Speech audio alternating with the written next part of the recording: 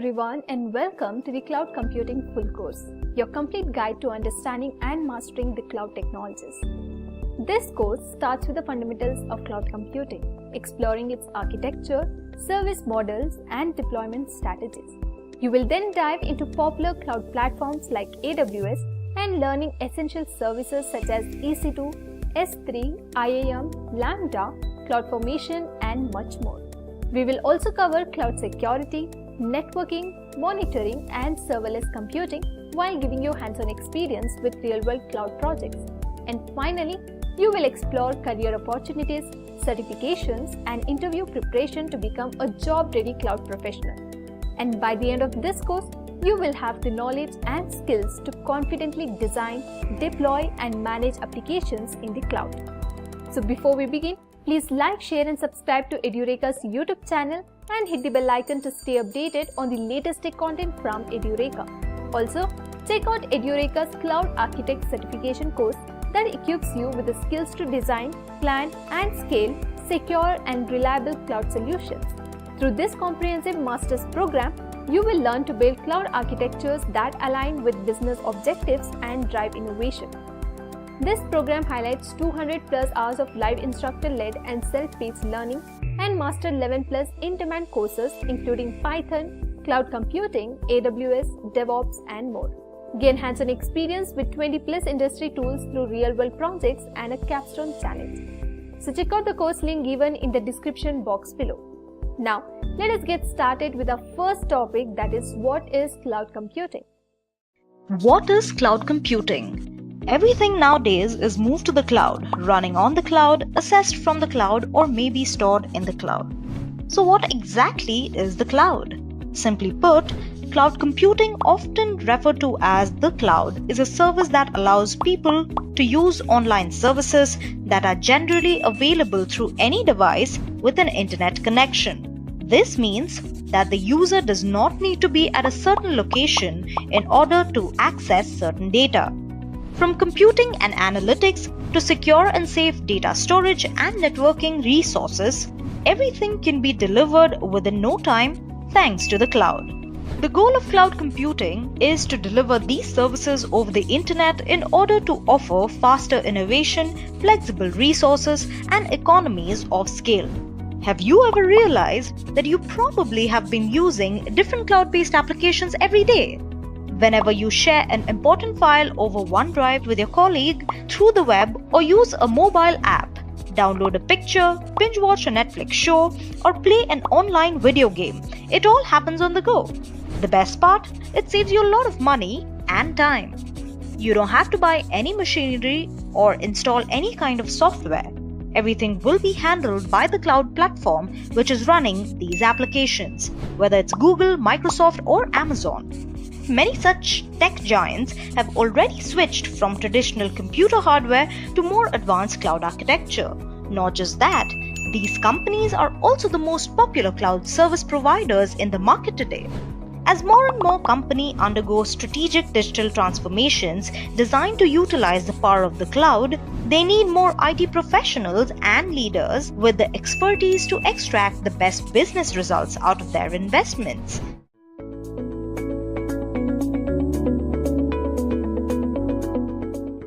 So let's begin by learning what's cloud computing.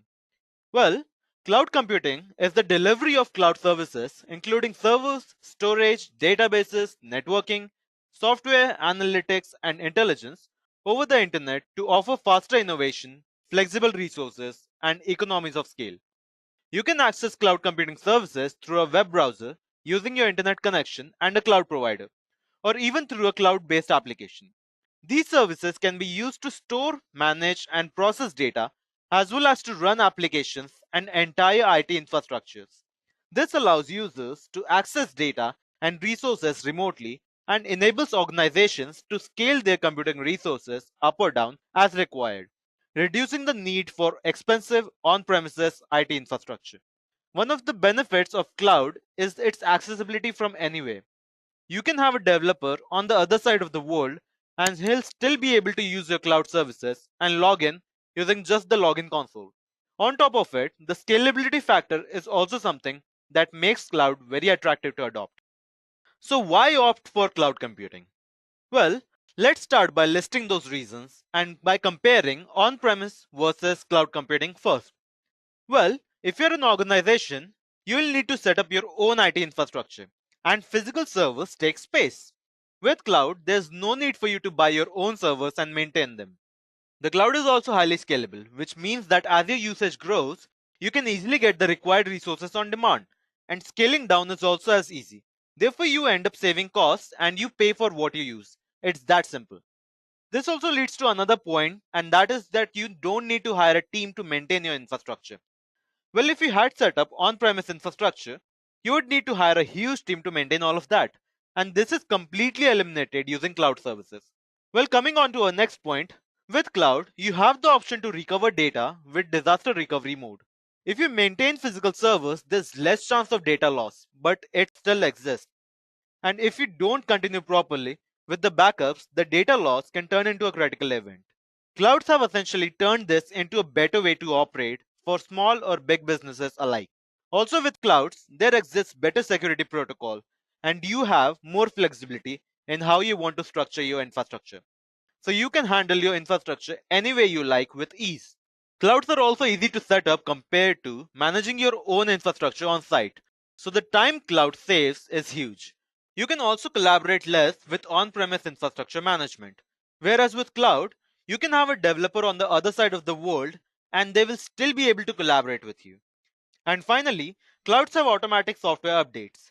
With on-premise, you might have to do this manually while ensuring that your current infrastructure works without problems.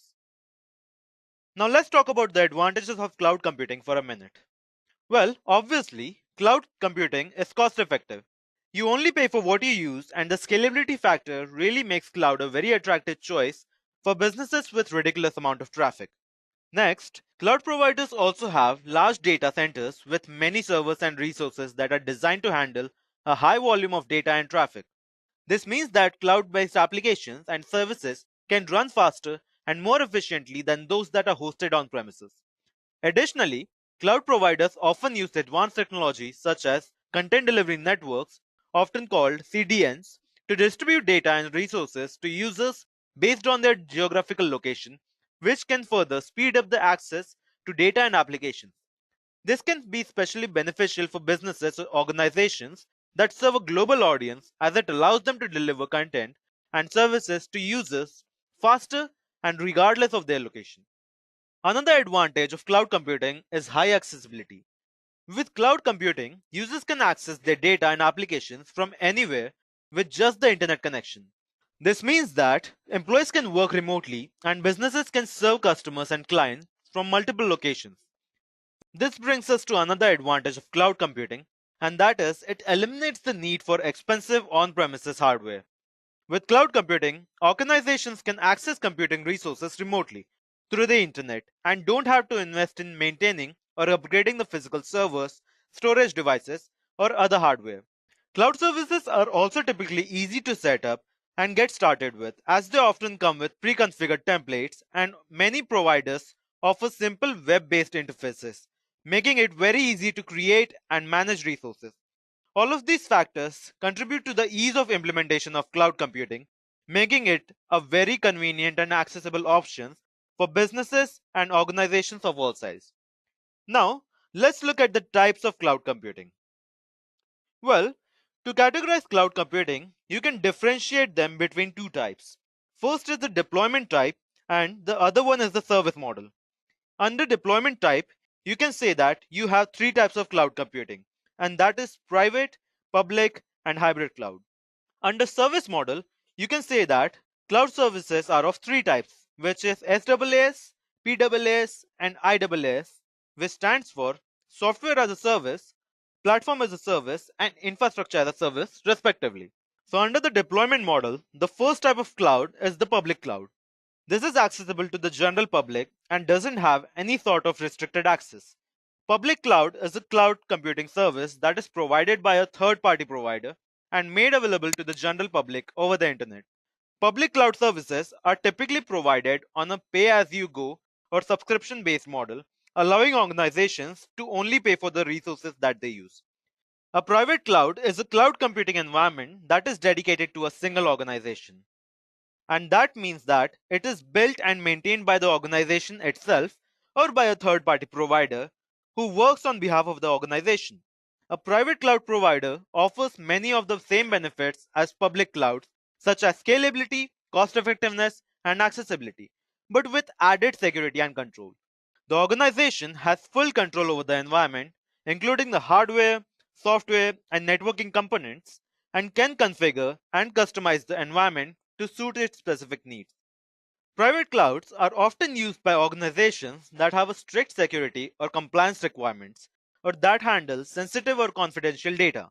They offer more control over the environment, which means that organizations can better ensure that their data and resources are protected.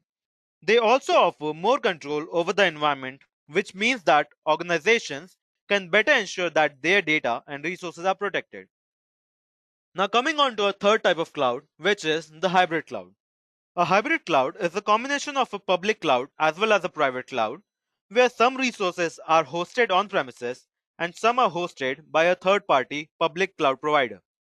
Hybrid clouds allows organizations to take advantage of the scalability and cost effectiveness of public clouds while maintaining control and security over sensitive or confidential data and resources that are kept on premises. Hybrid clouds allows organizations to use public clouds for services which are non-sensitive in nature. This can help organizations to keep sensitive data and applications more secure while still taking advantage of scalability and cost effectiveness of public clouds. Hybrid clouds also allows for flexibility and ease of integration as organizations can use the same tools and technologies to maintain both on-premises and cloud-based resources. This can simplify management and make it easier to move workloads between the public and private cloud as needed. Hybrid clouds also allow for better disaster recovery, as data can be replicated between on-premises and cloud resources, providing an additional layer of protection in case of a failure in the on-premises system. Now let's look at the types of service models in cloud computing. Software as a service. This service model provides access to software applications over the internet, typically on a subscription-based model. SaaS providers typically handle the maintenance and upgrades of the software, as well as the underlying infrastructure. Example of SaaS providers includes Salesforce, Microsoft Office 365, and Google G Suite. Now, coming to our next, which is the platform as a service. Well, this service model provides a platform for developing, running, and managing applications without the need to maintain and manage the underlying infrastructure.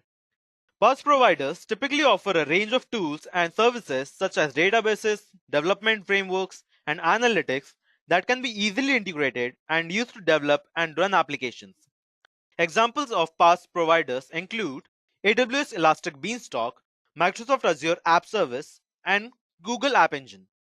Now, coming on to a third service model, which is infrastructure as a service.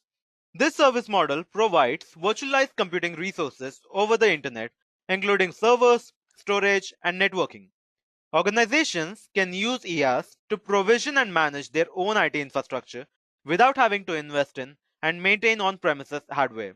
Examples of IaaS providers include AWS, Microsoft Azure, and the Google Cloud Platform. And here you can see some of the leading cloud providers. AWS has the highest market share in cloud space, but Google is also entering this space. Alibaba has also made a stride in the cloud computing services a few years ago, but as of now, the three main giants in cloud space are undoubtedly Google Cloud Platform, Amazon Web Services, and Microsoft Azure. And now, let's look at the life cycle of developing a cloud computing solution for a problem. First is that the problem statement is dissected to define the purpose of the solution. This involves breaking down the problem statement into its individual components and analyzing how the problem will be solved. The next step is to define the hardware requirements for the problem statement. It is important to have an infrastructure that is fault tolerant and is resistant to high incoming requests and process them well. Then comes defining the storage requirements. This is responsible for data storage and ensuring that backups occur so that we don't run out of space. After it, the networking aspects are taken into consideration. It is critical to create a proper channel so that everything is connected and functions well. And this also needs to be addressed, the security. It is one of the most important steps. As cybersecurity jobs have increased over the past few years, there is a reason for it, as there have been more and more attacks on the companies. And these cyber threats needs to be addressed by restricting access and maintaining how authentications are done. Because if we lose customer data or company data to hackers, it makes a big dent in the company's image globally or wherever they may operate. Then we define management processes and tools to see what is going on and how everything is functioning. Later, we test the processes. We build the solutions, highly test them, and ensure that errors don't occur. And after quality controls are passed, we deploy the solutions built. And finally, we analyze everything using analytics and improve the processes further while reducing the cost as well. And now, let's move on to the demo section where we will host a website from files downloaded from S3 bucket. This problem actually comes from the problem statement that goes something like this. A person wants to transition to cloud. How does it do it? This is one of the most common yet intelligent questions, and we will see how we are going to do this. So the person needs to transition to cloud. And for this, they will need one server, which means that one EC2 instance will be required. And whatever data they may have, let's suppose that that is stored in the S3 bucket. So what we need to do is we need to load the data which is stored in the S3 bucket, which is supposed to be the old data that the person wants to transition to the cloud, and load that data into EC2 instance. So here, what we are going to do is we'll start by launching our instance first. So if you haven't logged into your AWS console, just go to your AWS management console and go to EC2.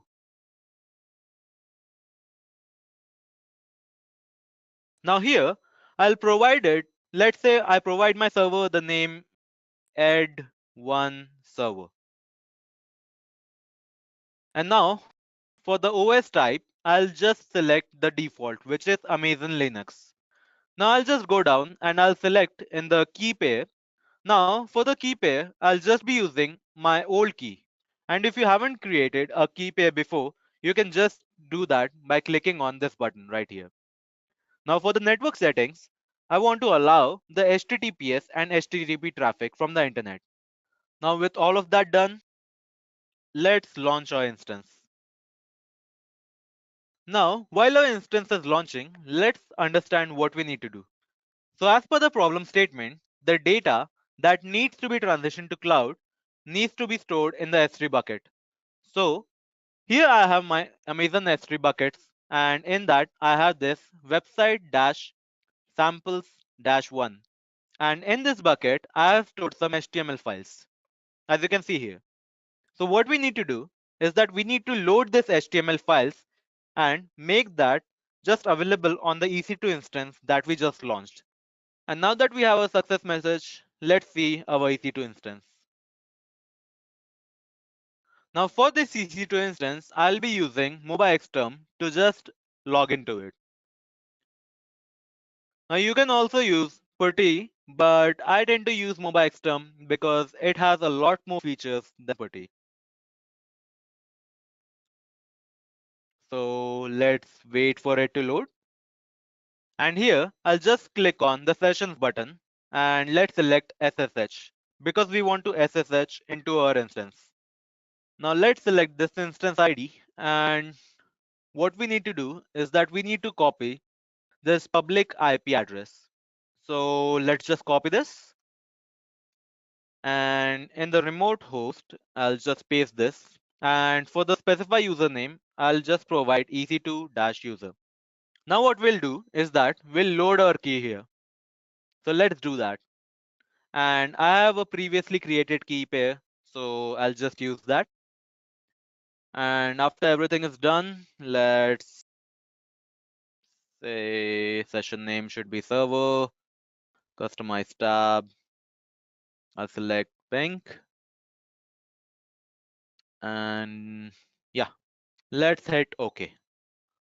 So by doing this, what we are essentially doing is that we are logging into our instance. So this instance that we created right here, Now we have logged into it. So the first thing that we need to do is that we need to install Apache server on this because we want to host a website. And for that, we need Apache. So to do that, what we'll do is we'll install HTTPD service, which is basically Apache. And for that, I'll just type in sudo su so that we become super user. And if we type in who am I, it should say root. And now let's install Apache. So yum install -y httpd .x86 _64. Now this should install Apache here. Now that it's complete, what we need to do is that we need to start the service and we need to enable it. And I'll do this by typing systemctl start httpd service, and then I'll enable this.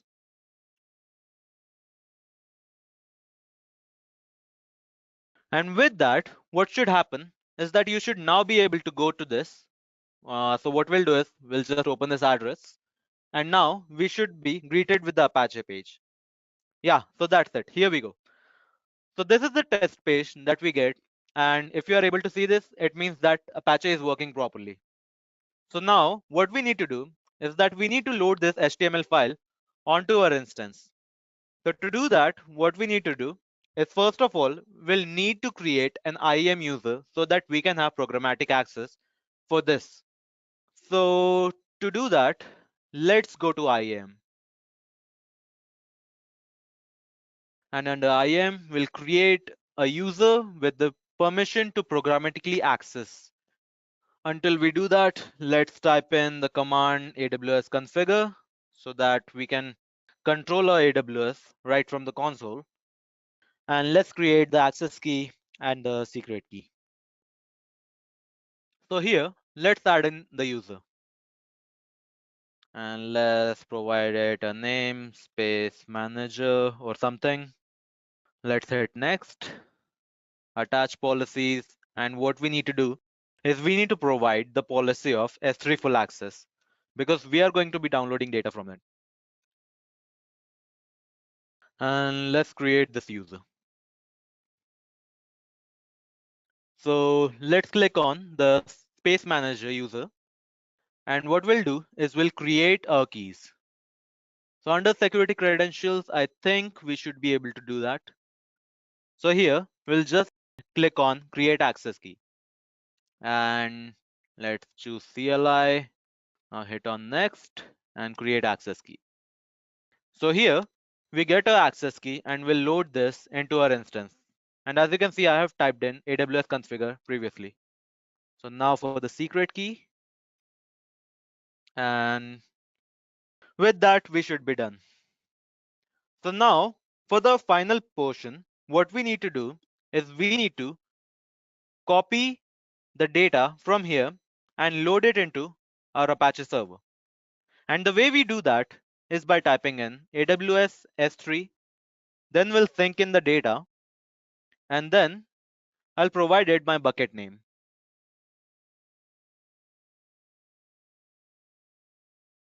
Afterwards, I'll just load it into my Apache location. And with that, it should be done. So it says here that download was complete, etc., etc. So now let's go on to our Apache page again and let's hit enter. And as you can see, the page that we had stored in the S3 bucket has been loaded.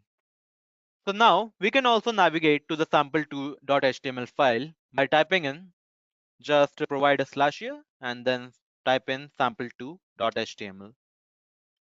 And as you can see, the second page is also loaded. So what you can essentially do whenever such a problem arises that you want to transition to cloud, you can just download all of your data to the S3 bucket and then load it onto your instance that whichever you are running.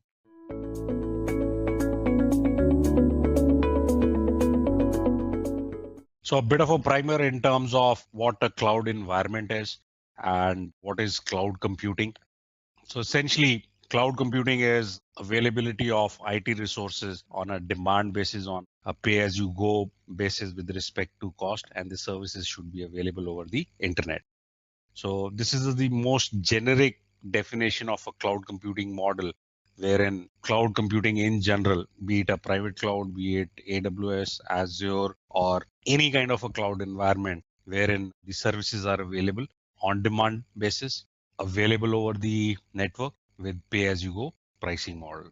So this is a definition at a very high level, wherein you'll get IT resources of your choice. So the IT resources could include network, it would include servers, databases, management tools, DNS services, any IT service that you can think of.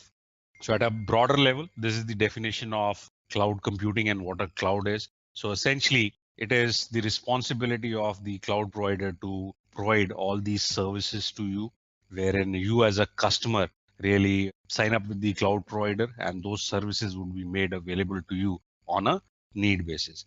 So for example, let's say you are a Flipkart or a Amazon or a eBay. So on a specific day, if the traffic was to increase exponentially, so in a traditional environment, handling these kind of situations is pretty complex, wherein you are limited by a number of IT resources that you have. It could be compute resources, storage requirements, or scaling up your database services. But within cloud environment, it is just matter of minutes doing some configurations wherein you can scale up and scale down based on need basis. So there are certain attributes that any cloud model should support. The first one is on-demand self-service, wherein, as I mentioned, the services should be available on a demand basis. So if I need 10 servers, the servers should be made available to me. So this was a typical challenge in traditional environments, wherein you are limited by IT resources that you might have. Then the services should be available over the network. So predominantly the word internet is used, but in generic terms, it could be any network. So regardless of my location, let's say I'm sitting in US right now and I want to provision a resource in Europe region. So regardless of the location where I am, I can provision resources in any geographical location of my choice. Then it should support the concept of rapid elasticity, which actually refers to, as I mentioned, you want to scale up or scale down. So a simplest example would be you need more servers on a given day. So let's say you want to expand from 100 to 200 servers. You anticipate spike in traffic. So it's just a matter of configuration. There are very variety of services should be available rather to help you scale up. And when you don't no longer need it, you can actually scale back down. So you only pay for the duration wherein you need extra resources. So that way, it's a savior in terms of the amount of money that you would have spent on the scaling up and scaling down process. Then it should be a measured and a billable service. So that's one of the fundamental aspects. So how do you bill a end user or a customer? So the service should be measurable and likewise billable. Last option is resource pooling. It should support the concept of multi-tenancy, wherein resource can be shared across multiple users or customers. Why there was a need for cloud environments. So right now I'm keeping the definitions that are applicable to be it a public cloud or be it a private cloud or a hybrid cloud. I'll be explaining these terms very shortly. So the need was very simple, wherein companies, rather than focusing on infrastructure requirements, they could actually focus on developing the applications or technology stacks that they wanted to build and serve to their end customers. Then faster service provisioning, and that's one of the very important features we'll see through the program, that how easy it is in a cloud platform to provision services and start consuming them. So net result is that you get more efficient, more productive, and able to market your products at a much faster rate. Then you have cost effectiveness. So again, with cloud models, specifically with respect to public cloud offerings, you don't have to spend any money as an upfront cost to build that particular service. So let me take a very simple example. Let's say you want to provision a virtual server in your environment. So you'll need an underlying network for sure. You'll need power systems, backup systems, multiple internet connections coming in. Then you'll need the physical host. Then you'll need to purchase licenses for the hypervisor level. And then on top of it, you'll be provisioning your virtual servers. And then you need to have some kind of a storage environment. So that calls in for a lot of cost. Whereas in the cloud model, you can escape all of this. So you only pay for the duration where you have consumed the resource. So the cost is variable based on the resource that you want to provision. But in most of the cases, you pay by an hourly basis. So for example, you want to set up a test environment for 2 days. Just go ahead and provision the environment in the cloud, trash it after 2 days. You only end up paying for those 2 days. So pricing is one of the aspects. Other aspects could be performance, security, fault tolerance. So all these aspects have to be weighed in. And last option is dynamic scaling. This refers to the elasticity property that we just discussed, that the service should be able to scale up or scale down. Since most of the services are managed by minutes, so with a player like AWS, which has a presence across the globe, so you could set up your technology stacks in any region of your choice, in any geographical location of your choice. Or if your business is expanding and you need to have multiple deployment regions, you can use AWS as a single player. So many organizations have their technology stacks deployed in, let's say, London, US. They have different stacks. They have tie-ups with the different service providers. So in this case, if you were to select AWS, using AWS platform, you could have your deployments in multiple regions. Then you benefit from massive economies of scale. So the cost at which AWS can procure a service versus the cost that you as an individual customer would have to pay for varies significantly. And Amazon believes in charging the customers less wherever they pay less. So this simply means that, let's say, if the cost of procurement of a service for Amazon is less in a specific geographical location, they would be charging the customers accordingly. If the cost is low, they would be charging you low. If the cost is high, they'll be charging you high. So that means your pricing would vary from one geographical location to another geographical location. So the variance is not significant, but if you're talking at scale, yes, these things would definitely come into play. And lastly, no guessing about capacities. So this is, I think, one of core features wherein in traditional environments, once if you have scoped out for various IT resources, if you were to scale up, again, you would have challenges. Whereas in the cloud environment, you can scale up based on your demand needs, and then you can scale back. So this in totality sums up what are the various benefits associated with the cloud computing. So these are applicable across all the players that are rendering cloud services, be it AWS, Azure, Google. The benefit that you get with AWS is, number one is the set of services that they have to offer. So they offer in excess of 100 services to the customers. They have a very wide footprint across the globe. So if you're a global organization, or for that matter, even a localized organization, you can sign up for services on AWS. Over the last several years, various cloud computing models have evolved. The first one being infrastructure as a service. So in this model, essentially what you leverage is IT resources from the cloud provider. You manage them.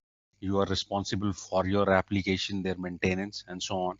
So essentially from the cloud provider, you are picking up IT resources such as network, servers, storage. You'll need to manage every aspect of it.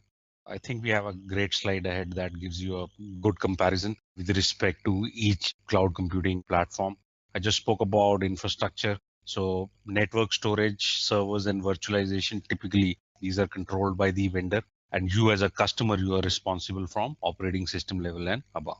Coming to platform as a service, the provider would give you the platform. The platform could be Java, .NET, Node.js, any environment that companies work on. And in this case, the vendor is responsible to manage till the runtime environment. And you as a customer are responsible for developing your applications and data.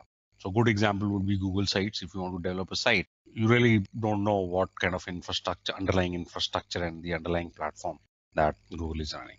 And then you have software as a service, wherein you are the end user of that service. So good examples of this would be, let's say, applications like Gmail, Office 365, wherein as a customer, you only care about the features and services extended by these applications. You don't care about the underlying infrastructure or what are the underlying platforms these are hosted on. So you're getting that as a service, as an end product. And lastly, you have on-prem. So on-prem is something that you control everything in totality. So this is in quite contrast to all the other three models. So on-prem, which is the traditional model, wherein if you want to have a very tight control over your environment, there are some security concerns that might not be addressed by cloud environments. So in those cases, you can build your own environments. So I've spoken about platform as a service. Then you have software as a service. We have already spoken about. So the variety of deployment models, you have public cloud platforms. So players like Google, Microsoft, Azure, even IBM has one software. So these are the public cloud platforms that are available for the end users. Then you have private cloud platforms. So this is where this refers to the private cloud model that we just saw. So you as a customer are responsible for it. Then you have hybrid. So hybrid generally refers to if you're consuming services across two platforms. So two environments rather. So one environment could be in AWS. The second environment could be a private data center that you own. So these are generally referred to as hybrid environments. And then community model wherein several organizations come up who have a similar set of needs. They set up their own environment. So they are actually sharing the cost of that particular environment, and the services are being used by multiple organizations.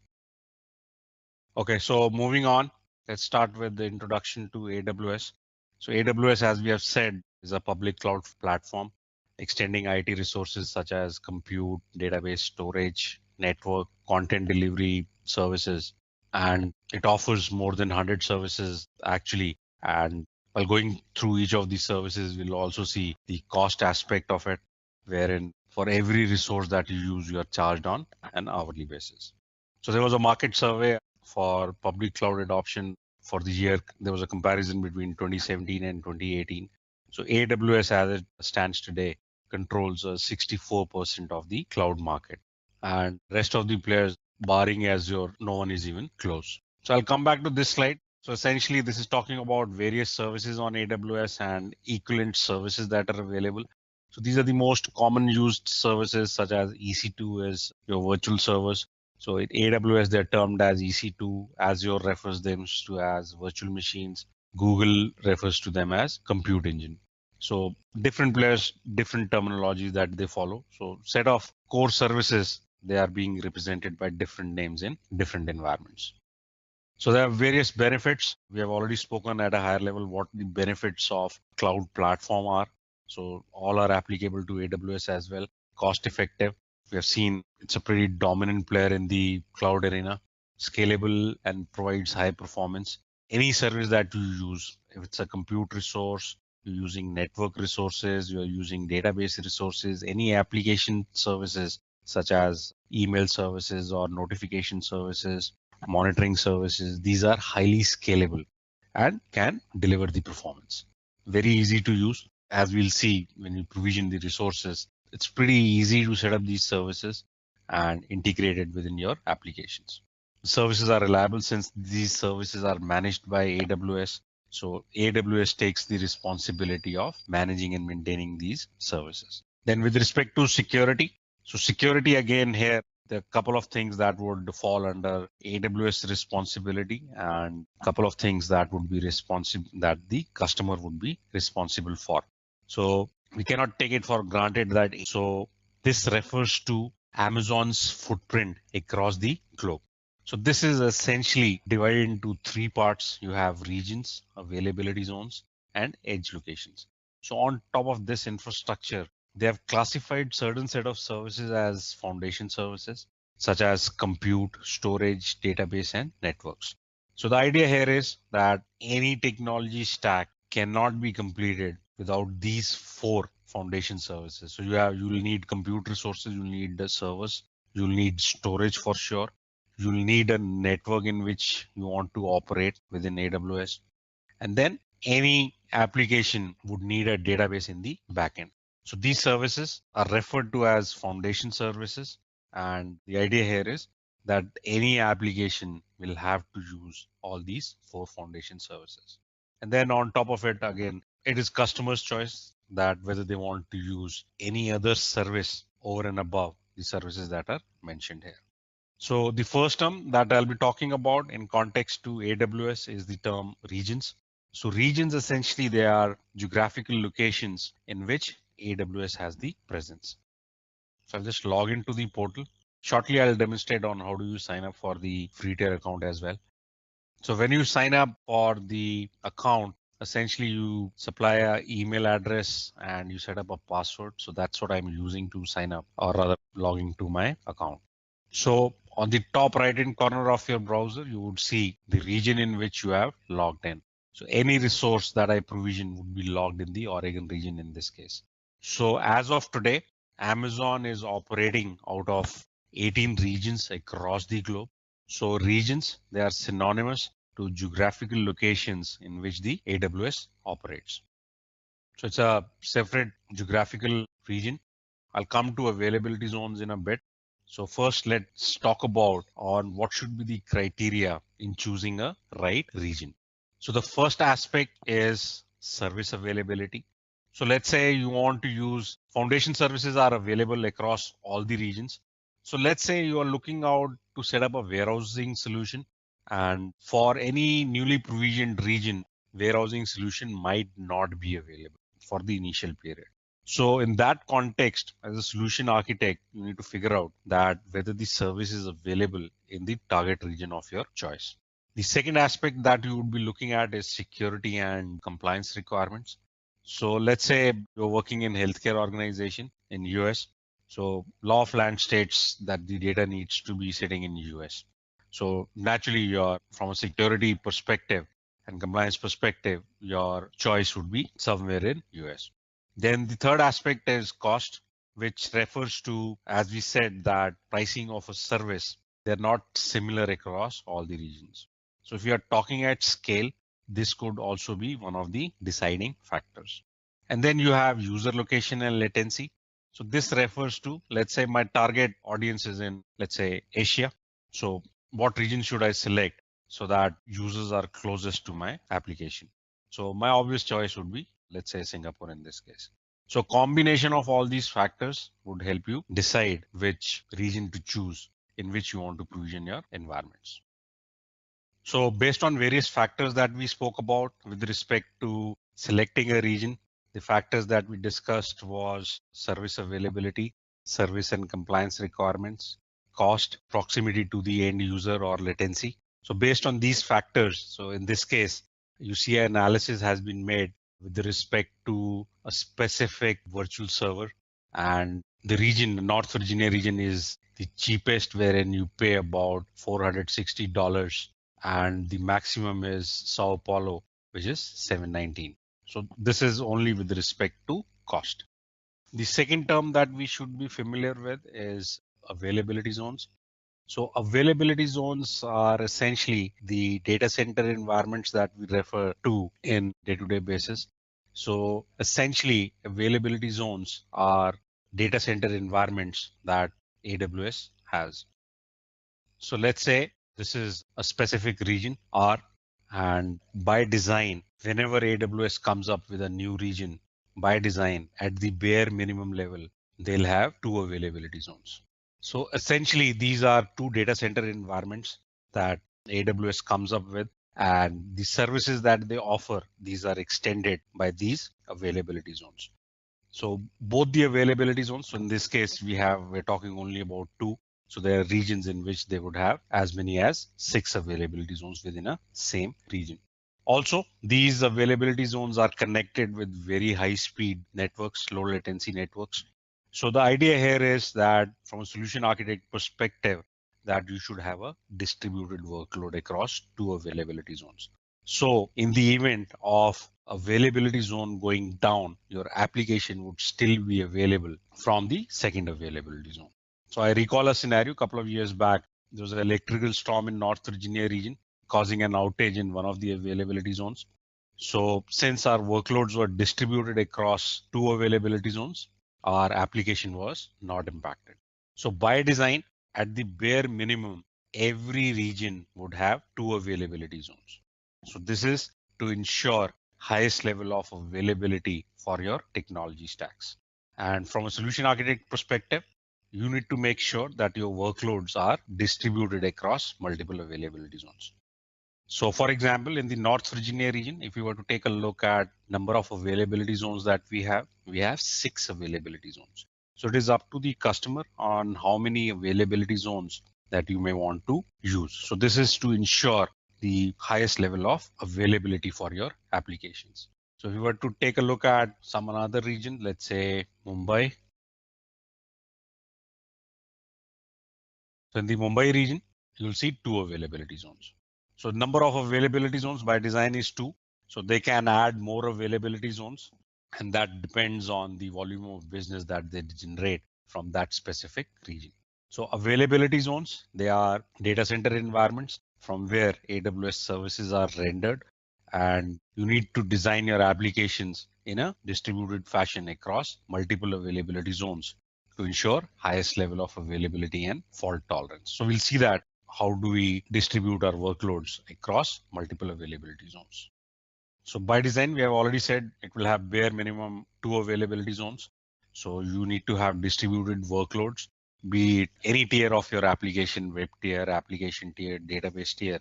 So you need to have distributed workloads across by leveraging multiple availability zones.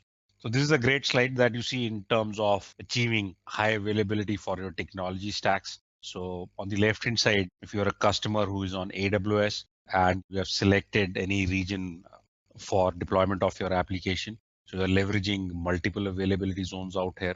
So in this case, you could achieve high availability by leveraging a single availability zone by provisioning multiple resources within the same availability zone. A good design, no single point of failure.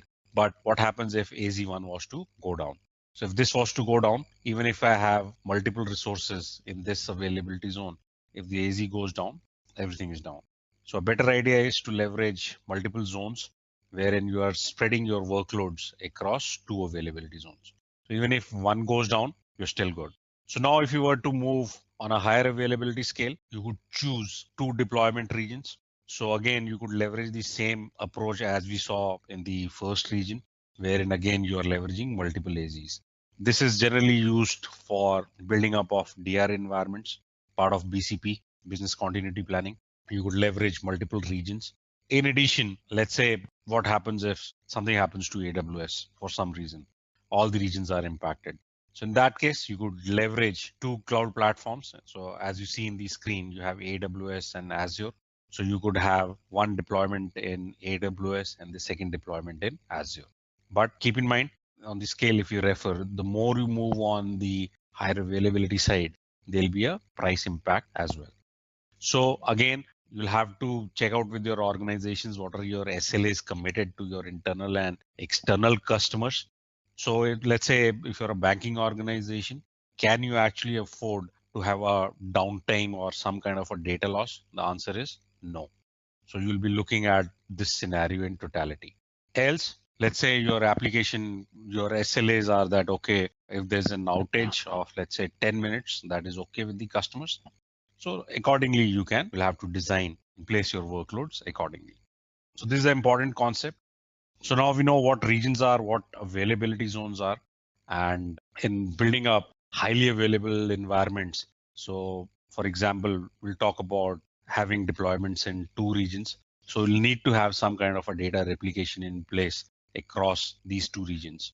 So AWS provides you default connectivity methods wherein resources from one region can communicate over second region. So I'll talk about those connectivity methods in the network section when we talk about it. But with respect to configuration of replication, it is customer's responsibility on how you want to configure replication of your data from one region to the another. So that comes under customer's responsibility, whereas providing a medium for connectivity across these 2 regions would be AWS responsibility.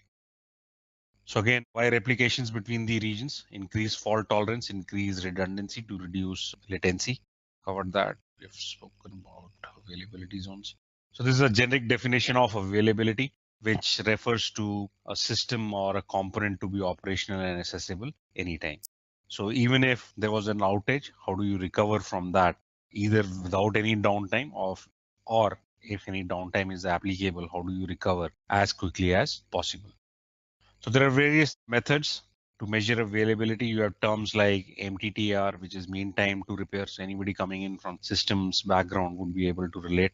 So these are generic terms that are used to measure availability. So MTTR refers to mean time to repair. So this is the time that you need to fix your service. MTBF is mean time between failures, which means, let's say you had a failure day before and a failure today. So what is the mean time between the failure? It is 2 days. Then you can calculate the availability based on the formula given out here. So AWS offers you highest level of availability. So in my experience, one outage that I spoke about that happened a couple of years ago, and that was with respect to one availability zone not being available. So that was due to act of God. These are the things that you can't help out. So even if it was a private environment, your own hosted environment, you would have been impacted. And there was another one brief outage on S3 couple of months back. So even that was taken care of quickly. So you can measure the availability, MTTR, MTBF based on the values that are available. To increase fault tolerance, increase higher levels of availability by design, 2 availability zones per region. And these availability zones are connected by very high speed, low latency networks. So with respect to why high availability is essential, so acts of God such as earthquake, flooding, you could have hardware outages, power outages, issues related to software, network outages, and lastly, with respect to data. So from your perspective, you'll need to figure out that where all you need to build redundancies. So as part of AWS global infrastructure, we have spoken about regions, availability zones. The third term that we need to be familiar with is edge locations. Edge locations, they are different than availability zones. So essentially, these are caching locations that are spread across the globe. And as I said, they are caching locations. So if you have a user base spread across the globe and users are trying to access your application, so in a normal case scenario, what would happen is, so let's say this is my deployment region. So let's say this is US. Within US, you have again multiple regions. So let's keep it simple at this point of time. So you have users coming in from Singapore, Australia, and let's say Europe. So you have a distributed user base. All these users might not get the same experience in terms of latency. They might see buffering issues while downloading the content. So couple of approaches to mitigate that is, number one, have multiple deployment regions. But again, that can be very expensive. Or use a service like CloudFront. So CloudFront is a content distribution service which actually uses edge locations. So these are edge locations spread across the globe. So please note, from examination perspective, edge locations are not availability zones. They're completely different than availability zones. So now if a user from Singapore was trying to access, the user would be directed to the edge location in the Singapore region. Likewise for Australia, he goes to the Australia edge location, and likewise for Europe. Edge locations, they are connected on very high speed networks across regions. So the response that you would see would be far, far better as compared to when the user was trying to access the application directly. So imagine companies like Netflix, Amazon Prime, who are in the business of content distribution. Can they afford to have multiple deployment regions? No. So they'll have a central site and they'll be front-ended by a service like CloudFront, which in the background would use edge locations. So edge locations, essentially, they are caching locations.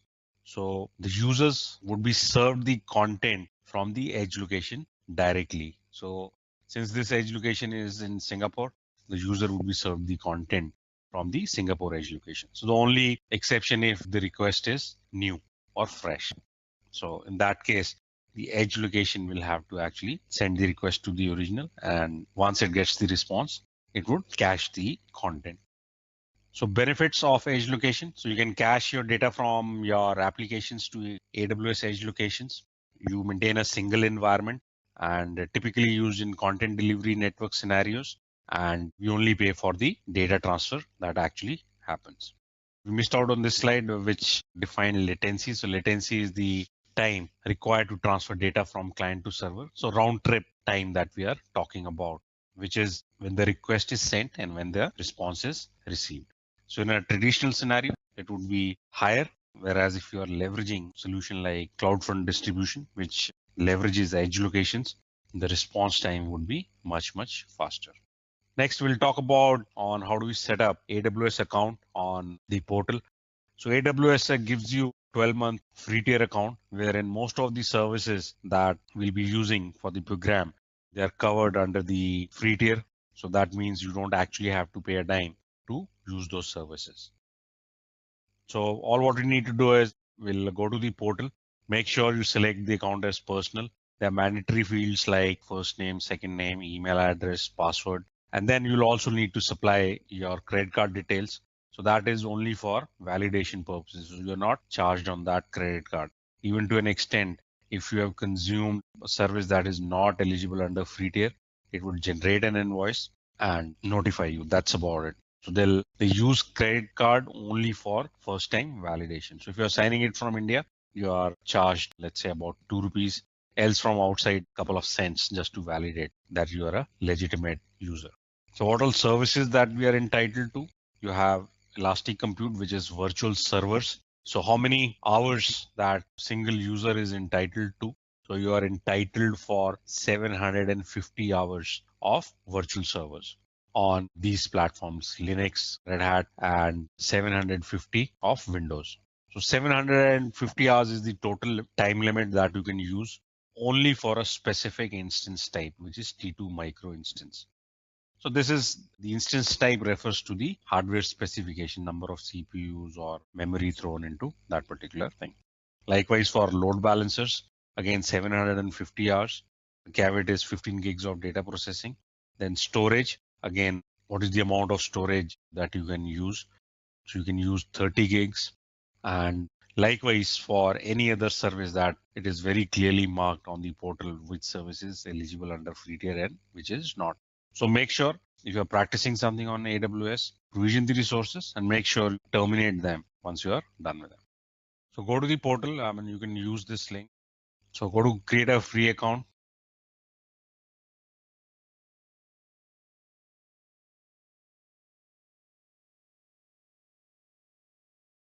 So type in your email address, password, and if you want to give any alias name to your account, else it assigns 12-digit account number. Continue, then specify it's a personal account and specify first name, last name, and the region place where you are signing up. So accordingly, you will be billed. Then provide your credit card information and you are good to go. I'm referring to the document right now. This is the second page. You'll need to select personal out here. Select country wherever you are, region where you are signing it from. That's about it. If you actually look at the URL, if you see it got redirected to one of AWS storage services, which is called S3. So this PDF is actually hosted on S3 storage service.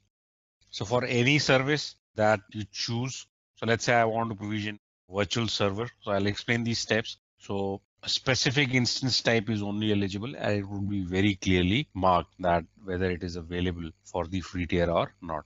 Likewise, any other service that we pick up, a database service or any application service or a monitoring service, very clearly indicated whether they are applicable or not. So I'll be explicitly mentioning that some of the services that we'll do, they are not eligible under the free tier account. So I'll be explicitly mentioning that to you.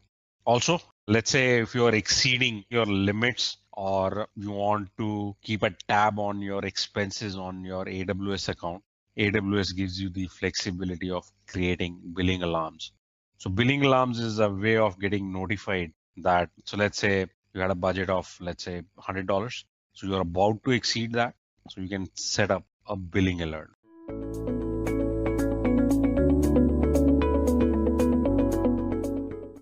So what exactly is AWS? Well, AWS is Amazon Web Services and it is one of the best cloud service providers in the market. Well, it is a complete software suite or a cloud service provider which is highly secure. It provides you with various compute, storage, database, and n number of other services, which we would be discussing in further slides as well. And when you talk about the market, it is the best and it has various reasons to be the best in the market. One being its flexibility, its scalability, and its pricing. Other reasons being It's compute capacity. Now, why is it so important, the compute capacity? Well, if you talk about the compute capacity, you need to understand one thing. If you take all the other cloud service providers in the market and you combine their compute capacity, that is, you leave out AWS and you take all others into consideration, the space would be somewhere equal to say X. And if you compare it with AWS, it is 6X.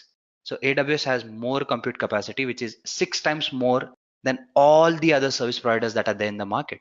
So that is a huge amount. So these are the reasons that make AWS one of the best in the market. And let's try to find out what are the other reasons about AWS that make it so good. What are the services, features, and its uses basically. So I would be discussing some use cases now.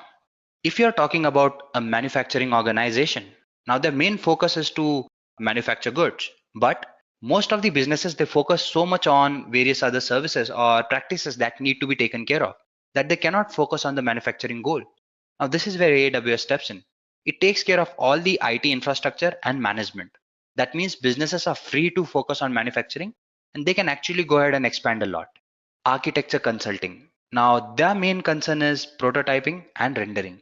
AWS takes care of both the issues. It lets you have automated or speed up rendering as far as prototyping is concerned. And that is why architectural business benefit a lot when you talk about using AWS or any cloud provider. But AWS being the best in the market, again, their services are the best. Media company. Now, as far as a media company goes, their main concern is generating content and the place to dump it or to store it. Again, AWS takes care of all these situations or both these situations. Large enterprises. When you talk about large enterprises, their reach is worldwide. So they have to reach their customers and their employees globally or across different places. So AWS gives you that option because it has a global architecture and your reach can be very wide as far as these points are concerned. Now, advantages of AWS. As I've mentioned, I won't say advantages exactly. I would say features as well. Flexibility. Now, as far as AWS is concerned, it is highly flexible. Now, there are various reasons to support it. And one of the major reasons is it's very cost effective. Let us try to understand these 2 points together rather. Now, when you talk about flexibility, the first concern you should have is you are dealing with big organizations. They have a lot of data that needs to be managed, deployed, and taken care of. Now, when you talk about a cloud provider, if it is flexible, all these things are taken care of. The second thing is it is highly cost effective. Now, when I say cost effective, AWS takes care of almost every aspect. If you are a beginner or a learner, they have something called as a free tier. That means you have sufficient resources to use for free, and that too for one long year. So you would have sufficient hands-on without paying anything. Plus, it has something called as pay-as-you-go model. Now, when I say pay-as-you-go model, what it does is it charges you only for the services which you're using and only for the time being you're using them. Again, that lets you scale up nicely and hence you end up paying very less. Since you're paying very less and since you have so many options when you're actually buying its services, what that does is that gives you a lot of flexibility. Scalability. Again, the first 2 points are related to this point. Now, how is that? Now, when I say scalability, what happens is, as I've mentioned, it is very affordable. So you're paying on hourly basis. If you're using a particular service for 1 hour, you'll be paying it only for 1 hour. That is how flexible it is. And what that does is that gives you a freedom to scale up and even scale down. Since it is easy to scale up, it is always advisable that you start with less and then scale as per your needs. Plus, there are quite a few services that are there which can be automatically scheduled. Now, what that means is you'd be using them only when there is an uptime, and in downtime, you can miss those get automatically shut down. So you do not have to worry about that as well. So when you talk about scalability, scaling up and down is very easy as far as AWS goes. Security. Again, now security has been a topic of debate when you talk about cloud services especially. But AWS puts all those questions to rest. It has great security mechanism, plus it provides you with various compliance programs that again help you take care of security. And when you talk about real-time security, even that is taken care of. You can take care of all the suspicious activities that are there and not you. AWS takes care of all those things and you're let free to focus on your business rather. So these are the advantages which I feel that AWS adds value to. And apart from that, there are quite a few other points like we have automated scheduling, which I just mentioned. You have various integrated APIs. Now these APIs, they're available in different programming languages and that makes it architecturally very strong to switch from one programming language to another. So these are some of the features I feel that make AWS a wonderful, wonderful service provider in the market. So let's move further and try to understand other things as far as AWS is concerned. It's global architecture. When you talk about AWS, as I've mentioned, it is the best service provider in the market. So what makes AWS this popular? One of the reasons is its architecture. Now, when I talk about its architecture, it is very widely spread and it covers almost every area that needs to be covered. So let's try to understand how it works exactly. Well, if you talk about AWS architecture, now the architecture is divided into two major parts, that is regions and availability zones. Now, when you talk about the regions and availability zones, regions are nothing but different locations across the world where they have their various data centers put up. Now, as far as one region goes, it might have more than one data center. And these data centers are known as availability zone. You being a consumer or an individual, you can actually access these services by sitting anywhere in the world. To give you an example, if I'm sitting in some part of the world, say for example, I'm in Japan right now, I can actually have access to the services or data centers that are there in US right now. So that is how it works. You can choose your region and accordingly you can pick your availability zones and use those. So you do not have to worry about anything. Domains of AWS. Now, when you talk about its domains, the first domain that we are going to discuss is compute. And when you talk about compute, the first thing that should come to your mind is EC2. Now, when I say EC2, it is Elastic Cloud Compute. And what it does is it lets you have a resizable compute capacity. It's more of a raw server where you can host your websites, and it is a clean slate. Now, what do I mean by this? Say, for example, you go ahead and buy a laptop. It is a clean device where you can have your own OS. You can choose which OS you want and all those things. Accordingly, your EC2 is again a clean slate and you can do so many things with it. Now, next you have Elastic Beanstalk, which lets you deploy your various applications on AWS. And the only thing you need to know about this thing is you do not have to worry about the underlying architecture. Now, it is very similar to your EC2.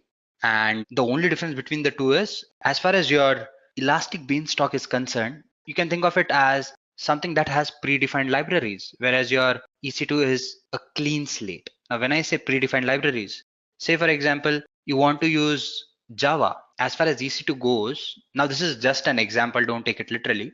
You'll have to, say for example, install everything from the beginning and start fresh. But as far as your Elastic Beanstalk is concerned, it has this predefined libraries and you can just go ahead and use those because there's an underlying architecture which is defined.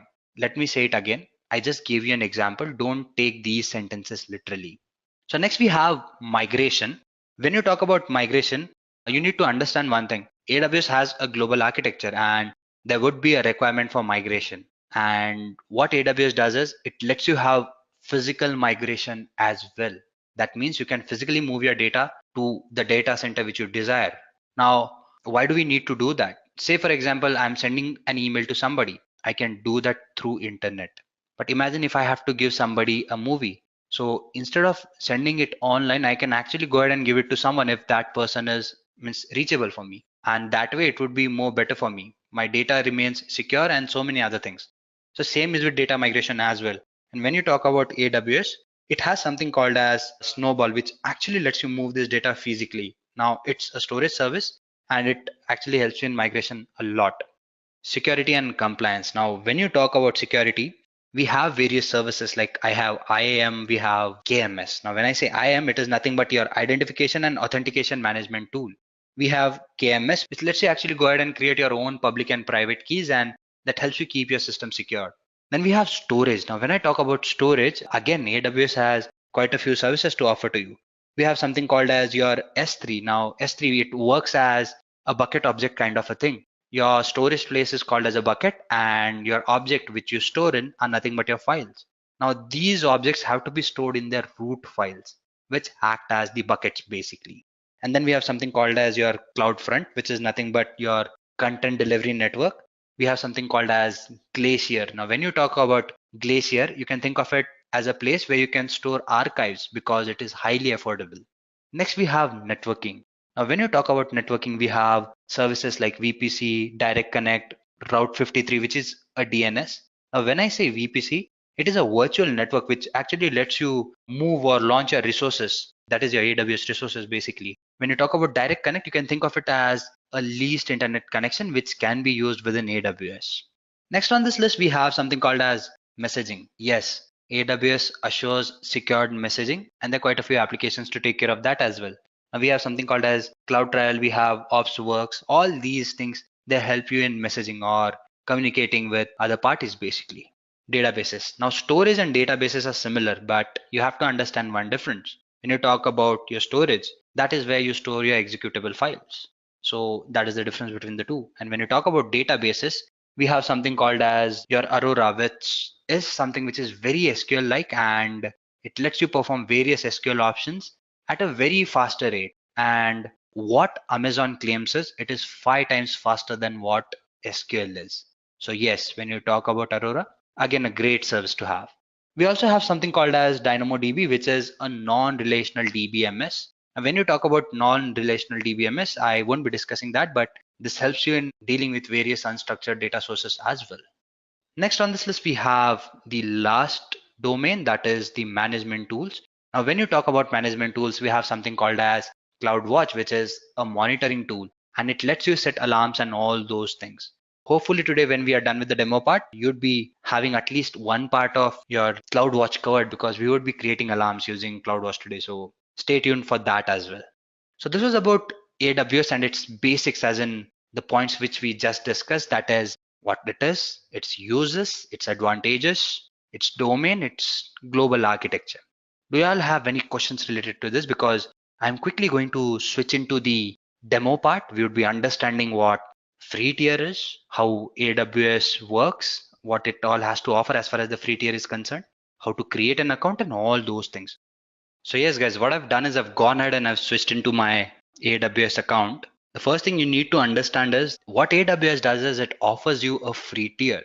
Now, when you talk about AWS, if you are a beginner, this is where you start.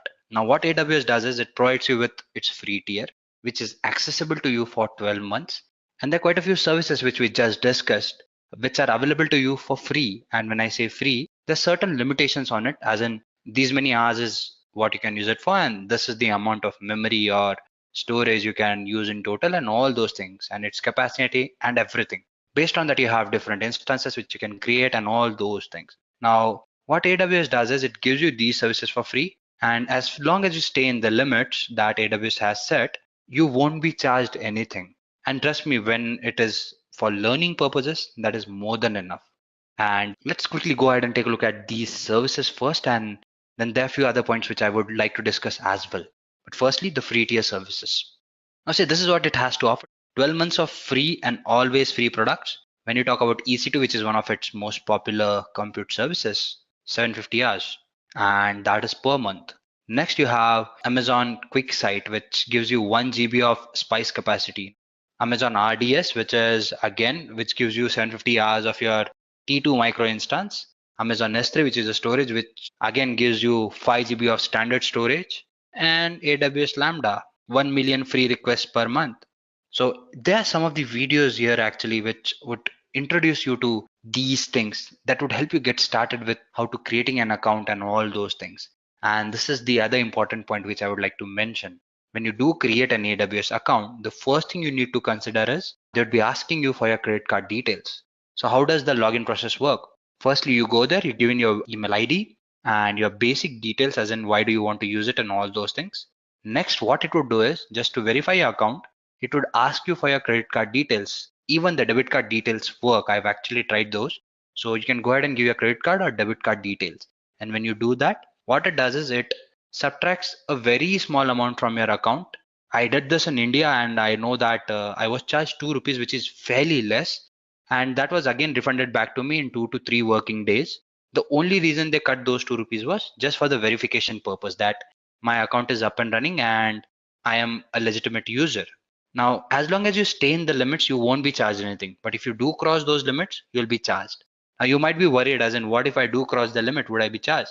Yes, you would be. But the fact is, you actually won't go beyond it. And even if you do, you'll be notified saying that you are going about the limit or above the limit.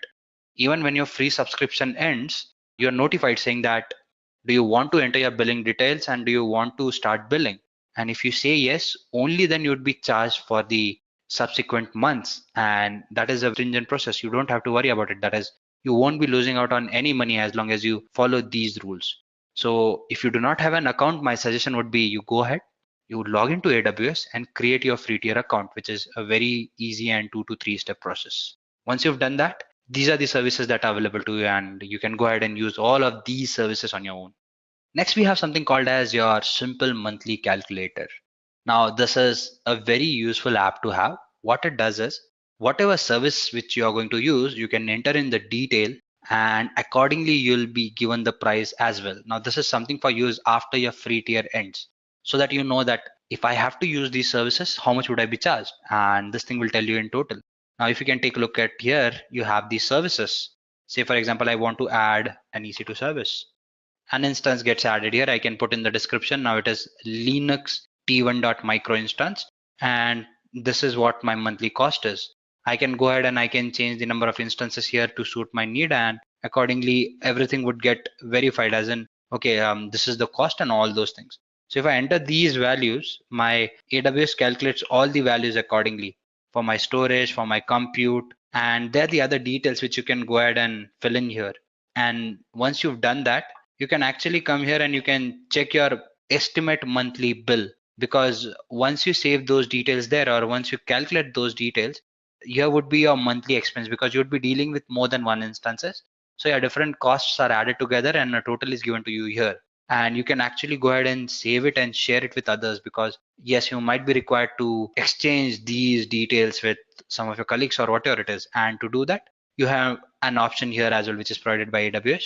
There was a query on Stack Overflow once, as in, can I do that? And AWS quickly responded by going ahead and solving this issue and giving them with this save and share button. So yeah, this is your monthly AWS calculator, which lets you take care of your usage and gives you the bill accordingly. So if you're worried about as in how much you're going to spend by using AWS or its services, you can always come here and calculate that as well. Now, that being said, let's quickly move to the demo part and see what all we can do with the AWS. Now, I have my account here and I've logged in actually. So these are the services that are there at my disposal rather. So I'm just going to go ahead and open one of these. Say, for example, I open my EC2 service. As you can see, I have one running instance, I have one key pair, I have 3 security groups. As we move further, we would be dealing with these and we would be implementing or creating new instances and all those things. So firstly, what I want to do is I want to go ahead and create a key pair. Now, why do I need to do that? The first thing you need to understand is when you create a key pair, what you're doing is you're actually going ahead and you're creating your SSH key. Now, when I say SSH key, that is something but a secure shell key. Now, this key is very useful when you talk about certain OSs, because that helps you establish your connection. When you talk about Windows, you do not need to do that. So, but still you would be needing an SSH key. Now, you might wonder why.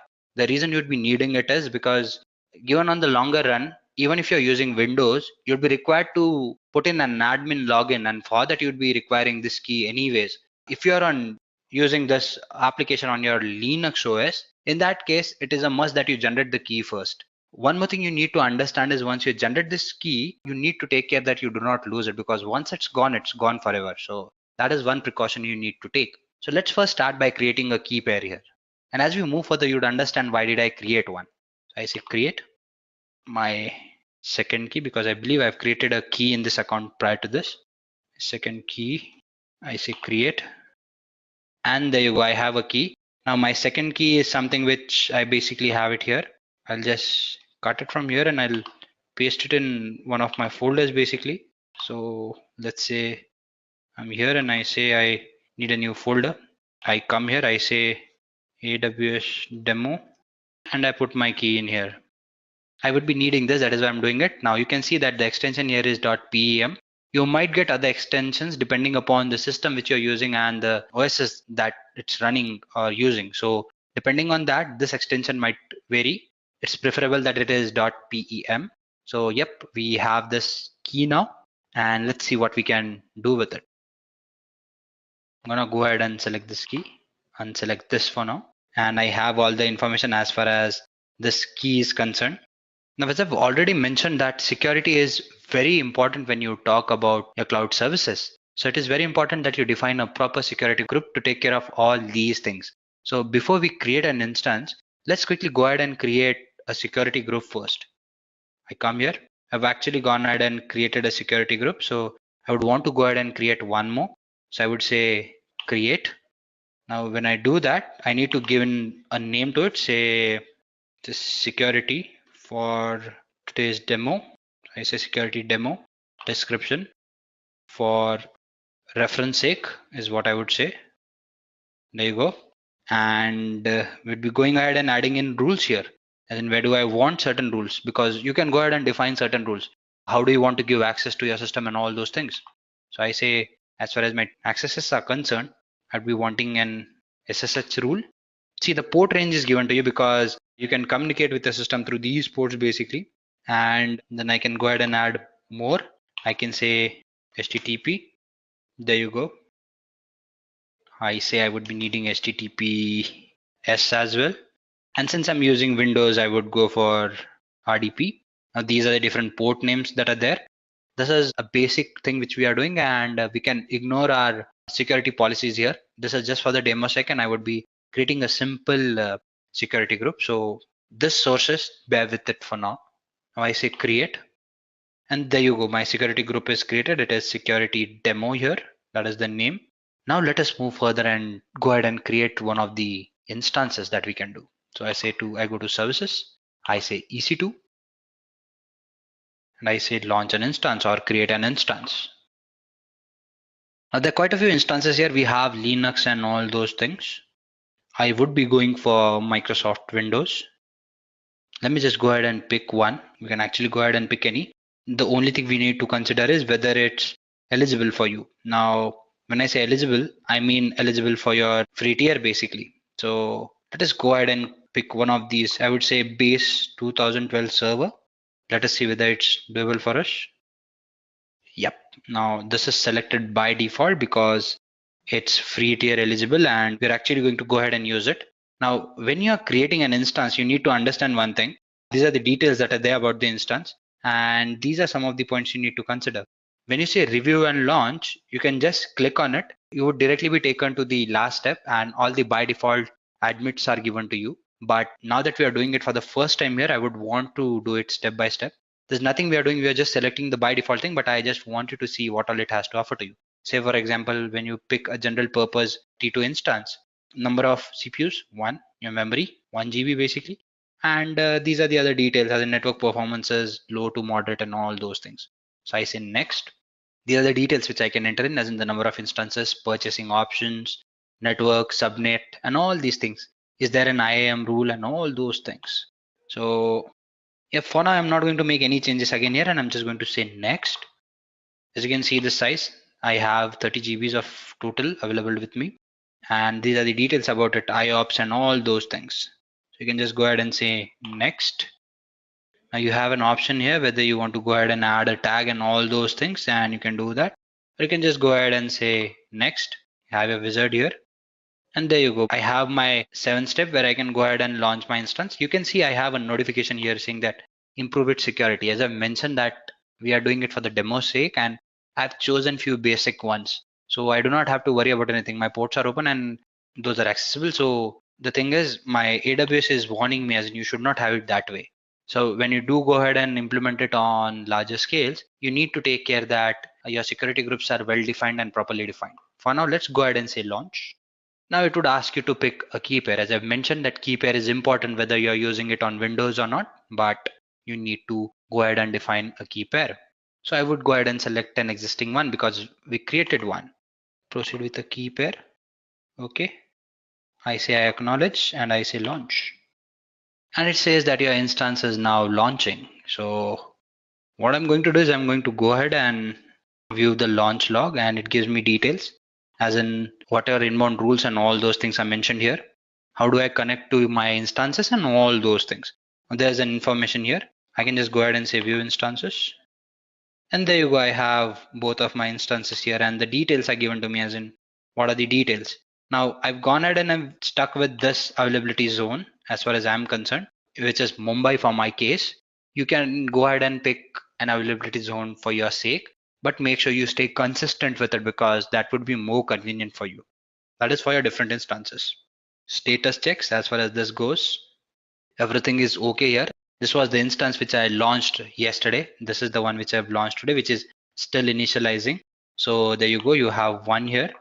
Yeah, so this was about going ahead and creating an instance as far as AWS is concerned.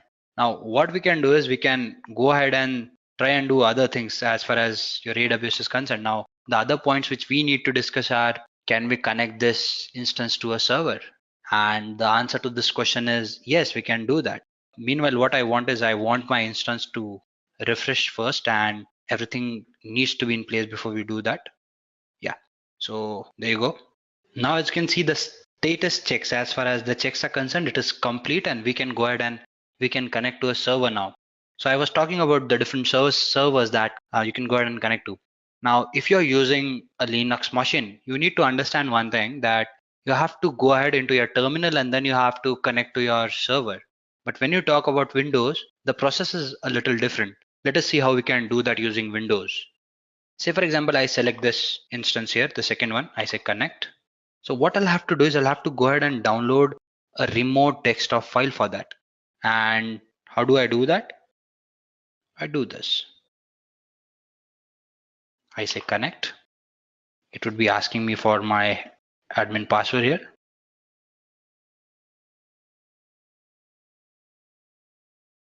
It would give me an error because I need the password here, and I guess I missed out on the password. Just bear with me. Let me just generate the password and I'll get back to you on this.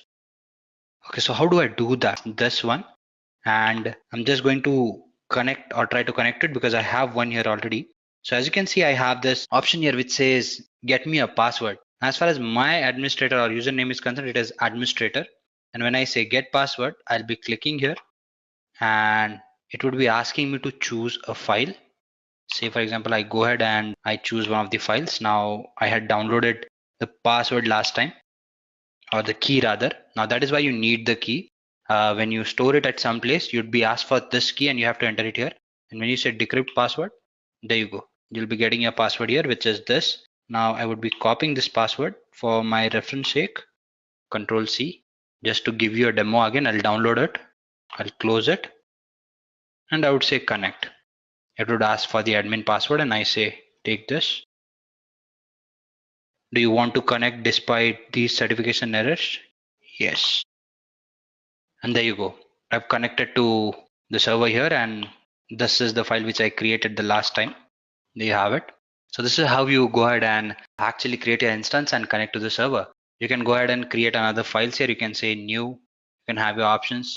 It's just like your nice operating system where you can do so many things. Yes, it's more of a clean slate and it's fully available to you to go ahead and edit it the way you want to. So this is what we did right now.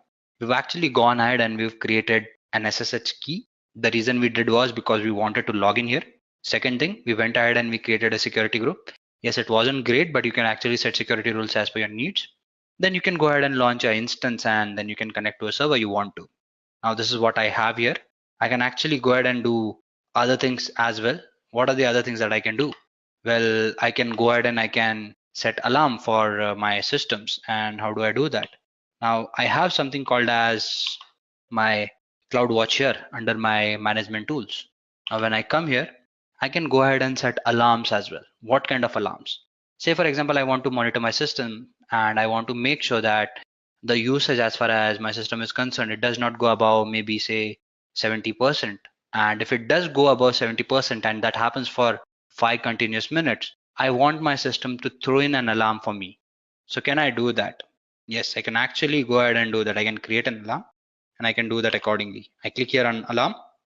I say my EC2 metrics basically, or I just type EC2 here.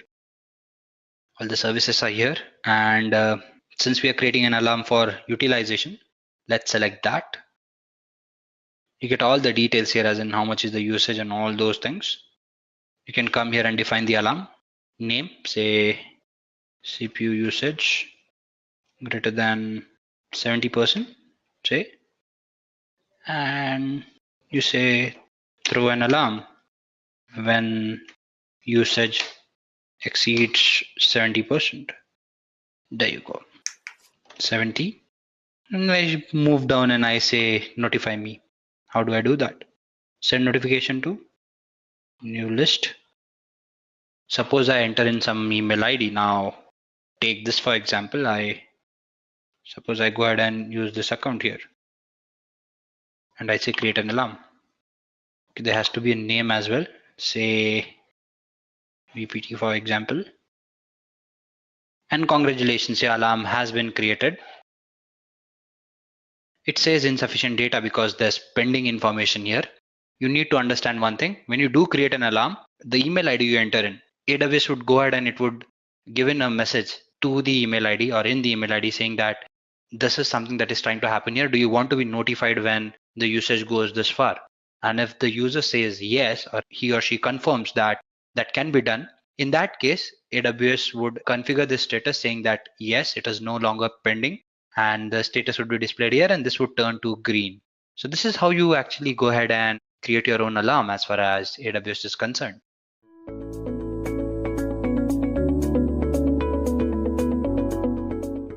Why do we need access management? All right, so to discuss this topic, let's understand it using an example.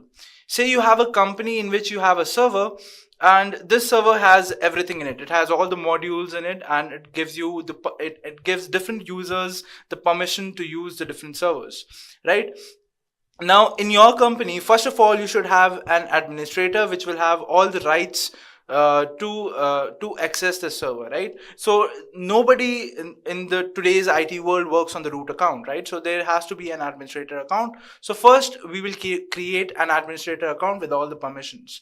Now tomorrow, say a UI developer comes into your company, right? Now a UI developer will only work on the graphical tools, right? So he should only be allowed the graphical tools and not some other tools. Maybe he shall not be given the internet access or something like that, right? Maybe he's not giving the PowerPoint access, maybe he's not given some folders access, some drives access, anything like that. So all of that can be defined in the server by the administrator, and specific rights will be given to a UI developer, right? Similarly, if after that a business analyst comes in, so he should only be able to access the analytics module which is there in your server, right? He should not be able to get into the UI development part, or he should not be able to see the other aspects of what is there in your server, right? So each and every user or every role will have specific rights assigned to them, right? And this is done by policies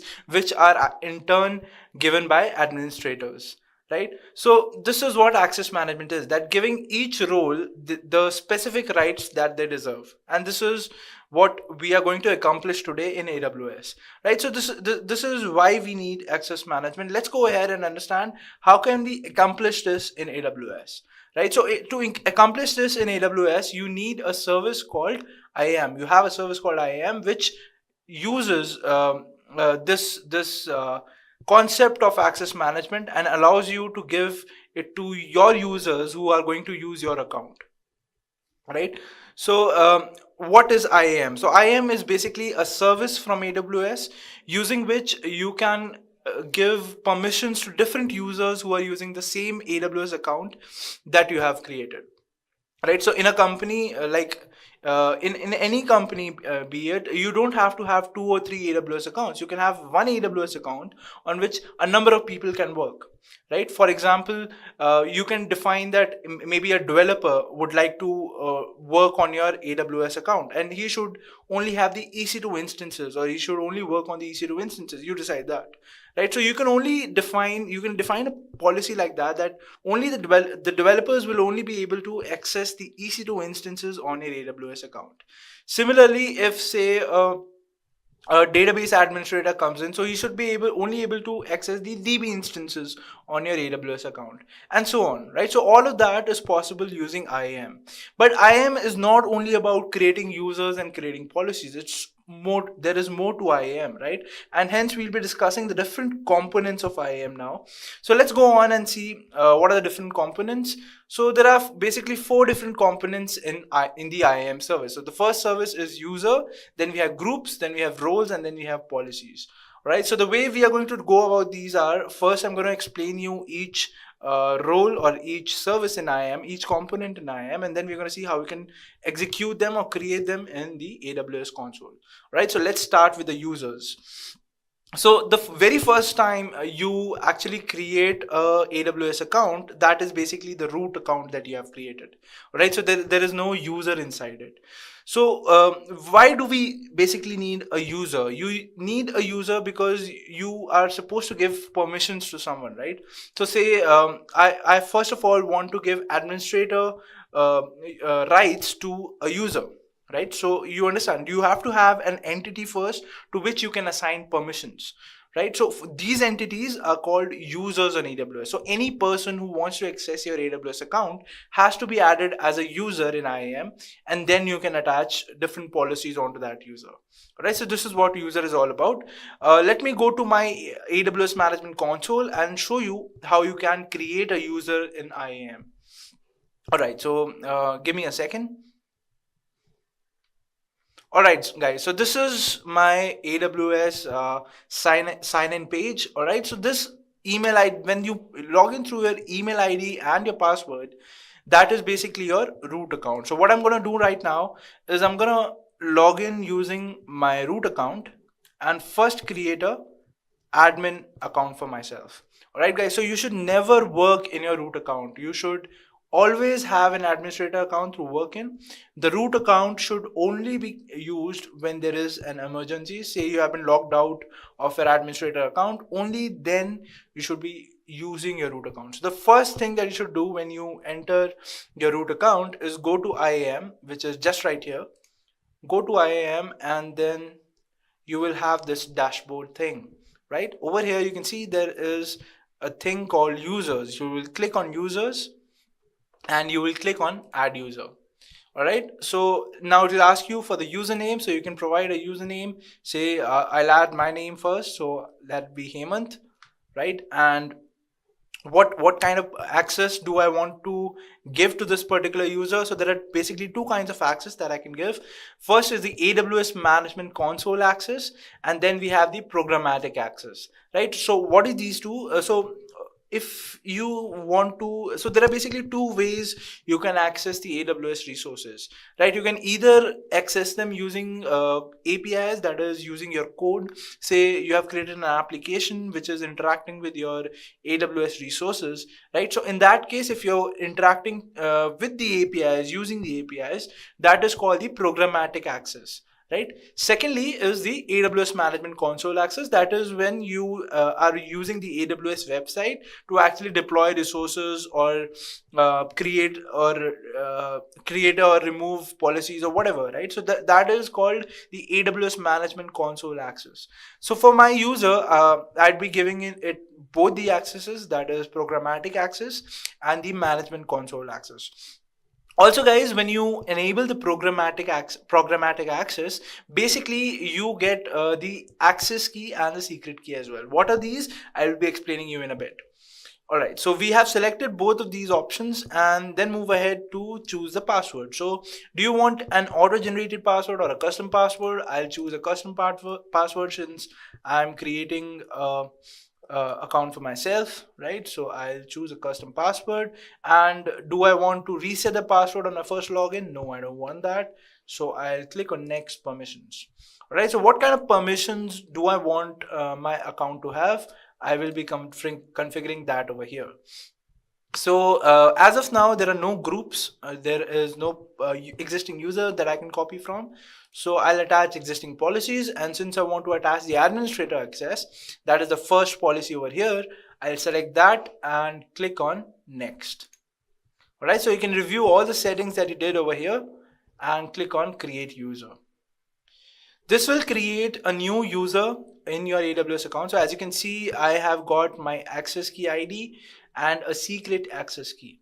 Now guys, the secret access key, you only get it to see only one time when you have created your account. So it is essential that you store your access key and your secret access key once you get this page. All right, so let me store it quickly. So this is my access key ID. Why we are copying it, you'll get to know during the session. Don't worry. And my secret access key, which is this, so let me copy this and paste it in the notepad. All right, so don't worry, you might be thinking that I've exposed my secret key to you, so I'll be deleting this account afterwards, so you don't have to worry about that. All right, so I've got my access key ID and my secret access key, so that is done. Now what I'll be doing is I'll be logging out from my root account and logging in this user account that I just created. All right, so one more thing that you have to be very careful of, that you will not be logging in through the same login page that you just saw, right? So you'll have to log in through a different login page now, and the URL for that is this, right? So you'll be logging in through this link as of from now on. So whenever you create a user, if you want them to log into your account, you have to give them this link to log into, right? So let us copy this link over here and log out from our root account. All right, so I've logged out.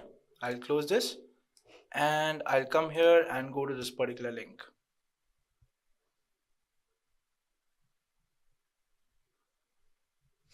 All right, so once you reach this particular link, it will be asking you the account name, which will be self-filled by your link, right? So you have to give your username now, which is Hemant, and then the password. So I'll type in the password that I've given it and click on sign in.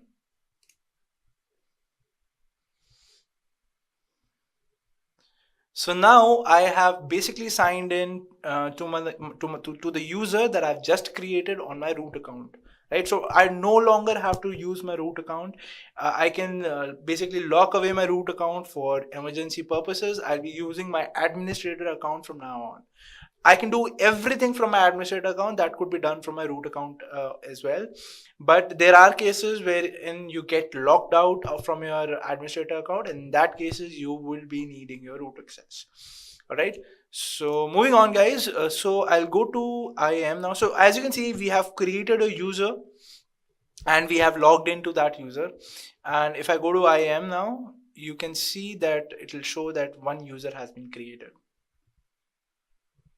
That is here. All right. So let's get back to our slide and discuss the next component. All right. So we've discussed what are users. Let's move on to the second component, which are groups. All right, so whenever you create users, they can also be combined into groups. Now, why do we need groups? We need groups because, say, let's take an example. So say you have 5 users and these 5 users have to be given identical access, right? Say these 5 users belong to the development team and the development team has to have some common access that they all will have, right? Now, one way of doing this would be that I would go to each and every user and attach a policy that they need. Right, the smart way to do this would be to include them inside one group, and to that group I will only once I will attach the policy and it will apply to all these 5 users, right? So these are why groups are very important. Now how we can create groups, let me shed a light on that. So you will go to you can see you can click on groups over here, and what you'll do basically is you'll click on create new group. All right, so let me give the group name as live demo. All right, and I'll click on next step. Now it'll ask me the policy that I want to attach to this particular group. All right, so say for example, I just want this group to be able to access the S3 service from AWS. So what I'll do is I will select the policy which says Amazon S3 full access, and I'll click on next step. Now this policy basically tells you that you're going to only use the S3 service in the management console and no other service. All right, so I'll click on create group, and now whichever user I will be putting inside this group will have this property. All right, so I don't have to configure the policy for any user now. So what I'll do is I'll create a new user now. So say I create a new user saying test. All right, and then I'm not giving him the programmatic access, I'm just giving him the management console access. All right, I'll click on this and I'll give it a custom password, and then I don't want him to reset his password. I'll click on next. right? And now it is asking me whether I want to include it inside a group. So yes, I do. I want to include it inside the group that I've just created, and I'll click on next and review all the settings that I've just did and click on create user.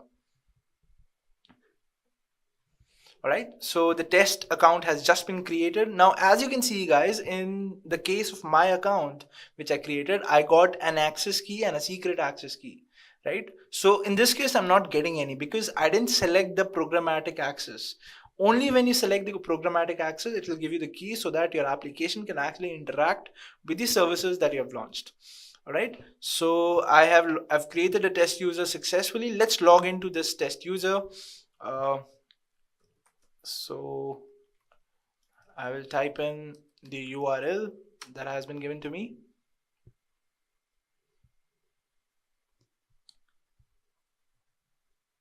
Right, now when I'll reach this page, I'll enter the username as test and the password as what I have entered, right?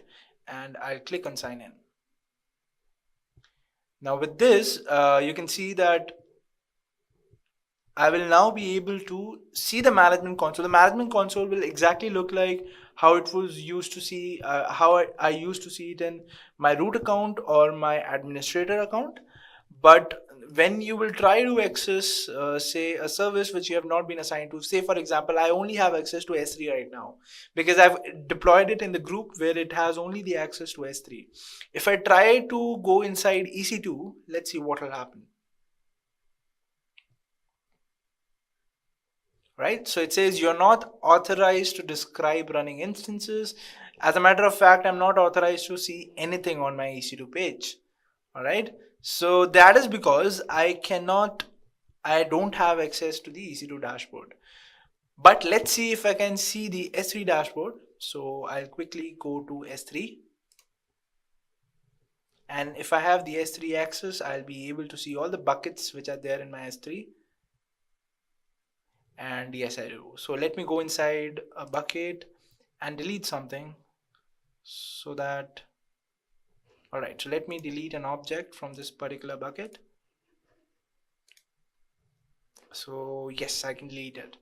All right, so let me check if what happens if I delete or I detach this particular policy from that group. All right, let's see what happens. So I'll go to IAM and I'll go to groups. I'll go to this particular group and I can see that the policy is listed over here. What I'll do is I'll click on detach policy and let's see what happens now. Right, so I'll go to management console. So if now I try to access S3, it will show me that access is denied. Right, so I no longer have access to the S3 service on my AWS console. So this is how you can control access to different users. You can revoke access, you can include access, right? You can do all of that in IAM. All right, so let us come back to our slide to discuss our next component. All right, so we've discussed what are users, we've discussed what are groups. Now let's come down to roles. All right, so roles are similar to users, but roles are actually assigned to applications. All right, so users are actually assigned to people, right? So whenever you have a developer in the company, you will assign him the developer roles, right? But when you have roles are basically assigned to applications. How? Let me explain you. Say you create an EC2 instance, and inside that EC2 instance, you're hosting a web application. Now that web application has been designed in such a way that it has to interact with your S3 services, for example, that we'll be doing today. I'll be showing you the demonstration today for this, right? So say that application has to interact with the S3 service. Now, if I want that application to interact with the S3 service, I have to give it permissions. And to give it permissions, I will use role. So I will create a role wherein I will specify that this role can access the S3 service, and I will attach this particular role to that particular EC2 instance in which my application is hosted. And in that case, my application will be able to interact with the S3 service, right? It might sound complicated, guys, but it is very easy to implement. Let me show you how. So what I'll do now is I'll go back to my management console, which is here. All right, I'll go to the dashboard and say I'll go to roles now. All right, so I'll create a new role. Now roles can be assigned to any AWS service which is listed here. What I'll do is I'll assign it to I'll create a role type of EC2. All right, so I'll select Amazon EC2, and what type of role do I want to apply it to? I want to say have the access to S3, right? So I'll select Amazon S3 full access over here, and I'll click on next step. So it'll ask me the role name. So let me specify the role name as Edureka_1, right? And I'll click on create role. So with this, a role has now been created, but mind you guys, I've not attached this role to any EC2 instance, right? So what I'll do now is I'll go to my EC2 console. So over there, I already have built an EC2 instance. It is stopped, so I'll start it and attach this particular policy to that EC2 instance. All right, so my EC2 instance name is Hemant_1. So here it is. I'll go to actions. I'll start this particular instance. Right, and what I can do is I can attach the policy using instance settings. It says attach or replace IAM role. I'll go here. I will go to the drop down and select the role that I've just created, which is Edureka_1. I'll select that and I'll click on apply. Now with this, what will happen is my role is now my EC2 instance is now configured to interact with the S3 service in this particular account. All right, so any application that I deploy in this EC2 instance will be able to interact with the S3. Okay, so I don't have to specify any access key, any secret access key. If you're still confused with that, be patient. We are getting on to where do we actually use these keys and where do we not. All right, so this is what your roles are all about, right? So roles, like I said, they are for resources in AWS. Users are for people. Roles and users are similar things. You attach policies onto them, and they basically identify a particular instance or a particular person as the owner of that particular service, right? So I've discussed what roles are. Let's move on and discuss policies. So if you think about it, guys, we've actually been dealing with policies, right? So policies are nothing but permissions that you give to your with whatever role or user or group that you have created, right? So for example, I want to give the EC2 instance access, right? So that EC2 instance access is basically a policy that I'll be attaching to the user or to the roles. All right, let's see how we can create policies, guys. So I'll go to my management console. I'll go to IAM.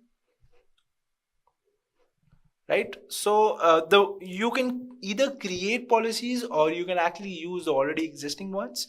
So there are a couple of policies that have already been created in your AWS account, but you can go ahead and create your own policy as well. All right, so let me show you how. So say for my test account, what I'll do is I will go inside test account.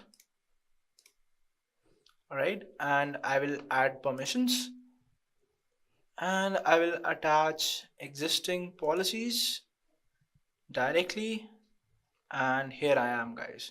So now you can create policies as well. So you see the tab over here, guys, it says create policy. So if you feel the kind of policy that you want to create is not listed over here in the default policies, you can actually create one.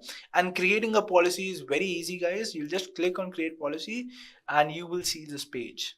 All right, so you'll have three options. You can either copy an AWS managed policy, that is a default policy. You can create your own policy by just typing in the JSON code. And if you're not comfortable with coding, what you can do is you can use the policy generator. Now, what is policy generator? Let me explain you. So with policy generator, you just have to select what effect do you want. Do you want it to allow it or do you want it to deny it, right? So say I want to allow the EC2 service to this particular test account. All right, so I'll go to EC2. All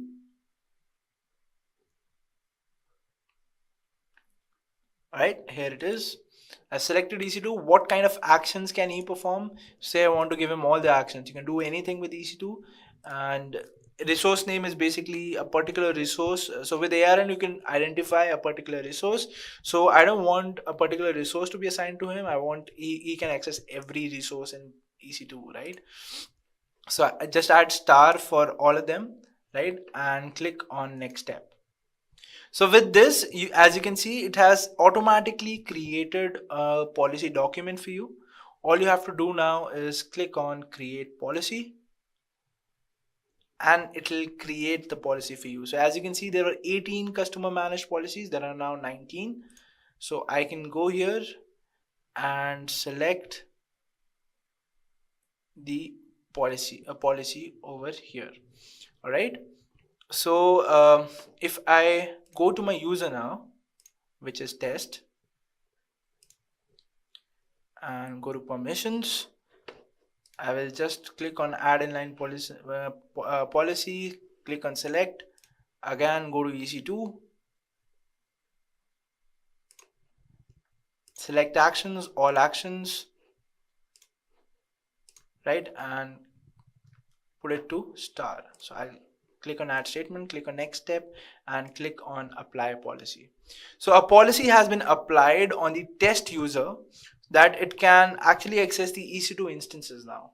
So if I go to my test user now, in which I was not allowed to access the EC2 instances, I can actually use the EC2 instances now. So if I go to EC2, you can see it will not give me the access denied thing, right? So I can access all the instances over here as if I was using the root account, but only for the EC2 service, right? If I go to S3, you can see I will still have the access denied page because I've not been assigned the access to this particular service. All right. One more thing, guys.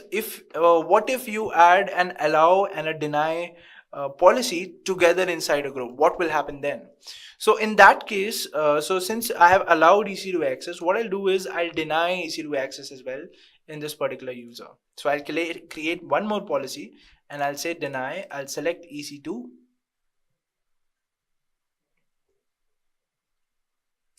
Right. I'll select the actions as all actions.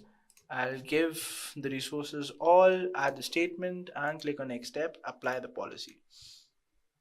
So now I have denied EC2 instances as well and created and allowed EC2 instances as well. What do you think will happen now? So if now I try to go to EC2,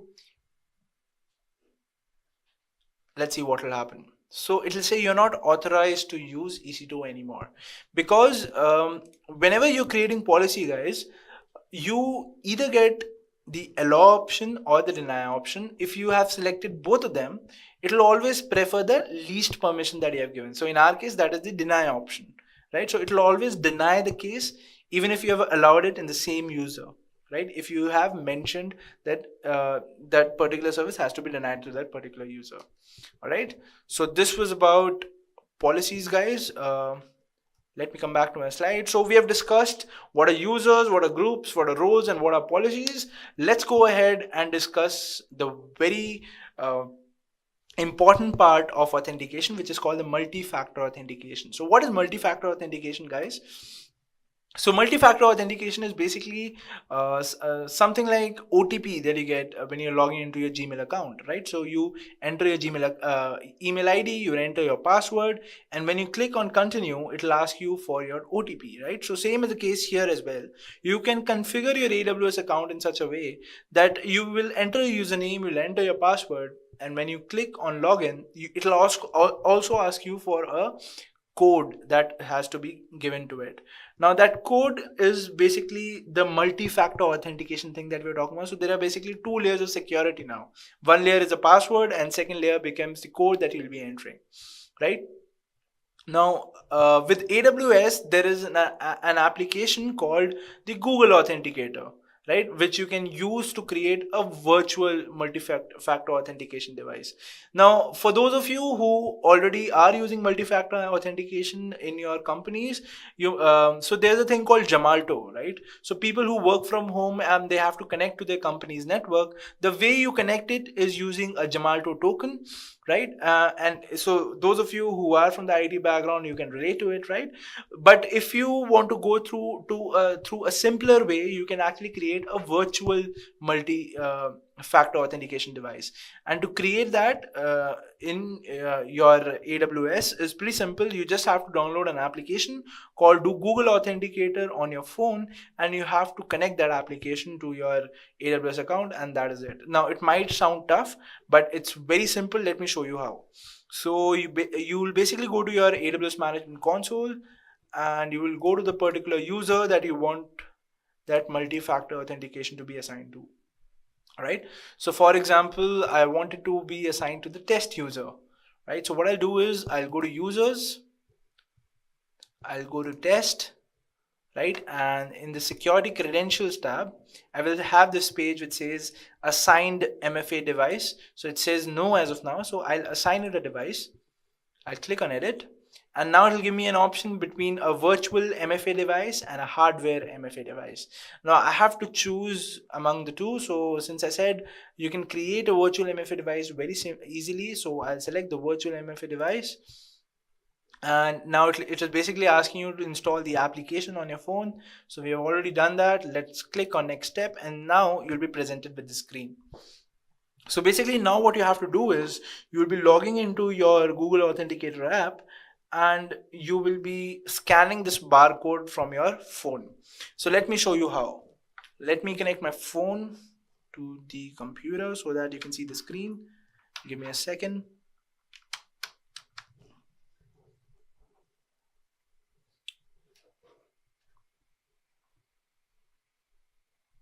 All right, so this is a screen to my phone, guys. So what I have to do now is I'll have to go to the Google Authenticator app, and it'll ask me to create an account. So I'll click on begin, and once I have that, basically now I'll have to scan the barcode from my mobile. So the way to do that is I'll click on scan a barcode, and then I'll scan this barcode over here.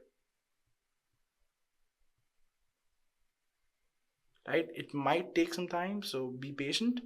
Yeah, so it's done. Now you're all set, right? So you'll just click on done, and now you have to enter two codes that you will be receiving on your Google Authenticator. So basically these codes change from every 30 seconds, right? So I have to enter these codes over here. So it's 204 and then 020 and 353.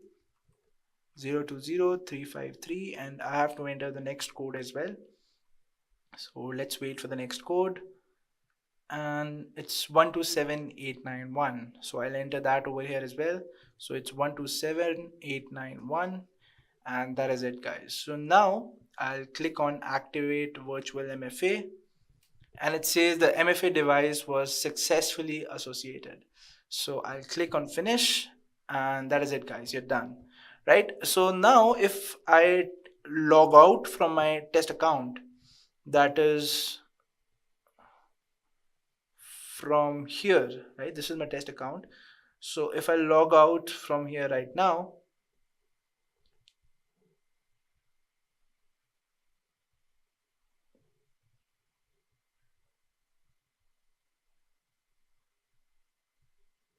and try to log in again using test,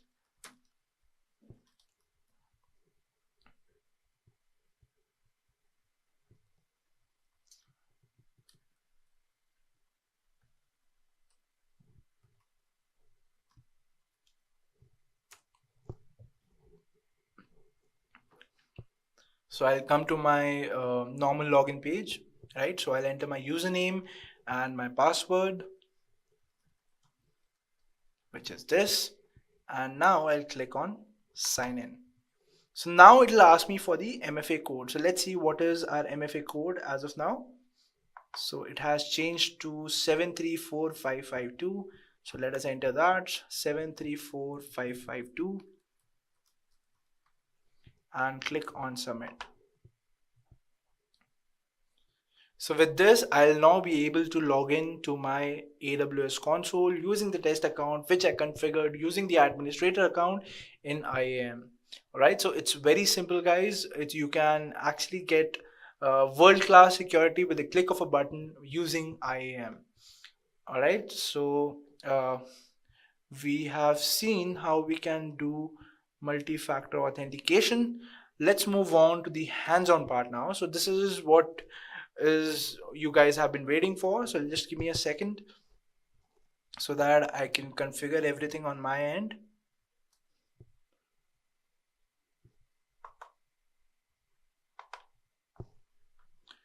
All right, so what we'll be doing now is I have created an application which can interact with the S3 service. All right, so using that S3 service now, we'll be uploading files to our S3 console. And how we are going to do that? First, we are going to do that using localhost, and that is where our secret keys and my access key comes in. And then we have assigned a role to our EC2 instance, right? So we'll be accessing that website using EC2 without the access key and the secret access key, and we'll see, do we get the access to our S3 service or not?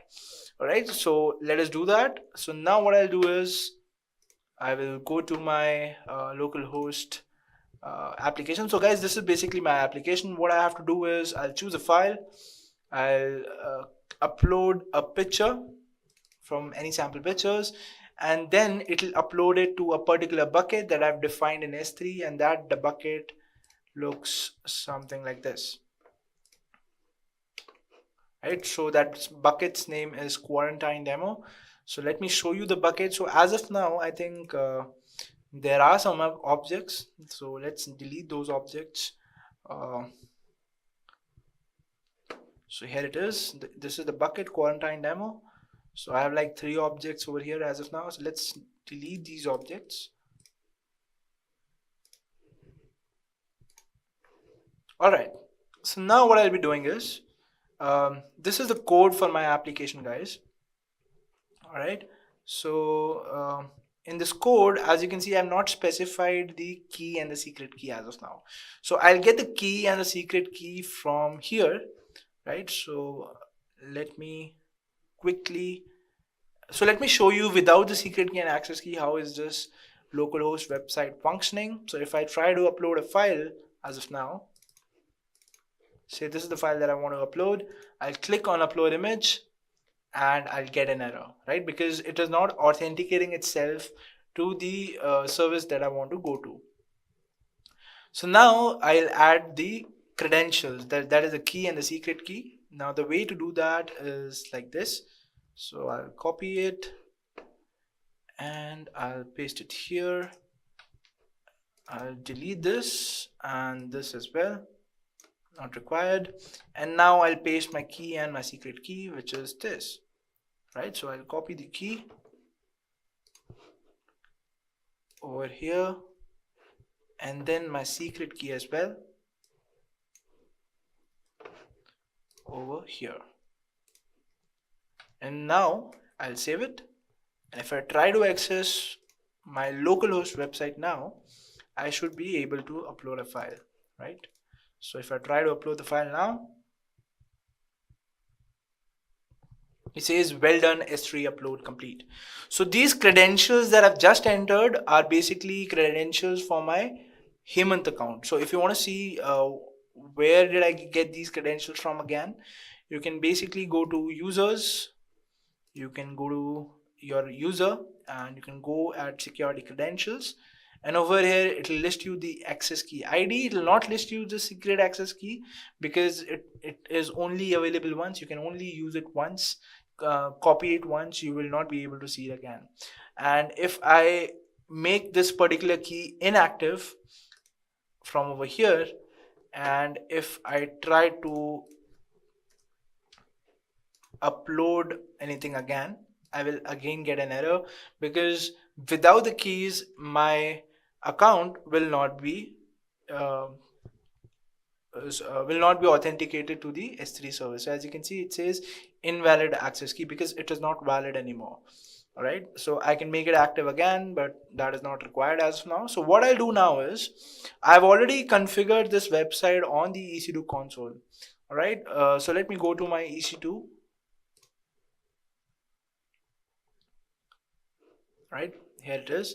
So remember, in the starting of the session, we created a role for S3 full access, right? So that role has been attached to my EC2 instance. So let me show you the website.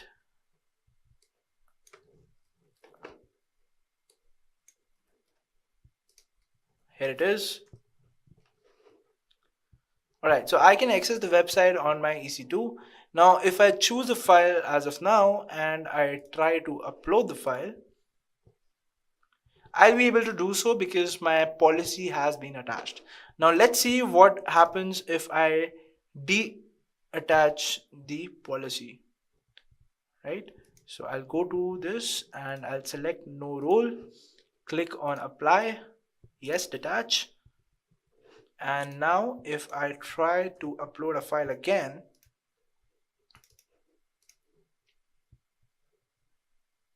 as you can see, I see a blank page, which basically means that an error has occurred. All right, so I am not able to upload any file because my role has been detached from my EC2 instance. So if I want it to be working again, I'll just simply go here, go to actions, settings, attach the role. That is this, click on apply, and it'll again work. Right, I'll choose a file, say this file, upload the image, and it'll work again. Works like a charm, right? So that is it, guys. You don't have to configure much. You just have to have the knowledge of IAM, and with that you can do complex procedures with the click of a button, and you don't have to swear about it. All right, you might be wondering, did I change anything in the code when I uploaded it to EC2? So you don't have to do anything, guys. You just have to delete the credentials, key, and secret, and you will upload the code as it is. You don't have to change anything. If it doesn't have the key mentioned in this particular function, it'll basically get those keys from the metadata of EC2, and metadata is the place where your role is actually assigned or your role is actually attached, right? So if it doesn't find the key in the code, it basically goes to the metadata and picks the key from over there.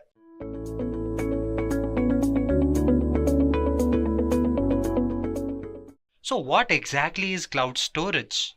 Now, first and foremost, let me tell you what prompted me to actually go ahead and take this session.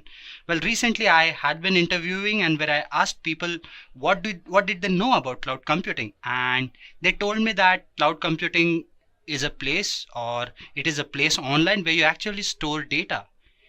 I mean, to some extent, I agree. Yes, cloud computing helps you store data, but that is not the definition on the longer run. So that is why I thought that we should actually go ahead and have this session so that we can discuss some of the myths that surround cloud computing and cloud storage in particular. So guys, let's start with the basic definition first. Storage, well, it is something that is made available in the form of service, which is connected over a network. So guys, this is a very basic definition, and to throw some more light, I would like to actually go ahead and give in certain examples as well to specify what does this definition mean. But to some point, this definition is correct. It says that it is nothing but a storage which is available as a service which is connected over a network. Now again, you might wonder, as in, this is what people told me in the interview, right? I mean, it is a place where you store data. So yes, cloud storage to some extent, yes, this is what it is. But when you talk about cloud storage, it is a lot more than this basic definition. Let's try to understand what all does cloud storage exactly has to offer to you people. Well, first and foremost, as I've already mentioned, it is storage. It can let you store emails, media. Now when I say media, you can store in different kind of media, whether it's your images, whether it's your videos, or maybe other kind of files. It also lets you hold services as well. Yes, we are living in the world of internet right now, and there are various services, websites that are online, and this data can be stored by using cloud platform. And finally, I'm sorry guys, finally it is nothing but the backup. Now when I say backup, guys, we're talking about large enterprises that let you back up the data, and they're using cloud platform to do that.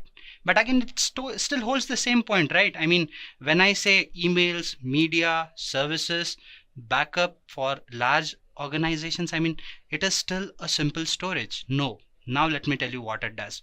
When I say backup for large organizations, we are referring to a lot of pointers here. Data coming in from different sources, the way it is processed, the way it is integrated and stored into a particular storage, how it is handled, and what all can you do with it. Now when you talk about a cloud storage, it actually takes care of all these things. That means it's not a redundant or a dead storage where you just take your data and put in your data. You can think of it as smart data storage. So to understand that, let's talk about cloud computing a little. So what cloud computing does is it lets you have this data on their platform, and it is a platform where it has n number of services that lets you compute or process this data to suit your business needs. Now it can be using machine learning, big data, finding out certain patterns using Power BI tools, or not Power BI tools, BI tools, and also do a lot of other things like maybe use a cloud platform where the data can be used for marketing purposes, maybe building IoT bots and stuff like that. So this is what a cloud computing platform does. It basically lets you use different sources and use this particular data to do multiple or different kinds of things. So when I say a cloud storage, it basically ensures there is a mechanism that in first place it stores data and lets you perform some of the actions that you can actually perform on this data. So as we move further, I would be discussing quite a few pointers that support this claim or this definition of mine. So let's just move further and try to understand a little more pointers or some other pointers that talk about cloud storage. But to keep it simple, it is a storage that lets you do a lot of things with your data. Primary reason being storing the data, and the other reasons being processing it or managing it also. So let's move further and take a look at the next pointer. So what are the myths that surround a cloud storage? Well, when you talk about the myths, this is what some people had to say, that cloud computing is suitable only for large scale organizations. No, this is not true. Let me give you an example. Recently what happened was, one of my friends, he actually happened to format his mobile phone and he lost all the images and all the data that was there on that phone. So the problem was he never backed that data up on any drive, neither on Google Drive or anywhere. So he lost the data. So he came to us and he told us that this is what happened. So we told him that probably he should have backed it up maybe on Google Drive. So next time he did that. And again, he being used to losing his data, he lost his data again. So he again comes up and he's like, I've lost the data. So we reminded him that he had his data stored on the Google Drive. So when you talk about Google Drive, it is nothing but an online storage where you actually make a copy of your data. So he made a copy of his data and he could actually get that data back. So when I say cloud storage, it gives you a simple application or a simple service where you can actually go ahead and just put in your data, just like Google Drive, where you can put in your data as well. So it is not limited to large scale organizations only. If even you are a single individual where you just need to store your data, you can use cloud storage. Now there are various cloud service providers that actually meet or cater different cloud computing needs. So based on that, the cloud storages might get complicated and might give you more functionality. But even if your need is as basic as storing data, don't worry, cloud computing or cloud storage is for you as well. Now, if you talk about small scale businesses, yes, these days the amount of data that is generated is huge. And that is why what happens is, even for small scale organizations, you need a place where you can store your data and somebody can manage that data for you so you can focus on your business goals. So this is where cloud storage comes into picture for even small scale businesses as well. So if you ask me, yes, large scale organizations are suitable for cloud computing, or only large scale organizations are suitable for cloud storage. This is a myth. Complexity with cloud, guys. Now, what does this term symbolize? People normally assume that having their private infrastructures makes it easier for them to actually go ahead and put in your data. That is not true. The fact that people are used to certain methods or methodologies, they feel comfortable with it. Whether cloud is complex or not, I would say it is not. Why? Because if you get used to certain services, you would realize that storing or moving your data to cloud is actually a lot more easier than your normal infrastructures or your previous or traditional infrastructures is what I would say. So whether cloud is complex, I would say no. As we move into the demo part, probably we would be talking about this pointer, or once I give the demo, probably you would have a clearer picture how easy it is to actually move your data to cloud. Not eco-friendly. Now, this might sound out of the blue. I mean, you might wonder, this is not a sociology session, so where did this point come in from? I mean, not eco-friendly. Yes, what people assume is the fact that the large amount of data is being stored on these platforms. So we have huge amounts or huge numbers of data centers which are big in size, and they consume a lot of electricity. So there is power wastage, electricity wastage. Well, that is a myth again. First and foremost, the fact that we are getting a centralized storage somewhere, that means most of the data would be stored there. So yes, you're automatically saving out on your power consumption when you talk about it from a global or an eco perspective. The other thing is, I would not want to point out a particular cloud service provider, but when you talk about GCP, that is Google Cloud Platform, they normally provide their cloud services at a very affordable price. Now, why is that? The reason for that is they've actually put in a lot of effort into the research part, where they've researched a lot on how they can actually minimize the cost. And how did they do it? They basically ensured that the amount of power that is consumed by their resources, they've tried and optimized that amount to a minimum amount so that they are charged less, and in a way you are charged less. So if they're optimizing that particular process, obviously you're consuming less amount of electricity. So whether it's eco-friendly, definitely it is eco-friendly. Zero downtime. Again, there's no such thing as zero downtime. Now, the fact that I'm talking about cloud storage does not mean that I tell you that it has zero downtime and you're completely secure. No, there is a possibility that there might be a downtime. The fact that cloud ensures that this downtime is very less, now that is a plus point. What cloud also does is it ensures that there is a disaster recovery, and there is always a backup of your data or your resources. So even if something goes down for a very little time, I mean, normally it happens for a very less time if it does happen, and it happens very rarely, but even if it happens, care is taken that nothing harms your resources or your data. So zero downtime, no, that is not true, but definitely downtime is taken care of when you talk about cloud storages. There is no need of cloud storage. Okay, this is one of the biggest myths. Whether people agree or not, if you go back like 10 years from now, probably people did not know a lot about cloud computing, but with time, people are actually moving to cloud. And if you take a look at recent statistics, they would agree as well. I mean, people would be wanting to switch to cloud in near future. And the reason for that is there are quite a few services, quite a few facilities that cloud gives you. And that is why people are moving to cloud. And if you do move to cloud, you'll be using cloud storage inevitably. So yes, that is going to happen. And if you think that there is no need for cloud storage, definitely in near future, I would assure you that even you would be moving to cloud. So guys, these are some of the major myths. There are some other myths as well. As we move further, not worry, we would be discussing that as well in some other pointers.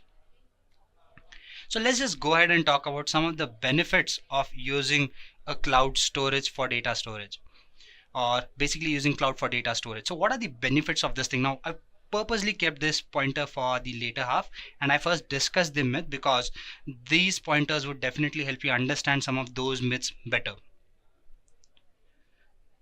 Now, your cloud platform is customer friendly. What do I mean by this? Well, first and foremost, when you talk about cloud storage, what you're able to do is you're able to scale up your storage, scale down your storage, keep it secure, monitor it, and you can ensure that there is constant backup taken of your data. So when you talk about it from a security perspective, it is secure as well. Plus, what cloud service providers do is they've had so many services that are there in the market. You talk about any popular cloud service provider, they have a lot of services that are made available. What do these services do is they ensure that your functioning on cloud platform is very smooth. And same is for cloud storage as well. You can utilize various services which ensure that your functioning or your working on cloud becomes easy. Again, which I've been reiterating for a while now, that I would be talking about these in future slides. Don't worry, as we get into the demo part, you would understand how user friendly these cloud platforms are. Security. Now, again, this is an important point. When you talk about cloud platforms, cloud storages, are they secure or not? Definitely, they are very secure. And there was a time when people believed that these platforms were not secure to a greater extent. And that doubt was understandable. I mean, if there is something that is new in the market, you tend to doubt that. But if you talk about cloud platforms, these platforms are actually more secure than your on-premise or your traditional architectures which people are used to using. The reason for this is, if you talk about cloud service providers, let's talk about AWS, that is Amazon Web Services in this case.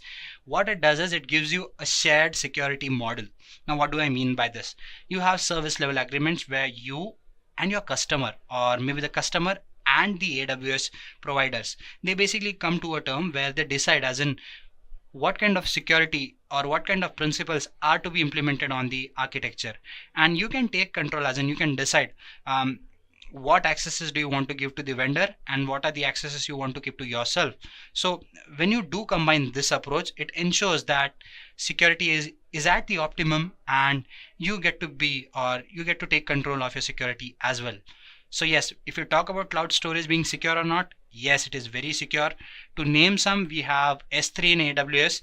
It is highly durable and it is highly reliable. So when you talk about disaster recovery and durability, it is almost up to there. And as I've already mentioned, not everything is 100% when I talked about the downtime, or the downtime part. So yes, not everything is 100%, but when you talk about security and durability, when you talk about S3 in particular, it is 99 point some 6 or 7 times 9, that is 99.9999999 times durable. So that does make your system very secure.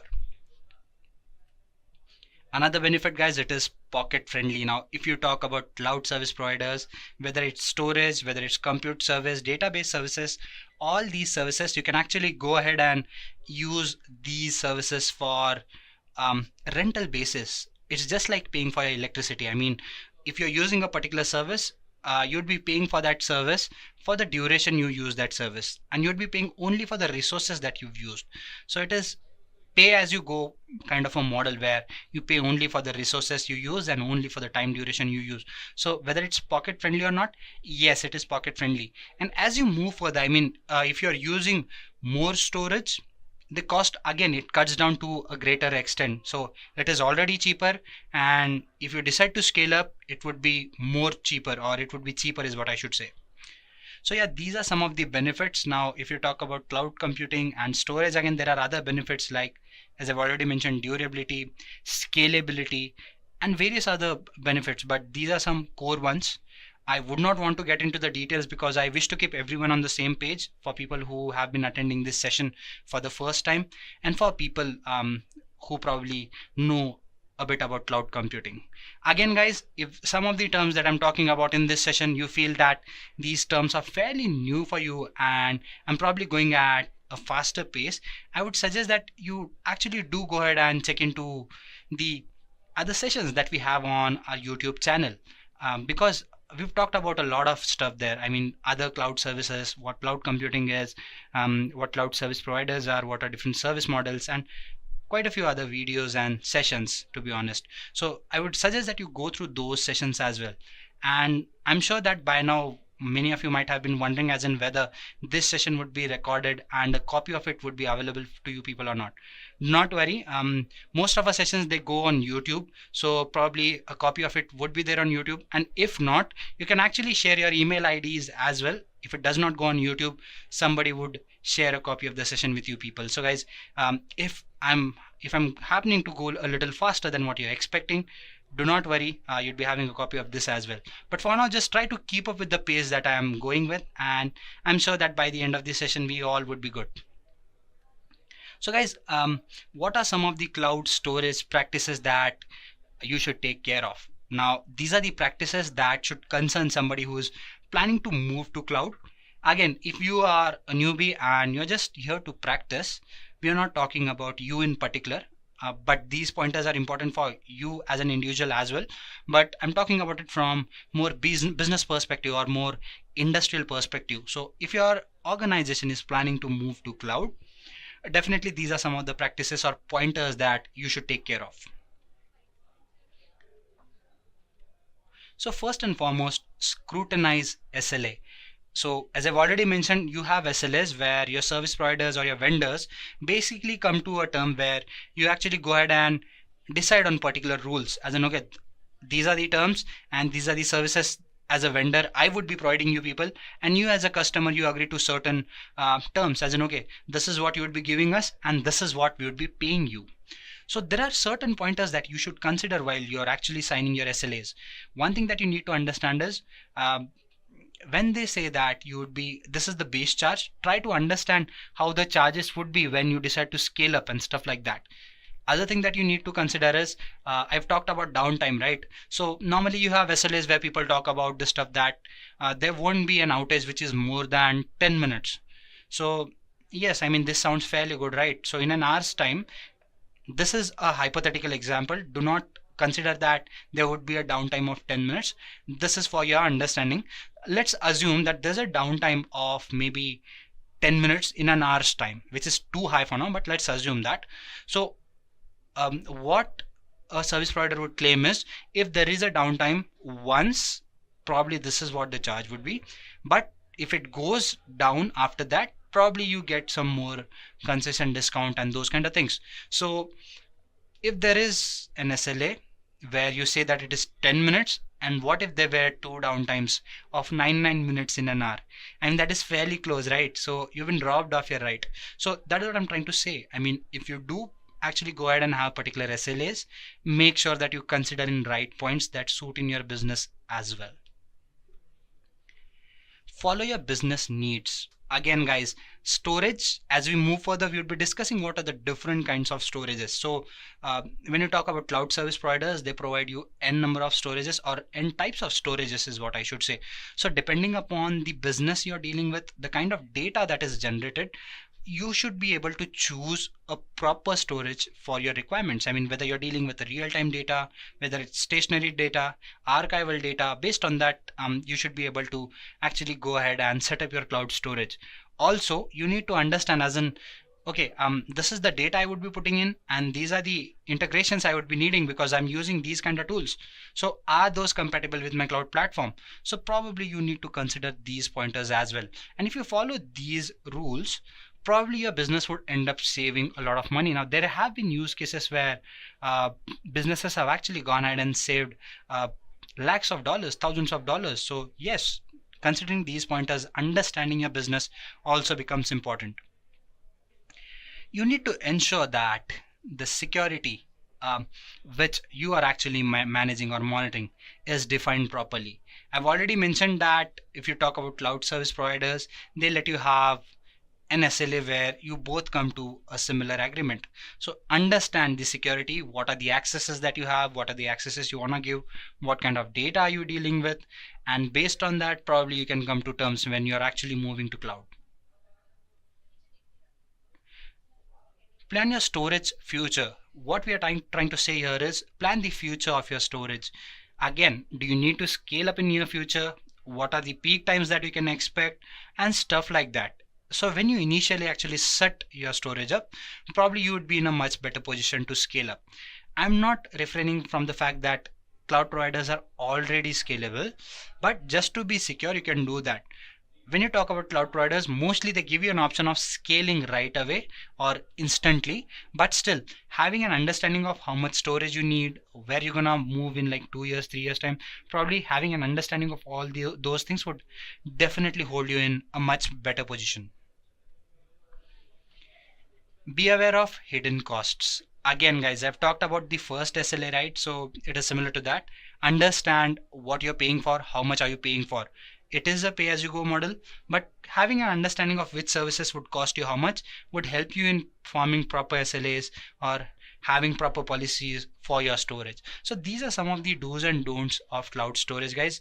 Again, if you need more insights on different services as well, we have a video or a session on YouTube which is called as AWS best practices. You can take a look at that as well, where we talk about different services and how can you actually perform certain tasks which would ensure that you are in the best possible position.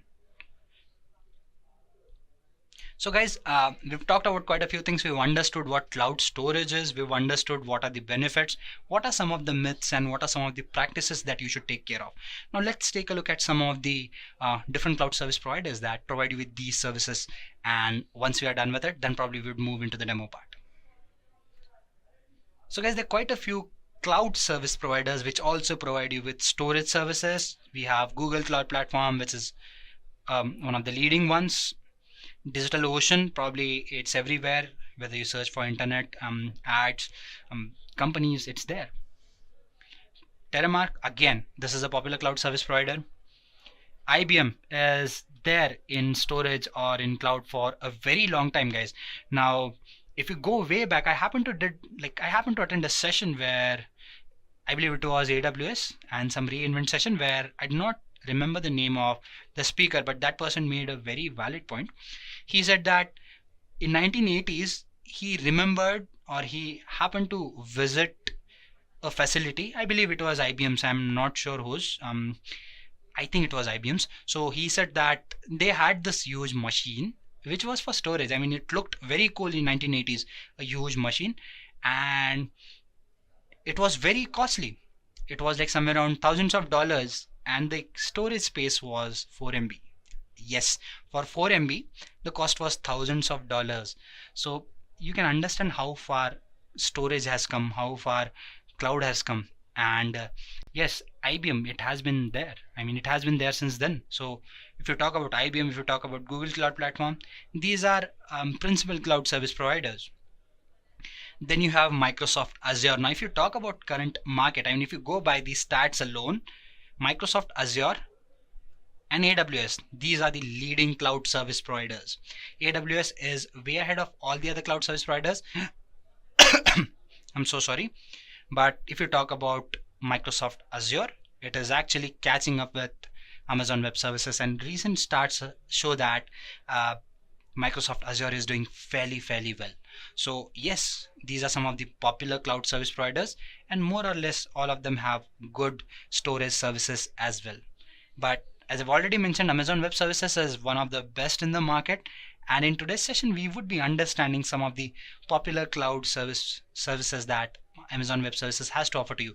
And when I say popular services, I would be focusing on storage services specifically. So guys, let me switch into the console and we can discuss some of these services there and directly move into the demo part.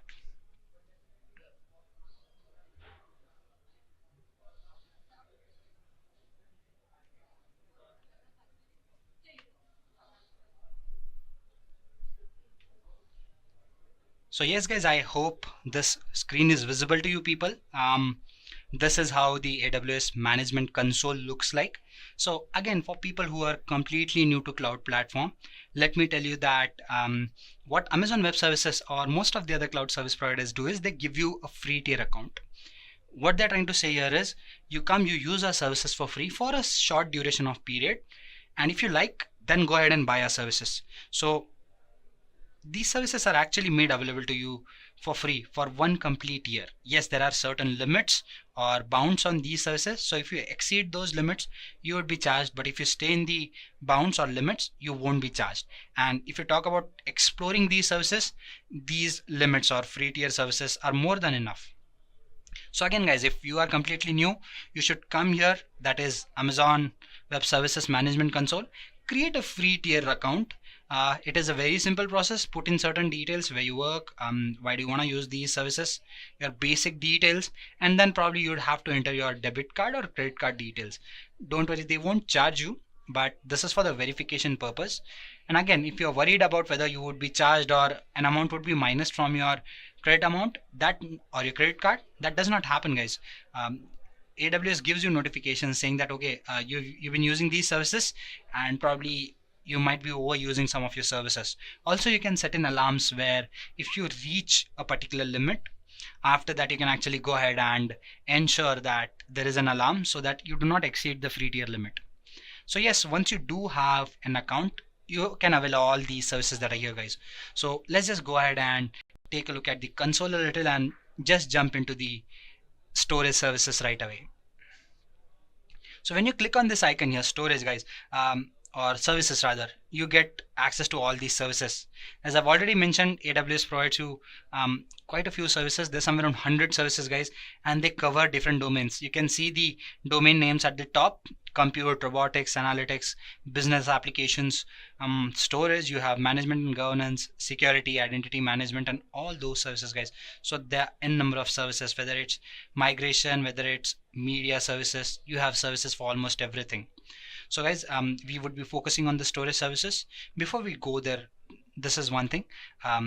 Probably you can select a region where you want to operate from. That is, you want to create your resources in this particular region. You can always have this option of using it. So what is a region, guys? Your data is based in a data center, right? I mean, your data is copied somewhere. So if you are using those resources, probably your data would be from that location. So you can choose a region probably which is close to you if you like, or if your business is located somewhere else, probably you can choose that region as well. So you need to go through the list of regions that are available and accordingly make a decision. Now, this being a simple demo, guys, I would be sticking to Ohio basically. So let's just go ahead and jump into the cloud services part, and let's talk about storage in particular. So guys, if you take a look at the storage services that are here, you can see that these are the storage services that AWS has to offer to you. We have S3, we have EFS, you have FSX, you have S3 Glacier, Storage Gateway, and AWS Backup.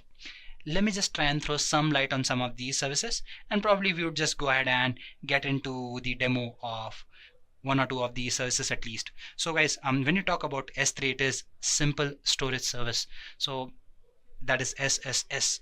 Now this storage is basically object bucket kind of a storage. I mean, your container where you put in your data, where you store your data, is called as bucket, and your data or your files are basically stored in the form of objects. Let's just go ahead and quickly create a small bucket. This would be a very small introduction to this service. Let's just go ahead and do that. So when you click on this icon, guys, that is S3, it redirects you to the S3 console, guys, where you can actually go ahead and create a bucket. I've mentioned the pointer that there are certain services that make your job very easy with cloud service providers. And when you talk about storage services, it is no different. I mean, there are services which ensure that your job is fairly easy. So let's just go ahead and see how easy it is to work with S3. If you wish to create a bucket, guys, if you wish to create a container, it is very easy. Just go ahead and click on create bucket and give it some name, say sample for today maybe. Guys, I'm very bad at naming conventions, but please forgive me for that. Again, the names here should be unique. I mean, if the name is taken somewhere else, probably you cannot rename. I mean, you cannot use that name again. So yes, ensure that your name is unique, and probably, guys, you should try and name your buckets in such a way that those are more relatable. Say for example, if you have a bucket for maybe creating a particular application, so maybe bucket for that application or something like that, so that you have a hierarchy, and in that way you can assign IAM users or access to those buckets in a particular order, because you would not want all your users to have access to that bucket, right? So naming convention becomes very important. So just go ahead and say next. Keep all the versions, guys. Versioning becomes very important. Again, let's not get into the details, but let me give you a small idea what happens here. Versions, that means each time my buckets get updated, probably I would want a version or a copy of it, and I would want the latest one. So when I version it, it maintains those copies, and if I need to go back, I can actually go back to a particular level or a benchmark which I set the previous time. In this case, let's stick to basic one, and I do not want any logging details either, so just next. Again, guys, there are certain public accesses which have been given, so permissions and access, we would talk about that, do not worry. For now, just say next, and I would say create a bucket. and guys, the bucket is already ready. I mean, my container is already ready. So I can just go ahead and probably open this bucket and put in a file if I want. And that too is very easy, guys. I say upload. And if I'm connected to my local system, I just say add files. Let's pick this random file which uses this name, and I say upload.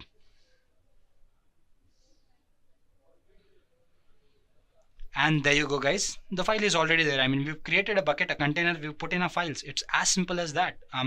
Permissions, as I've already mentioned. Now let me talk about this point. I skipped this point, right? So let's discuss this a little. So guys, security is something that you can handle. So you would decide, or you need to decide, what are the users that need to access a particular bucket. Suppose your organization has different people working on different teams. I mean, you have somebody who is a developer, there's somebody who's working on maybe the administrative part, or maybe on the designing part. So for particular bucket, you have particular data, so you can decide who gets to access what. So setting in policies becomes important. You can create your own policies as well. Initially we saw that certain public accesses were restricted to this bucket. I said let's skip that for now. So when I say that public access is restricted, that means not any public policy can come in and dictate terms here saying that use this policy. Why? Because there is a restriction. This is a private bucket and not anyone can use it. So guys, when you talk about S3 in particular, you can create buckets, you can have backups, you can have your EBS backups also moved here. You can move your data from here to Glacier. We would be talking about Glacier, do not worry. You can have your Elastic Beanstalk applications, your PaaS applications, and the data can be stored in your S3 buckets. You can have your CI/CD pipelines, and the data can be moved again to the S3 bucket. Now this is highly durable and highly reliable source of storing data, and it gives you fast retrieval of data as well. Let's go ahead and try to understand some other services as well, guys. So when I come back here and I see EFS, Elastic File Storage or System rather. So here basically in this storage, you can store files. Yes, we are talking about data that is in the form of files. And if you wish to connect it better with the network, you can go for EFS as well. Guys, then you have something called as S3 Glacier. Yes, we talked about S3, right, where data is durable and it can be accessed very quickly. S3 on the other hand lets you store archival data. Let me tell you what archival data is first. So guys, when you talk about archival data, basically what happens with archival data is you're dealing with a data that you do not need to use every day. Let me give you an analogy. I'm not sure whether you would be able to relate to that. So guys, your birth certificate. Now I belong to India, and we've been taking up a lot, but we still have a lot of data that is in the form of papers. Even if you go to hospitals, at times you request for a birth certificate, it might take days for you to get that birth certificate. Why? Because there is some person who will be going through all those documents and giving you that document. This is just an example, do not relate it like very seriously, but yeah. So it might take a couple of days, right? So, and the birth certificate thing, I mean, I might not need birth certificate every day. It might be once in a decade that I might go to a hospital and probably request that particular birth certificate, right? So this is a kind of data probably which I do not need regularly or in real time.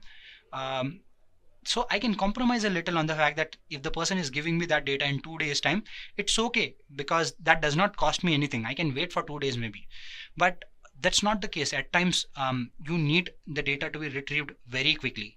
So if that is the case, you should store it where? In S3. But if you're fine with this delay, probably you would want to store it in Glacier. Why?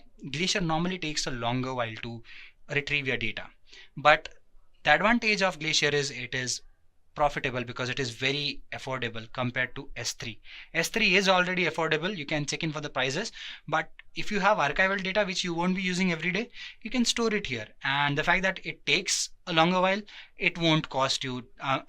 It won't cost you in that perspective of accessing your data in real time, right? So if the data is something that is not needed regularly, you can move to S3 Glacier, right? So what happens is S3, you can actually move in all your data, and then if you realize that there is certain data which you do not need every day, just move it from S3 to S3 Glacier, where the data is stored in archival form, and it does not cost you a lot.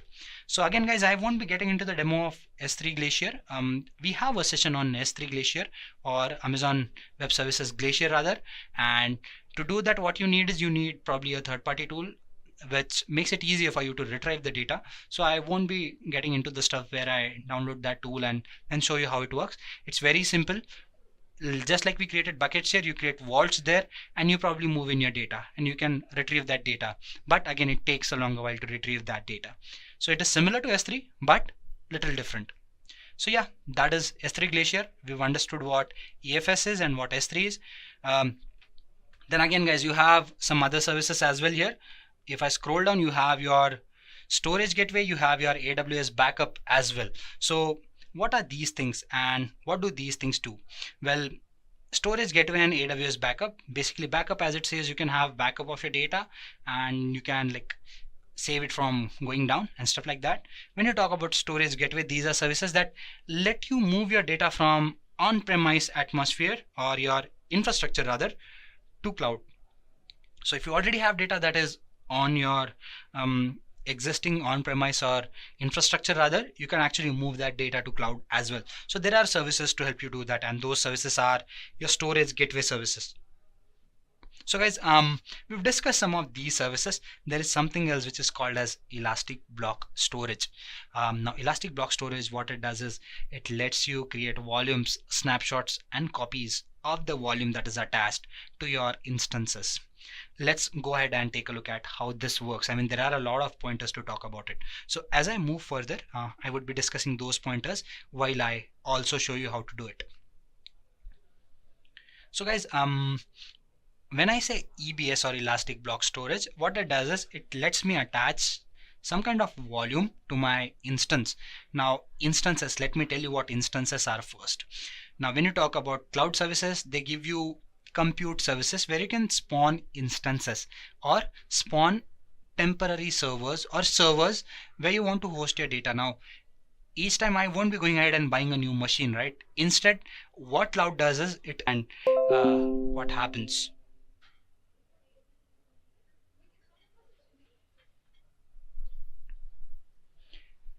Yes guys, okay guys, I'm not sure whether there was a lag while you were going through this session. What happened is, let me tell you what happened. My connection, the streaming connection to my software which I'm using to stream this session did go down a minute back, and it shows now that it is connected. So I would like to know whether I'm audible to you people or not. If yes, then we can continue with this session, guys.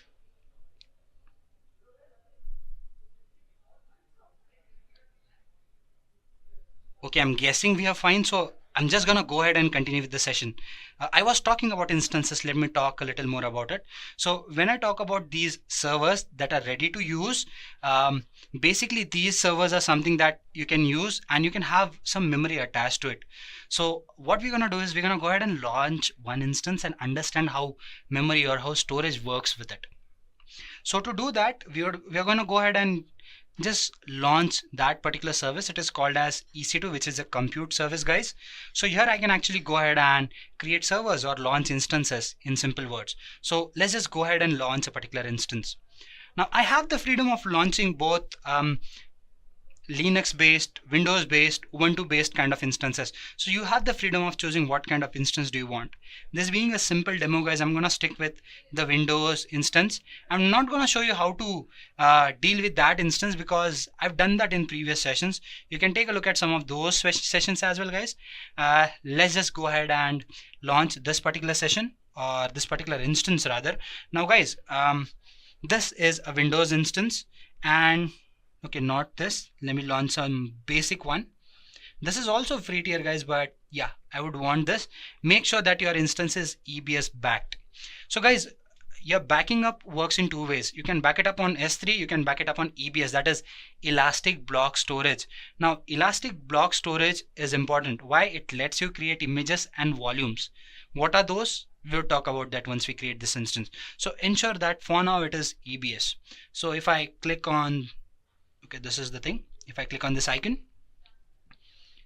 it would give me details what kind of instance I'm launching. When I say T2 micro, it is a small instance which has one CPU and 1 GB of memory for now. And I can just go ahead and say next. Okay.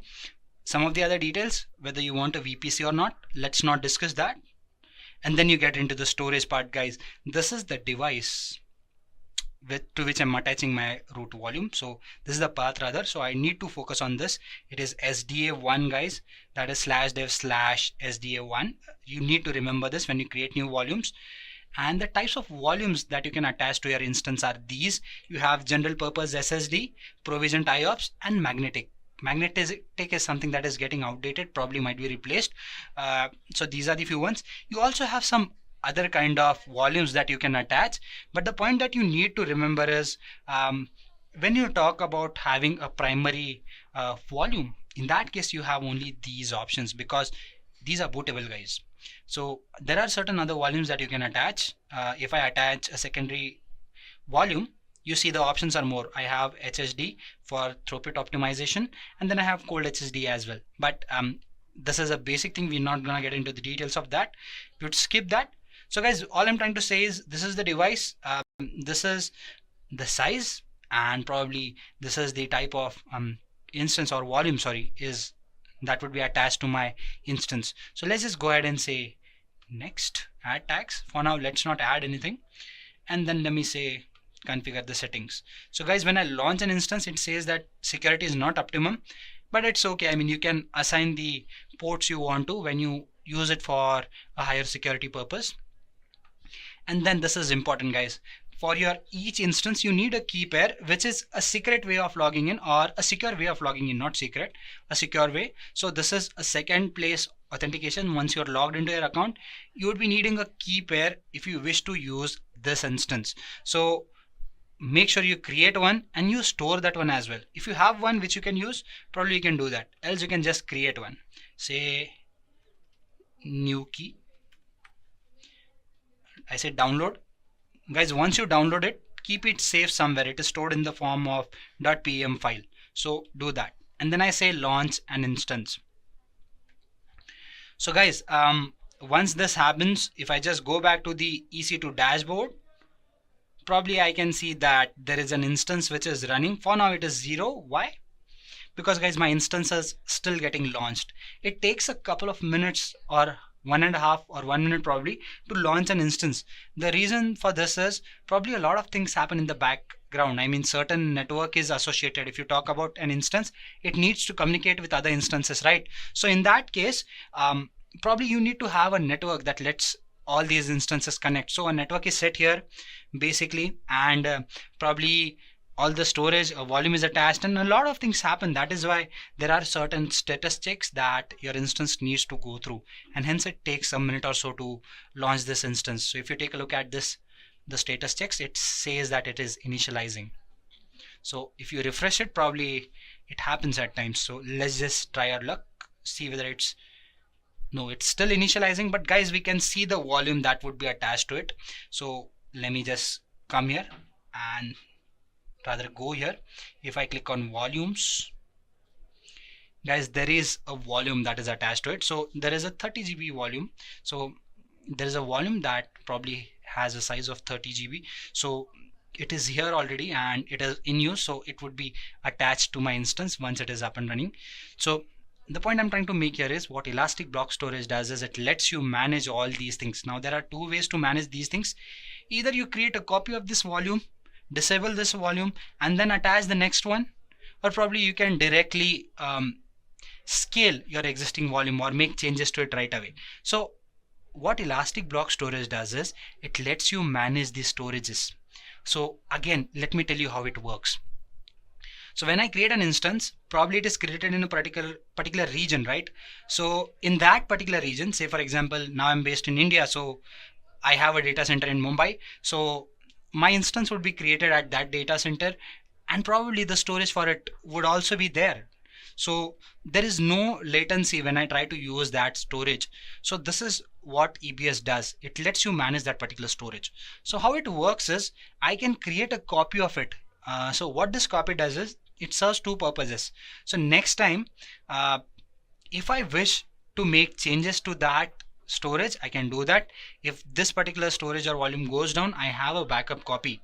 Again, I can create snapshots as well. Now what snapshots do is basically they let me replicate my instance and the volume that is attached with it. So instead of creating an instance again and again if I've defined certain properties for my instance, I do not have to worry about defining those properties again and again. I can just create a snapshot, or I can rather create an EMI out of it, which I can store and use it next time if I want to spawn a similar instance. So this is where EBS helps in. It lets you have backups of all these storages. It lets you create copies of it. So even if something goes down, you can work on the copy that you have. So guys, by now our instance would be created. Let's just go ahead and take a look at it. It says it is running, guys, and we've already taken a look at the volume. Let's just create a copy of this volume. To do that, I'm going to go to the actions. My instance is selected already. I can just go to modify and make changes to this volume right away, which is an easier way, but I'm going to show you how it can be done the other way as well, how it used to work previously. So I can just say that create a snapshot, details, sample, and I say create. So guys, a snapshot is created. If I come here, I can take a look at the snapshot. Again, it is pending. Might take half a minute for the snapshot to get created. So I can just come here and replace, or refresh rather.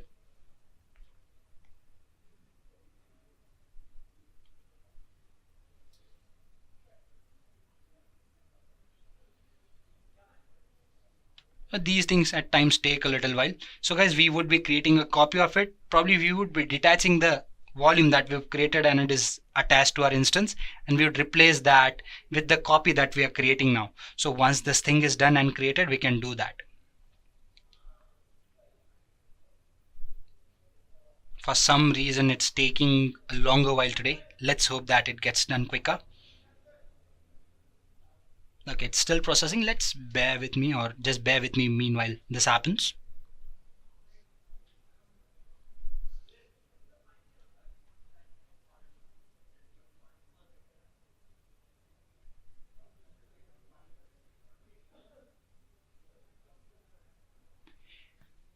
Again guys, if I was too fast and if I missed out on certain things, I would like to tell you that you can go through our other sessions on YouTube and probably you'd be in a much better state to understand what has happened here. Again, there was an outage where, not outage, my software did not work properly, the streaming software, and probably there was a lag of a minute or two. So I'm hoping that you all did not miss out on anything that was happening. Meanwhile, just hope that this snapshot gets created quickly. It is still pending and this is irritating at times when it takes a longer while.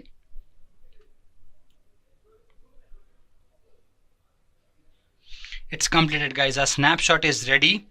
I can just go ahead and say create a volume out of it which I wish to attach. So guys, there are certain details that we need to do. So for that, let's just go back first. Let's go back to the instance that we have. And let's see where the instance is created guys. So as you can see, if you come here, it would give you the details of the place where the instance is created. So it is US East 2C. So when you create a volume, it is necessary that you create it in the same region guys, because as I've already mentioned, the benefits of having it in same region is that you can attach it to your existing instance and it saves you from various latencies. So yep, let's go back to the snapshots part and say create a volume of it. I say create, and then I probably, let's say I want more storage guys. Let's say 90.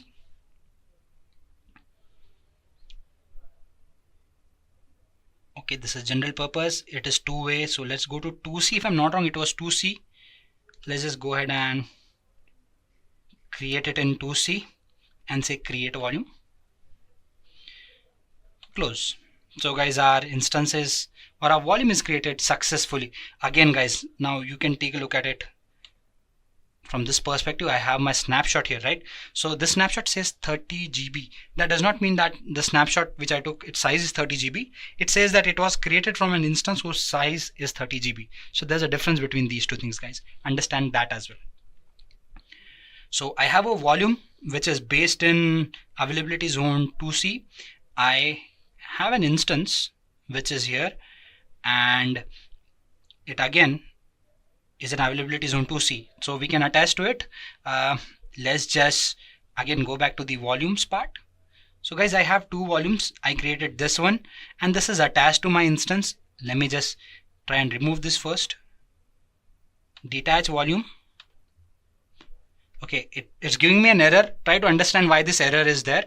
Guys, my instance is already running, so I cannot directly remove this volume from here. For that, I would have to select this instance, go to instance state and say stop. So it stops working for now.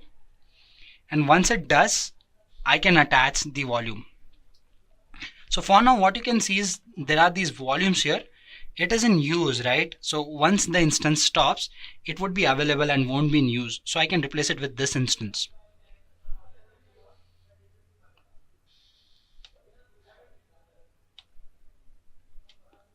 So it is stopping. It hasn't stopped yet.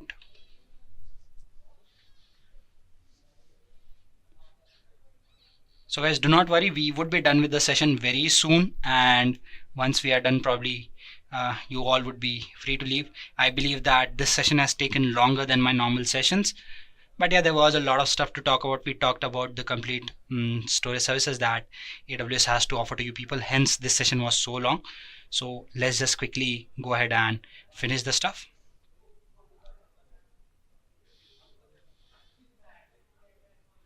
Okay, it has stopped. So guys, I can now go ahead and remove the volume or detach this volume and go ahead and attach the other one. So if I say detach, it would detach.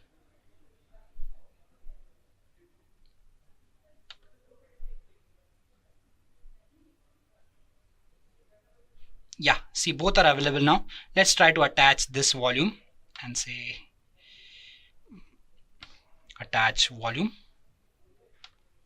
Search. This is the instance, guys, which we've created, and you need to give in the device details, which was slash what were the details. Let's just go back and take a look at the details that we're supposed to enter in here. So guys, you need to give in the path that we talked about, which is the drive that we've discussed, right? So that is the path that you need to enter, and then you actually go ahead and say SDA1 slash, and probably you'd be more than good to go. So this is the other thing, I do not remember the other part. So you need to go ahead and put in these details here. If you put in these part details, guys, you can just go ahead and attach your volume right away, and this volume would get attached to your instance. So this is how it works, and you can actually go back and do other things as well. So if I just come here, I have this instance. So what you have to do is you have to actually go ahead and click on this thing. For now it's not working, but if you just come back here or to the volume part,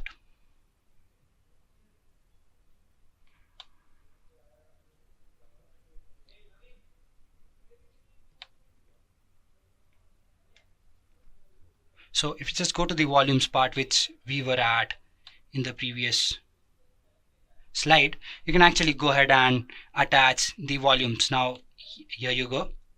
If I just go to instances, probably go back and I say EC2 again. Yeah, if I come back to volumes, guys, you can attach the volumes that are there, you can delete those, and you can do a number of changes that you wish to do. So just go ahead and attach these volumes, and you'd be more than good to actually go ahead and launch your instances or manage the storages that are there.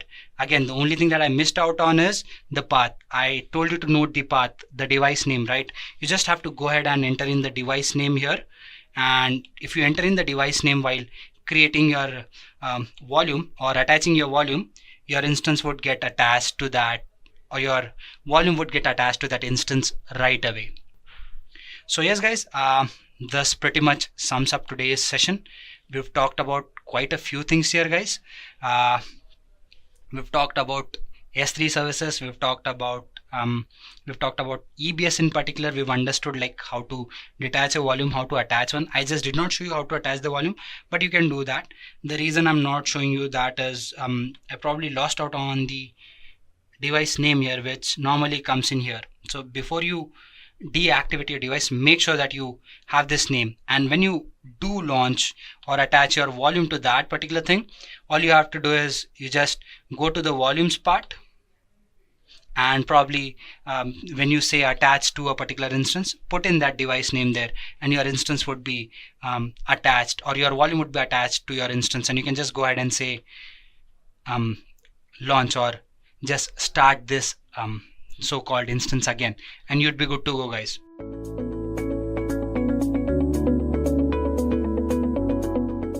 So let us just try to understand what the storage exactly is.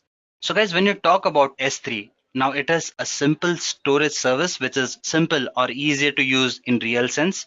It lets you store and retrieve data which can be in any amount, which can be of any type, and you can move it from anywhere using the web or internet. So it is called as storage service of the internet. What are the features of this particular service? It is highly durable, guys. Now, why do I call it durable? It provides you durability of 99.999999, some 11.9. Now, when you talk about that amount of durability, it is understandable how durable this service is. What makes it this durable? It uses a method of checksum where it constantly uses checksums to analyze whether your data was corrupted at a particular point. And if yes, that is rectified right away. And that is why this service is so durable. Then it is highly flexible as well. As I've already mentioned, S3 is a very simple service, and the fact that you can store any kind of data, you can store it in any region or any available region is what I would mean by the sentence. It makes it highly flexible to store the data in this particular service, and the fact that you can use so many APIs, you can kind of secure this data in so many ways, and it is so affordable. It meets different kinds of needs, thus making it so flexible. Available. Is it available? Yes, definitely it is very much available. As we move into the demo part, I would be showing you which regions basically let you create these kind of storages and how can you move and store data in different regions as well. So if you talk about availability, yes, it is available in different regions, and the fact that it is so affordable, making it available becomes all the more easy. Cost efficient, yes. Now to start with, we normally do not get anything for free in life, but if you talk about S3 storage, AWS has a free tier which lets you use AWS services for free for 1 complete year. But this happens in certain limits. Now, when you talk about S3, you can store 5 GB of data for free, at least to get started or get used to the service. I believe that is more than enough. And what it also does is it lets you have somewhere around 20,000 get requests and somewhere around 2,000 put requests as well. So these are something that let you store and retrieve data. Apart from that, you can move in 15 GB of data every month outside of your S3 service as well. So if you're getting this much for free, it is definitely very much affordable. Also, it charges you on pay-as-you-go model. Now, what do I mean by this? Well, when I say pay-as-you-go model, what we do here is we pay only for the time duration that we use this service for, and only for the capacity that we use this service for. So that is why as you move along, if you need more services, you would be charged more. If you do not need more amount of the service, you won't be charged to that greater extent. So is it cost efficient? Definitely it is. Scalable? Yes. That is the best thing about AWS services. Most of them are scalable. I mean, you can store huge amount of data, you can process huge amount of data, you can acquire huge amount of data. If it is scalability that is your concern, you do not have to worry about it here, because even this service readily scales to the increasing data that you need to store. And the fact that it is pay-as-you-go model, you do not have to worry about the cost factor as well. Is it secure? Definitely it is. Now you can encrypt your data. You have various bucket policies as well that let you decide who gets to access your data, who gets to write data, who gets to read data. And when I said you can encrypt your data, you can actually go ahead and encrypt your data both on client side and on your server side as well. So is it secure? I believe that answers the question on its own. So guys, these were some of the features of Amazon S3. So guys, now let us try to understand how does S3 storage actually work. Now it works with the concept of objects and buckets. Now bucket, you can think of it as a container, whereas an object is a file that you store in your container. These can be thought of as AWS S3 resources. Now, when I say an object, basically object is your data file. I've already mentioned that you can store any kind of data, whether it's your image, whether it's your files, docs, whatever it is. These are nothing but your data, And this data comes with metadata. When I say an object, it is combination of your data plus some metadata or information about that data. What kind of information? Basically, you have the key, that is the name of the file that you use, and version ID is something that tells you which version are you using. As we discuss versioning, probably I would talk about version ID a little more. But meanwhile, I believe this is more than enough. Your objects are nothing but your files with the required metadata. And the buckets, as I've already mentioned, these are nothing but containers that hold your data. So how does it work, guys? Well, what happens is basically you go ahead and create buckets in regions and you store your data in those regions. How do you decide what buckets to use, what regions to use, where to create the bucket and all those things? Well, it depends on quite a few factors. When I say I have to create a bucket, I need to decide what region would be more accessible to my customers or to my users, and how much cost does that region charge me, because depending upon the region your cost might vary. So that is one factor that you need to consider. And latency as well. I mean, if you put your data in an S3 bucket that is far away from you, fetching it might cause high amount of latency as well. So once you consider these factors, you can create a bucket and you just store your objects. When I said version ID key, actually your system automatically generates these features for you. So for you it is very simple. Create a bucket, pick up your object, put it in it, or just go ahead and retrieve the data from the bucket whenever you want to. So I believe this gives you some picture about what S3 is. Now let me quickly switch into the demo part and let me give you a quick idea or quick demo as to how S3 works so that it is not too much theory for you people. So guys, what I've done is I've actually gone ahead and I've switched into my Amazon Management Console. Now, as I've already mentioned, AWS gives you a free tier for which you can use AWS services for free for 1 complete year. Mine is not a free tier account, but yeah, if you are a starter, you can create a fresh account. You just have to go ahead and give in certain details. All you do is you just go to your web browser, search for AWS free tier and sign in with the required details. They would ask you for your credit card or your debit card details. Enter any one of those for the verification purpose, and you can actually go ahead and set up alarms as well, which would tell you as in, okay, this is the limit to which you have used the services. And that way you won't be charged for access of data usage or service usage. Having said that, guys, this is about creating an account. I believe it is fairly simple. You can create an account. Once you create an account, guys, this is the console that would be available to you. What you have to do is you have to go ahead and search for Amazon S3. If you search S3 here, it would kind of redirect you to that service page. So guys, as you can see, this is the company's account. Probably somebody uses it in the company and they have their buckets that are already created. Let's not get there. Let us just go ahead and create our own bucket and just go ahead and put in some data into it. It is fairly simple, guys. I've already mentioned it is very simple to use kind of service. All I have to do is click on create bucket and enter in name for some bucket. Guys, now this name is unique. It is globally unique. Once you enter a name for the bucket, you cannot use the same name for some other bucket. So make sure you put in valid name. And the fact that I use the term global, something reminded me to be explained of. So guys, as you can see, if I go back here, I want you to notice this part. So guys, when you are into the management console or you open any service, by default, the region is North Virginia. Okay, so if I create a resource, it would go to this region. But when I select the service that is S3, you can see that this region automatically goes to global. That means it is a global service. It does not mean that you cannot create bucket in particular regions. You can do that, but this service is global is what they're trying to say. So let us just go ahead and create the bucket. Let us call it today's demo. You cannot use caps, guys. You cannot use some symbols. So you have to follow the naming convention as well. Today's demo. Sorry, I'm very bad at naming conventions, guys. I hope it is okay. Let it be in US East. You can choose other regions as well, guys, but for now, let it be whatever it is. So I'm gonna stick to North Virginia. There are 76 buckets that are being used. Let us just say next.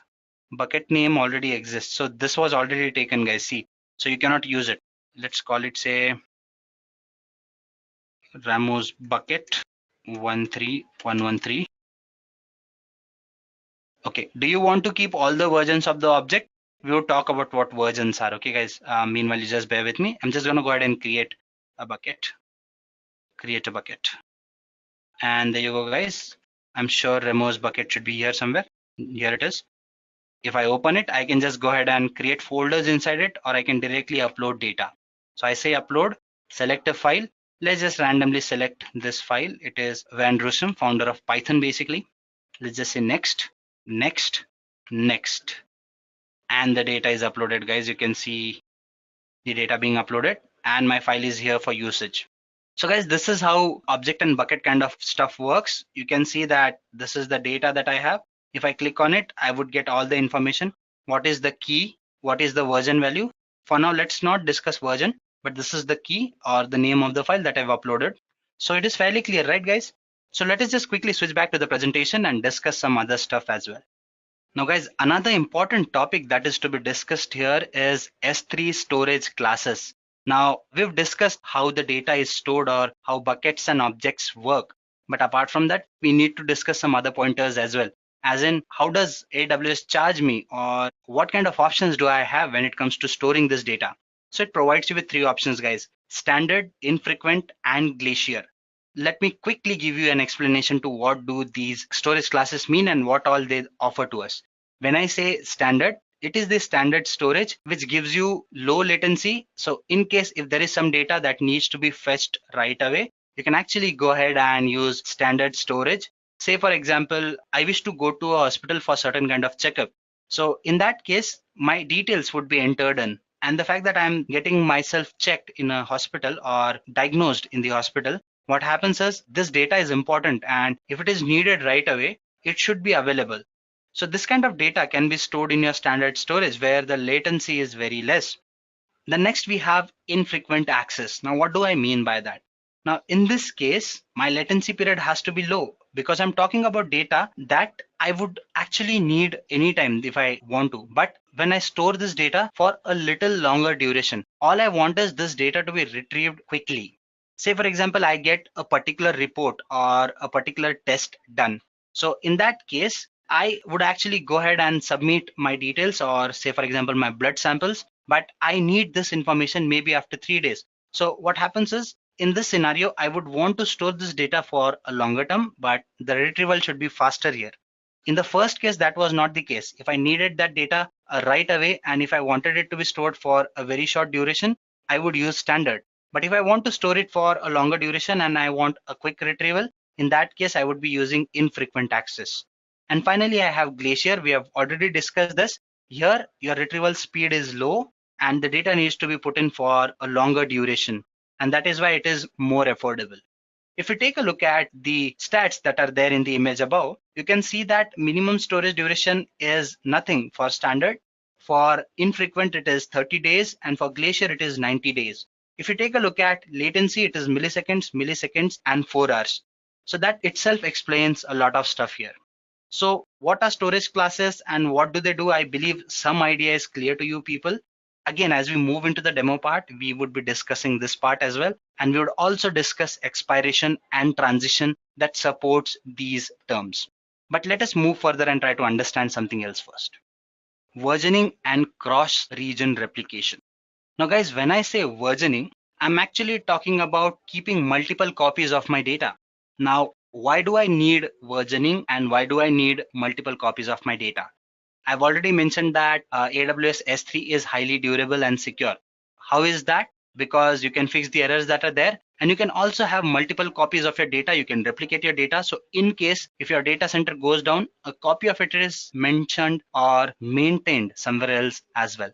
How is this done? By creating multiple versions of your data. Say for example, an image, I store it in my S3 bucket. What happens here is there is key, the name is same, image, and version is some 33333, right? Now take a look at the other image. If I actually go ahead and create a copy of the first image, its name would remain same, but its version would be different. So suppose both of these images, they reside in one bucket. What these images are doing is they are having multiple copies or giving me multiple copies. Now in case of image, not a lot would change, but if I have doc files or data files, in that case, versioning becomes very important, because if I make changes to particular data, if I delete a particular file, a backup should always be there with me. And this is where versioning becomes very, very important. What are the features of versioning? By default, versioning is disabled when you say, or when you talk about S3, you have to go ahead and enable this versioning. It prevents overwriting or accidental deletion. We've already discussed that. You get non-concurrent version by specifying version ID as well. What do I mean by this? That means if I actually go ahead and create one more copy of the data and store it, so the latest copy would be available on top. But I can go to the versions option, put in the ID that belong to the previous version, and I can fetch that version as well. So what is cross-region replication? Now, guys, we've discussed versioning. Let us talk about another important topic, that is cross-region replication. Now, when you talk about S3, basically what happens is you create a bucket in a region and you store data in that region. But what if I want to move my data from one region or from one bucket in one region to other bucket in other region? Can we do that? Yes, cross-region replications let you do that. So what you do is you basically go ahead and create a bucket in one region, you create another bucket in another region, and probably you give access to the first bucket to move data from itself to the other bucket. So this was about versioning, this was about cross-region replication, and I believe we've also talked about storage classes. Let me quickly switch into the demo part and discuss these topics to little more detail. So guys, moving back, what we have done is we've actually gone ahead and created a bucket already, right?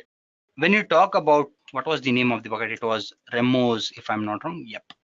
So if you click on the bucket name, Remos, what it does is it basically shows you these details, guys. Now you can see that your versioning is disabled, right? So if I click on it, I can actually come to this page and I can say enable versioning. That means a copy of the data that I create is always maintained. So if I go to Remos bucket, or I just move back, okay, this interface can be a little irritating at times. You have to move back and forth every now and then. So guys, there is a file which we have stored. You can just take a look at this date first. It says that it is 2:35. That was the time when the object was moved. Let me just say that upload the same file. This was the file we uploaded. I say next, next, next, upload. So guys, this file is getting uploaded. You can see the name of the file is still same. We have only one file here. Why? Because it was recently modified at 245. From 225 to 235, it got changed to 245. So it is fairly clear, guys, what is happening here. Your data is getting modified. And if you wonder as in what happened to the previous version, don't worry. If you click on this show option, you can see that both of your versions are still here, guys. This was created at 235 and at 245. So this way, data replication and data security works much better. So you can secure your data, you can replicate your data. So in case if you lose your data, you always have the previous versions to deal with. How does the previous version thing works? So guys, what happens is if I delete this file, what Amazon S3 would do is it would set a marker on top of this file. And once I delete it, if I search for that ID won't be available. Why? Because the marker has switched to the next ID now. So whatever I want to do, I can do with the next ID as well. So guys, one more thing that you also need to understand here is what happens to the file. I mean, I've actually deleted a file, but a version is there with me. Can I delete all the versions? Yes, you can specify the ID and you can delete all the versions that you want. You can also do one thing, that is you can set a particular life cycle for your files. When I say life cycle, you can decide as in, okay, now I have a file in standard storage. We've discussed these storages, right? Standard storage, infrequent, and glacier. What you can do with your lifecycle management is you can decide as in, okay, for a particular time duration, I want this file to stay in standard. Maybe after a while, I want to move it to infrequent, and after a while, I want to move it to glacier. Say, for example, there is certain data which was very important for me, but having used that data, I don't want to use it for next few months. So in that case, I can move to the substitutes or to the other storage classes where probably I won't be needing to use that data for a longer while. And doing that, I won't be paying for this data as I used to pay for the standard, because standard is the costliest of the three. So let us quickly see, can we do that, or how does it work at least? If I just go back, this is my file. I can actually just go ahead and switch to management. In that, I have the option of life cycle. If I click here, there is no life cycle. Add a life cycle. You can add a life cycle rule as well, guys. New, let me call it new, and let me say next. It asks me what do I want to do. You can add rules in lifecycle configuration to tell Amazon S3 to transition objects to another storage class. There are pre-request fees when using lifecycle to transition data to any other S3 or S3 Glacier storage. So which version do I wish to use? Current, I can say yes. Add transition, and I can select transition to this tier when after 30 days. And if I say next, it would agree. Expiration, you can select other policies as well. So guys, when I say transition, first thing what it does is it tells me what time to transition to which storage class. And expiration, it tells me when does this expire. So I can decide when to clean up the objects and when not to. Let's not do that for now. Let's just say next. Next. So guys, what will happen here is after 30 days, my data would move to a standard 1A storage. So you can actually go ahead and decide whether you want to move to Glacier. In that dropdown, you had more options as well. I did not show you that, but it is pretty understandable. You can move to Glacier as well. So this is about lifecycle, guys. One more thing, you have something called as replication. You can add replication as well if you wish to replicate your data. Cross-region replication. I believe, guys, I do not have access to do that because I'm using someone else's account for now. But let me just give you some idea as to what you can do to replicate your data. You can just go ahead and click on Get Started. So replication, to remind you people, it is nothing but a process of moving your data from bucket in one region to other bucket in some other region. So for that, I need to select a source bucket. So let us just say that this is the bucket that I have. Next. Now, guys, in my case, I haven't created the second bucket. What you can do is you can just go ahead and create one more bucket. Once you create the bucket, you can select the destination bucket. For now, let us just say that this is a bucket that has been created by someone else. I'm not going to transfer data here, but let's just select this for the demo sake. This is the bucket that I have. See, it says that bucket does not have versioning enabled. This is very important point, guys. I showed you how to enable versioning, right? If you select the bucket, there is an option on the right side saying versioning. You can actually go ahead and enable versioning there. So once you enable versioning, you would be able to use this bucket. Do you want to change the storage class for the replicated objects? If you say yes, it would give you the option of selecting what storage class do you want to select, right? If you don't have to. You can say next. You have to enter an IAM role. If you do not have any, you just say create a role and then the rule name. In this case, I do not have any details about this and I don't want to create a role because this account does not belong to me. Sorry for that inconvenience, but you can actually go ahead and select create a role and just say next. And I'm sure that you can actually go ahead and your bucket starts working or your cross-region replication starts working. What happens after that is once you store your object in a particular file, you can actually move that object, not in a particular file, in a particular bucket. You can move that data from that bucket to the other bucket, and a copy of your data is maintained in both the buckets that you use. So this is what cross-region replication is, guys. I believe that we've discussed what are storage classes, we've discussed what is cross-region replication, and we've discussed versioning in general. Let us quickly move back to the presentation and discuss the remaining topics as well. So guys, I've switched into the presentation part. Till time we've discussed how cross-region replication works, we've discussed how versioning works, and we've seen how to carry out that process. The other important topic that we need to focus on is we've known like how to create versions, how to move data from one place to the other. But the thing is, what if I have to move data from a particular location to a location that is very far away from me and still ensure that there is not too much latency in it? Because if you're moving data from one location to a location that is far away from you, it is understandable that it would take a longer while. Why? Because we are moving data from internet. So the amount of data that you move and the further you move, it should take a longer while for that. So how do you solve that problem? You have S3 transfer acceleration. You can do that by using other services as well. We discussed Snowball and Snowmobile as well, but they physically move the data and at times it takes n number of days to move your data. With S3 transfer acceleration, that is not the issue because it moves your data at a very fast pace. So that is a good thing.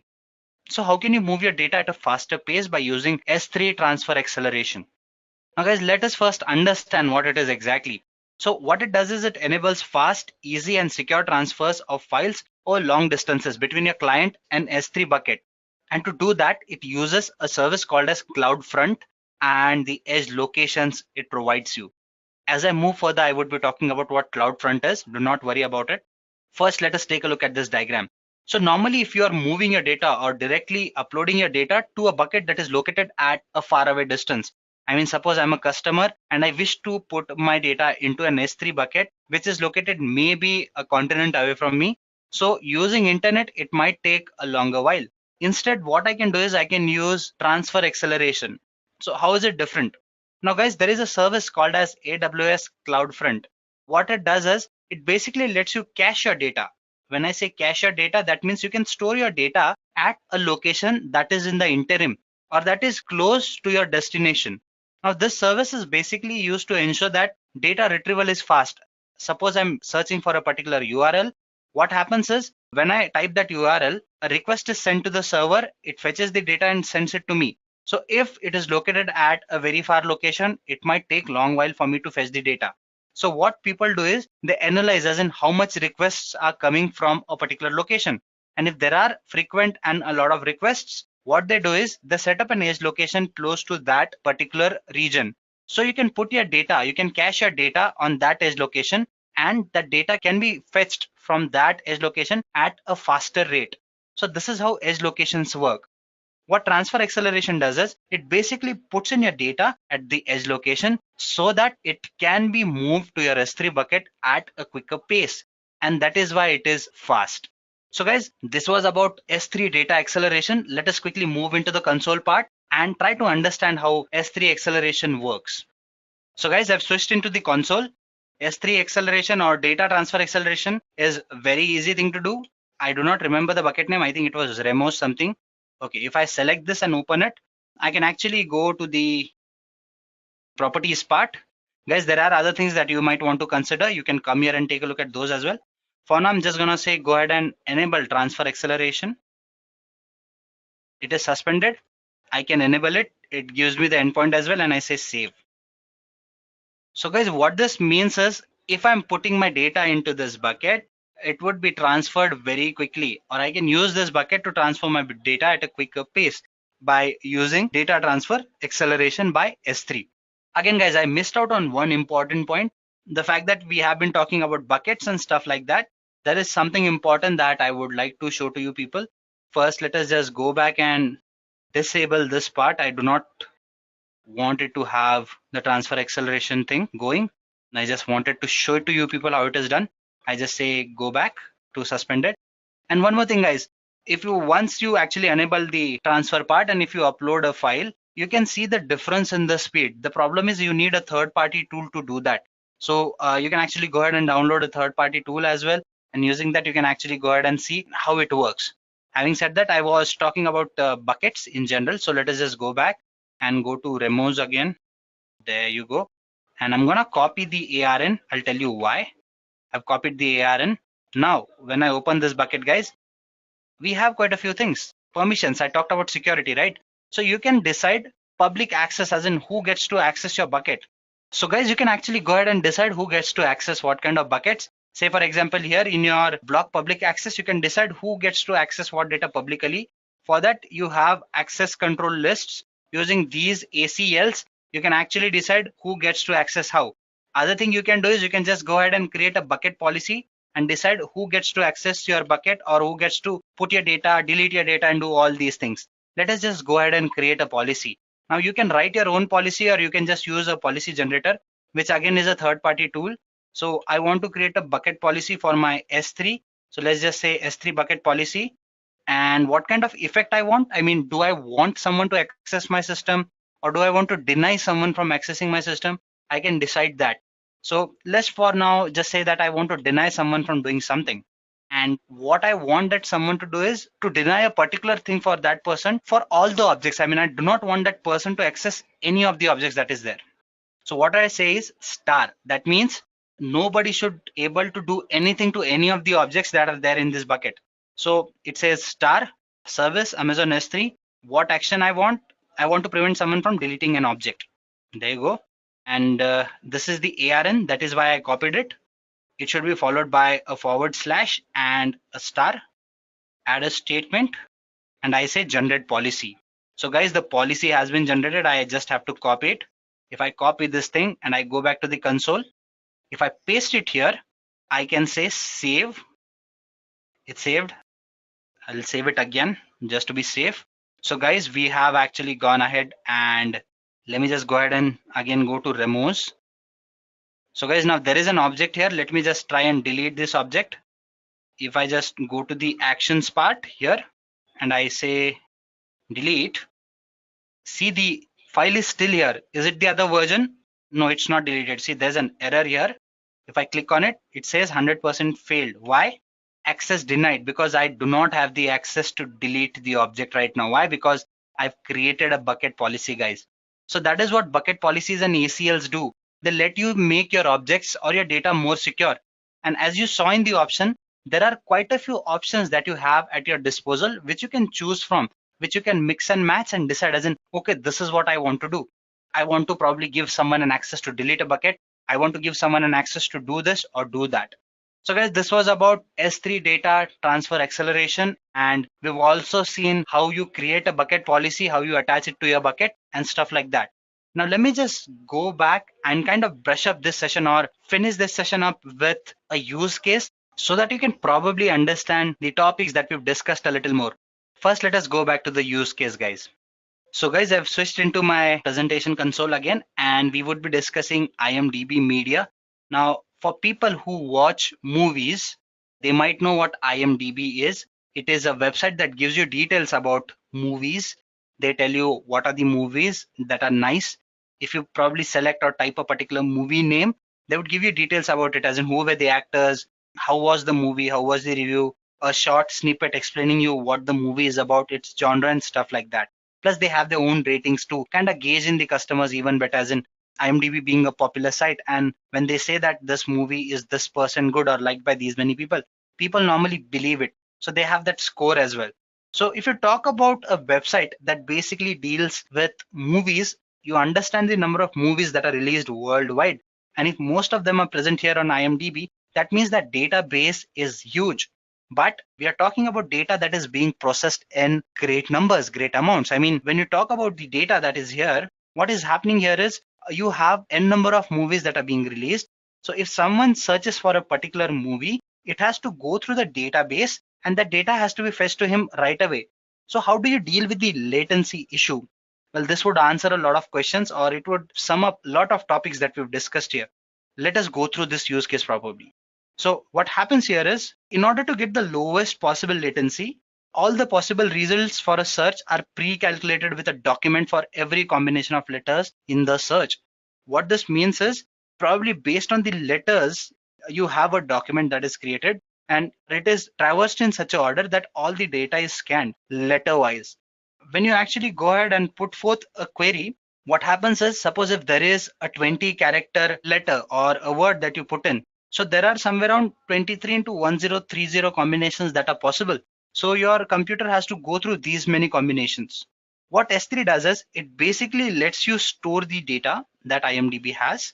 And once IMDb has stored that data, they use CloudFront again. We have discussed what CloudFront is. They use CloudFront to store this data to the nearest possible location, so that when a user fetches this data, it is fetched from that location. So what happens is, basically, when these many possibilities or combinations are to be dealt with, it becomes complicated. But in practice, what IMDb does is, it basically uses analytics in such a way that these combinations become lesser. So in order to search for a 20-character letter, they basically have to go through 150000 documents. And because of S3 and CloudFront, you basically can distribute all the data to different edge locations and to buckets within hours. And since we are talking about huge amount of data, it is more than terabytes. It is like hundreds, thousands of terabytes of data. So we can understand how much data are we talking about. And S3 actually features or serves a number of such use cases or requirements. So guys, I believe by now you've understood what S3 is.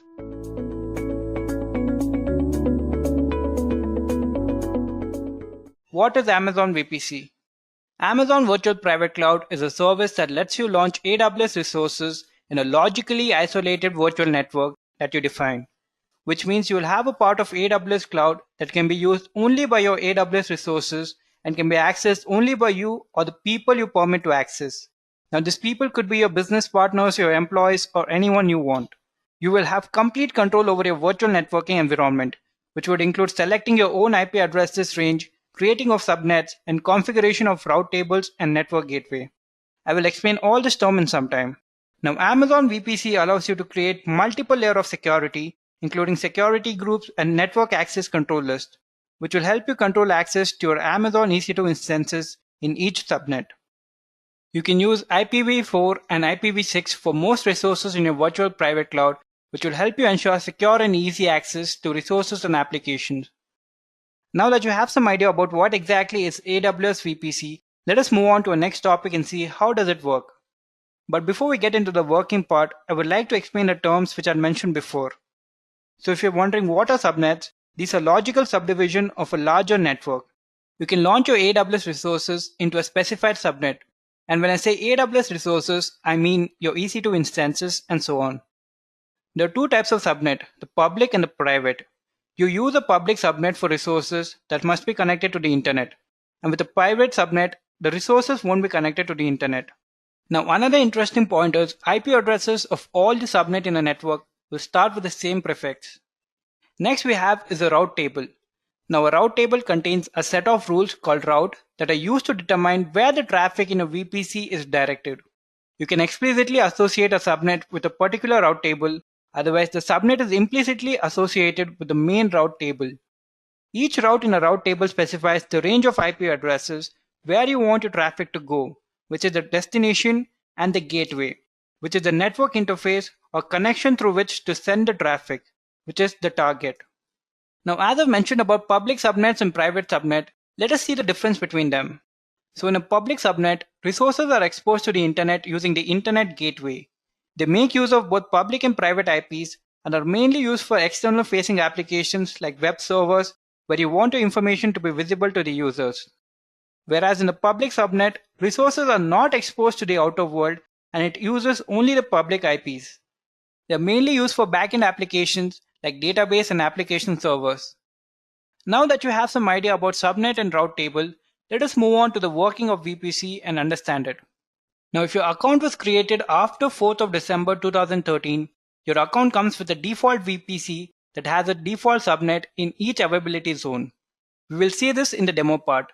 Now, your default VPC includes an internet gateway and has the benefits of advanced feature provided by EC2 VPC and is ready for you to use. Now, if you launch your instance in a default VPC and do not specify a subnet where to launch your instance, the instance is automatically launched in your default subnet, which is a public subnet. You can also create your own VPC and configure it as you want. This is known as a non-default VPC. Now, the subnets that you create in your non-default VPC and any additional subnet that you create in your default VPC are called as non-default subnets. Now, you can see we have something called an internet gateway. Now, an internet gateway is a gateway that allows your instances to connect to the internet. You can do this through Amazon EC2 Network Edge. Each instances that you launch in your default subnet has a private IPv4 address and a public IPv4 address, as you can see here. By default, each instance that you launch in a non-default subnet has a private IPv4 address but not a public IPv4 address unless you specifically assign it. These instances can only communicate with each other but cannot access the internet. But you can enable internet access for these instances by attaching the internet gateway to its VPC and associating an elastic IP address with the instance. Now, how can you connect your VPC to other VPC or to your on-premises network? So for this, you can create a VPC pairing connection between the two VPCs that enables you to route traffic between them privately. Now, instances in either VPC can communicate with each other as if they were in the same network. You can also create a transit gateway and use it as an interconnection between your VPC and your on-premises network. The transit gateway acts as a regional virtual router for traffic flowing between its attachments, which could include VPC, VPN connection, AWS Direct Connect gateways, and transit gateway peering connections. Now, I hope you have some idea about the working of VPC. Let us move on to our next topic and see some of the use cases of VPC. With Amazon VPC, you can host a simple web application such as a blog or a simple website with additional layer of privacy and security. You can help securing the website by creating security group rule, which will allow the web servers to respond to inbound requests from the internet, while simultaneously prohibiting the web servers from initiating outbound connection to the internet. Now what this means is you can control your data traffic in and out of your VPC. You can create a VPC that supports this use case by selecting VPC with a single public subnet only from the Amazon VPC console wizard. With VPC, you can also host multi-tier web application and strictly enforce access and security restriction between a web servers, application servers, and databases. You can launch web servers in a publicly accessible subnet while running your application servers and databases in a private subnet. This will ensure that your application servers and databases cannot be directly accessed from the internet. To create a VPC that supports this use case, you can select VPC with public and private subnet in the Amazon VPC console wizard. With Amazon VPC, you can also back up and recover your data after a disaster. By using Amazon VPC for disaster recovery, you will receive all the benefits of a disaster recovery site at a fraction of the cost. You can periodically back up critical data from your data center to a small number of Amazon EC2 instances with Amazon EBS volume. Or you can also import your virtual machine images to Amazon EC2. To ensure business continuity, Amazon VPC allows you to quickly launch replacement compute capacity in AWS. These were some of the use cases of using VPC. Now let us move on to our next topic and see an overview of the other networking concepts in AWS. First, let us talk about Elastic Load Balancer. Elastic Load Balancing automatically distributes your incoming traffic across multiple targets. The targets could be EC2 instances, containers, and IP address in one or more availability zones. It will monitor the health of your registered target and route traffic only to the healthy target. It scales your load balancer as your incoming traffic changes over time. You can add and remove compute resources from your load balancer as your need changes. It will not disturb the overall flow of requests to your application. Now, Elastic Load Balancing offers 4 types of load balancer. First is the classic load balancer, which provides basic load balancing across multiple Amazon EC2 instances, and it operates both at request level and the connection level. A classic load balancer is intended for applications that were built within the EC2 classic network. Second, we have application load balancer. It is best suited for load balancing of HTTP and HTTPS traffics and provides advanced request routing, which is helpful in modern application architecture, including microservices and containers. Third, we have network load balancer, which is best suitable for load balancing of TCP, UDP, TLS, where extreme performance is required. A network load balancer routes traffic to targets within Amazon VPC and is capable of handling millions of requests per second while managing ultra-low latencies. Fourth, we have the gateway load balancer. It is used to deploy, scale, and run third-party virtual networking appliances. Gateway load balancer is transparent to the source and destination of traffic, which makes it well suitable for working with third-party appliances for security, network analytics, and other use cases. This was about Elastic Load Balancer. Now let us take a look at AWS Direct Connect. AWS Direct Connect is a cloud service solution that makes it easier for you to establish a dedicated network connection from your on-premises to AWS Cloud.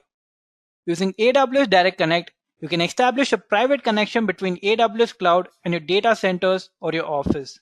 You can increase the bandwidth throughput and provide a more consistent network experience than internet-based connections. AWS Direct Connect is also compatible with all the AWS services and is available in the speed starting from 50 Mbps and can be scaled up to 100 GB per second. It helps you build hybrid environment, which allows you to use the benefits of AWS and continue to utilize your existing infrastructure. Now let us move on to our next service, which is Route 53. Amazon Route 53 is a highly available and scalable cloud domain name system or DNS web service. It is designed to give developers and businesses a reliable and cost-effective way to route end users to internet applications by translating names into numerical IP addresses. This can be used for computers to connect to each other. Now Route 53 performs 3 main functions. First one is it registers your domain name. Every website needs a name, be it edureka.co or anything like facebook.com. So Route 53 lets you register a name for a website or web application known as a domain name. The second function is it routes internet traffic to the resources for your domain. So when a user opens a web browser and enters your domain name or the subdomain name in the address bar, Route 53 helps connect the browser with your website or web application. The third function is it checks the health of your resources. Route 53 sends automated requests over the internet to a resource, such as a web server, to verify if it is reachable, available, and functional. You can also choose to receive notification when a resource becomes unavailable and choose to route internet traffic away from the unhealthy resources. Now these are some of the networking services in AWS. Now let us move on to a demo part where I will teach you how you can create a VPC, your subnet, your route table, and an internet gateway. So for our demo, I've logged in into my AWS console. If you do not have an AWS account yet and want to practice AWS services, I would highly recommend you to create an AWS free tier account where you can access more than 75 AWS services for free for a year. So a point to remember is your VPC will be set in this region. In my case, it is Ohio. You can see there are so many regions available here. Your VPC can be set in your selected location. Now let us start a demo. We'll search for VPC. You can just search over here, VPC. Here it is. Now when you click on your VPC, you can see there is a default VPC as I mentioned before. It will also have a default subnet inside it. So now let us create our own VPC. So I click on create VPC. So it will ask us to name our VPC. Let me name it demo VPC. Now when you create a VPC, you must specify a range of IPv4 address for the VPC in the CIDR block, which stands for classless inter-domain routing. We will go for the primary CIDR block, which is 10.0.0.0/16. Now mention 16 over here, which means 16 bits is reserved for my VPC network. Now we'll go with the default. I do not want any IPv6 CIDR block. Next we have tenancy. Now here you can see we have two options. One is default, the other one is dedicated. So what dedicated means is you can run your instances in your VPC on a single tenant or a dedicated hardware. So we'll just stick to default here and create our VPC.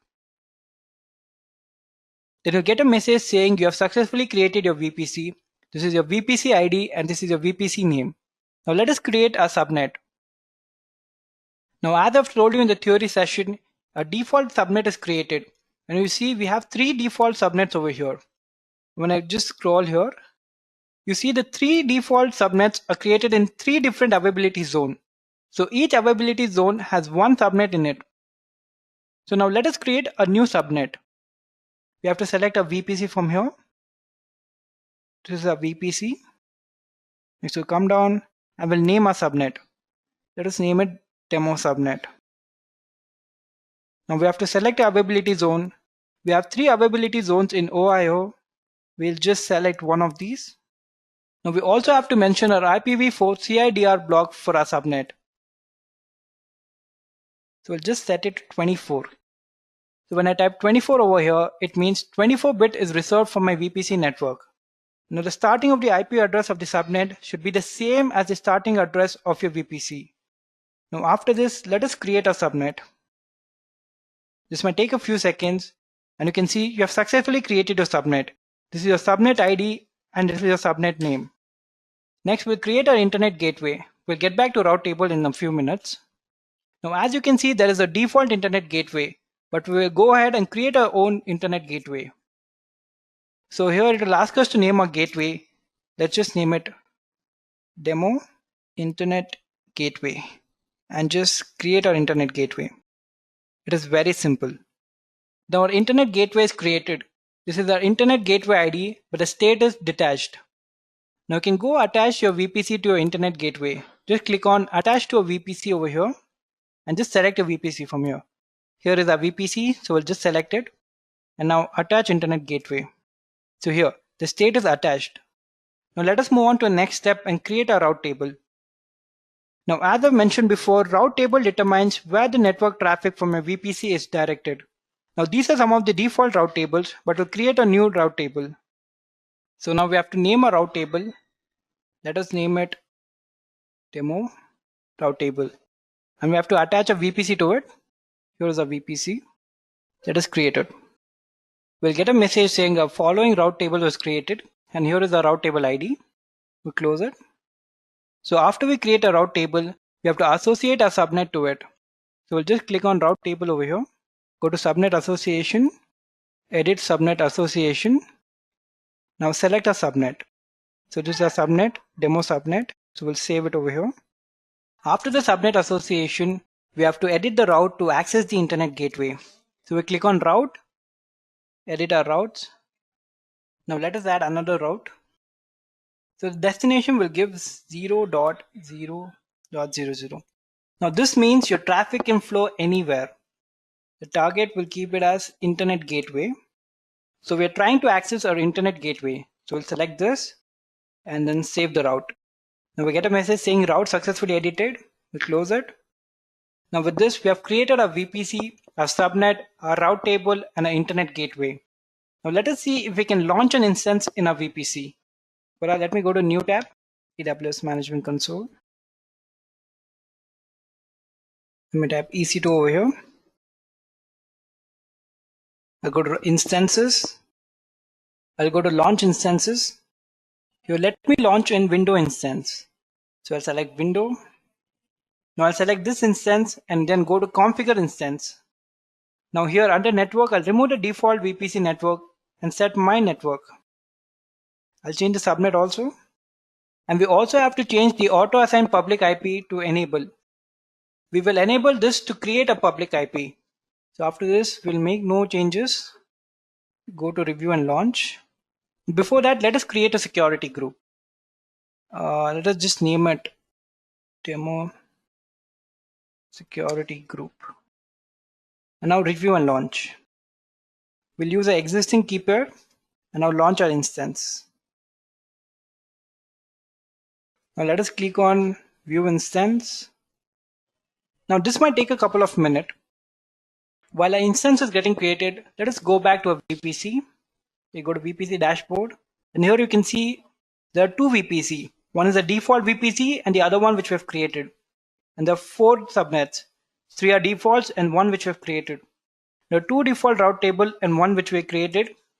There was 1 internet gateway which was default, and then we created another one. Now let us check our EC2 instance. We'll refresh it. Now you can see 2-on-2 status check is passed. So we'll click on our instance ID. Now this is our instance ID. This is a public IPv4 address, a public IPv4 address. Now when we come down and see the VPC ID over here, you can see the instance was created in our VPC ID. That is the name of our VPC, and it is also created in our subnet, which is the demo subnet. And you can also see it was set up in the availability zone you had mentioned. Now the instance can be used only by me or the people I permit. A part of AWS Virtual Cloud was given to me to run my resources.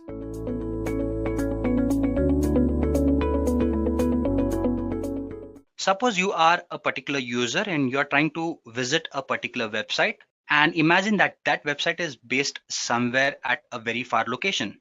Suppose you're based somewhere in USA and that website, its server actually hosts or is based in Australia.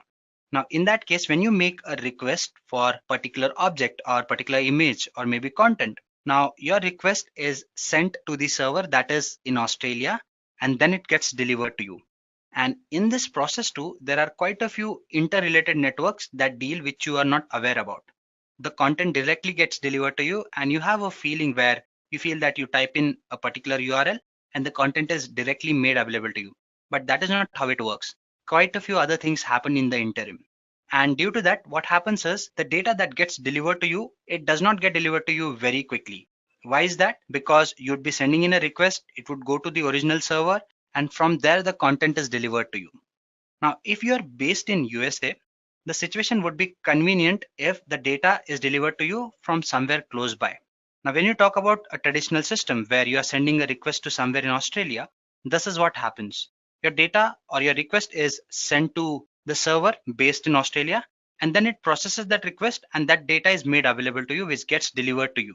But if you have something like CloudFront, what it does is it sets in an intermediate point where your data actually gets cached first. And this cached data is made available to you on your request. That means the delivery happens faster and you save a lot of time. So how does AWS CloudFront exactly do it? Let's try to understand that. Well, when you talk about AWS CloudFront, what it does is First and foremost, it speeds up the distribution process, and you can avail any kind of content, whether it's static or dynamic, and it is made available to you quickly. What CloudFront does is it focuses on these 3 points. One is your routing, 2 is your edge locations, and 3 is the way the content is made available to you. Let's try to understand these one by one. When you talk about routing, I just mentioned that the data gets delivered to you through a series of networks. So what CloudFront does is it ensures that there are quite a few edge locations that are located close to you. And the data that you want to access, it gets cached so that it can be delivered to you quickly. And that is why the data that is being delivered to you is more available than in any other possible case.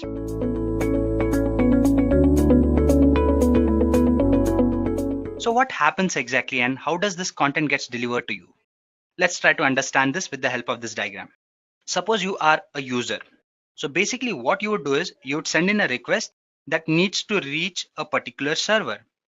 Now in this case, what happens is first your request, it goes to an edge location and from there to your server. To understand this too, you have to understand 2 scenarios.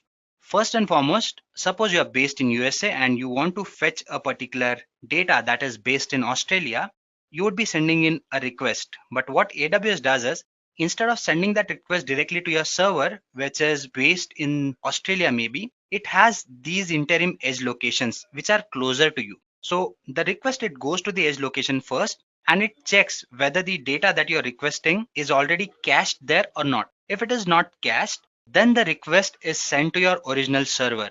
And from there, the data is delivered to the edge location. And from there, it comes to you. Now, you might wonder, as in this is a very complex process. And if it is taking these many steps, how is it getting delivered to me quicker than in normal situation? Well, think of it from this perspective. If you do send in this request directly to the main server, again, the data would flow through some network and then it would be delivered to you. Instead, what happens here is at your edge location, the data gets cached. So if you request it again, it would be delivered to you quicker. If it is requested by anyone else, it would be delivered to them quicker. Plus, how edge locations work is when you do send in this request and when the edge location fetches this data from your so-called original server, in that case too, when the first byte it arrives at your edge location, it directly gets delivered to you. And how does this content exactly get stored here? Well, first and foremost, what happens is what your edge location has is it has some regional cache as well. Now, this cache would basically hold all the content that is requested more frequently in your region. Suppose a website has some number of content, and out of it, some content is kind of requested a lot in a particular region. So surrounding that region, the closest edge location would have a regional cache which would hold all the content that is more relevant for those users, so that it can be frequently delivered to these users and can be made available to them quickly.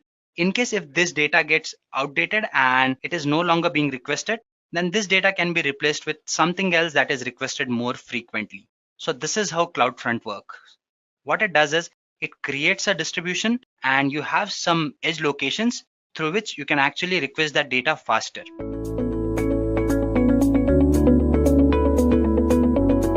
So what are the applications that CloudFront has to offer to you? Now, I won't say applications. Instead, I would say some of the benefits of using CloudFront. Let's try to understand those one by one. First and foremost, what it does is it accelerates your static website content delivery. We just discussed that. That means if you're requesting a particular image or something like that, it gets delivered to you quicker.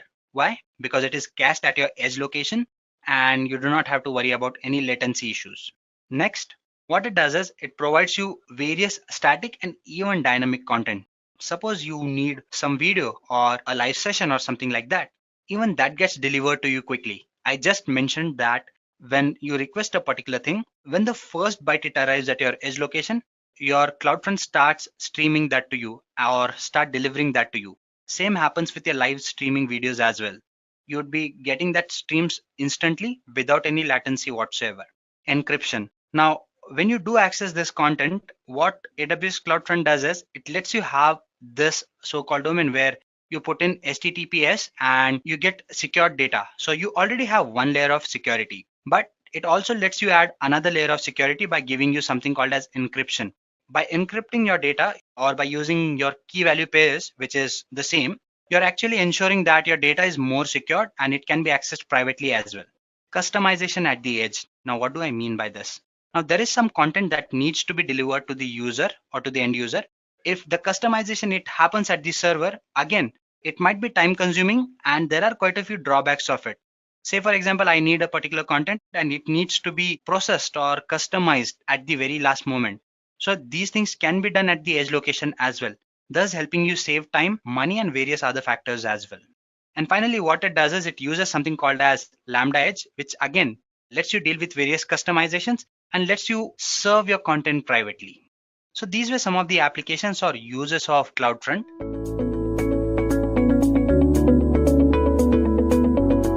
What I'm going to do now is I'm going to switch into my AWS console and I'm going to talk about AWS CloudFront distributions and how can you go ahead and create one. So stay tuned and let me quickly switch into the console first. So yes, guys, what I've done is I've gone ahead and I've logged into my AWS console. Now, for people who are completely new to AWS, what you can do is you can actually go ahead and create a free tier account. You have to visit AWS website and search for free tier. You would get this option. Just create an account. They would ask you for your credit or debit card details probably, but they won't charge you. A minimal amount is charged and that is reverted back to your account. That is for verification purpose. And after that, what AWS does is it offers you certain services which are made available to you for free for one complete year. That is, as long as you stay in the limits or the specified limits which AWS has set. So those limits are more than enough to practice or to learn AWS. So if you want to go ahead and get a proper hands-on on various AWS services, I would suggest that you do visit their website and create this free tier account. Once you do have that account, you have all these services that are made available to you. As I just mentioned, there are 70 plus services, and these are the services that are there, which you can actually go ahead and use for different purposes. Our focus today, however, is creating a CloudFront distribution, which we just discussed in the so-called theory part. I would be repeating few topics here too while we do go ahead and create our CloudFront distribution. Now, as I've already mentioned, we want to fetch data or fetch a particular object, and if that is placed at a particular edge location, that would be made available to me. So what we are doing here is imagine that our data is placed at a particular original server. In our case, let's consider it as an S3 bucket. Now, S3 is nothing but a storage service with AWS, that is simple storage service rather, that is SSS, and that is why we call it S3. So what we are going to do is we are going to go ahead and create an S3 bucket. In that, we would be putting in certain objects and we would be accessing that by using our CloudFront distribution. So let's just go ahead and create a bucket first. You can see we have S3 in my recently used services. You can just type S3 here and that would be made available to you. You can click on it and your simple storage service opens. You would be required to go ahead and create a bucket. This is how you do it. You click on create and you give it some name, say maybe bucket, use small letters, bucket for AWS demo maybe, and I would give in some number 000. I say next. Next. I need a basic bucket, so I won't be putting in any details. Do we have a bucket here? There you go. We have a bucket here. And in this bucket, what I'm going to do is I'm going to put in some content that we can actually request for. So let's just go ahead and create an HTML file and put in maybe an image or something. So I have a folder here. In that folder, I have a logo of Edureka. I would be using that logo and I would want to go ahead and create an HTML file which I can refer. So I would open my notepad and I would write a simple HTML code. I won't get into the details of how to write an HTML code. I assume that you all know it. If not, you can use this code. So let's create a head file basically, or a head tag rather. Let's say demo tag maybe, and I close this head tag. I need some body in here, right? So let's say let the body be say welcome to Edureka, and I end the body here and I save this file. I say save as. Where do I want to save it? And save it here, and I would save it as say maybe index.html. I say save. It probably got saved somewhere else. Let me just copy it and paste it here. I've done that. This is the file. Now we have these files. Let's upload it to our S3 bucket. Come here, I say upload. I want to add files. So add files. Where do I go? I go to the F folder, I go to demo, and I select these two files and I say upload. There you go. My files are here and I say upload. Small files, so should not take a long time. 50% successful, 100% successful. There you go. You have these two files. Now we have our S3 bucket and we have two files. This is our origin server. Now I need to create a distribution and use it. To do that, I would click on services and come here and I would search for CloudFront. There you go. And I say create a distribution. So I click on this icon. Now you have two options. First one is something that lets you have your static data moved in or moved out. Or if you want to live stream your data, you should go for this option, but that is not the case. We would be sticking to this thing. I say get started. I need to enter in a domain name. So it gives me suggestions, and this is the first one which I just created.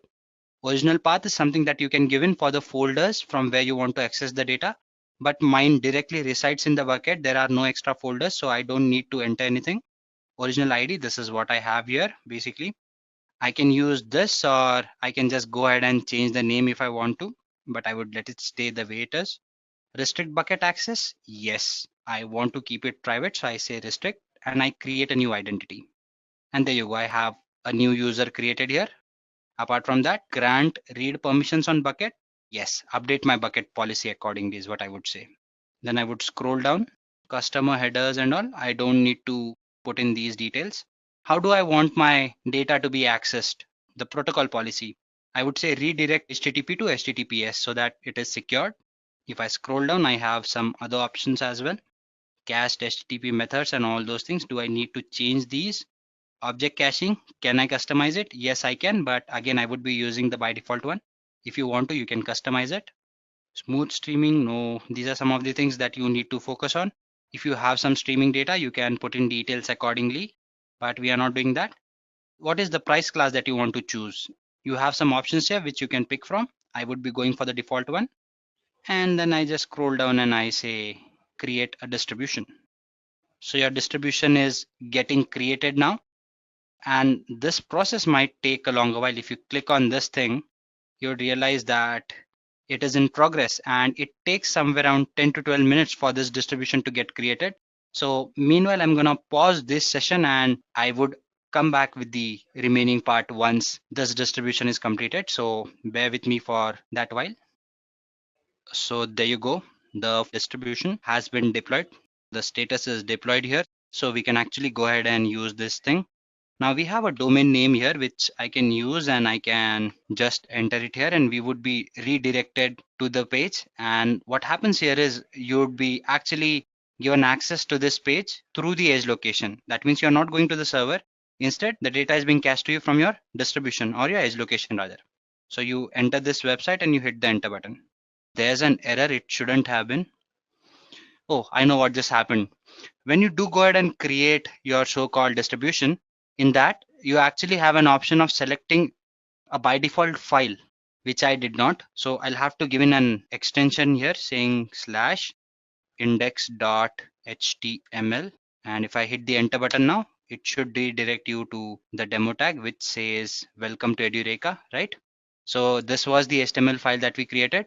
And we also had a PNG file, which we wanted to access. The name was logo.png. Okay, this is funny. This should not happen. Why is this happening? Let's take a look at it, whether we have that file there, because if it was there, we should be able to access it. And what was my bucket? This was the one. Oh, this has happened. When I uploaded that file, it got saved with this extension .png. So if I come here and I type .png here, there you go. You have that object delivered to you through your so-called distribution.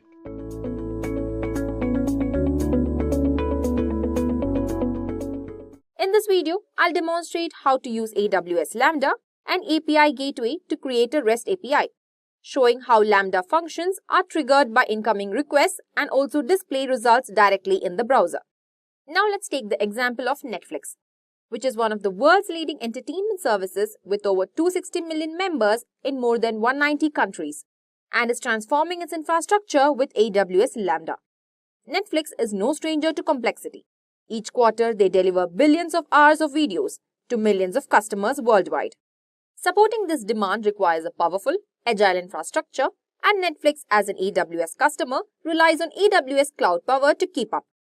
With Neil Hunt, Netflix's Chief Product Officer, leading the way, Netflix plans to use AWS Lambda to create rule-based, self-managing infrastructure to replace outdated, inefficient processes, reduce errors, and free up time. By integrating Lambda, they have set their sights on automating tasks that are once required hands-on management. With Lambda, Netflix now has the potential to improve efficiency, reduce costs, and also deliver a more seamless experience. Here's how Lambda has already helped solve some major challenges. First, we have is encoding media file. Netflix receives huge volume of media files from studios. With Lambda, every new file triggers rules that break down, encode, and reassemble content for streaming. This automation speeds up the encoding process, reducing wait times and manual effort. Next, we have is backup for disaster recovery. Previously, data backups were time-intensive. Now, Lambda can trigger backups whenever new data is saved, ensuring all data is backed up automatically and securely, and rerunning failed backups when needed. Similarly, two more problems: security and conformity, and then dashboards and monitors.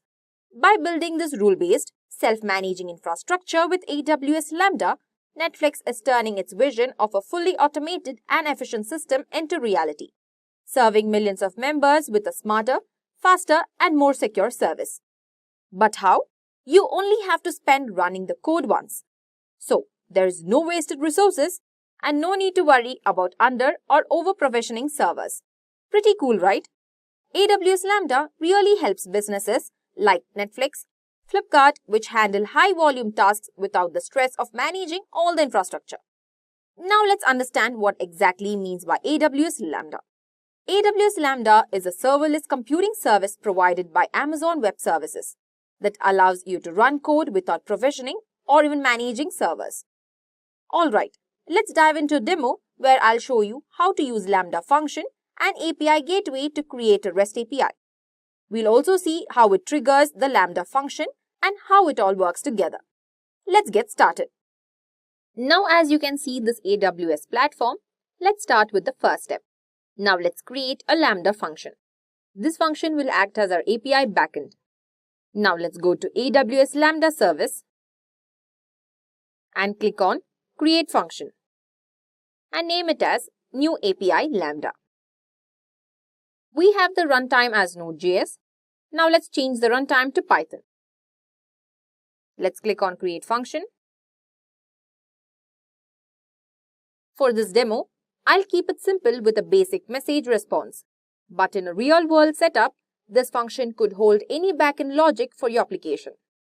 Add the desired functionality for your API in the Lambda function code. For this demo, add code to simply return the message here. By default, we have hello from Lambda. Now let's type into hello from Edureka as well. Moving forward, now click on Deploy.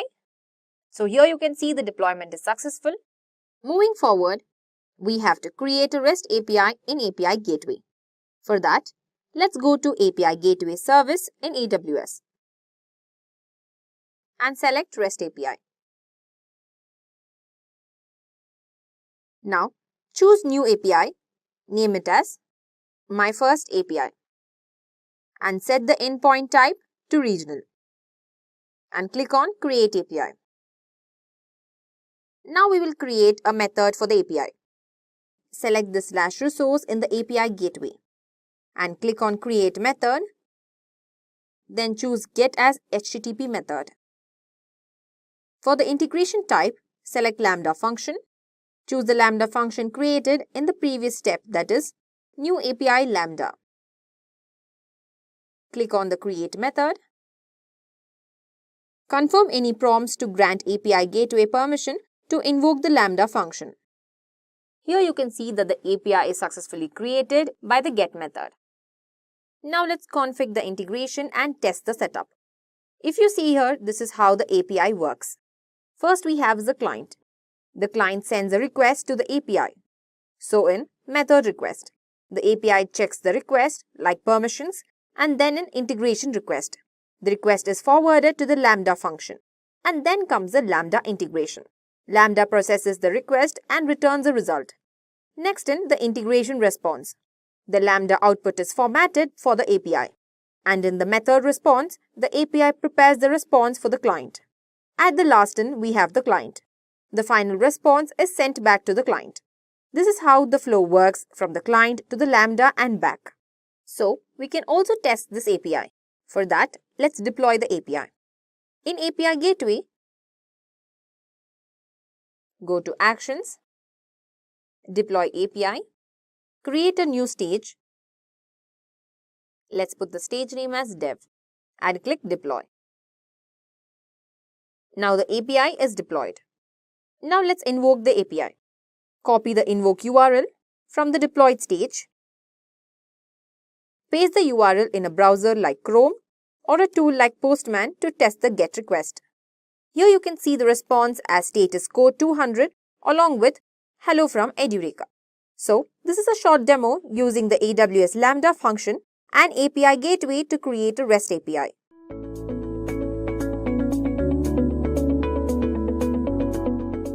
What is Elastic Beanstalk? If I have to define Elastic Beanstalk in Amazon terminology, then it is a platform as a service where you can deploy your application which you might have developed with programming languages like Java, .NET, PHP, Node.js, and many others on familiar servers such as Apache, Nginx, Passenger, and Tomcat. The definition which I just mentioned seems to have a lot of technical terms, isn't it? Well, let's try to figure out what Elastic Beanstalk is in simple terms. Alright, let's say you need to build a computer tonight. Well, you have two ways to go at it. First, you can go to a computer warehouse. Computer warehouse is a place where you have different components of computer laid out in front of you. Like you have CPU, motherboards, router, disk drive, modems, and many other components. You can choose whichever component you need and assemble them and form a brand new computer. This is similar to a situation where you try to deploy an application without using Elastic Beanstalk. When you try to develop an application by yourself, you'll have a list of tasks which you need to do. Like you might have to decide on how powerful you want your EC2 instance to be. Then you have to choose a suitable storage and infrastructure stack for your application. You might have to install separate software for monitoring and security purposes as well. Moving on to option B, you can always visit an electronic retail store which has pre-configured computers laid out in front of you. Let's say you're a graphic designer and you want a computer which has a modern graphical user interface installed in it. All you have to do is specify this requirement to a salesperson and walk out with a computer of your choice. Well, I personally prefer this option. This is similar to the situation where you're trying to deploy an application using Elastic Beanstalk. When you use Elastic Beanstalk to develop your application, all you have to do is concentrate on your code. Rest of the tasks like installing EC2 instances, auto-scaling groups, maintaining security and monitoring, etc. is done by Elastic Beanstalk. That is the beauty of Elastic Beanstalk. So let's go back and take a look at definition again and see if we'll understand it this time. Well, Elastic Beanstalk is a platform as a service where developers just have to upload their application. Load balancing, auto-scaling, and application health monitoring are all handled automatically by Elastic Beanstalk. Now let's try to understand how Elastic Beanstalk as a platform as a service is beneficial to an app developer. I'm sure most of you know what platform as a service is, but let's try to refresh what we know. Platform as a service is a cloud computing service which provides you a platform where you can deploy and host your application. Elastic Beanstalk makes the process of app development much more fun and less complex, and I have 5 points to prove that to you. Firstly, it offers quicker deployment. Suppose you're developing an app by yourself, then you'll have to do a lot of tasks by yourself. Like you might have to decide on EC2 instance, choose a suitable storage and infrastructure stock, as well as install auto-scaling groups as well, and then you might have to install separate softwares for monitoring and security purposes. Well, this will take quite a lot of time. But if you have used platform as a service to develop your app, then all you have to do is develop a proper code for your application. Rest will be handled by platform as a service or Elastic Beanstalk in this case, which makes the entire process of app development much more faster. Secondly, Elastic Beanstalk simplifies entire app development process. Like I said, all developers have to do is concentrate on developing a code for their application. Rest, like monitoring servers, storage, network, etc., and managing virtualization, operating system databases is done by Elastic Beanstalk, which simplifies the entire process for a developer. Using platform as a service to deploy application makes entire app development process more cost effective. If you're trying to deploy an app by yourself, then you might have to install separate softwares for monitoring and security purposes, and I'm sure for that you'll have to pay a lot of money, extra money. But if you're using an Elastic Beanstalk to deploy your application, it will provide you all this additional softwares as a package, and you can avoid paying unnecessary operating costs. Also, Elastic Beanstalk offers multi-tenant architecture. By that I mean it makes it easy for the users to share their application on different devices, and that too with high security. When I say high security, Platform as a Service will provide you a detailed report regarding your application usage, different people or users who are trying to access your application as well. With this information, you can be sure that your application is not under any cyber threat.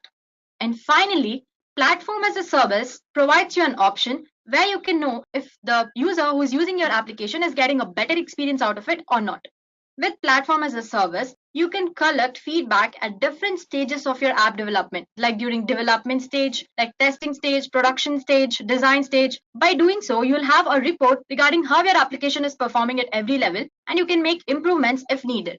So this is how Platform as a Service like AR and Elastic Beanstalk makes it easy for developer to develop an all-around perfect app. Guys, you'll be able to relate to this point when we try to deploy an application using Elastic Beanstalk in the later part of this session. You'll understand how Elastic Beanstalk is beneficial to an app developer. In market, there are quite a lot of application hosting platforms which are providing Platform as a Service. Let's have a look at a few of them. First, we have something called OpenShift. It is a web hosting platform offered by Red Hat. Then you have Google App Engine, which we all know. A Scalingo, it is a platform as a service where you can deploy your application in just 2 minutes. Apparently, it will provide you a production-ready environment where all you have to do is deploy your application code. Then you have Python Anywhere. It is an online integrated development platform and web hosting service as well, but based on Python language. Then you have Elastic Beanstalk offered by Amazon. Moving on, we have Azure App Services by Microsoft and many others. But today, our main focus will be on Elastic Beanstalk, which is a web hosting platform offered by Amazon. Now that you have basic understanding of Elastic Beanstalk, let's go ahead and take a look at few of its features. Mostly, all these features are similar to the ones which we discussed earlier. Like Elastic Beanstalk makes an app development process more faster and simpler for developer. Moreover, all developer has to do is concentrate on developing code. Rest of the configuration details and managing and monitoring details will be handled by Elastic Beanstalk. Also, Elastic Beanstalk automatically scales up your AWS resources which have been assigned to your application by Elastic Beanstalk based on your application specific needs. But there is one feature which is specific to Elastic Beanstalk. Suppose you have deployed an application using Elastic Beanstalk, but now you want to make changes to the configurations which have been already assigned to your application by Elastic Beanstalk. Though Beanstalk is a platform as a service, it provides you with an option where you can change the pre-assigned configurations like you do in infrastructure as a service. Well, if you remember, if you're trying to use infrastructure as a service to deploy your application, you will have full control over AWS resources. Similarly, Beanstalk also provides you with full control over your AWS resources, and you can have access to the underlying resources at any time. Let's try to understand Elastic Beanstalk a little deeper.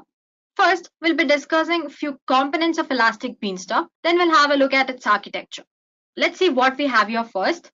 We have something called application. Suppose you have decided to do a project. So what you do, you go ahead and create a separate folder on your personal computer which is dedicated to your project. Let's say your project needs Apache server, SQL database, and a platforming software like Eclipse. So you install all the softwares and store them in the folder which is dedicated to your project. So that will be easy for you to access whenever you need all the softwares. Similarly, when you try to deploy an application on Elastic Beanstalk, Beanstalk will create a separate folder which is dedicated to your application. And in AWS terms, This folder is what we call an application. If I have to define folder or application in technical terms, then it is a collection of different components like environments, your application versions, and environment configuration. Let's try to understand each of these components one by one. We have something called application version. Suppose you have written a code, stored it in a file, and deployed this code on Elastic Beanstalk, and your application has been successfully launched. But now you want to make certain changes to the code. So what you do? You go ahead, open the file, make changes to it, save it, and then again deploy it on Elastic Beanstalk. Elastic Beanstalk again successfully launches your application. So you have two versions of your application now. It's just a copy of your application code, but with different changes. And Elastic Beanstalk will provide you with an option where you can upload different versions of your application without even deleting the previous ones. Then we have something called environment. Environment is a place where you actually run your application. When you try to launch an Elastic Beanstalk environment, Beanstalk starts assigning various AWS resources like EC2 instances, auto-scaling groups, load balancer, security groups to your application. The point which you have to remember is, at a single point of time, environment can run only a single version of your application. But Elastic Beanstalk will provide you with an option where you can create multiple environments for your single application. Suppose I want a different environment for different stages of my app. Like I want an environment for development stage, one for production stage, and one for testing stage. I can go ahead and do that, create a different environment for different stages of my application. And suppose you have same version or different version of your application installed on all these environments, it's possible to run all these application versions at same time. I hope that was clear. Well, you'll understand them practically when we try to deploy an application in the later part of the session. Then we have something called environment tier. When you try to launch an Elastic Beanstalk environment, Elastic Beanstalk asks you to choose among two environment tiers, which are web server environment and then you have worker environment. If you want your application to handle HTTP requests, then you choose web server environment. And if you want your application to handle background tasks, that is where a worker environment comes into picture. I'll show which to choose, either web server or worker environment, and how to work with them when we'll try to deploy an application in the later part. And lastly, we have something called environment health. Based on how your application is running, Beanstalk reports the health of your web server environment, and it uses different colors to do so. First, gray indicates that your environment is currently being updated. Let's say you have installed one version and now you're trying to upload different version. Well, it's taking a lot of time. So that time it shows gray color. It means your environment is still under updating process. Then you have green, which means that your environment has passed the recent health check. Then you have yellow, which means that your environment has failed one or more checks, and red text. Moving on, let's try to understand the architecture of Elastic Beanstalk. Like I said earlier, when you try to launch an Elastic Beanstalk environment, Beanstalk asks you to choose among two different environment tiers. Firstly, we have web server environment. Web server environment usually handles HTTP requests from clients, and it has different components. Firstly, we have something called environment. You know what environment is? It's a place where we actually run your application, and Beanstalk provides you with an option where you can create multiple environments. And the main point is, at a point of time, this particular environment can run only one version of your application. Moving on, we have something called Elastic Load Balancer. Let's say your application is receiving a lot of requests. So what Elastic Load Balancer does is, it distributes all this request among different EC2 instances so that all the requests are handled and no request is being denied. What actually happens is, when you launch an environment, a URL is created, and this URL in the form of CNAME is made to point Elastic Load Balancer. CNAME is nothing but an alternate name for your URL. So when your application receives request, all these requests are forwarded to Elastic Load Balancer, and this load balancer distributes these requests among EC2 instances of auto-scaling group. Then we have auto-scaling group. Well, if your web server is trying to handle a lot of traffic and it's having a scarcity of EC2 instances, then auto-scaling group automatically installs few EC2 instances. Similarly, if traffic is very low, then it automatically terminates underused EC2 instances. Then we have EC2 instance. So whenever you try to launch an Elastic Beanstalk environment, Beanstalk will assign your application with a suitable EC2 instance. But the software stack, like the operating system, the servers, and different softwares which are supposed to be installed on your instance, are decided by a device called container type. For example, let's say my environment has an Apache Tomcat container. So what it does, it installs Amazon Linux operating system, Apache web server, and Tomcat software on my EC2 instance. Similarly, depending on your application requirements, it installs different software stack on your EC2 instances. Then we have a software component called Host Manager, which runs on every EC2 instance that has been assigned to your application. This Host Manager is responsible for various tasks. Firstly, it will provide you a detailed report regarding performance of your application. Then it provides instant level events. It monitors your application log files as well, and it monitors your application server. You can view all these metrics, log files, and create various alarms on CloudWatch monitoring dashboard. Then you have security groups. Security group is like a firewall to your instance. Not anybody can access your instance. It's just for the security purposes. So Elastic Beanstalk has a default security group which allows client to access your application using port 80. You can define more security groups if you need. And then Elastic Beanstalk also provides you with an option where you can define a security group for your database for security purposes. Moving on, we have something called worker environment. First question that comes to our mind is, what is worker? Well, suppose your web server has received a request from client, but on the way, while it's trying to process the request, it has come across tasks which are consuming a lot of resources and taking a lot of time, because of which it's quite possible that your web server might deny other requests. So what it does, it forwards these requests to something called worker. This worker handles all these tasks on behalf of web server. So basically, worker is a process that handles background tasks which are time intensive and resource intensive. And in addition, if you want, you can use worker to send email notifications, to generate metric reports, and clean up databases when needed. Let's try to understand why we need worker with the help of use case. So I have a client. He has made a request to web server, and the web server has accepted the request, and it starts processing the request. But while it's processing the request, it comes across tasks which are taking a lot of time. Meanwhile, this client has requested or sent another request to web server. Since web server is still processing the first request, it denies second request. So what is the result of this is, the performance and the number of requests accepted by your web server will drastically decrease. Alternatively, let's say a client has made a request and your web server has accepted it and it starts processing the request. And again, it comes across tasks which are taking a lot of time.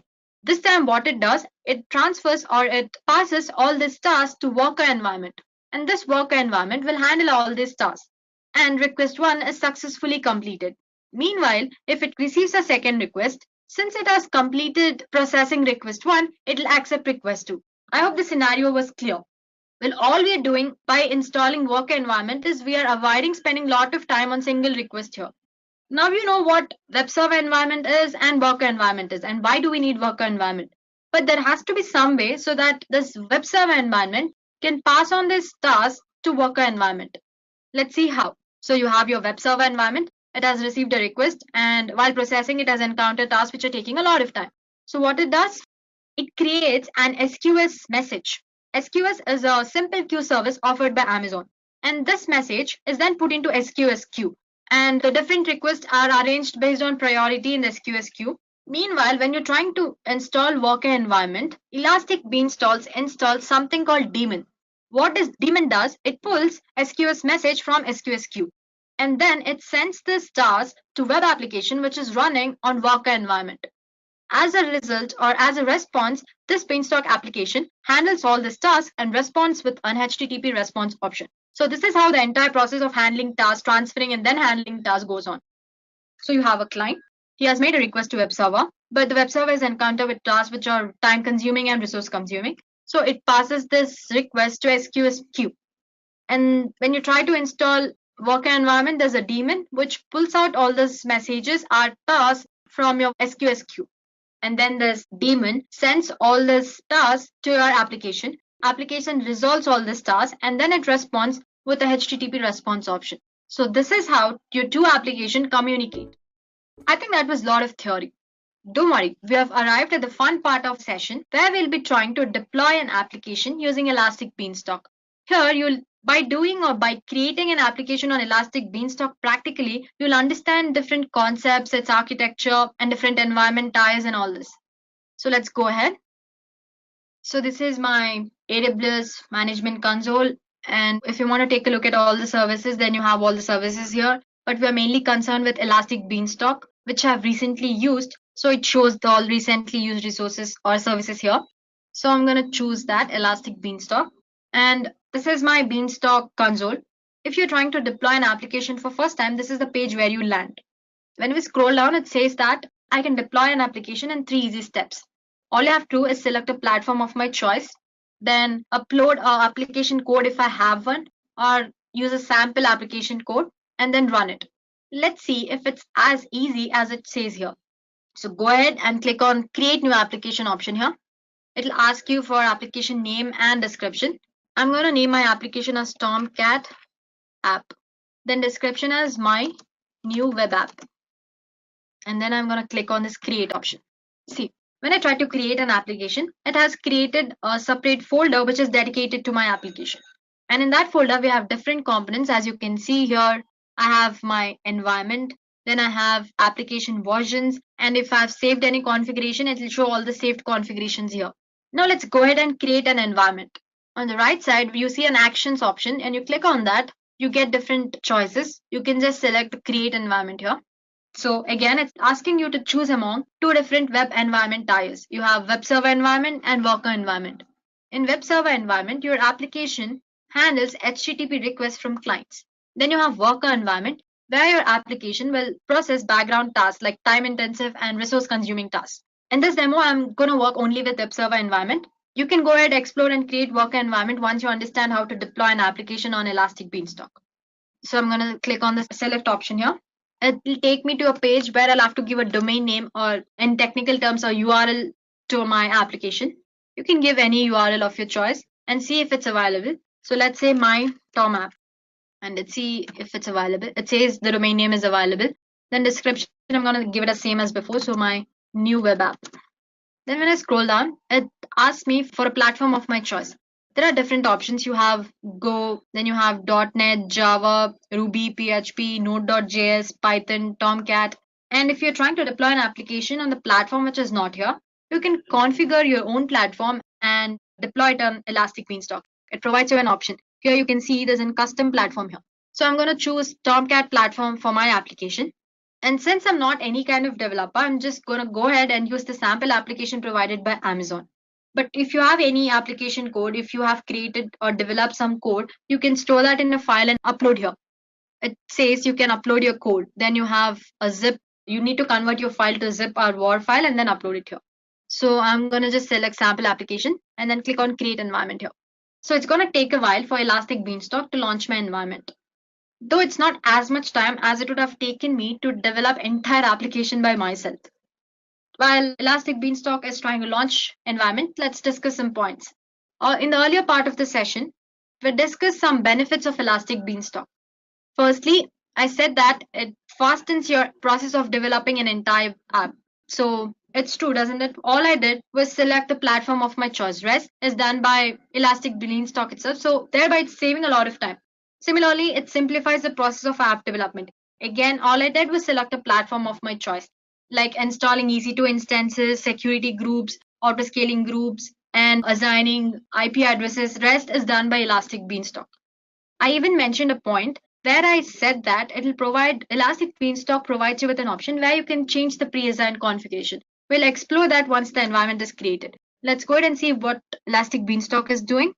It says that it has created a storage for my environment where S3 bucket, so that all my files where I have my application code are stored there. Then it has created a security group as well, an Elastic IP address. Then it says it's launching an EC2 instance. So you see, it's as easy as that. All you have to do is select a platform of your choice. Rest is handled by Elastic Beanstalk. And later on, if you're not satisfied, if you want to change some configuration, you can go ahead and do that. Here, look at this. This is the IP address or domain name which I assigned to my app. It says new instance has been added. And in addition, it's showing each task while it's doing. Isn't that cool? You'll know what your environment is currently doing. So it's still taking a while. So it says it has installed and added instance to my application and my environment has been successfully launched. It has finished almost all the tasks. It should have taken to environment page now.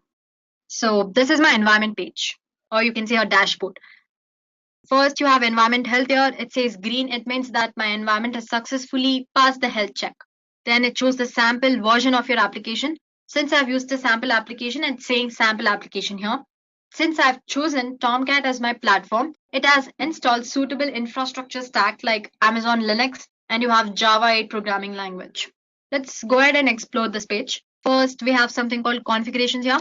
Like I said, though it is a platform as a service, it provides you with an option where you can change configuration. So you will have full control of your resources. First, we have something called instances here. When I click on modify option, you can see that Elastic Beanstalk has assigned micro instance to my application. If I want, I can go ahead and change it to different instance based on my application requirement.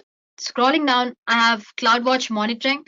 If I want detailed monitoring, then I can go for 1 minute. If I want basic monitoring and not so detailed monitoring, then I can choose 5 minutes here. Then I have an option of assigning storage to my application as well. It says we have magnetic storage, general purpose, and provisioned IOPS as well. When we scroll down again, we see different security groups. I can just click on that and the security group will be added to my application. So once you've made the changes, you can click on apply option here. Though I haven't made any changes, I'm just going to click here. So now Elastic Beanstalk is trying to update my environment. So it's showing gray color here. If you recollect, I mentioned during the earlier part that gray indicates my environment is being updated. Okay, let's go back to configurations. We did have a look at instances. Then you have something called capacity. Apparently, Elastic Beanstalk is assigned a single instance to my application. If I want, I can go ahead and change to auto-scaling groups. You have an option called load balancer. You can click on that here. And you can set the minimum and maximum number of instances that your auto-scaling group can install as well. Then if you have chosen a load balancer option earlier, then a load balancer would have been enabled here. Then we have monitoring details, which provides you with two options, enhanced monitoring and basic monitoring.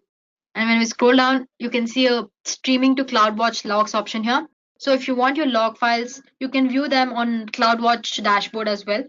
You can set the retention period according to your choice. And suppose you want your application for some private purpose, then you can generate a private VPC for your application. Similarly, you can add or decrease the amount of storage as well. So by explaining all this, what I want to say is your hands are not tied. You can make changes to configurations if you want. Then we have logs option. If you want to have a look at the last 10 lines of your log files, then you have an option. It says last 100 lines. Then if you want full log files, then you click on that. It will provide you a file in download format. You can just download it. Then we have health option here, where it provides the health of your AWS resources. Basically, it shows EC2 instance here. It says it's been 7 minutes or 6 minutes since my EC2 instance has been installed. Then you have monitoring, where it shows different monitoring details like CPU utilization, network in, network out. If you want, you can go ahead and create an alarm with alarm option here. Suppose you want a notification to be sent to you when the CPU utilization or when the number of EC2 instances are scarce in your auto-scaling group. Then you have events here. Events basically are nothing but it's a list of things which has happened since you started launching an environment. When I go down, it says, we have seen earlier on the black screen, the same things are replied here. So it says create environment is starting. Then we saw that EC2 instance has been installed, security groups, Elastic IP address. So basically it shows all the events that has happened from the time Elastic Beanstalk has started to launch your environment until the time you terminated the environment. So that's it. Then you have tag files. You can assign different key values as well. Let's go back. This is a sample application which I've tried to use. Now let me try to upload and deploy a new application version here. Okay, I'm going to go to documentation here. I'm interested with Elastic Beanstalk. I'm going to select on that and then developer guide. Click on getting started here. When you scroll down and deploy a new application version here, based on your sample application, you have different versions of your application. Since I've selected a Tomcat as my platform, I have a Tomcat zip file here. I have already downloaded that. So I'm just going to upload the file there. So let's go back and it says upload and deploy. But let's go back to our folder. Then there's an application versions option here. So it gives you deploy and upload option separately here. I'm just going to upload first, then we'll deploy it. Version label, new version, and upload the file. I have it here, zip file. I'm just going to attach the file and then click on upload option. The new version of my application has been uploaded, but it's not been deployed yet. So when I go back here, you can see that I can still see the same version which was there before. Now let's go back and deploy it. Okay, I'm going to select this and then I'm going to click on deploy option and select deploy here. Let's go back to environment and check. So my environment is being updated. So again, the gray color here. Once it's updated, it will show the new version name here. It is uploaded. So as you can see, it's showing the version name of my new version, application version. Like I said earlier, both my application versions are there. I haven't deleted any. You don't have to delete your application versions when you create a new one. Similarly, you can upload multiple versions of your application. Going back, actions option. Then you have load configuration, which will definitely load your configuration. Then you have save. You can save this configuration. Suppose you want to create an application with same configurations. Again, you don't have to start from the beginning, from creating application, environment, all that. You can just save the configuration and use for the other application or other environment of your application. Then you can clone your environment as well, rebuild the entire environment and terminate as well. So here I have saved configuration. If I have saved this configuration, the configuration would have been listed here, and like that configuration I can use when I'm creating a new environment. Okay, just let's see if I've explored all the options. Environment. Well, I forgot to show you one most important thing. When I click on this URL, it takes me to a page where it shows that my application has been successfully installed. Well, that's it. So now you know how to deploy an application using Elastic Beanstalk.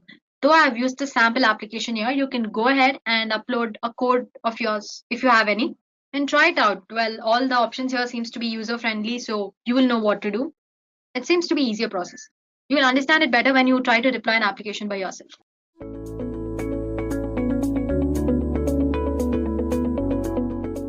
So what is Amazon SES? Amazon SES, or Simple Email Service, as the name describes, is an email service for sending both transactional and mass emails. It is cloud-based and offers a wide list of possible integrations. You have your SMTP interface, which is your Simple Mail Transfer Protocol, which is a communication protocol for email transmission. As an internet standard, your SMTP is an application that is used to send, receive, and relay outgoing emails between senders and receivers. When an email is sent, it's transferred over the internet from one server to another using SMTP. In simpler terms, an SMTP email is just an email sent using the SMTP server. You also have the AWS SDKs with seamless integration with your applications, and even email clients or other types of software. But then you have your regular email service. Why do you want to use AWS? Now, AWS can boast its reliable infrastructure at a very reasonable cost. Amazon prices are very competitive compared to other solutions available in the market for this particular service. If you check its consumer reviews, you will notice it as the most often mentioned advantage, as with other things on the AWS console. But we are going to take a closer look at the Amazon prices as well as its advantages and disadvantages a little bit later in this Amazon SES tutorial. Here we are just going to discuss the main features and the appeal of Amazon SES. First of all, its high deliverability or its deliverability rate. It's one of the main parameters to consider when choosing an email sending service. Amazon takes reputation and whitelisting extremely seriously by supporting all three authentication mechanisms, which are DKIM or Domain Keys Identified Mail, which is an email security standard designed to make sure your messages aren't altered in transit between sending and recipient servers. It uses public key cryptography to sign email with a private key as it leaves a sending server. There's also SPF, which allows email senders to define which IP address are allowed to send mail from a particular domain, and it's better known as your sender policy framework. You also have DMARC, which is domain-based message authentication, reporting, and conformance, which is an email authentication protocol which basically uses the sender policy framework. So as a sender, you authenticate your email using SPF and DKIM, and you publish a DMARC record in your DNS. In addition, you can track all of your sending activity and manage your reputation as well. So obviously, it's highly deliverable. Next, you get content personalization with replacement tags, personalized emails, Are messages tailored to a specific user, notwithstanding the name? Personalized email are a part of automated marketing. They are created with special templates that become individual due to its dynamic content. Your username, date of birth, location, behavior, all in the app. Each of these parameters change from user to user and may affect the type of information included in the message. With dynamic content, you can personalize emails with the user details or even show different information to different users. It's done with variables or placeholders or merge tags. The most common example is sending a newsletter to a list of subscribers and inserting their first names into the welcoming sentence. I'm pretty sure many of you might have gotten emails that way, which seems sort of generic but also personal at the same time. In this case, you use one template and add a first name tag for personalization. And finally, email receiving. Now with Amazon SES, you can not only send emails, but also retrieve them. In this case, you have a set of flexible options as well as usage of the received message as a trigger in AWS Lambda. Now we won't go into details of email receiving in this Amazon SES tutorial. So if you're interested in this feature, you can obviously read up more on it on the official documentation. Now the most obvious use case for and it sends emails with the simple email service or the Amazon SES, the first 62,000 of your monthly emails will be free. This way, if you host your app on Amazon EC2 and need a scalable way of sending emails, Amazon SES is an extremely beneficial choice. So versatile integration is your fourth point. Another point which is extremely important for a service like this is pricing. So let's take a look at Amazon SES's cost. Now, as I already mentioned, if your app is a part of Amazon EC2 or Elastic Beanstalk infrastructure, then you're eligible for a free tier and the first 62,000 emails are free every month. For all other cases, Amazon's policy of pay for what you actually use applies. For emails over the 62,000 limit, you will pay as much as 10 cents or $0.1 for every 1,000 emails that you send, plus 12 cents or $0.12 for each GB of attachments. If your app is not hosted on Amazon's server, the cost will be the same. You have 10 cents for every 1,000 emails you send and 12 cents for each GB of attachment. The only difference is that you will start paying from the message sent. This means that the 10,000 emails without attachment will cost you only $1. If each of these messages have 1 MB of attachment, you will add $1.18 to your payment. The Amazon SES email size is limited to 10 MB. This means you can pay up to $3 for 10,000 emails without monthly charges. If you need a dedicated IP address for more security, it will cost an additional $24.95, so not even $25 per month. Again, an AWS calculator where you can go ahead and look for specific and detailed pricing for your requirements. This is very, very helpful in cost estimation. Moving on, let's discuss a few pros and cons of Amazon SES. Now, Amazon services definitely have both fans and haters, but in general, the concept and especially the cost of Amazon SES are more than inspiring. However, even the moon has its dark side. So let's sum up the pros and define the cons. In addition to my own experience with Amazon SES, I've also reviewed what users have to say on certain platforms such as TrustRadius, Quora, and Stack Overflow. So that is going to be my point of reference for this particular section. Let's first look at advantages. Now, the pros of Amazon SES obviously include high deliverability, as we discussed before, and reliability, along with high sending rates. Apart from this, you don't need any additional maintenance once you have it all set up. So obviously, it's pretty low maintenance. Third point is something I shouldn't even have to mention, which is best quality to price ratio. And finally, you also get a comprehensive set of tools for both email receiving and further management of your infrastructure. Since we spoke about this extensively in the features section, this was a brief recapitulation of that segment. But the cons or the disadvantages is what I want to speak slightly more in depth about. So first con. It has a quite complicated initial configuration. Well, I would call it rather detailed and lacking exhaustive documentation, which I think is one of the selling points of most AWS services, that it has really great documentation. You can follow it word for word and you will never face any issue. And you obviously need a good set of documentation when you start working with a new service. But we're going to solve that issue for you with this Amazon SES tutorial. So no problems there. The next point is there are a few initial limitations before you get approved and verify your sending domains. You need to correctly configure Amazon SES and expand your limits by submitting requests. The third reason is that Amazon SES is a simple sending service and not a marketing platform. And it has been advertised that way to all the right, which is fair. However, many users find the lack of template building extremely confusing. If you're not a web developer and you need to send responsive emails with Amazon SES, what should you do? It's kind of a pain that needs a solution.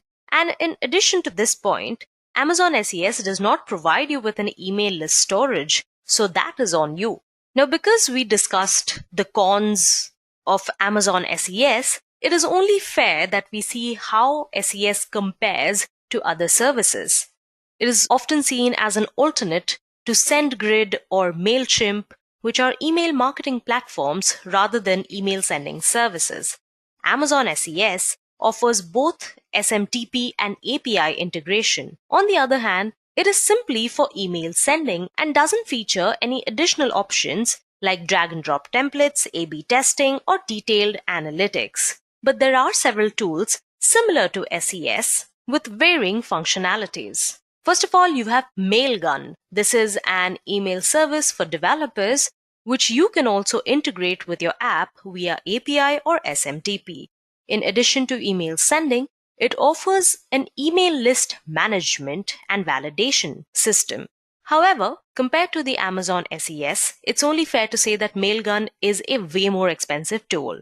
Next, you have ClickSend, which is a dedicated email sending service. You can integrate it via API or SMTP or use its dashboard for marketing emails as well. And finally, you have PeppyPost, which is an email sending service as well, and this can be integrated via API or SMTP Relay and offers extremely competitive pricing to Amazon SES as well. Now, it is worth mentioning that these are several platforms built on top of Amazon SES. They use it as a delivery service and add extra functionalities like email templates. Email Octopus and Sendy are a few tools that they use. Now that you have decided to go with Amazon SES, or at least experiment with it, which is why I'm assuming you are following this tutorial, then this is the section for you. Now, of course, I'm always going to recommend following the official documentation, which you can look at after this Amazon SES tutorial. Indeed, there are many details that you should be paying attention to when you configure your Amazon SES for the first time. But the official guide has dozens of sections which is interlinked, and it's extremely easy to get lost off a linear track if you're trying to dive in deeper. So I've gathered the most important points here, briefly explain them, and then basically I'm going to show you on my management console how to go about this setup. Now, if you're totally new to AWS, what you need to do first is create an Amazon Web Services account first. Yeah, it's your AWS free tier account. You'll be required to enter your credit card information at the registration stage, but you won't be charged until you start using the paid services. So you can go ahead and select the free plan out of the 3 plans to start, and you will get access to all of the Amazon services. Next, you're going to go into your AWS management console. This is what mine looks like, and select Simple Email Service from the list of services. So let's go on search and type SES. You get the simple email service. I'm going to click on this. Okay. Now what we're going to do is we're going to verify email address identities. Yes, it's a little bit annoying, but it's a matter of security and high deliverability. So what you need to do is verify the email identities that you use. So on the left-hand side, I'm going to go and create my SMTP credentials. Now to send emails through the Amazon SES SMTP interface, which is the one we're going to use right now, we are going to begin by creating the SMTP credentials, which is a username and a password. So in the left navigation bar, I'm going to click on SMTP settings. And here you can see your server name, your port, your TLS configuration, and your authentication. I'm going to go ahead, click on this blue button which says create my SMTP credentials. All right. Now you will get a form which says this form lets you create an IAM user for SMTP authentication with Amazon SES. Enter the name of a new IAM user or accept the default and create to set up your SMTP credentials. So what you're going to do right now is copy your credentials because this password will not be shown to you again. So I'm going to open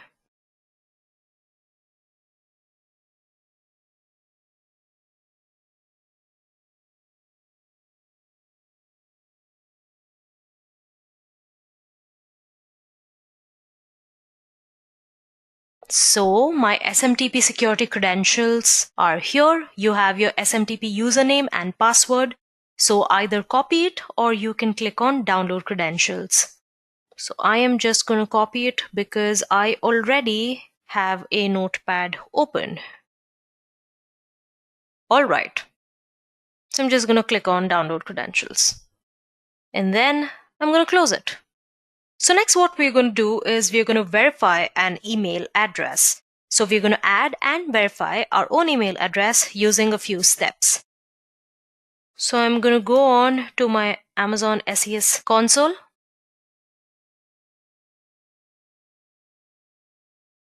So this is our SES home. We are going to go to email addresses and click on verify a new email address. So now we'll be presented with a dialog here. We are going to enter the email address that we wish to send messages from. So I'm going to type my address and I'm going to click on verify this email address. So now we have a verification email sent to my particular ID.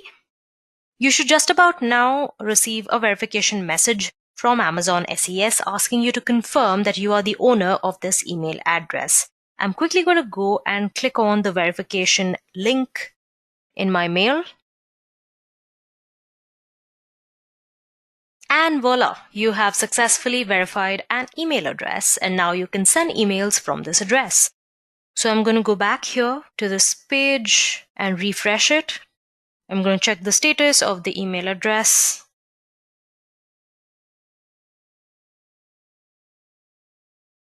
And as you can see, the verification status says verified. Now, all of this is a little bit annoying, but it's a matter of security and high deliverability. And that I have mentioned before. You need to verify all the email identities that you use here using the same process.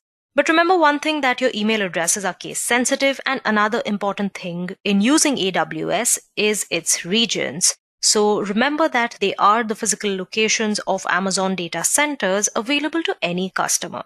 These regions don't limit the usage of AWS services for you, as their purpose is distributing workloads basically. So when getting started, you don't need to worry about this, but if you want to scale your services, you should remember the corresponding limits. In addition, email verification is connected to the region. The easiest way to verify your email addresses is to use the Amazon SES console.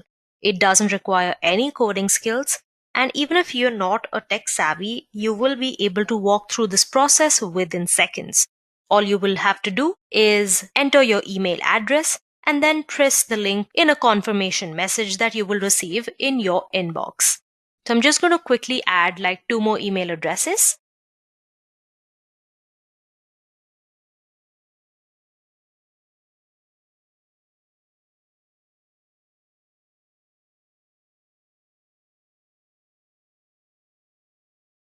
Now, domain verification is a standard procedure as well. You need to add a TXT record to your domain's DNS server. Once your email addresses are successfully verified, you can now start sending emails from them. But note that you need to start in a sandbox mode, which basically means that you can send email to verified email addresses and domains or to the Amazon SES mailbox simulator only, and you can only send up to 200 messages in 24 hours and only one message per second. Sounds complicated, right? A bit, but this is the price you pay for security and sender reputation. However, in my opinion, for experimenting with Amazon SES and understanding how it works, just the basic bare minimum, the sandbox mode is enough. But then again, to move forward and start sending messages to your customers without a need to verify recipients, inboxes, domains, you should basically need to submit a request via the AWS Management Console. In your request, you should describe how you or your enterprise is going to use Amazon SES, build your mailing lists, handle bounces, etc. Now, once you have successfully completed verification, reviewed main AWS definitions, and figured out how all of this actually works, you can move to the email sending. As we have already discussed, you can use SMTP or API. In this particular step, you should define exactly how you would like to send your emails. With SMTP, you can send an email from your application if you are using a framework that supports the SMTP authentication. You can also send messages from software packages you already use, such as your blogging platform, your workflow system, etc. You can also send emails right from your email client and finally integrate it with a server where you host your app. Servers such as your Postfix, Exim, and other such examples. Now, obtaining the Amazon SES SMTP credentials are fairly easy. We saw it a while ago. These are mine in my notepad, as well as integrating your email client or software package. These options might be a good fit for non-developers as well. API integration, however, requires definite technical skills and can be used to make raw query requests and responses, use an AWS SDK, as well as use the CLI or the command line interface. Now, it's time for you to go from theory to practice. Let's review one of the widely used types of integration, sending emails using Amazon SES. Now, I assume you have already obtained your SMTP credentials and switched your Amazon SES instance to the production mode. If you already haven't, you can just, in your left navigation bar, under email sending, go to sending statistics, edit your account details, and enable production access. You can also do this straight out of your sandbox. Yeah? The good news is that the most complicated and time-consuming part is now behind us. All we have to do is integrate our WordPress with Amazon SES for sending notifications or even newsletters. Now for this, you have two options. So now what we are going to do is we are going to send a test email using Amazon SES. So I'm going to go to email addresses. I am going to send a test email from one address to another. You can also send it from one address to itself because that address is verified by us. So I'm going to click on this and I'm going to click on send a test email. From this address of mine to this one, I'm going to select formatted and something simple. Maybe this is a test email. And the email has been sent. All you have to do is go ahead and refresh. And now as you can see, we have our test email saying this is a test email. Okay, now we are going to go back here again, send another test email from the same email address and the same recipient, except for now we are going to use the raw email format. Now, one thing you must have directly noticed is that you have no options in your subject line here. In your formatted email, you have a lot of these options, but when you click on raw, you have no such options. So I'm going to go this, put in your recipient address and your sender's address, and this is a little piece of code. So here I'm going to paste some sample formatted text for this particular email. And you can go ahead and put in your body as well. Now the raw message is a JSON data structure saved in a file named message.json in the current directory. And as you can see, The data is one long string that contains an entire raw email content in MIME format, including an attachment called attachment.txt, which is right here. So I'm going to go ahead and send the test email. And here is the email I sent to myself. It has the sender address and it has the address of the recipient and everything that was there in the email. So alright, that was sending a simple email using the Amazon Simple Email service.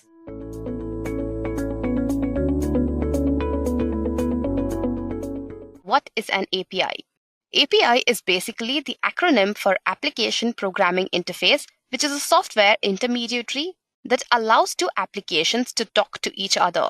Suppose you're searching for a hotel room through an online travel booking site. Using the site's online form, you will fill the necessary information like the city you want to stay in, check-in and check-out dates, number of guests, and the number of rooms. Then you click Search. But what exactly is going on between entering your information to receiving your hotel choices? Yes, that's API. The site aggregates information from many different hotels, and when you click Search, the site then interacts with the hotel's API, which delivers results for available rooms that meet your criteria. And all this happens in seconds because of an API, which acts like a messenger that runs back and forth between applications, databases, and devices. So what exactly is the AWS API Gateway? The AWS API Gateway is basically a service provided by Amazon that is used to create, publish, maintain, monitor, and secure various APIs such as REST API, HTTP, and WebSocket at any scale. As an API developer, you can create APIs that can access either Amazon Web Services or any other web services along with the data stored in the AWS Cloud. As an AWS Gateway API developer, you can create APIs for use in your own client applications as well as make your APIs available to third-party app developers. The API Gateway creates RESTful APIs. The term REST basically stands for Representational State Transfer. It is an architectural style that defines a set of rules in order to create web services. In a client-server communication, REST suggests to create an object of the data requested by the client and send the values of the object in response to the user.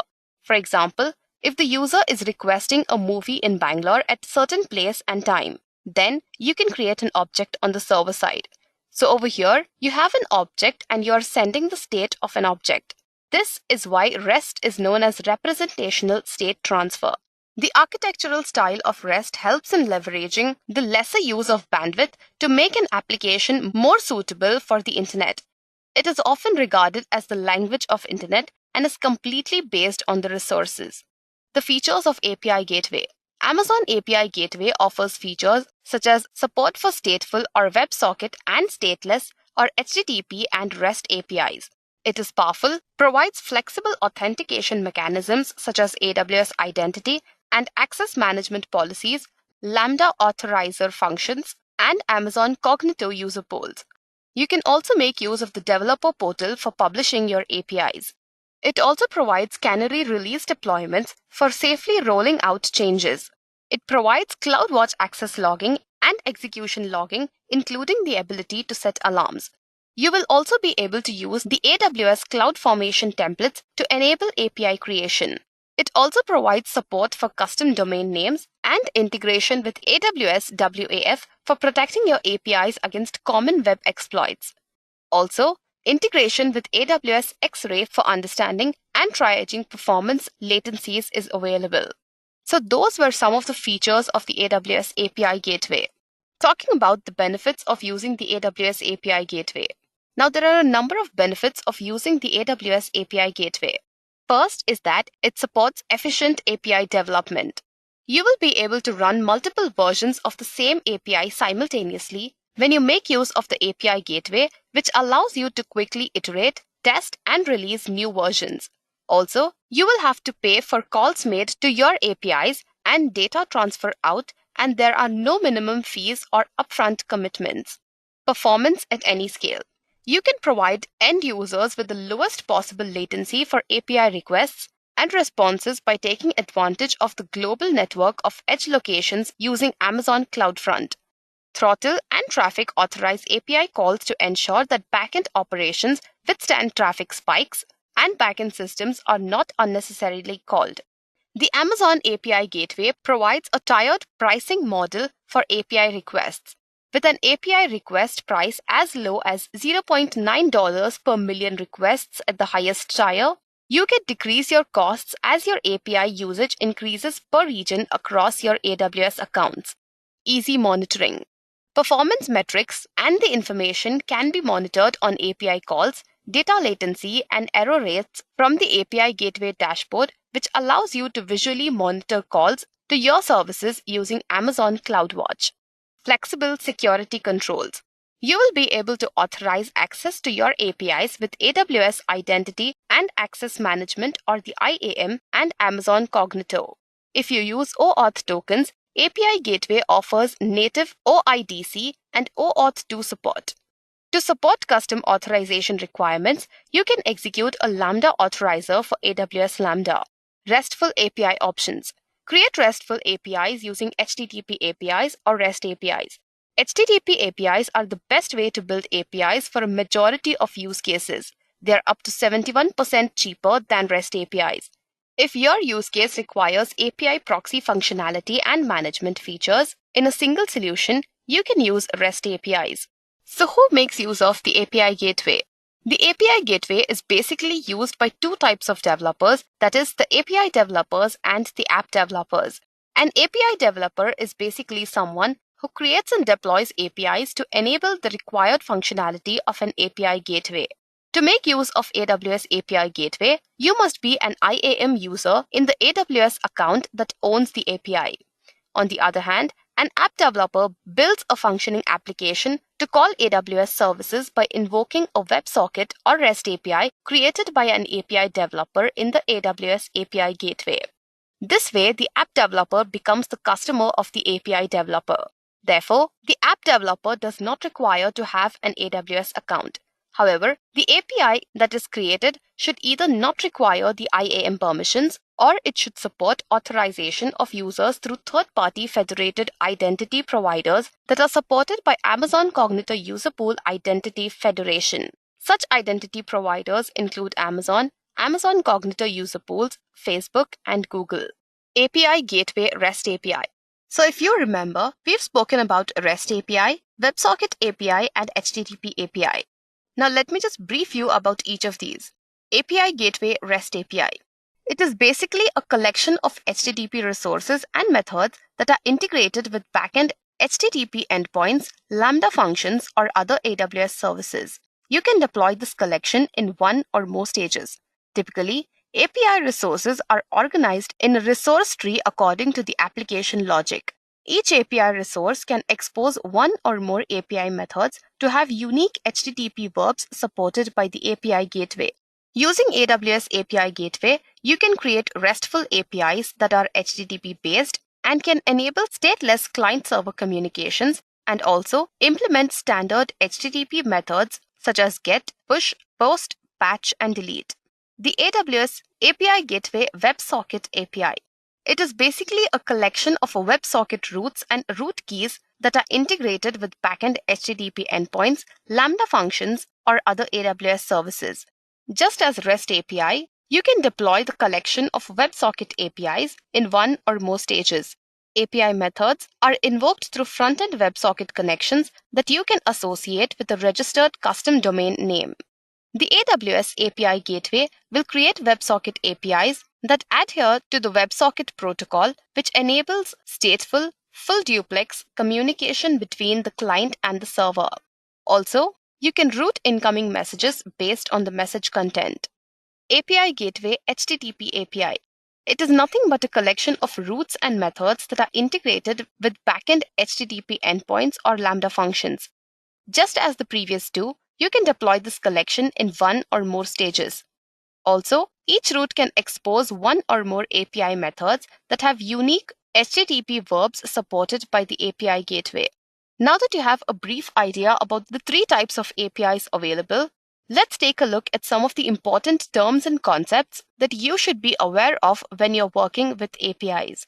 First up is API development. It is nothing but a point-in-time snapshot of your API Gateway API. To be available for the client's use, the deployment must be associated with one or more API stages. API Developer. This is nothing but your AWS account that owns an API Gateway deployment. For example, a service provider that also supports programmatic access. API Endpoint. An API endpoint is a host name for an API in API Gateway that is deployed to a specific region. An API Key. An API key is basically an alphanumeric string that API Gateway uses to identify an app developer who uses your REST API or the WebSocket API. API Gateway can generate API keys on your behalf, or you can import them from a CSV file. These API keys can be used along with Lambda authorizers or usage plans to control access of your APIs. API Stage. An API stage is a logical reference to a lifecycle state of your API. These API stages are identified by an API ID and the stage name. A callback URL.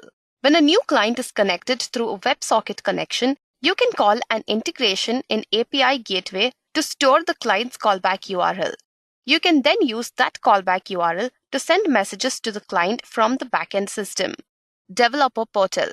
An application that allows your customers to register, discover, and subscribe to your API's products, manage their API keys, and view usage metrics of your APIs. Edge-optimized API endpoint.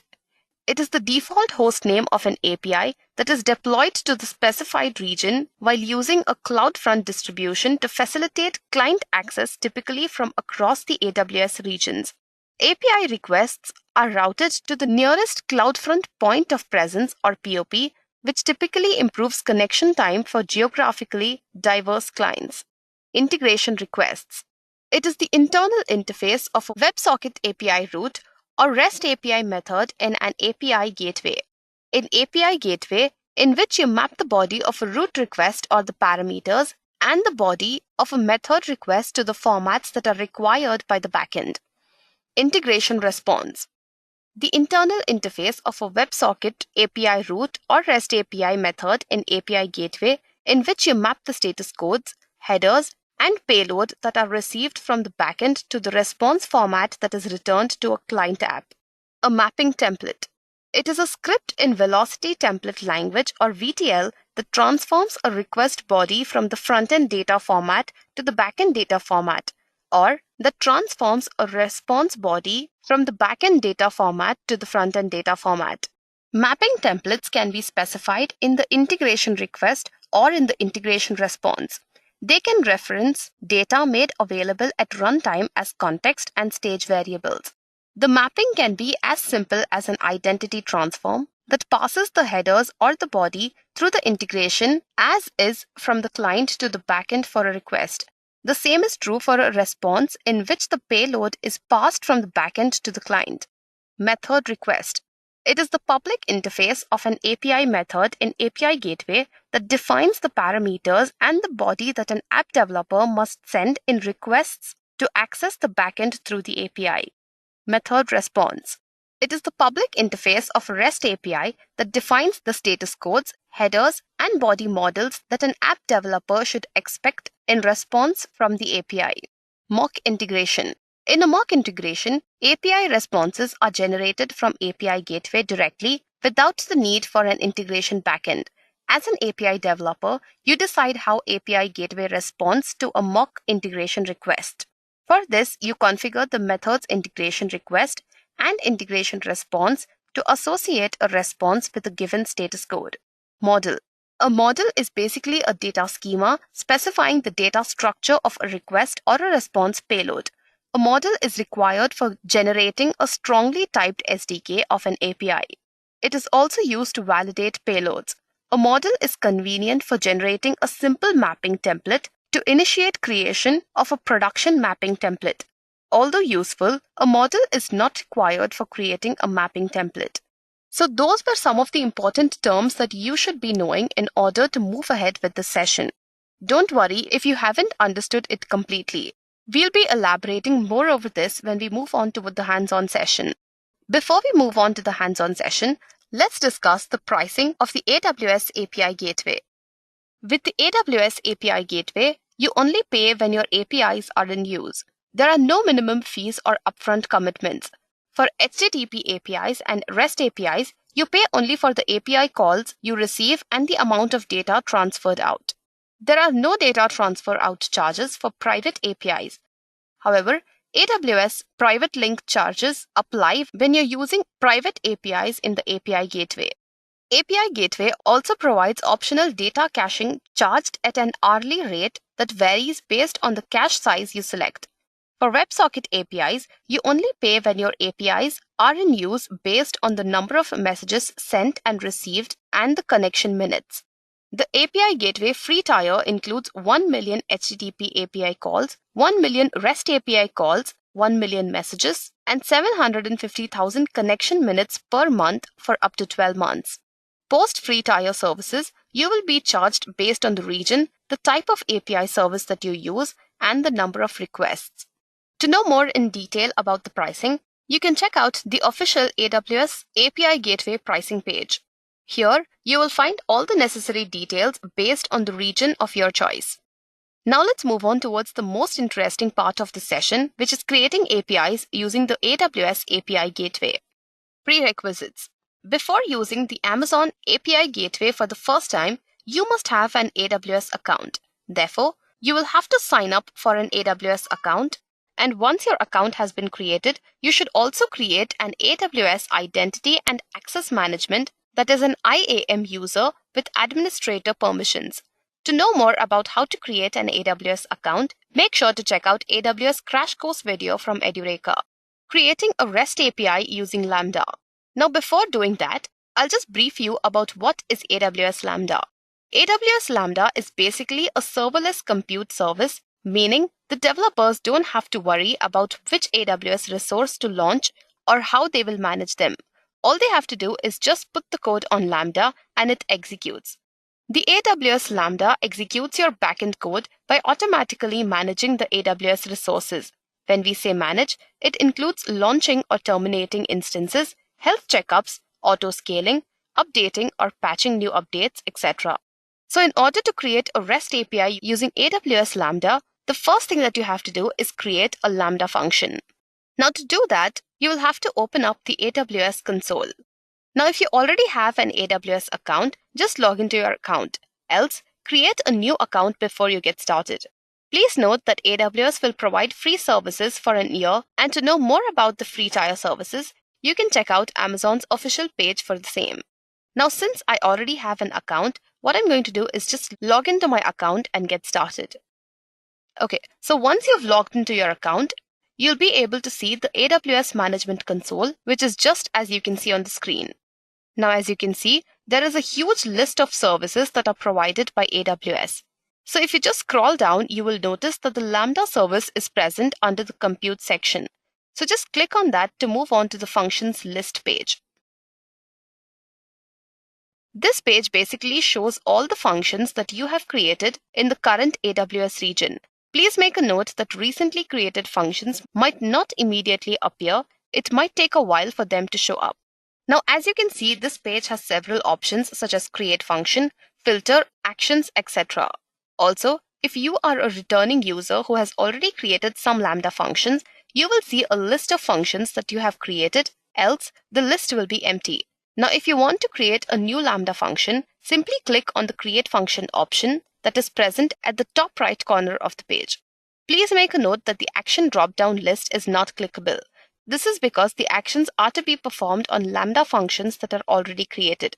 So if you do not have any function, you will not be able to click on the actions list. However, if you have some function present already, select the function and you will see that the actions list gets enabled and it provides three options, that is view details, test and delete. As the name suggests, these actions will help you view the Lambda function details, test it or delete the functions if it is no longer required. Now, since we are focusing on creating a Lambda function, let me just create on the create function option. So now we've moved on to the create function page. The first option is author from scratch that allows you to create the Lambda function completely on your own. So if you want to create your own Lambda function, just give a suitable name and specify the runtime that you prefer. In our case, the name of the function will be Hello World. The runtime or the language that I want to make use of is Python. So I'll just select Python 3.8. So next up after the runtime, you see something called as permissions, which basically refers to the function permissions. By default, Lambda will create an execution rule with permissions to upload logs to the Amazon CloudWatch logs. Amazon CloudWatch is nothing but a monitoring and management service. It provides data and actionable insights for AWS, hybrid and on-premises applications, and infrastructure resources. When you make use of AWS CloudWatch, you can collect and access all your performance and operational data in form of logs and metrics from a single platform. However, the default role can be customized later when you wish to add triggers. Okay, so now I'll go ahead and click on Create Function option. It will take a few minutes to do so, so let me just wait for the same. Okay, so once the function has been created, you will see the message just as you see on the screen, which says successfully created the function Hello World, which is the name of the function that I just created. Now this page basically allows the user to manage the code and the configurations. Once you have provided the required code and its configurations, simply click on Test in order to execute the code. Now before doing that, let me walk you through this page. The first element that you see over here is page configuration. This element has something called as the designer. Here, you can add triggers, layers, and destinations to the Lambda function that you have created. A trigger over here refers to an AWS service or a resource that is used to invoke the Lambda function. Now, if you want to connect your function to a trigger, just click on Add Trigger option. And as you can see, there is a drop-down list over here with a huge list of triggers that you can choose from. Choose any service from the list to see the available options. As of now, I will not be using any of these, so I'll just click on Cancel to get back to the previous page.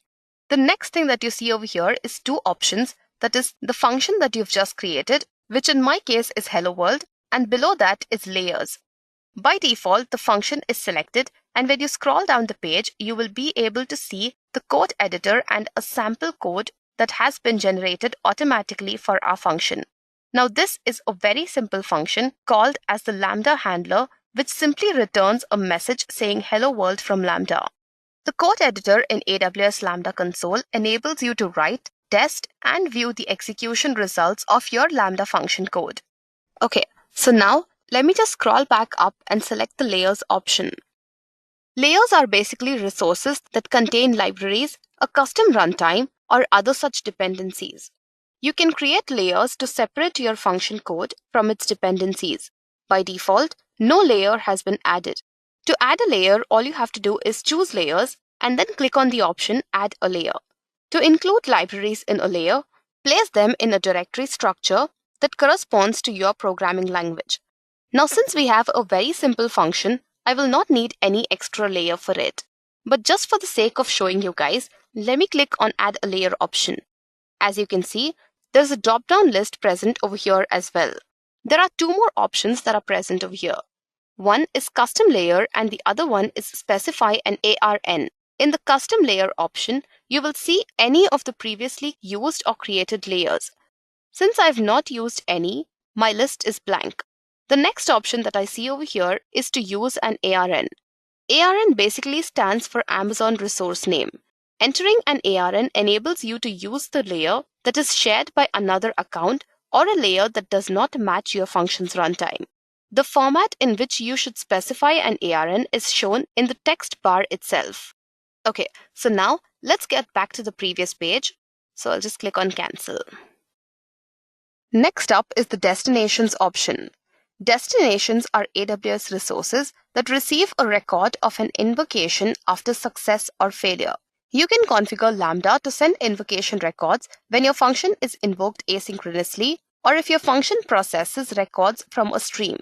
To add a destination, choose Add Destination option. The contents of the invocation record and supported destination services vary by the source. Now the next element that is present over here is permissions. Like I've already mentioned before, the default execution role that we used for this Hello World Lambda function has permission to store logs in Amazon CloudWatch logs. Now this is the only permission it has got for now. The resource permissions can vary depending on the role that you select for the function. Finally, the monitoring element of this page. When you click on this page, you see some graphs which are not showing any data for now. This is because I have not invoked my function as of yet. Once the function is invoked, you will be able to monitor, trace, and debug your Lambda functions. Okay, so coming back towards the Hello World function, let me just scroll down to the code editor. So now, to invoke this function, I will have to test it. Before clicking on test, let me just show you the default test event that is present. Now you can open the test configuration either by clicking on select a test event dialog box or opening the drop-down list that is present next to the test option in the code editor. So let's click on configure test events. Okay, so now as you can see, there are some default test events that are present over here. Also, by default, the create new test event option has been selected. The other option is edit save test events that cannot be selected as I have not created any test event before. So what I'm going to do is just give some name for this event, say event 1, and then I will click on create. Okay, so now our function is ready. To invoke the Lambda function, click on test. As you can see, the message says execution result has succeeded. When you open the details, you will be able to see the summary of the log output. The summary section shows the key information such as the time taken for the execution, build duration, which is 100 milliseconds, request ID, etc., reported in the log output. The log output section will show the logs generated by the Lambda function execution. When you check the monitoring page this time, you can see that the metrics over here have updated. In order to gather some more metrics, all you have to do is just execute or run the Lambda function a few times. Okay, so now our Lambda function is ready. The next thing that we have to do over here is create the API Gateway. So in step 2, you have to get back to the AWS console and from Networking and Content Delivery Service list, select API Gateway. Now in case you have already created APIs earlier, you'll be able to see them just like how you were able to see the Lambda functions list. Now, if you want to create a new API, click on Create API option. If you are using the API Gateway list for the first time, you see a page that introduces you to the features of the API Gateway. Now, since we are constructing on building a REST API, I will click on Build from REST API option. When you do this, you'll be able to see the Create New API page. Under Settings, for API name, you can enter any name and I'll be entering New API. Next, if you wish, you can enter a description in the description field. However, this is optional, so you can leave it empty as well. In my case, I'll just leave it empty. For the endpoint type, I'll keep it regional. Now once that is done, click on Create API. Okay, so as you can see, under resources, there is nothing but just a slash. This basically depicts the root level resource, which corresponds to the base path URL for your API. Next, click on the Actions menu. From the Actions menu, click on Create Method. When you do this, you will see that a new drop-down menu pops up below the root directory. This list basically consists of basic API methods such as get, put, post, delete, etc. For the purpose of this tutorial, I will select the get method and click on the tick mark beside it in order to save the choice that I just made. So as you can see, the get method setup pane has opened and by default, the Lambda function option has been selected. If you remember, prior to creating this API, we created the Lambda function that we wish to use along with this API. So next, select the Use Lambda Proxy Integration option. For Lambda region, choose the region that you created the Lambda function in. In my case, it's Ohio. Now since Ohio is in US East 2, I'll just keep the region as US East 2. Please select the region according to where you have created your Lambda function. In the Lambda function field, enter the name of the Lambda function that you created earlier.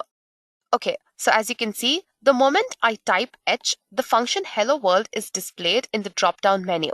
In case you forget the name of the function that you have created, just type any character and delete it. Then you will be able to see a drop-down menu that shows the Lambda function that you have created earlier. Leave the Used Default Timeout checked And finally, click on the Save button to save your choice. Okay, so as you can see, a pop-up named Add Permission to Lambda function has been displayed that says, you are about to give API Gateway permission to invoke your Lambda function. Now this is exactly what we want. So just click on OK. So next up, you will see another pane that is Get Method Execution pane. As you can see, this execution pane consists of a number of items. The client box over here represents the client, which is the browser or the application that calls your API's Get method. If you click on the test link and then click on Test, this simulates a GET request from a client. The method request box represents the client's GET request as it's received by API Gateway. If you choose method request, you'll see settings for things like authorization and modifying the method request before it's passed through to the backend as an integration request. Now for this demonstration, I leave everything set to the default values. The next box that you see is the integration request box. This box represents the GET request as it's passed to the backend. Here, the settings depends on the integration types that's selected. The URL path parameters, URL query settings parameters, HTTP headers, and mapping template settings are for modifying the method request as needed by the specific backend.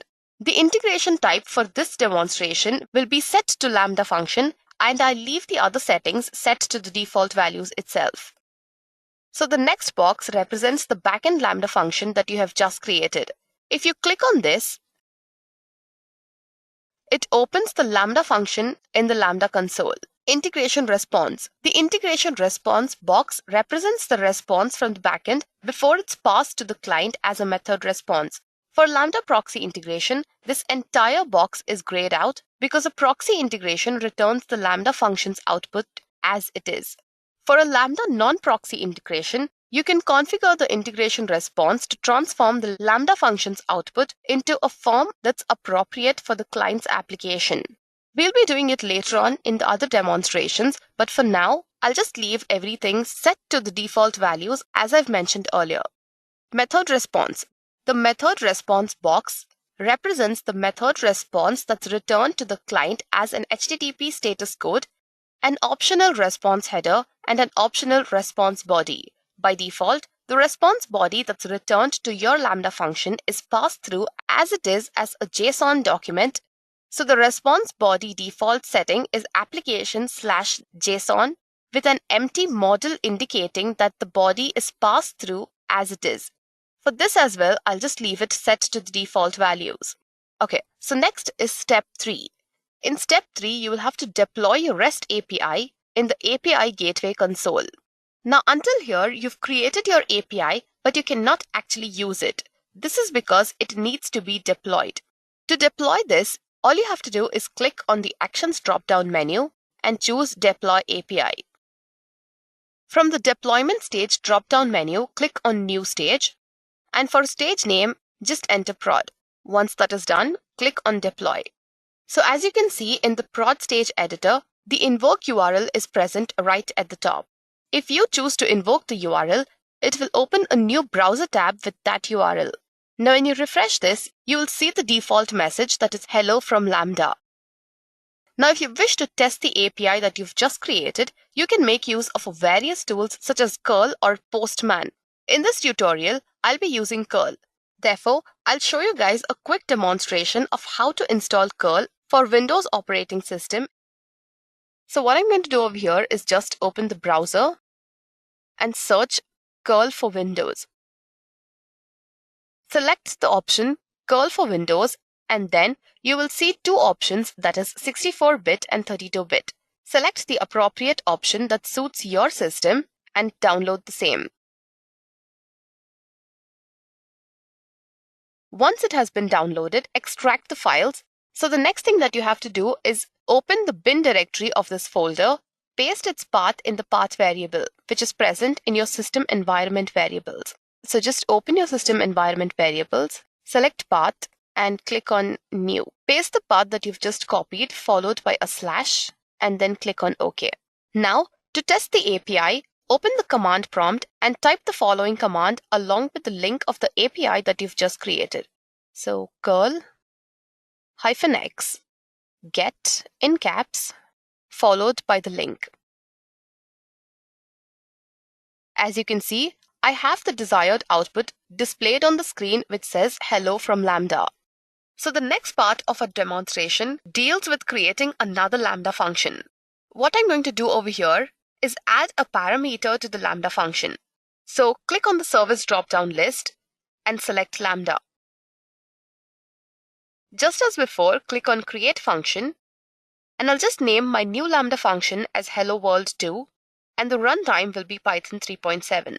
Under Permissions, expand Choose or Create an Execution Role, and from Execution Role drop-down list, choose Use an Existing Role. From Existing Role, choose the role from your previous Lambda function. Also, you can create a new role with basic Lambda permissions. Then choose Create Function. In the function code pane, you'll see the default Hello from Lambda function. Now what I'm going to do is just replace the entire function with the code that I've already kept ready over here. So I'll click on Deploy. And the next thing that I'm going to do over here is add a resource, method, and parameter to the REST API in the API Gateway console. So I'll just click on Services, and then I'll click on API Gateway. From the APIs list, choose New API, and under Resources, click on /. Next, click on the Actions drop-down menu and click on Create Resource. For resource name, I'll just enter my resource. So notice that the resource path field is populated automatically with the resource name. Choose Create Resource. Next, from the Actions drop-down menu, choose Create Method, and under the resource name, that is my resource, you will see a drop-down menu. Choose Get, and then I'll just click on the checkmark icon to save the choice. Now in the My Resource Get Setup pane, for integration type, I'll just keep it as Lambda function. And for Lambda region, just like before, we'll choose the same region where we've created the Lambda function. In my case, it's US East 2. In the Lambda function box, type any character and then choose the Lambda function that you've just created, which is Hello World 2 in my case, from the drop-down menu. Now, in case the drop-down menu doesn't appear, just like I've told you earlier in the first session, type any character and just delete it. So once you've selected the Lambda function that you created, click on Save.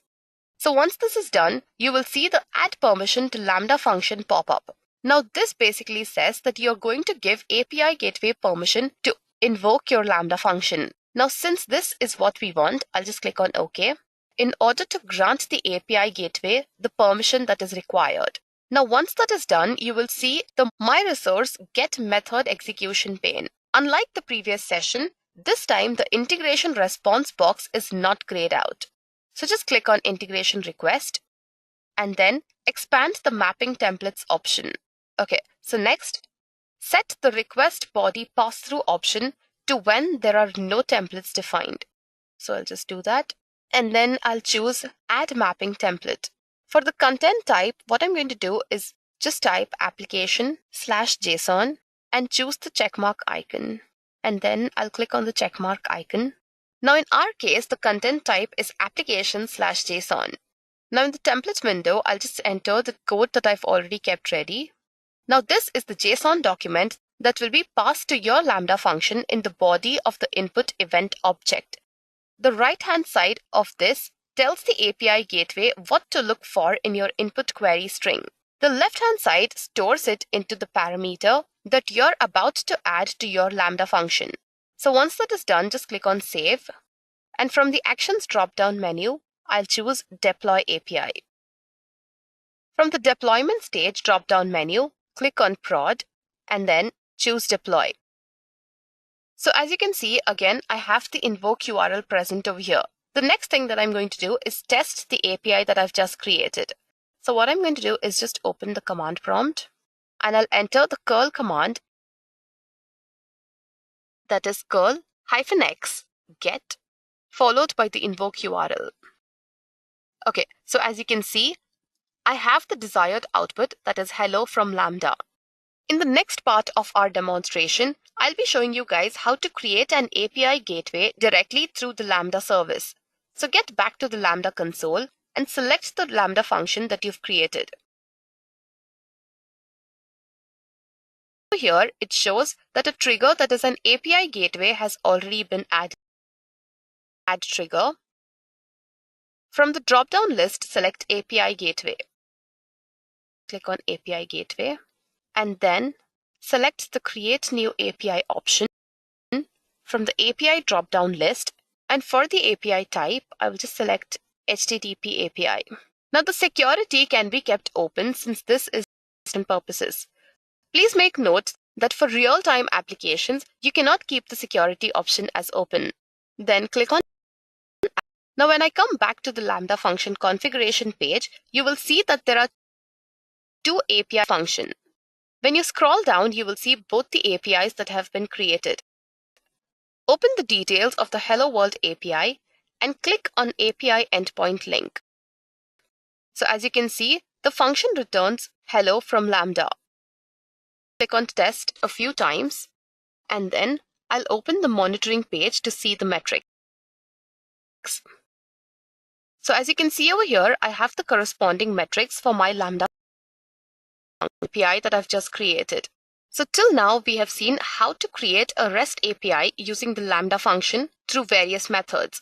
The next thing that I'm going to show you over here is how to create with mock integration.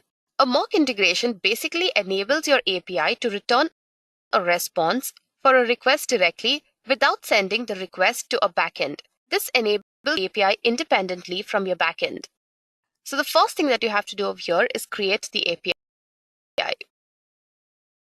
Now for the purpose of this demonstration, I will create an API with the query parameter in the API Gateway console.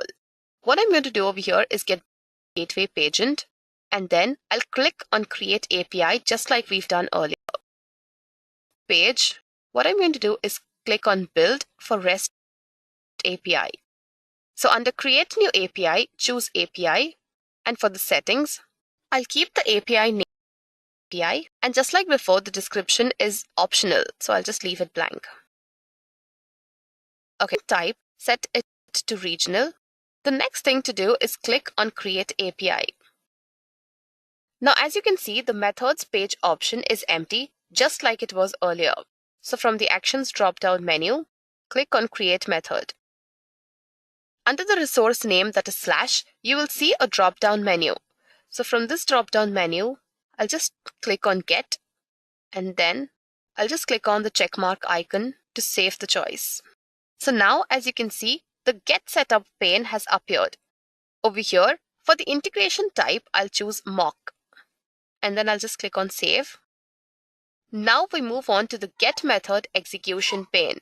Okay, so now we've moved on to the Get Method Execution pane. Now the terms that are present over here have already been explained in the previous session. So in case you guys want to know what they are, just get back to the previous session and take a look at it. So for the next thing, what I'm going to do is create the mock integration. In this step, instead of integrating with the backend, I'm going to add a query string parameter to the get method, and then I'll specify the response codes and messages that our API will have to return. So first, create the query string parameter. Now for this, I'll just choose method request. In the get method request pane, I will expand URL query string parameters, and then I'll choose add query string. Over here, I'll just type my string for the name. I'll click on the checkmark icon. Okay. So next, what I'm going to do is create a mapping template that maps the query string parameter values to the HTTP status code values that are to be returned to the client. So I'll just get back to the method execution pane, and then I'll select on integration request. Okay, so from the integration request, I'll expand the mapping templates pane, and for request body pass-through, I'll choose the recommended option, that is when there are no templates defined. Content type again will be application/JSON. So I'm going to replace the contents that are present over here with the code that I've already kept ready. So I'll just paste it, and then I'll just click on Save. So step 3 is to define the successful response. So what I'm going to do over here is create a mapping template that maps the HTTP 200 status code value to a success message that is to be returned to the client. So I'll just click on method execution, and from here I'll move on to the integration response. Now expand the 200 response and then expand the mapping template section. Okay, so under content type, I'll just choose application/JSON. And for the template contents, I'll just have a basic message that says hello from Edureka. Okay, so I'll just paste that over here. And then I'll click on save that is present in the mapping template section. Please make a note over here, guys, that you can see two save options. One is in the mapping template section. From both these options, you will have to select the save option that is present in the mapping template section. Now add an HTTP 500 status code and an error message. Okay, so in this step, what I'm going to do is add an HTTP 500 status code that the front end can return to the client, and then you map it to an error message. So first, I'll have to add the 500 status code. Back to method execution, and I'll click on method response. Then just click on add response. Status, enter 500. And then click on the check mark, and then I'll just click on the check mark icon. Okay, so now create a mapping template that maps the returned 500 to an error message from the front end to the client. So for that, I'll just get back to the method execution pane, and I'll get into integration response. Then I'll choose add integration response, and for HTTP status regular expression, enter 5/d and 2 within curly braces. Now for method response status, choose 500 from the drop-down menu and then just click on save. Next up, all you have to do is expand the 500 response and then expand the mapping template section if it isn't already expanded. Under content type, I'll choose add mapping template, and in the box under that, I'll just enter application/JSON, and then I'll click on the check mark icon. Now the message over here will be replaced saying that this is an error message. Okay, so I'll just paste that and I'll save the changes. Now for the final step, that is step 5, I'll have to test the mock integration. So I'll just click on method execution and I'll just click on the test option that you see over here. Now under query string, I'll just enter my string equals my value. And then I'll choose test. So as you can see over here, we have our desired output that says hello from Edureka. Now this basically means that we have successfully created the mock API. Now in case you want to check if the error condition is also working, all you have to do is just go back to the query string text box and just delete some item from there. What I'm going to do is just delete whatever value is present for my string and I'll just leave it as an empty string. Okay, and then I'll click on test. So there it is. You can see the desired message that says this is an error message. So this brings us to the end of this AWS API Gateway.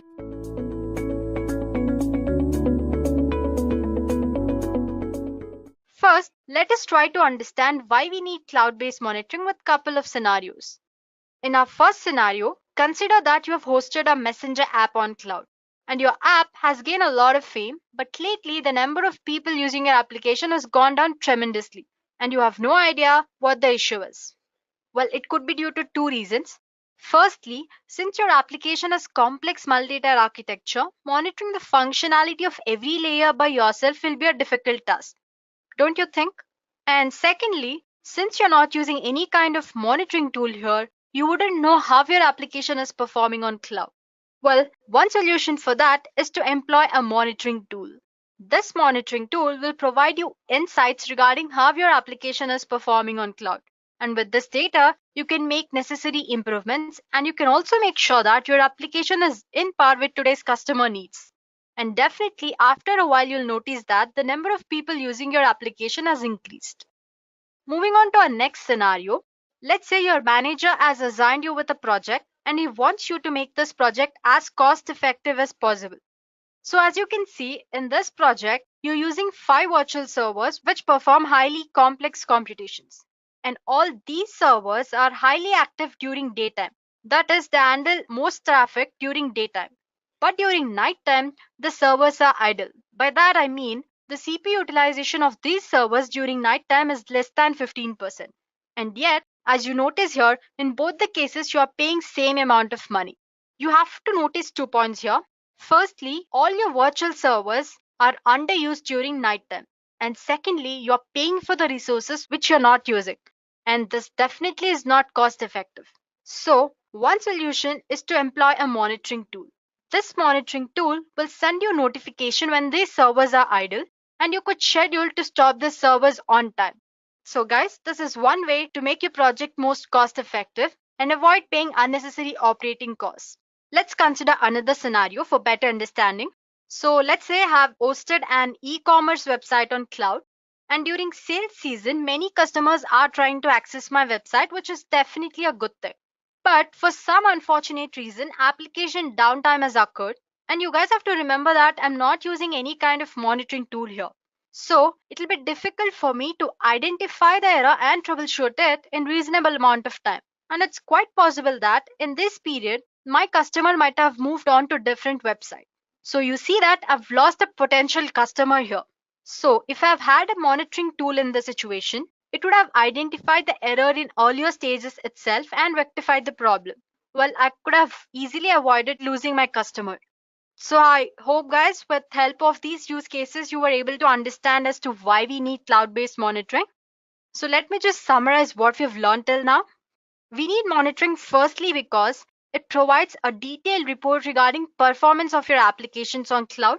And secondly, it helps us to reduce unnecessary operating costs which we are paying to the cloud provider. Moreover, it detects problems at earlier stage itself so that you can prevent disasters later. And finally, it monitors the user's experience and provides us insights so that we can make improvements. So well guys, in this session, we will be discussing about one such versatile monitoring tool called Amazon CloudWatch. Amazon CloudWatch basically is a powerful monitoring tool which offers you a most reliable, scalable, and a flexible way to monitor your resources or applications which are currently active on cloud. It usually offers you with 2 levels of monitoring, which are basic monitoring and detailed monitoring. If you want your resources to be eligible for basic monitoring, all you have to do is to sign up for AWS free tier. In basic monitoring, your resources are monitored less frequently, like say every 5 minutes, and you're provided with a limited choice of metrics to choose from. Whereas in detailed monitoring, all your resources are monitored more frequently, like say every 5 minutes, and you're provided with a wide range of metrics to choose from. But if you want your resources to be eligible for detailed monitoring, you'll have to pay a certain amount of money according to AWS pricing details. Now, let's have a look at few monitoring services offered by Amazon CloudWatch. Amazon CloudWatch, firstly, it provides a catalog of standard reports which you can use to analyze trends and monitor system performance. And then it monitors, stores, and provides access to system and application log files. Moreover, it enables you to set up high-resolution alarms and send notifications if needed. And Amazon CloudWatch also sends system events from AWS resources to AWS Lambda functions, SNS topics, etc. So if you have not understood any terms which I've used here, don't worry, we'll get to know more about these terms as we progress through the course of this session. Earlier, I mentioned that Amazon CloudWatch allows administrators to monitor multiple resources and applications from single console. These resources include virtual instances hosted in Amazon EC2, databases located in Amazon RDS, data stored in Amazon S3, Elastic load balancers, and many other resources like auto-scaling groups, Amazon Cloud Trail, etc. So guys, now let's try to understand Amazon CloudWatch a little deeper. Firstly, we'll have a look at few Amazon CloudWatch concepts, and then I'll explain you how Amazon CloudWatch actually operates. So it's metric. A metric represents a time-ordered set of data points that are published to cloud. So what I mean by that is, suppose let's say you have 3 variables x, y, and z, and you have created a table which has values of x with respect to y over a period of time. In this scenario, the variable x which you have been monitoring till now is a metric. So you can think of metric as a variable which needs monitoring. Next we have dimensions. Let's consider same variables x, y, and z. Previously, you had created a table which has values of x with respect to y. Now, let's create another table which has values of x with respect to z. So basically, we have two tables which describe same variable x but from two different perspectives. These are nothing but dimensions. So basically, a dimension is a name value pair that uniquely identifies a metric. And Amazon CloudWatch allows you to assign up to 10 dimensions to a metric. Then you have statistics. Previously, we had created two tables which had values of x with respect to y and as well as z. You can combine data from these tables, like to create a chart or maybe plot a graph for analytical purposes.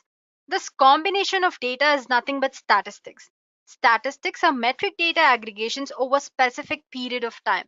Then you have alarm. Let's say you have been monitoring this variable x for some time now, and you want a notification to be sent to you when the value of x reaches certain threshold. All you have to do is set an alarm to send you notification. So basically, alarm can be used to automatically initiate actions on your behalf. Now that you have clear understanding of concepts of Amazon CloudWatch, let's see how Amazon CloudWatch operates. Amazon CloudWatch has complete visibility into your AWS resources and applications which are currently running on cloud. So firstly, it collects metrics and logs from all these AWS resources and applications. And then by using these metrics, it helps you visualize your applications on CloudWatch dashboard. Moreover, if there is some sort of operational change in AWS environment, Amazon CloudWatch becomes aware of these changes and responds to them by taking some sort of corrective action, like maybe it sends you a notification or it might activate a Lambda function, etc. And finally, it provides you real-time analysis by using CloudWatch Metric Math.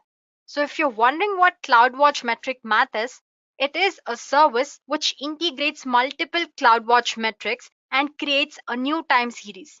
And you can view this time series on CloudWatch dashboard as well. So working this way, Amazon CloudWatch provides you with system-wide visibility. It even provides you actionable insights so that you can monitor your application performance. Moreover, it allows you to optimize resource utilization if needed.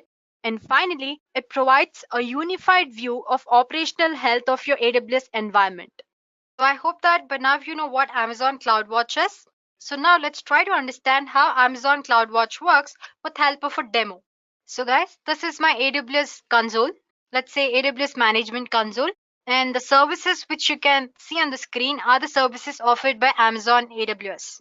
But in this demo, we're going to use only few services. Let's say CloudWatch, and then you have EC2 and a service called Simple Notification Service. And when I click on EC2, it takes me to EC2 dashboard where you can see that I have 4 instances which are currently active. You know that here in this demo, I'm supposed to get a notification saying that CPU utilization of my instance is less than 25%. For me to receive a notification first, I'll have to create a topic and subscribe to it with my email ID. So let's explore a service called Simple Notification Service, where you can create a topic and subscribe to it. Once you reach SNS dashboard, click on Topics option on the navigation pane and click a Create New Topic. Give your topic a name. Let's say CW topic, and give the display name as well. Let's give the same name and click on Create Topic option here. You can see that I've successfully created a topic. Now click on the topic which you have created and select Actions and subscribe to topic option.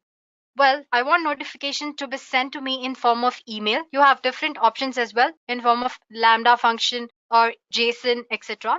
But I'm going to choose it as email and give my email ID, which is here, and then click on Create Subscription option. So now whenever AWS console wants to send me a message, it will send to the email ID which I used to subscribe the topic. Now let's go back to CloudWatch dashboard. So guys, this is my CloudWatch dashboard and you can see different options on navigation pane. Firstly, I have dashboard where I can view all my metrics at same place. Then you have alarms, which shows the list of alarms which you have configured. And then you have events and logs, which we'll be exploring later. Our topic of interest is the last one, which is metrics. Select the metrics option here and then choose EC2 and then per instant metrics. When you do that, a list of metrics will be shown to you like network out, CPU utilization, network packets in, network packets out, and various other metrics for various resources which are currently active on your cloud. So, but we are interested only with CPU utilization. So I'm going to type that here. Well, it shows the list of instances which are active on my cloud.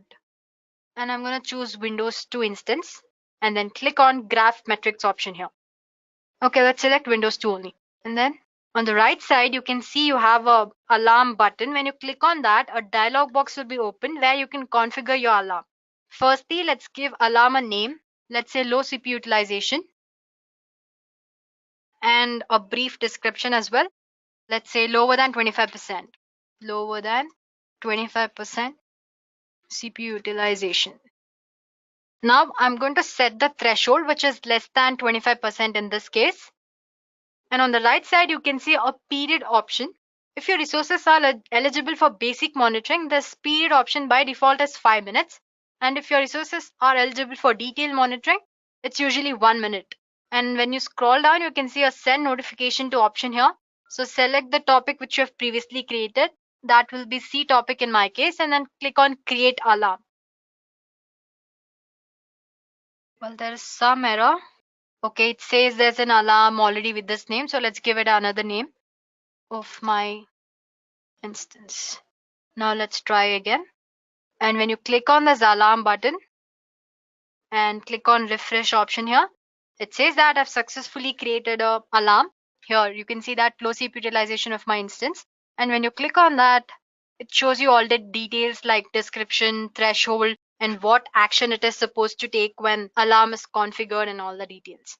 So guys, try it out. It'll be easy for you to understand CloudWatch console much better. Okay guys, now you know what Amazon CloudWatch is, what it does, and the way it operates. But to understand the capability of Amazon CloudWatch completely, we should be aware of two important segments of Amazon CloudWatch, which are CloudWatch events and CloudWatch logs. So let's discuss them one by one. Firstly, we have Amazon CloudWatch events. Consider the scenario. Let's say you've created an auto-scaling group, and this auto-scaling group currently has terminated an instance. So you can see this as some sort of operational change in AWS environment. When this happens, Amazon CloudWatch becomes aware of these changes and responds to them by taking some sort of corrective actions. Like in this case, it might send you a notification saying that your auto-scaling group has terminated an instance, or it might activate a Lambda function which updates the record in Amazon Route 53 zone.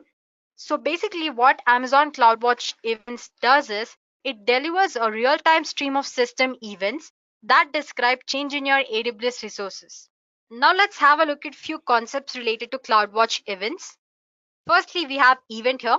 An event indicates change in AWS environment, and AWS resources generate events whenever the state changes. Let's say you have terminated an active EC2 instance.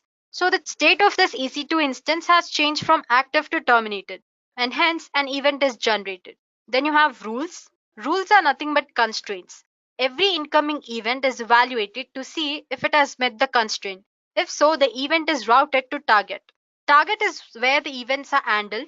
Target can include Amazon EC2 instances or a Lambda function or an Amazon SNS topic, etc. Now let's try to understand Amazon CloudWatch events better with help of use case. In this use case, we are going to create a system that closely mimics the behavior of dynamic DNS. And for those who don't know what dynamic DNS is, let me give an example. Let's say you want to access internet at home. Then internet service provider assigns you an IP address, but since internet service provider uses different kind of online systems, this IP address keeps changing, because of which it might be difficult for you to use this IP address with other services like webcam, security camera, thermostat, etc. So this is where dynamic DNS comes into picture. What dynamic DNS does is it assigns a custom domain name to your home IP address, and this domain name is automatically updated when IP address changes. So basically, dynamic DNS is a service that automatically updates a name server in domain name system. And Amazon offers you with a similar kind of service called Amazon Route 53. So in this use case, we are going to update Amazon Route 53 whenever an Amazon EC2 instance changes its state. Now let's see how the use case actually works. This use case precisely works this way. So whenever an EC2 instance changes its states, Amazon CloudWatch event becomes aware of these operational changes and it triggers a Lambda function. This Lambda function uses different kind of information regarding the instance like its public and private IP address, and it updates a record in appropriate Route 53 hosted zone. So let's say you have an EC2 instance and you have terminated the instance. So Amazon CloudWatch events become aware of this and it triggers a Lambda function. And this Lambda function deletes the record from Amazon Route 53. Similarly, if you have created a new instance, again Amazon CloudWatch events become aware of this and it triggers a Lambda function, and this Lambda function creates a new record in Amazon Route 53. I hope you have understood what Amazon CloudWatch events is and what it does. Now let's discuss how Amazon CloudWatch events works with help of a demo. So in this demo, we will schedule to stop and start EC2 instances with help of Lambda function and CloudWatch events. So let's go ahead with demo. So guys, you can see that I have 4 instances which are currently active. First, I'm going to create a Lambda function which is going to stop my Windows 2 instance. And you guys need to know that for Lambda function to do that, we need to assign permission.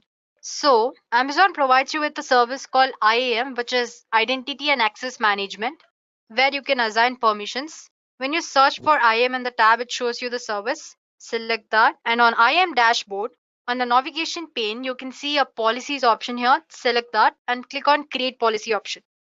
First, it's asking you for a service here, which will be EC2 in our case. Click on EC2 function, then actions, which will be to start and stop my EC2 instances. So let's search for start instance. Well, a predefined function is already there, so you can choose that. Then you have stop instance. Again, select that. And then I want this to be eligible for all the resources, so I'm going to choose all resources here and click on review policy option. Let's give our policy a name, that is to start and stop EC2 instances, and description as well, a brief description, let's say to start and stop instances. And now click on create policies. It's taking a while. So I've successfully created a policy here. Next, we have to assign this policy to Lambda function. So click on roles here, then click on create role, choose Lambda function here and click on next permission. Search for the policy which we have created earlier, that is to start and stop. I found the policy, select that and click on next review option. It's asking for a name. Let's give a name. Start, stop instances and click on create role. I've successfully created a role. So what we have done here is we have assigned permission for Lambda function to control EC2 instances. Now let's create a Lambda function. You can search for Lambda in the search tab and there click on create function. Give your Lambda function a name. Let's say to stop instance and select the role which you have previously created and click on create function. You can see that I've successfully created a Lambda function. And now I'm just going to copy the code to stop EC2 instances here. I'm going to select this and paste it over here and make sure to save it. As you can see here in this function, it asks for instance region and instance ID. So let's configure the details. Let's give it as stop instance. And here you'll have to insert instance region and ID. Instance region and instance ID. Now we'll have to copy the instance region and ID of the instance whichever we need. So let's go to EC2 dashboard here. Now let's say I want my Windows 2 instance to be stopped. This is the instance ID which I'm going to paste it over there. Similarly, instance region now. Well, in this case, I'm choosing Windows 2 instance. You can choose whichever instance you want to stop. Once you're done that, you click on create option here. Test the configuration details. When you scroll down, you can see the execution results here. It says that my instance has been successfully stopped. Let's go and check in the EC2 dashboard. Here on the EC2 dashboard, I'm going to refresh it. And you can see that my Windows 2 instance has successfully stopped. Now we'll create another Lambda function which will restart this function. Again the same, search for Lambda function in the search tab and click on create function option. it asks for a name. So let's say start instance, and choose the role which you have previously created and click on create function. Again, you'll have to paste the code to start the instances over here and click on save option. Let's try to configure this. Let's name it as start instance. And again, it asks for two attributes, which are instance region and ID.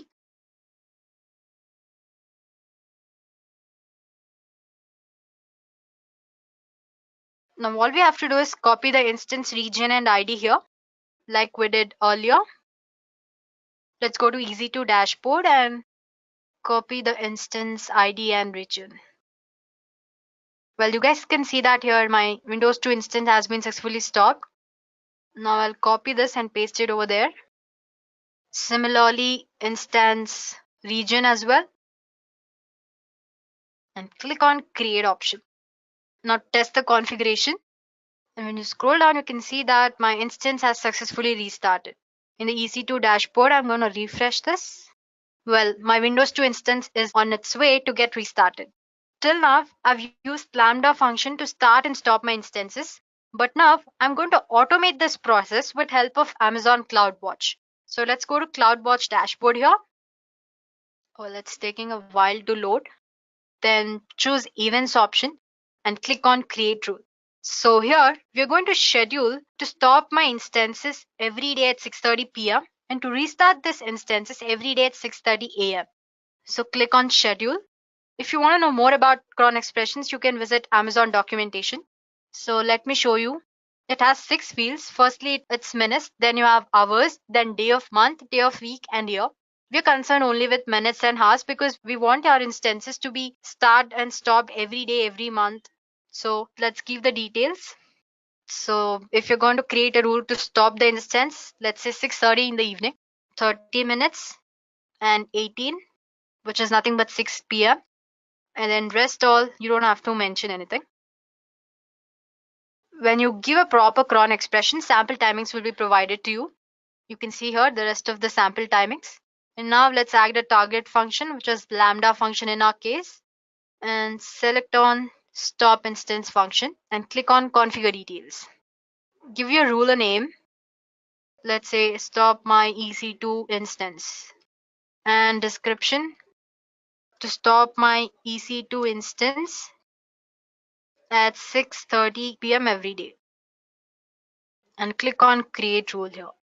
You can see that I've successfully created a rule to stop my instance every day at 6:30 p.m. Now let's create another rule to restart this instance every day at 6 a.m. in the morning.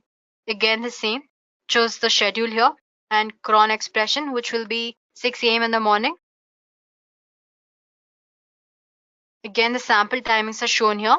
Then let's add target function, again Lambda function, and select the function that is to start instance and click on configure details.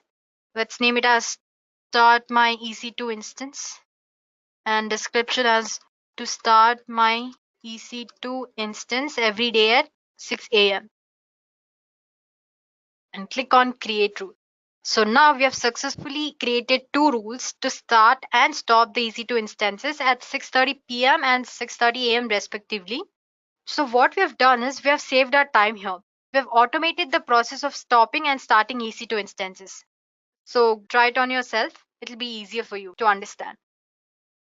So guys, now let's discuss our next topic, which is Amazon CloudWatch logs. Have you guys heard of log files?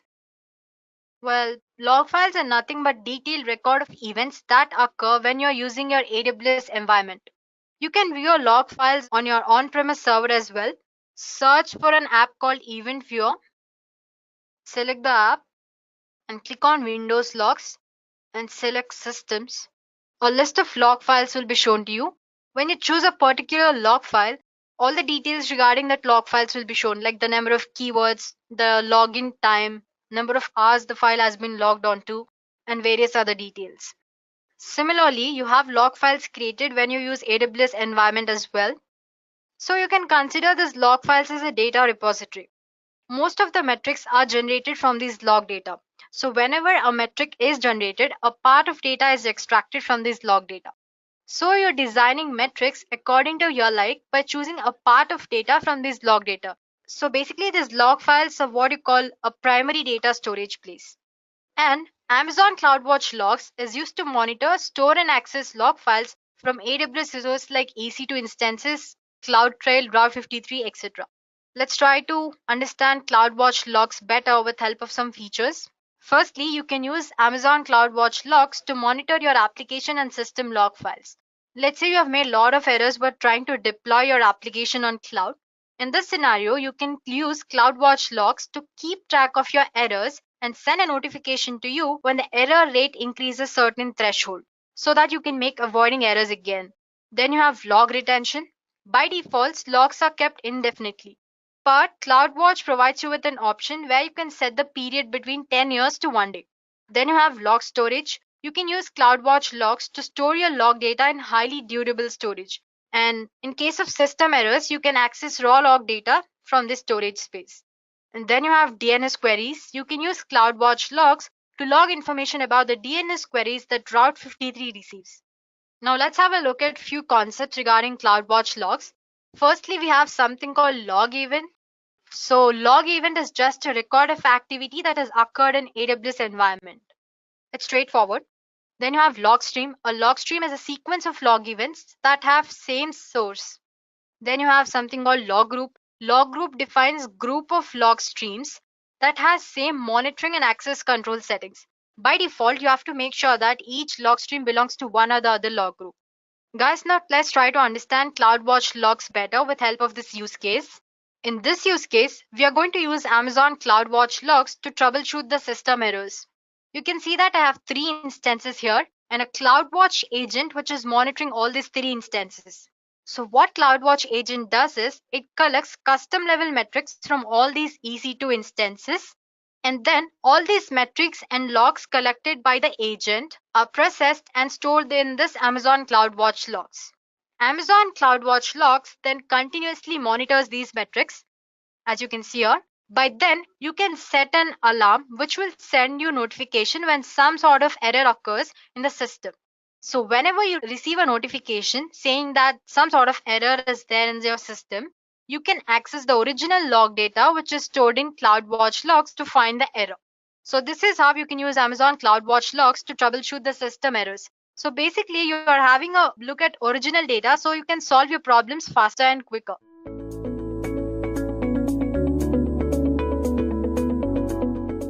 Are you excited to learn how your application is managed in AWS and the services it provides? Then let us look at the services that manages our application resources known as CloudFormation. We know that AWS has many services, but managing those services manually consumes more time and resources. Instead, AWS helps us by controlling our services and resources through CloudFormation. What is AWS CloudFormation? This is a service provided by AWS that helps you create and manage the resources so that you can spend less time managing those resources and more time focusing on your applications that runs in AWS. You have to create a template that describes all the resources you require, and thus AWS CloudFormation will take care of managing and provisioning all the resources. AWS provides a CloudFormation designer for designing the templates where you can put all the resources. You can also define the dependencies of all the resources that are needed, and you can also reuse your templates to replicate your infrastructure in multiple environment and region. So now let us see how AWS CloudFormation works. What it does is it creates or uses an existing template where user application composer of your text editor to create or modify a CloudFormation templates in JSON or YAML format. You can also choose a provided template where the CloudFormation templates describes the resources you want at the settings. For example, suppose you want to create an EC2 instance. Next, we are going to save the template locally or in an Amazon S3 bucket. If you created a template, then save it with a file extension like .json, .yml or .txt. Next, create a CloudFormation stack by specifying the location of a template file such as the path on your local computer or an Amazon S3 URL. If the template contains parameters, you can specify input values when you create the stack. Parameters allows you to pass in the values to your templates so that you can customize your resources each time you make a stack. You can create stacks by using the CloudFormation console, create stack API operation, or create stack AWS CLI command. So this is how the CloudFormation works. So now let us see some of the use cases of CloudFormation. Infrastructure provisioning. So AWS CloudFormation provides infrastructure, which means infrastructure has code. This process can be performed multiple times to get exact replica across all environments. Next, auto-scaling environment. The infrastructure provides using AWS CloudFormation will always be provisioned with scaling environment, which will help you scale up or scale down depending on the incoming load. Integration with services. You can also integrate the AWS CloudFormation with different services like CodePipeline, Jenkins CI or CD pipeline, and so on, which will help automate the deployment. Deployment in multiple regions. You can manage the AWS CloudFormation to deploy it in multiple regions, which will help you in disaster. So now let us see the main components of the CloudFormation. There are two main components such as templates and stack. Templates. An AWS CloudFormation template is a structured text file written in JSON or YAML format that defines the infrastructure and resources that needed to be deployed and manage the application on AWS. It acts as a blueprint for provisioning AWS resources in a replicable and consistent manner using declarative syntax. CloudFormation templates with their efficiency enables automation of infrastructure deployment, allowing users to define dependencies, configurations, and relationship between resources in a scalable and efficient way, making developers more productive. The main object is used to create the templates are AWS template format versions, where this specifies the CloudFormation template versions being used. It is typically at the top of the template and defines the versions of the CloudFormation template languages being used. Description. It provides an optional description of the templates. This helps document the purpose and the details of the CloudFormation stack. Metadata. Optional section that can include additional information about the template. Metadata can be used for documentation purpose or for other tools that process CloudFormation templates. Parameters. It defines input that are passed to the templates when it is deployed. Parameters allows customization of resources, configuration at deployment time. Mapping allows you to define conditional mapping for input parameters to actual values. Mapping are useful when you have different configuration based on various condition or environment. Conditions. It specifies condition that provides you with full control over whether certain resources are created or how they are configured. Condition can be intrinsic, function, and parameters to define the logic, ensuring a secure and controlled deployment. Resources defines the AWS resources that will be created or modified by the CloudFormation stack. Each resource is defined by its type and other attributes. Next is stack. In AWS CloudFormation, a stack refers to a collection of AWS resources that are created, uploaded, and deleted together as a single unit. A stack is defined by a CloudFormation template which specifies the resources and their configuration. There are many types of stacks. The main types of the stacks are main stack. A main stack is a primary CloudFormation stack created directly from a template. It can include various AWS resources defined within the template and manage their lifecycle. Nested stack. Nested stack are the CloudFormation stack that are referred within another CloudFormation template as resources. They allow you to break down complex applications or infrastructure into smaller, reusable units. Nested stack improves the organization, modularity, and reusability of CloudFormation templates by encapsulation groups of resources that logically belongs together. They can be updated and managed independently while being part of a larger stack. Change set. While not exactly a type of stack, change set are a mechanism in CloudFormation that allows you to preview changes to your AWS infrastructure before implementing them. Change set shows you how proposed changes to a stack and would impact your resources while helping you to understand the scope and impact of updates. They are particularly useful for reviewing potential updates to maintain or nested stack before applying them to ensure they meet your requirements. So now let us see a demo on how we can create a stack in CloudFormation that manages our resources using the template for our applications. So before that, we'll see a sample template which we'll be using to create a stack. As you can see that this is a sample template which we'll be using to create a stack. So basically it contains the AWS template format version, and it contains resources where it will be having order tables and other properties of the table such as author name, book titles, etc. It also has a key schema which specifies author name with a key type as hash, and book title has a key type of range, and it uses live specification to know the time expiration of the stack when we create and when we want to release the stack. And we use different policies. Here we are using DynamoDB query policies, where we'll be using IAM roles, which specifies IAM roles in the DynamoDB query policy. When we are creating a stack, database that we're creating in a stack will be stored in DynamoDB, and which will help us to know the difference or changes that we made in template to show in the database. So now let us create a stack. So as you can see that I have recently opened the CloudFormation. If you want to open the CloudFormation, you can directly search in search button as CloudFormation. So click on CloudFormation. So as you can see that AWS console opens a AWS CloudFormation services, where there is an option called as create stack. So when we click on create stack, there will be three options to create a stack using three different methods of templates. First, we can choose an existing template that we have already seen before, and we can use a sample template which will be already present in the AWS services, or else we can build a AWS template from the scratch where we can specify our design and all other things. So what I'm going to do here is I'm going to choose an existing template. So I'm directly going to upload a template file from the template that I have been shown you before. So I'm going to choose the file. So this file can be in any format. It can be in JSON, YAML, or TXT, text format. So I'm going to click on a file called as temp, where there will be templates.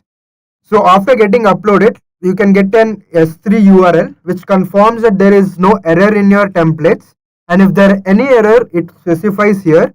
So after that, if you want to know how your application composer looks, you can go through this and you can see the application composer, or else you can directly click on next.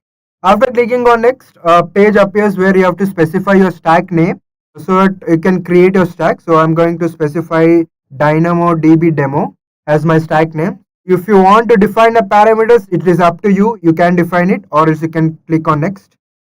So after clicking on next, there are two options here, tags and permission options.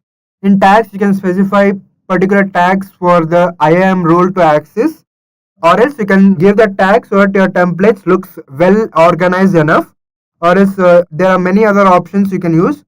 It is up to you. There is another option called as permission optional. Here you have to specify IAM role if you're IAM user. As you can see that I am a route user, so I doesn't need to specify the IAM role. So these are the advanced options. So make it as default and click on next. So next there is a page appearing with reviews and create. So you can basically create your templates or provide a stack name or parameter, give a tag name, give certain permission to your tag name and parameters that you're creating if you're creating. Then there are other options like stack policies and all. And when you scroll down, there is an option called as I acknowledge the AWS CloudFormation to create IAM resources. As you can see that before I didn't allow it to create an IAM resource. So it is asking a permission for us to create an IAM resource. So I'll click on that, then click on submit.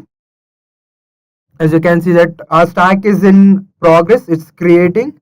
So it may take some time. So better be patient and keep on refreshing until it shows us it is completely created. So as you can see that the order table query role is still in progress. And you can see that order query table is created completely. And next they're creating for DynamoDB query policy. So it is still in progress.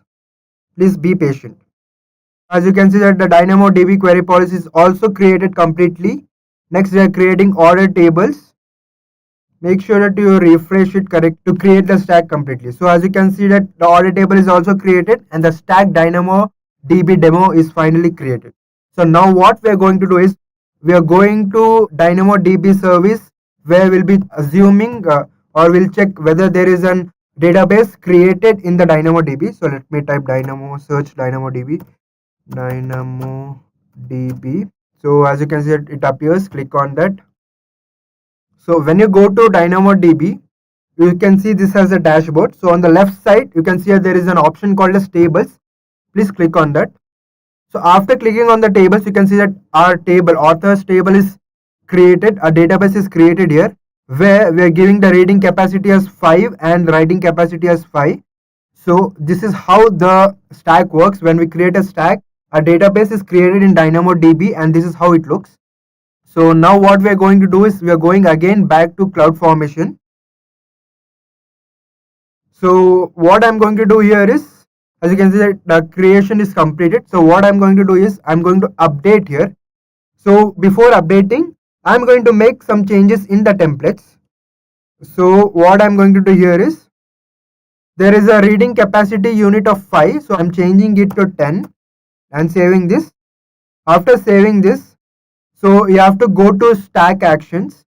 There is an option called as create change set for current stack. Click on that to update or create your stack. So again, after that, there will be a 3 option where you can use the existing template. You can use the replace existing template. That means that when there is a changes made in the template, you can replace it with the current template, or you can edit in application composer. So what I'm going to do here is replace the existing template. So I'm going to upload the template that I have changed now. So I'll choose a template. As you can see that the template is uploaded and there is no error. So click on next. So this is the overview to make sure that the change set name is here. And if you want to specify why you're changing for your reference, you can specify it, or else you can leave it blank. Then after that, you can click on repeat. After that, you can click on next. So these are the same settings that we have done when we are going to create that stack, to make sure that there is no any changes while you are changing or updating your stack. Click on next. Same. Again, you have to give and acknowledge that you are allowing the AWS CloudFormation to create IAM resources. Then click on submit. As you can see that the stack is updated completely, and here it shows as modified. The ordered table, you can see the details here of the author table prod. It is modified. It shows the option as modified. Now what we are going to do is we are going to execute the change set. So at the right side of the top corner, there is an option called as execute change set. Click on that. They'll ask for the permission if you want to make any changes in the settings. I'm not going to make any changes. I'll make it as default and execute the change set. So as you can see that there is an option coming here to known as update in progress. So your data set will be updated here, or a template that you have changed will be updated here, and this may take some time. So please be patient and make sure to refresh it. As you can see that the update is completed. So this is what we can do by using update option, where we can change or update in templates and make sure that those updates are there in our stack, and it is useful to create our resources. So if you want to know if that is updated or not, go to DynamoDB, go to tables.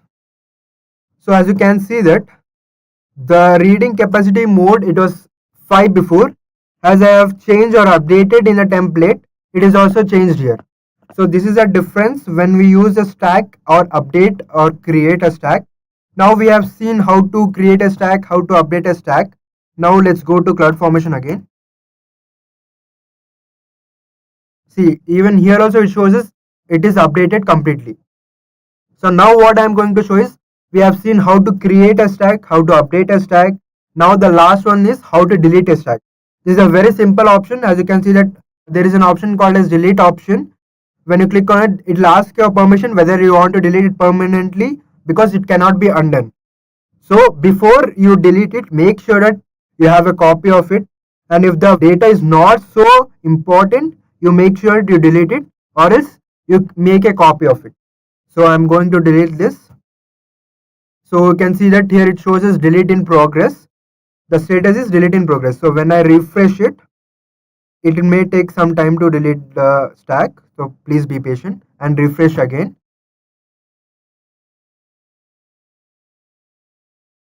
This may take some time, so please be patient.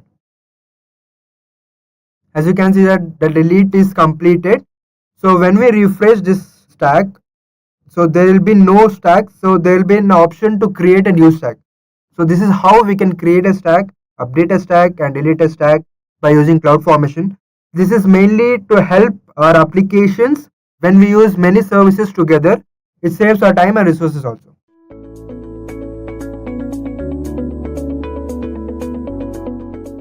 I'm sure you know what a data warehouse is. You can think of data warehouse as a repository where data generated from your organization's operational systems and many other external sources is collected, transformed, and then stored. You can host this data warehouse on your organization's mainframe server or on cloud.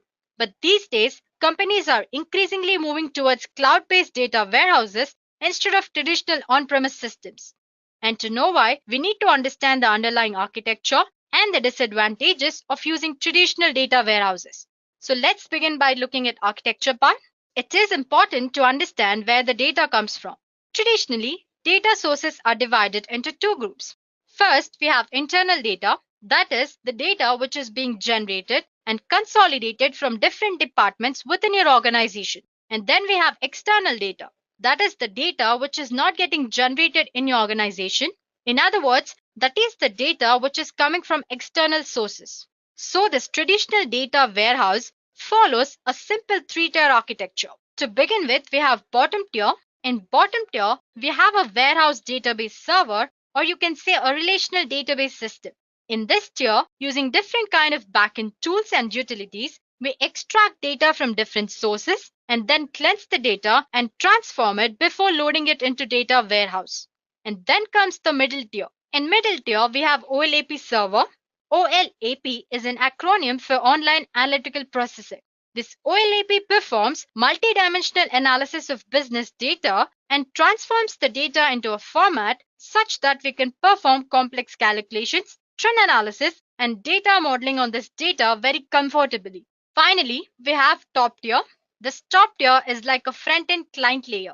This tier holds different kind of query and reporting tools using which the client applications can perform data analysis, query reporting, and data mining. So to summarize what we have learned till now, traditional data warehouse as a simple three-tier architecture. In the bottom tier, we have backend tools using which we collect and cleanse the data. And then in middle tier, we have tools, which is OLAP server, using which we transform the data into the way we want. And then finally, top tier, in which using different query and reporting tools, we can perform data analysis and data mining.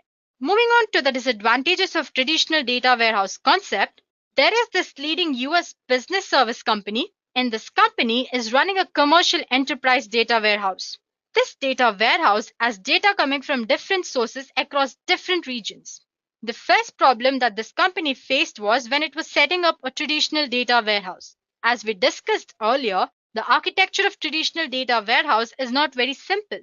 It consists of data models, extract, transform, and load processes, which we call ETL, and you have BI tools sitting on top. So this US-based company had to spend a lot of money and resources to set up a traditional data warehouse. Data warehouse, which was initially 5 terabytes, was growing over 20% year over year, and it was expected that there might be higher growth in future. So to meet this continuously increasing storage and compute needs, the company had to continuously keep upgrading the hardware. Again, this task of upgrading the hardware continuously involves a lot of money, manpower, and too many resources. So, autoscaling in traditional data warehouse is not an easy concept.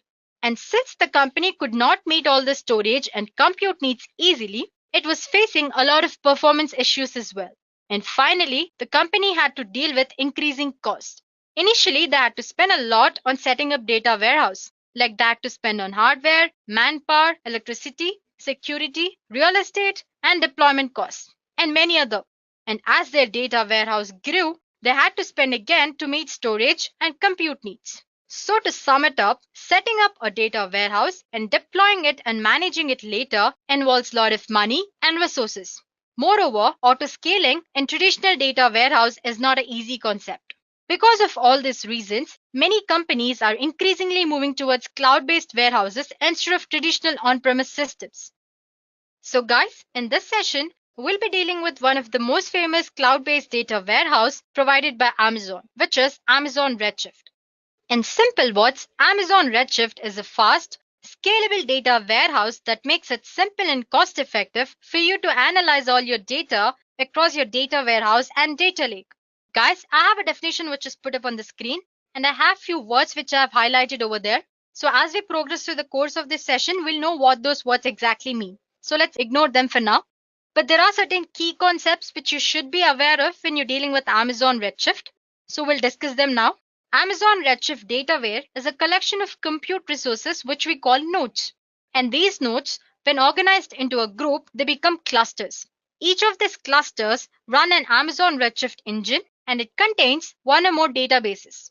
So this cluster has a leader node and one or more compute nodes. As for the leader node, it receives queries from client applications and then it passes these queries and develops a suitable query execution plan. And then it coordinates the parallel execution of these plans with one or more compute nodes. Once the compute nodes finish executing this plan, again the leader node aggregates the results from all these intermediate compute nodes and then sends it back to client application. Then we have compute nodes. You can think of these compute nodes as a compute resources that execute the query plan which was developed by leader node. And when they are executing this plan, they transmit data among themselves to solve many queries. These compute nodes are further divided into slices, which we call node slices. Each of these node slices receive part of memory and disk space. So the leader node distributes data and part of user query that it receives from client application to these node slices. And all these node slices work in parallel to perform operation and increase the performance of your Redshift data warehouse. So to say, we have leader node, we have compute nodes and node slices. But how do they interact with client application? That is the question here. So I have these client applications, basically BI tools or it can be any other analytical tools, which communicate with Amazon Redshift using drivers like JDBC and ODBC. JDBC refers to Java Database Connectivity Driver. It is an API for programming language Java. Then we have ODBC. It refers to other database connectivity driver and it uses SQL to interact with leader node. So basically using these drivers, client application sends a query to leader node. Leader node, on receiving the client application's queries, it passes these queries and develops a suitable execution plan. Once the plan is set up, compute nodes and compute slices start working on this plan. They transmit data among themselves to solve these queries. So once the execution is done, leader node again aggregates the results from all these intermediate nodes and sends it back to client application. So this is the simple explanation of Amazon Redshift concepts. Moving on, when you launch a cluster, you need to specify the node type. Basically, we have two types of nodes. Dense storage nodes. These are storage optimized and they are used to handle huge data workloads. And basically, they use hard disk drive or HDD type of storage. And then we have dense compute. These dense compute nodes are compute optimized and they are used to handle high performance intensive workloads. And they mainly use solid state drive or SSD kind of storage. But there are three things that you should keep in mind when choosing one among them. Firstly, you should be aware of the amount of data that you want to import into your Amazon Redshift. And then the complexity of the queries that you run on your database. And the need of downstream systems that depends on the results of these queries. So keeping these three things in mind, you can choose either dense storage nodes or dense compute nodes.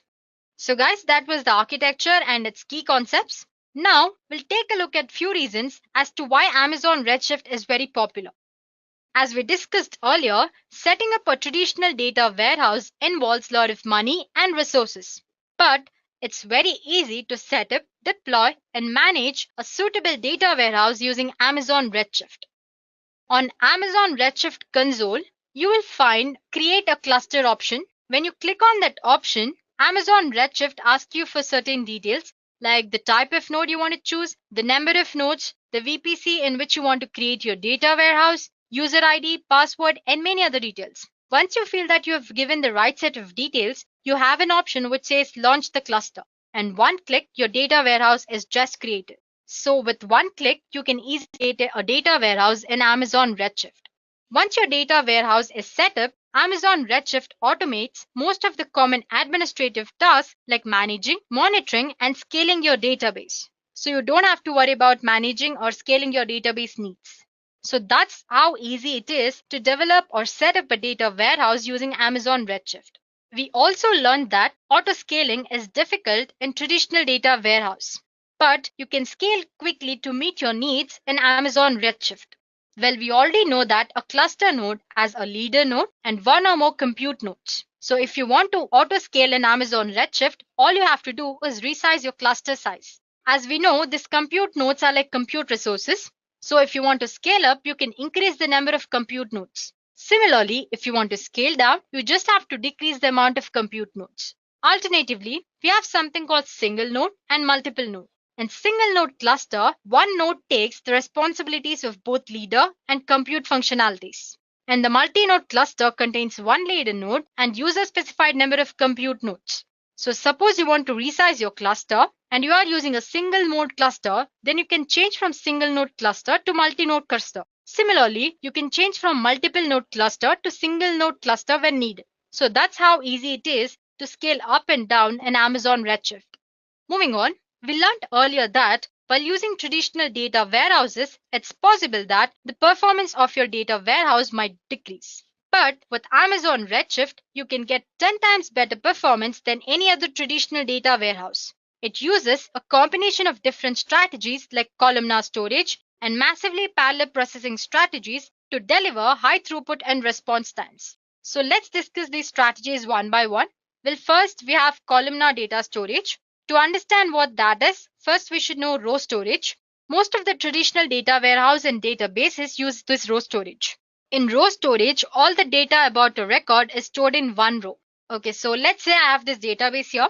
I have 3 columns and 2 rows. The first column contains the unique number associated with student. The second column contains the name of a student and the third column contains the age. As we already know, data is stored in form of blocks in databases or data warehouses. So as you can see in row storage, the block 1 contains all information there is about a particular student, his SSN, his name, and then age. So basically, it stores all the information that there is in a single row. So in the first block, you have information about first student, and in the second block, you have information about second student, and it goes on. Now the columnar storage. Again, I'm using the same database. Again, I have 3 columns and 2 rows. But column storage stores data by columns, with data for each column stored together. So again, we have blocks, but the first block here has all the data that is there in first column. So you have all the SSN stored in first block and all names stored in second block and all the ages stored in third block. So it goes on. There are a lot of advantages of using this column storage. Firstly, since in column storage, a single block contains same type of data, you can achieve better data compression. As you can see, columnar storage can hold values 3 times the records as row-based storage. Because of this, the number of input-output operations decreases. And thirdly, by storing all the records for one field together, columnar database can query and perform analysis on similar type of data far quicker than row storage. So this is how the concept of columnar storage, which is used by Amazon Redshift, provides us a better performance. And then we have massively parallel processing. I'm sure you might have heard of parallel processing in computer science. It's just that number of different processors work together or compute together or in parallel. Similarly, massive parallel processing in Amazon Redshift is nothing but clustering. We have already discussed this earlier. We have a cluster, and this cluster has a leader node and one or more compute nodes. And this compute nodes is further divided into something called node slices. So when this leader node receives a query, it develops an execution plan, and this compute nodes and compute slices work together or in parallel to execute this plan. And later, this leader node sends the results back to client application. So basically, this compute slices and compute nodes work in parallel to achieve better performance. Moreover, Amazon Redshift is also able to smartly recognize the data on nodes before running a query, which dramatically boosts the performance. So that's how we can get a 10 times better performance using Amazon Redshift. And then the cost. In traditional data warehouses, people had to spend a lot of money to set up and then later to maintain the data warehouse. But Amazon Redshift is the most cost-effective cloud-based data warehouse. If you remember, in traditional data warehouse, they had to spend on hardware, real estate, manpower, electricity, and deployment cost and many others. And as their data warehouse grew, they had to spend again on meeting the storage and compute needs. But in Amazon Redshift, we don't have to pay any upfront cost. So Amazon Redshift is most cost effective and it costs 1/10 of traditional data warehouse. You can start small for just $0.25 per hour without any commitments, and you can gradually scale up later if you need. In addition to all those advantages, Amazon Redshift allows you to query data from Data Lake. Data Lake is a storage repository that holds a vast amount of raw data in its native format until it is needed. So in Data Lake, you have data in different formats. You can load data from Amazon S3 into your Amazon Redshift cluster for analysis very easily. That is, from Data Lake, you can store easily into your Amazon Redshift. But it needs more effort and cost. Effort because loading data into Amazon Redshift cluster involves extract, transform, and load, which we simply call ETL process. And this process is very time consuming and compute intensive. And it's costly because uploading lots of data, cold data from Amazon S3 for analysis requires growing your clusters, which is again costly and requires a lot of resources. So as a solution, we have something called Amazon Redshift Spectrum, which acts as an interface between your Amazon S3 or Data Lake and Amazon Redshift. So you can directly query data stored in Amazon S3 or Data Lake with this Redshift Spectrum without need for unnecessary data movement. I hope that was clear. And finally, with Amazon Redshift, your data is safe and secure. It offers backup and recovery. So as soon as data is created or stored in Amazon Redshift, a copy of that data is made, and through secure connections, a snapshot of it is sent to Amazon S3 for later. So suppose you lose your data, or if you have deleted the data from Amazon Redshift by mistake, you can restore the data easily from Amazon S3 service. Amazon Redshift also provides you with an option to encrypt your data. So when you enable this encrypt option, all the data in your cluster, in your leader node and your compute nodes and node slices is encrypted, and this way your data is very safe and secure. So guys, these are all the advantages of using Amazon Redshift. So now you have a basic idea of its architecture, its various key concepts like clusters, nodes, leader node, node slices. Now it's time to work on a demo. In this demo, we'll see how to transport data from Amazon S3 to Amazon Redshift data warehouse and perform simple queries. So I hope that was clear to you guys. Let's get started. But the first thing, there are certain softwares which you need to pre-install so that you can start working on Amazon Redshift.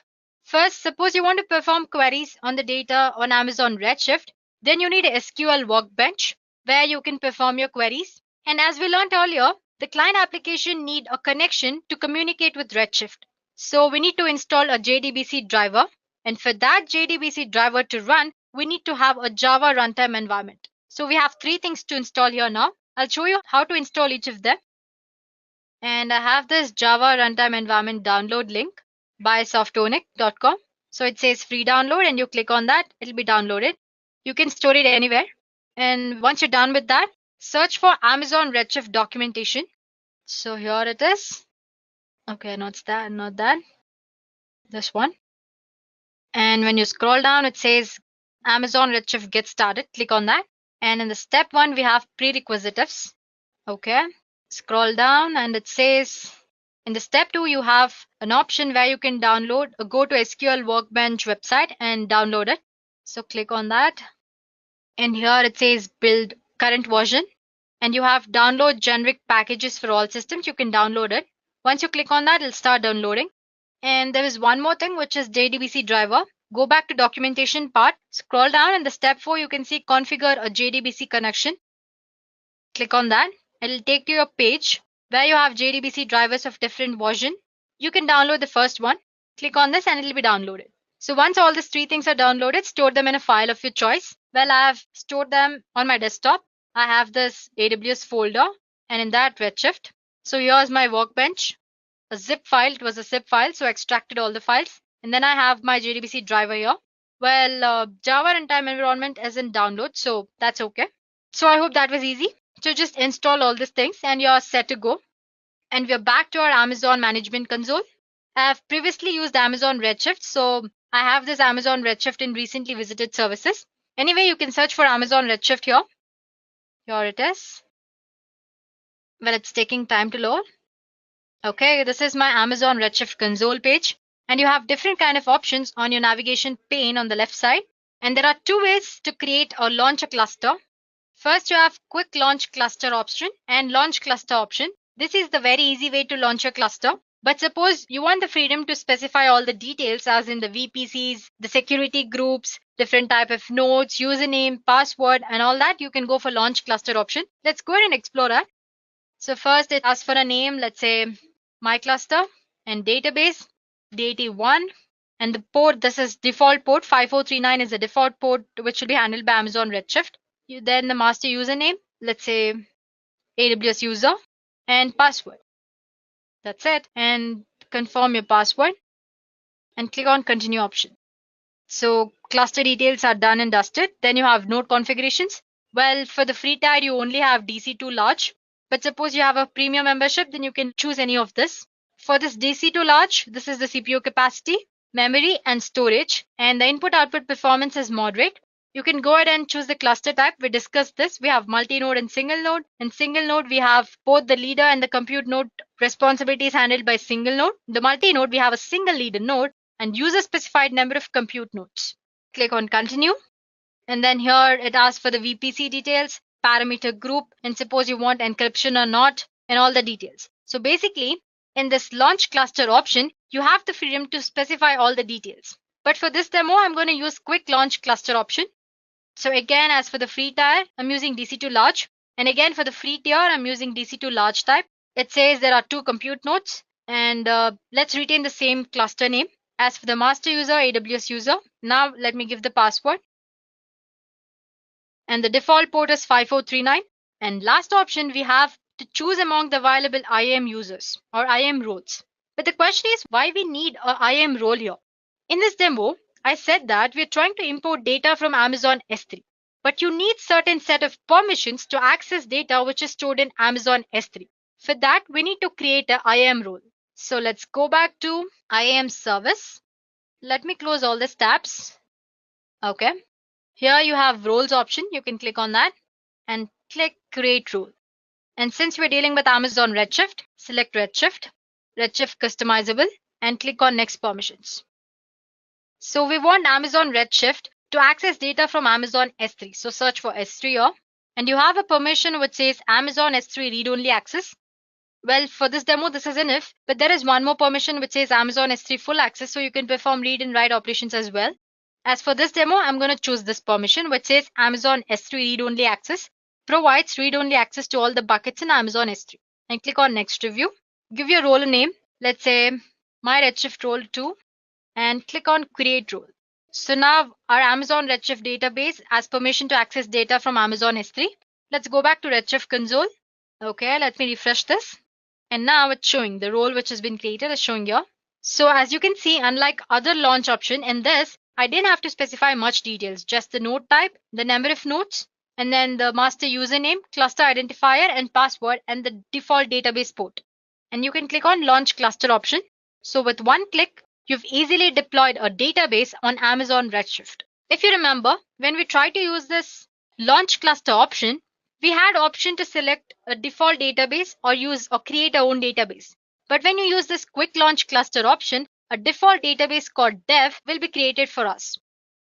So guys, this cluster has been created. So before we connect it to your SQL workbench, let's try to explore here. You need to make sure that the database health status and in maintenance status, everything is in green color. As for the cluster status, it should be available. And for the database health, it should be healthy. Only then you can make a perfect connection with your SQL workbench. So you have this icon here, click on that. Well, you get all the information there is about your cluster. Or you can just go ahead and click on this cluster. So this is the endpoint. This tells me all about how to make a connection with this cluster. I have this. When I click on that, it says publicly accessible, yes. And the username is AWS user. And the security groups, apparently it just shows the TCP rules which are set. So that's about the endpoint. Then the cluster name, you have cluster type, node type, and it shows the nodes and the zone and the date and time when it was created. And you have cluster version as well. On the right side, you have cluster status, which is available, database health healthy. So is it currently in maintenance mode? No. And then you have parameter group apply status, which is in sync with your database. And there are a few other features as well. But here you can see this VPC group. Click on that. Go for inbound and make sure it is set for TCP. Okay, edit. Make this custom TCP rule. And here 5439 custom. That's it. And click on save option. So that's the default port with which you can access the Redshift. And let's go back. Clusters. Okay, where were we? We changed the default group of VPC. So this is the URL with which you can connect to the SQL workbench. So let's copy this and paste it in our text file. I've pasted it over there. Well, if you're using ODBC connection, then you can use this URL. When you scroll down, you have capacity details of your entire cluster. It's DC2 large. So 7 EC2 compute units, total memory, storage, and platform. Okay. Let's go back to this IAM role. But I should have an IAM role option here. Let me see. Check it out. Okay. There's an option which says see IAM roles. You can copy this entire thing and paste it again in the editor so that while connecting it, it'll be easy for us to find it. Okay. Then, so now your cluster is created, your database or data warehouse is set up. Now you can just connect it with SQL Workbench and start working on it. So let's go back to the folder where I've stored my Workbench. Here it is. When you scroll down, there's a file which says SQL Workbench executable jar file. Open. So here it is. It's asking for a default profile name. Let's say new profile 1. Okay. Then driver. That was Amazon Redshift driver only, JDBC driver. And this was the URL. We copied it earlier in the editor. So I'm going to paste it over here now. This is the URL. Control C and paste it. AWS user in the password. Okay, that should work. Make sure that you select this auto commit, save it, and then click on OK. It says connecting to the database. Now it's successfully connected. So I can easily perform queries now. First, let's create some tables. Well, I'm using the sample database from Amazon S3. So you have this AWS Redshift documentation. Go back to that. And here it says get started. And in the step 6, you have this default SQL queries and tables provided. So you can go ahead and use that. I have it stored in my editor. So I'm going to copy. First, I'm going to create all the tables. Control C and paste it over there. Let's check what tables are there. First, we have user table. Well, this is like an auction data schema. So you have user table, many users, and you have category users, the category, different categories to which users belong to. And then you have date on which a particular event occurred.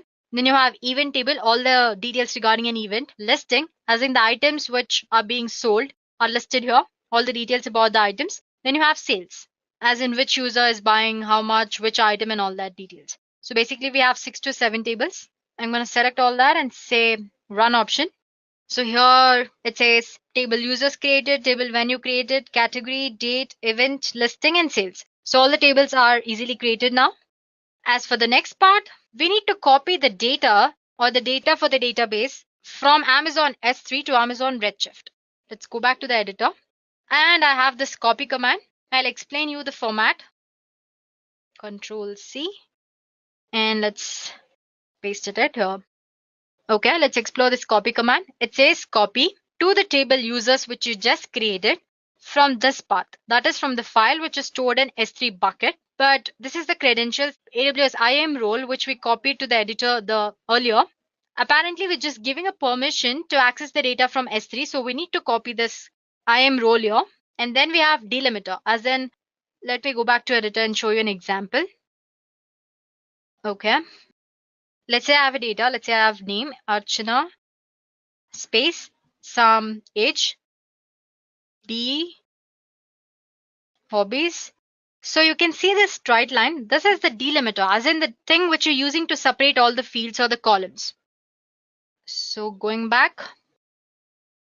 So that's delimiter which separates the data. And this is region in which your S3 bucket is located. So that's it. But we have to replace the IAM role. This is the ARN of the role. I'm going to copy it. And wherever this is, you need to just paste it. Control V.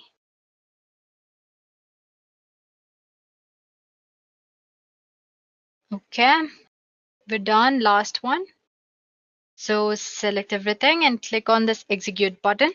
It might take a while because the data set which was stored in Amazon S3 might contain large number of rows, so it might take a while. So as you can see, it states executing statement here. It says 1 out of 7 finished. So we have 6 more to go. So this SQL workbench has successfully executed all the script which we have written here. Let's go and start performing some simple queries. Let's say I want to extract the metadata of user table. I have this query. Okay, select star from page table definition. So since we are extracting metadata from table name, let's say users, and click on execute option. So you have so many columns. Here it says first column user ID of type integer, encoding delta. Then you have username, first name, last name, city, state, email. So basically that's the metadata or the structure of user table. So we have sales ID, list ID, seller ID, buyer ID, and many other details. Let's execute some other command. Let's say I want to find total sales on a given date. Okay. Sum the count. Here I have some function which will count the number of sales from sales and date, where the sales date ID is date ID, and the date on which I want to calculate, I've specified it here, and then click. Okay, the sum error, it should show a number here.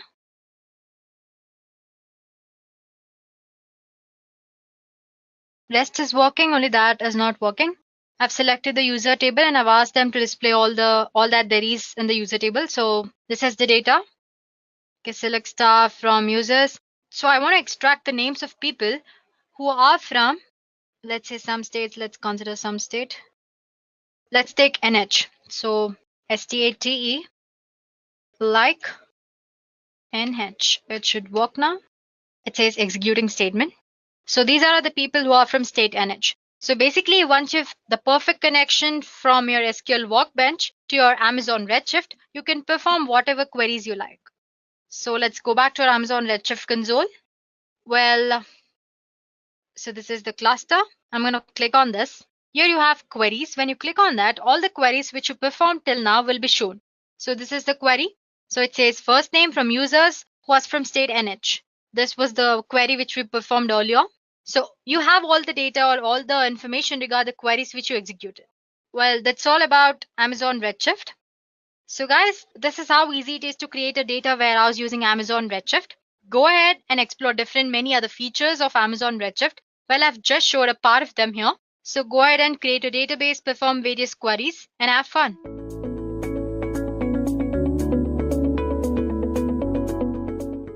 What is AWS Kinesis?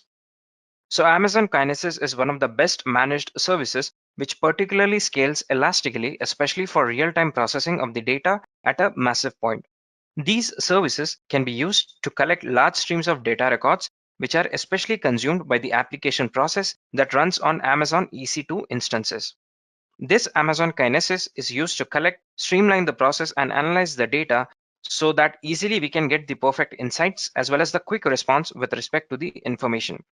It is also offering the key capabilities at a cost-effective price in order to process the streamlined data at a particular scale with the help of flexible tools according to the needs and requirements. Through the Amazon Kinesis, you can also get the real-time data like the video, audio, application logs, as well as the website click streams, machine learning, and other applications too. This new technique by the Amazon will help you to analyze and process the data instantly instead of waiting for long hours after collecting the data. So this was a quick overview of AWS Kinesis. So now let us move on to the next part here, which is the advantages. So basically the first and foremost advantage of Kinesis is that it is real time. Amazon Kinesis enables you to ingest, buffer, and process streaming data in real time so that you can derive insights in seconds or minutes instead of hours or days. The next point here is that it is fully managed. Amazon Kinesis is fully managed and runs your streaming applications without requiring you to manage any complex infrastructure. And the third point here is the scalability. Amazon Kinesis can handle any amount of streaming data and process data from hundreds of thousands of sources with very low or minimal latency. So these were a few advantages of using Amazon Kinesis. And now let us talk about the next part here, which is the Amazon Kinesis capabilities. So the first service or the capability of Amazon Kinesis is the Kinesis video streams. The Amazon Kinesis video streams are used to secure all the stream data like videos, photos, and the connected devices to the AWS for machine learning, analytics, and other processing, which can give access to all the video fragments and encrypts the saved data without any problem. So you can refer to the diagram that is present on your screen right now. The next point here is Kinesis data streams. So this Amazon Kinesis data streams in the Amazon is specifically used to build the real-time custom model applications by preceding the data stream process by using the most popular frameworks. It can easily ingest all the stored data with all the data streaming prices by using the best tools like Apache Spark that can be successfully run on the EC2 instances. So the next point here is Kinesis data firehose. In order to capture, load, and transform the data streams into the respective data streams, this Kinesis data firehose is used to store in the AWS data store near all the analytics with all the existing intelligence tools. These tools can be used to prepare all the loads of the data continuously according to the destination with the durable for analytics, which gives an output like analyzing the streaming data. And the last point here is the Kinesis data analytics. The Kinesis data analytics in the Amazon Kinesis is one of the easiest ways in order to process all the real-time technique with SQL that has to learn all the programming languages with processing frameworks. This Kinesis data analytics is used to capture the streamed data that can run with all the standard queries against the data streams in order to precede the analytical tools for creating alerts by responding it in real time. So these were the capabilities of AWS Kinesis.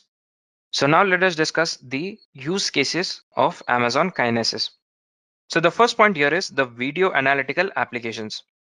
This Amazon Kinesis in the application is also used to secure all the streaming video for the camera equipped devices which are placed in factories, public places, offices, and the homes to AWS account. This video streaming process is also used to play the video, monitor the security, machine learning, and face detection along with other analytics. The second point here is batch to real-time analytics. Using Amazon Kinesis, you can also easily perform all the real-time analytical steps on the respective data to analyze the batch processing from the data warehouses through Hadoop frameworks. Data lakes, data sciences, and machine learning are one of the most common methods used in such cases. In order to load the data continuously, you make the use of Kinesis Firehouse to update all the machine learning models more frequently for the new and accurate data outputs. The third point here is building real-time applications. If you want to build the real-time applications, you can also use this Amazon Kinesis in order to monitor the fraud detection along with the live leader results. This process can be used to ingest all the streaming data easily to the Kinesis streams with the analytics and the data that is stored in the application itself with the end-to-end latency.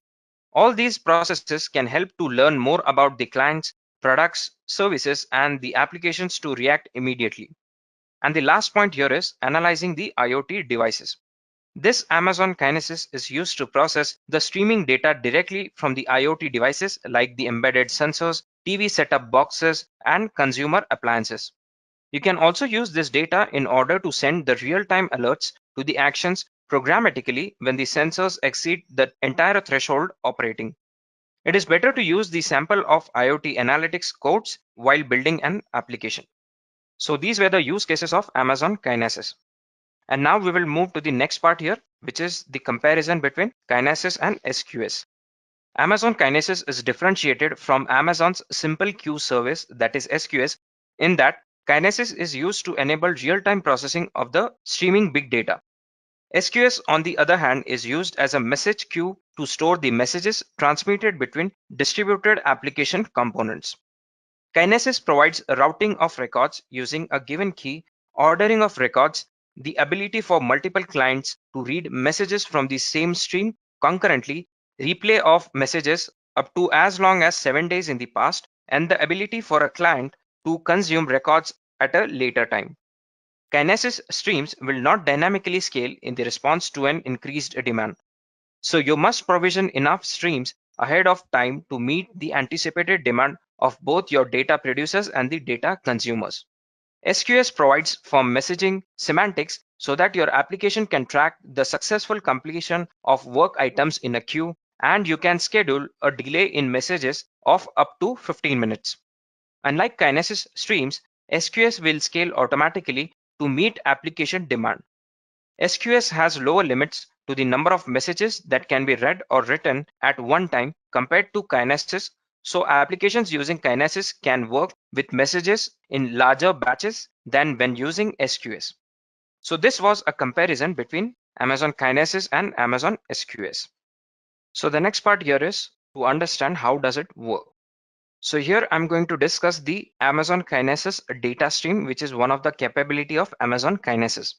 So you can use Amazon Kinesis data streams to collect and process large streams of data records in real time.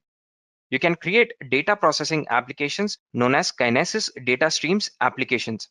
A typical Kinesis data stream application reads data from a data stream as data records. These applications can use the Kinesis client library, and they can run on Amazon EC2 instances. You can send the processed records to dashboards, use them to generate alerts, dynamically change pricing and advertising strategies, or send data to a wide variety of AWS services. Kinesis data streams is a part of Kinesis data streaming platform, along with other components as we previously discussed, such as Kinesis data firehose, Kinesis video streams, and Kinesis data analytics. So before discussing the architecture, let us have a look at the few of the terminologies that are used very frequently with Kinesis data stream. First term here is, what is a Kinesis data stream? A Kinesis data stream is a set of shards. Each shard has a sequence of data records, and each data record has a sequence number that is assigned by Kinesis data streams. So we will discuss shards and sequence in the later part of this session. The next term here is a data record. A data record is the unit of data stored in the Kinesis data stream. Data records are composed of a sequence number, a partition key, and a data blob, which is an immutable sequence of bytes. Kinesis data streams does not inspect, interpret, or change the data in the blob in any way. A data blob can be up to 1 MB in size. The next term here is the retention period. The retention period is the length of the time that the data records are accessible after they are added to the stream. A stream's retention period is set to a default of 24 hours after creation.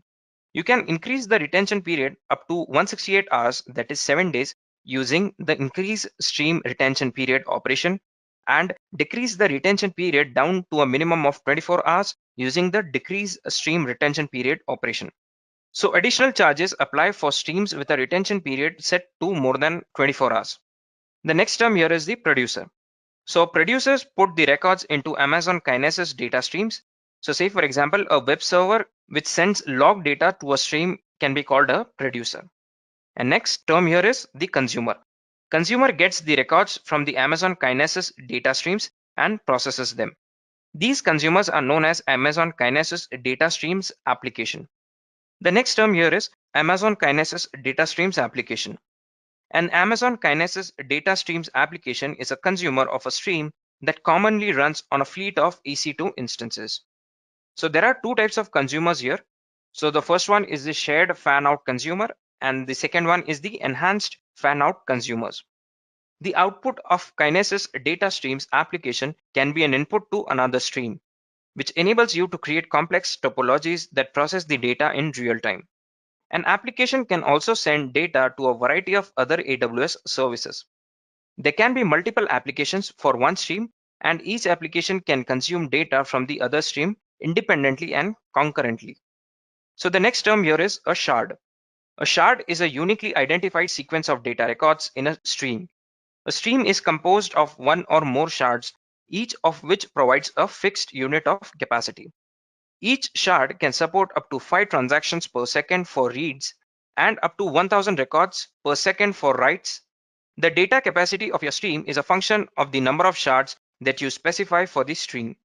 The total capacity of the stream is the sum of the capacities of its shards. If your data rate increases, you can increase or decrease the number of shards allocated to your stream. The next point here is the partition key. A partition key is used to group data by a shard within a stream.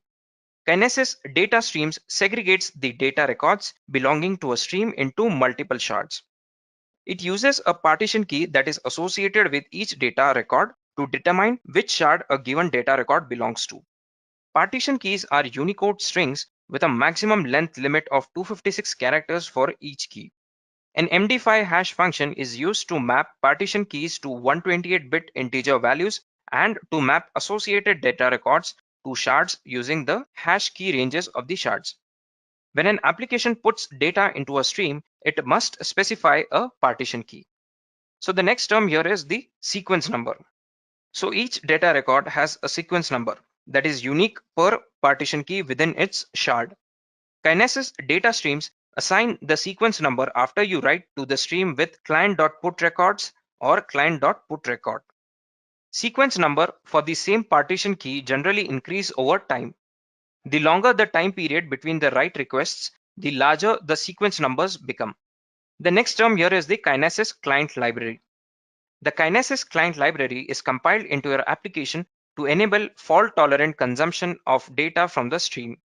The Kinesis client library ensures that for every shard, there is a record processor running and processing that shard. The library also simplifies reading data from the stream. The Kinesis client library uses an Amazon DynamoDB table to store the control data. It creates one table per application that is processing the data. So these were some of the terms that you must be aware of before moving on to the architecture part. So the next part here is the architecture of how does Amazon Kinesis data streams work. So what happens here is, as you can see the diagram that is present on your screen right now, the producers continuously push data into the Kinesis data streams. So as you can see here, these are the producers which produce the data. So for example, EC2 instances, client, mobile client, or the traditional servers. So these devices produce the data here, and the consumers process the data in real time. So as you can see here, this data produced by the producers is processed using the Kinesis data stream here. So these are the number of shards that are required for this data here. And these are the consumers which consume the processed data. So say for example, here it is shown that EC2 instances are the consumers. So consumers can store their results using an AWS service such as Amazon S3, DynamoDB, Redshift, EMR, Kinesis Firehose, and so on. So this is the overall working of Amazon Kinesis data streams. So now let us just move on to the last part of this session here, which is the demo. So as far as demo part is concerned, I will show you how do you create a Kinesis data stream and how do you add data to that stream and how do you read that data. So let us just move on to the Amazon console here. So for that, you have to log into your Amazon console here. And once you log in, you will see this main page here, and here you have to click on services. So in the services part, in the analytics section, you have to click on Kinesis. Okay. So once you're done with that, you have to click on get started. So here you can find the documentation part of Amazon Kinesis, which you can read for your further understanding. So let me just click on get started here. So as discussed earlier, these are the 4 capabilities of Kinesis: data stream, delivery stream, which is the Firehose, analytics, and the video streams. Okay. So as of now, I'll click on this create data stream here. So let me just name it. You can name it whatever you want. So let me just name it my Edureka stream. So, and here you have to click on the number of shards. For time being, I'm just writing here 1. So this is the bare minimum value that you can enter here. And depending upon your account, so in my case, it is a free tier account. So for that, I can enter maximum of 200 shards. So the write capacity is 1 MB per second, that is 1000 records per second. And the read capacity is 2 MB per second. So click on Kinesis stream here. So creating a stream takes only a few seconds. So as you can see here, you get this message here, stream, my Edureka stream has been created and the status is active. So now what we will do, we'll go to the command prompt here and we will try and execute a few commands. So the first command here is the describe stream command. So the command for describing an already created stream is AWS Kinesis described-stream here. and then you provide the name of the stream using this parameter stream name, that is my Edureka stream, and then you just have to specify the region here. Okay, so the region here in my case is Asia Pacific South 1. Okay, once you do that, just hit enter here. Okay, so as you can see here, you get the description or the information of the stream that you just created. And for this, we have one shard ID here, as you can see here, this part. So we will see how to use this shard ID here. So this is the description of the stream that we just created. So the next command that we are going to see is, you have to put the data in this stream, data, or you can see the record. So the command for that is AWS Kinesis put record, stream name, the name of the stream, the partition key, I've just specified it to 1, and the data. So data, you can enter whatever value that you want here. For time being, or for this example, I have entered here 1, and then you have to specify the region here. So just hit enter here. So for this record here, you have the shard ID and the sequence number. So similarly, let me just enter one more record here. So let me just enter the data 11, and the partition key should be different. So it's 2 here. Again, hit enter here. So one more record has been added. Just let's add one more record here. Data is 111 and partition key is 3. Okay, so just hit enter here, and you'll see this record has also been entered with a shard ID and sequence number. So the next command that we're going to see here is the command to get the shard iterator. Okay, so what a shard iterator will do, so let me just brief you regarding that. So a shard iterator will iterate through a set of records here. So if you just had to iterate through the number of records that you have in your data stream, so for that purpose we use shard iterator here. So the command for that is very simple, as you can see on the screen. AWS Kinesis get shard iterator type, which is trim horizon here in this case, and then you have to enter the shard ID here. So for these records, so say for example for the first record here, the shard ID is this one. Okay, so let me just copy it and paste it here. So once you do that, you just have to hit enter here, and after this command gets executed, you will get a shard iterator. So this is the shard iterator that we have just got. Okay, so this lengthy thing here, so let me just copy it. So now once you have the shard iterator, what you have to do is you have to get the number of records here. So for that, the command is AWS Kinesis get records shard iterator, and then you have to copy this iterator here, copy it, you can just paste it here, and you have to enter the limit here. So say for example, if you want only 2 records, so you can do that using this flag or parameter called limit here. So let me just enter the limit for 3 here, since we have entered 3 records. So if you just hit enter here, so as you can see here, you have got 3 records here. Okay, so this is the data and this is the partition key. So data is in encoded form here, this MQ equal to, okay, and the partition key is 1.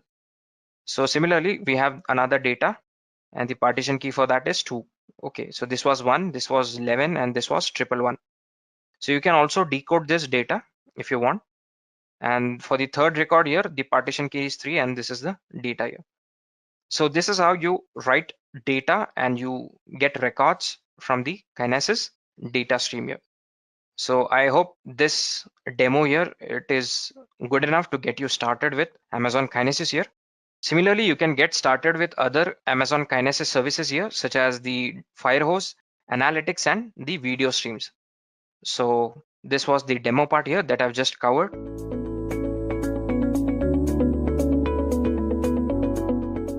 Why cloud security is important. So let's take an example here and talk of 3 very popular companies, LinkedIn, Sony, and iCloud. So LinkedIn in 2012 experienced a cyber attack wherein 6.5 million usernames and passwords were made public by the hackers. After that, Sony experienced the most aggressive cyber attack in history, wherein their highly confidential files like their financials, their upcoming movie projects were made public by the hackers, right? And this made a huge impact on the business front of Sony. iCloud, which is a service from Apple, also experienced a cyber attack wherein personal or private photos of users were made public by the hackers. right? So guys, now in all these three companies, you can see there's a breach in security which needs to be addressed, right? So cloud security has to be addressed. It needs to be there in the cloud computing world. So since now we've established that cloud security is really important, let's move on to understand what cloud security actually is. So what is cloud security? So it is a use of latest technologies and techniques in programming to secure your application which is hosted on the cloud, or the data which is hosted on the cloud, and the infrastructure which is associated with the cloud computing, right? And the other part of this is that whatever security techniques or whatever techniques or technology that you're using to secure your application should be updated as frequently as possible, because every day new threats are coming up, right? Every day there are new workarounds to problems, right? And you should be able to tackle these problems or these workarounds, and hence you should upgrade your security as frequently as possible, right? Moving ahead, let's understand how we can choose between a public, a private, and a hybrid cloud. So we've understood that what cloud security actually is. Now let's talk in terms of security and understand how we can choose between a public, a private, and a hybrid cloud. So if you were to choose between these three infrastructures, what should be our basis of judging which cloud we should choose, right? So you would opt for a private cloud when you have highly confidential files that you want to store on the cloud platform, right? Now there are two stories, or there are two ways of thinking a private infrastructure. You can either opt for private servers or private infrastructure on your own premises, or you can look up for servers, dedicated servers by your cloud provider, right? So that all comes under the private infrastructure. Then we have the public cloud infrastructure. In public cloud infrastructure, you would basically use websites that are public facing. So say if you have a products page where you have application which can be downloaded by the public, so that can be hosted on the public cloud, because there is nothing that has to be secret over there, right? So things like websites, things like data that is not confidential and you don't mind public seeing it, can be hosted on your public cloud. The third infrastructure is the most important infrastructure, which is the hybrid infrastructure, and this is the setup that most companies go for, right? So what if there's a use case wherein you have private files, highly confidential files, and a website as well, right? So if you have this kind of use case, you might go for a hybrid infrastructure, which is kind of best of both worlds. You get the security or the comfort of the private infrastructure and the cost effectiveness of the public cloud as well, right? So your hybrid cloud is basically, if you want your highly confidential be stored on your own premises and your website be hosted on your public cloud, this infrastructure would be hybrid cloud infrastructure. So basically you would choose a private cloud if you have highly confidential files, if you choose a public cloud if you have files that are not that important or files that you don't mind people seeing, and you would choose a hybrid cloud infrastructure if you want best of both worlds, right? So this addresses how we can choose between a public, private, and hybrid cloud. Moving on, let's understand whether cloud security is really a concern. So we have discussed that why cloud security is important. We've discussed what is cloud security, right? Now let's talk about whether this really makes sense, right? So if we say that cloud security is really important and there's no one who's actually thinking about it, there's no point, right? So let's see if companies who are making a move to the cloud actually think about cloud security. So here's a Gartner research on companies who are making a plan to move to the cloud or who has not moved to the cloud yet, right? So what are their concerns? Why are not they doing so? So the topmost reason listed by these companies was security and privacy concerns, right? So as you can see, these companies who want to make a move to the cloud are also worried about their security on the cloud infrastructure. And this makes it clear that cloud security is actually very important, right? Now, we've understood that cloud security is really important. We have understood that companies are looking for cloud security, are actually following the practices for cloud security. But now, how secure should you make your application, right? What is the extent to which you should make your application secure? So let us start with this line. So it is said that cloud security is a mixture of art and science, right? Why? Let's see that. So it's a science because obviously you have to come up with new technologies and new techniques to protect your data, to protect your application, right? So it's a science because you have to be prepared with the technical part. But it is art as well. Why? Because you should create your techniques or you should create your technologies in such a way that your user experience is not hindered. Let me give you guys an example. Suppose you make an application, right? And for making it secure, you think, okay, after every 3 or 4 minutes, I'll ask the user for a password, right? From the security point of view, it seems okay, but from the user's point of view, it is actually hindering his user experience, right? So you should have that artist in you that you should understand when to stop or till where should you extend your security techniques. And also you should be creative as to what security techniques can be implemented so that the user experience is not hindered. For example, there is a two-step authentication you get that when you're logging into your Gmail account, right? So if you know your password, that is not enough. You should have an OTP as well to log into your Gmail account, right? So this might be hindering with user experience to some extent, but it is making your application secure as well, right? So you should have a balance between your science and the art part that you're applying on cloud security. Moving on, let's now discuss the process of troubleshooting a threat in the cloud. So let's take an example here. So like you're using Facebook, right? And you get a random message from some person saying there is some kind of story, like you usually get that while you're using Facebook, right? That such and such thing happened and click here to know more, right? You get that similar kind of message here. And by mistake, you actually click on that link. You didn't know that it's a spam and you click on that link. Now what happens is all the users that are there or all your friends on the Facebook chat gets that message, right? And they get furious as to why this kind of spam message is there in their inbox, right? And you get scared. Now you get angry as well and you have to bring your frustration out on Facebook. So you contact Facebook and you get to know that they already know the problem and they're already working on it and they're near to their solution.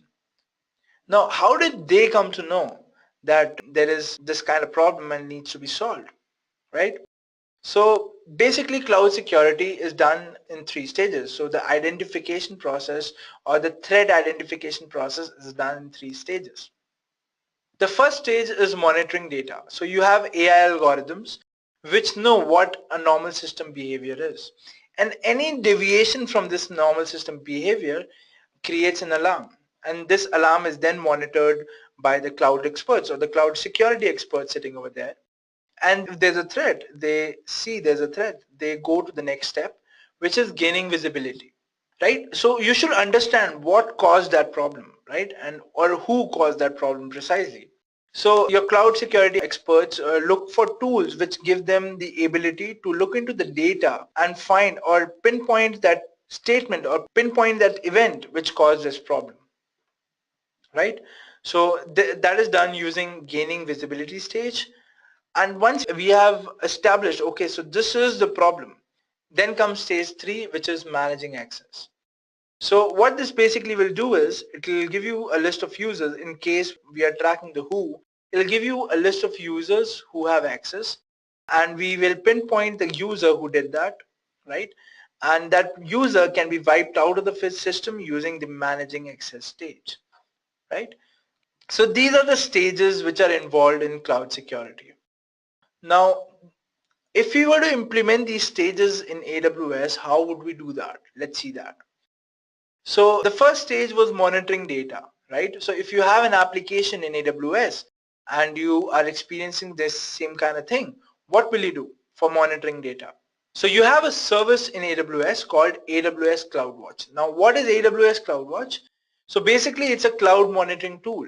So you can monitor your EC2 and your other AWS resources on CloudWatch. How you can monitor them? You can monitor the network in, network out of your resource, and you can also monitor the traffic which is coming on to your instance, right?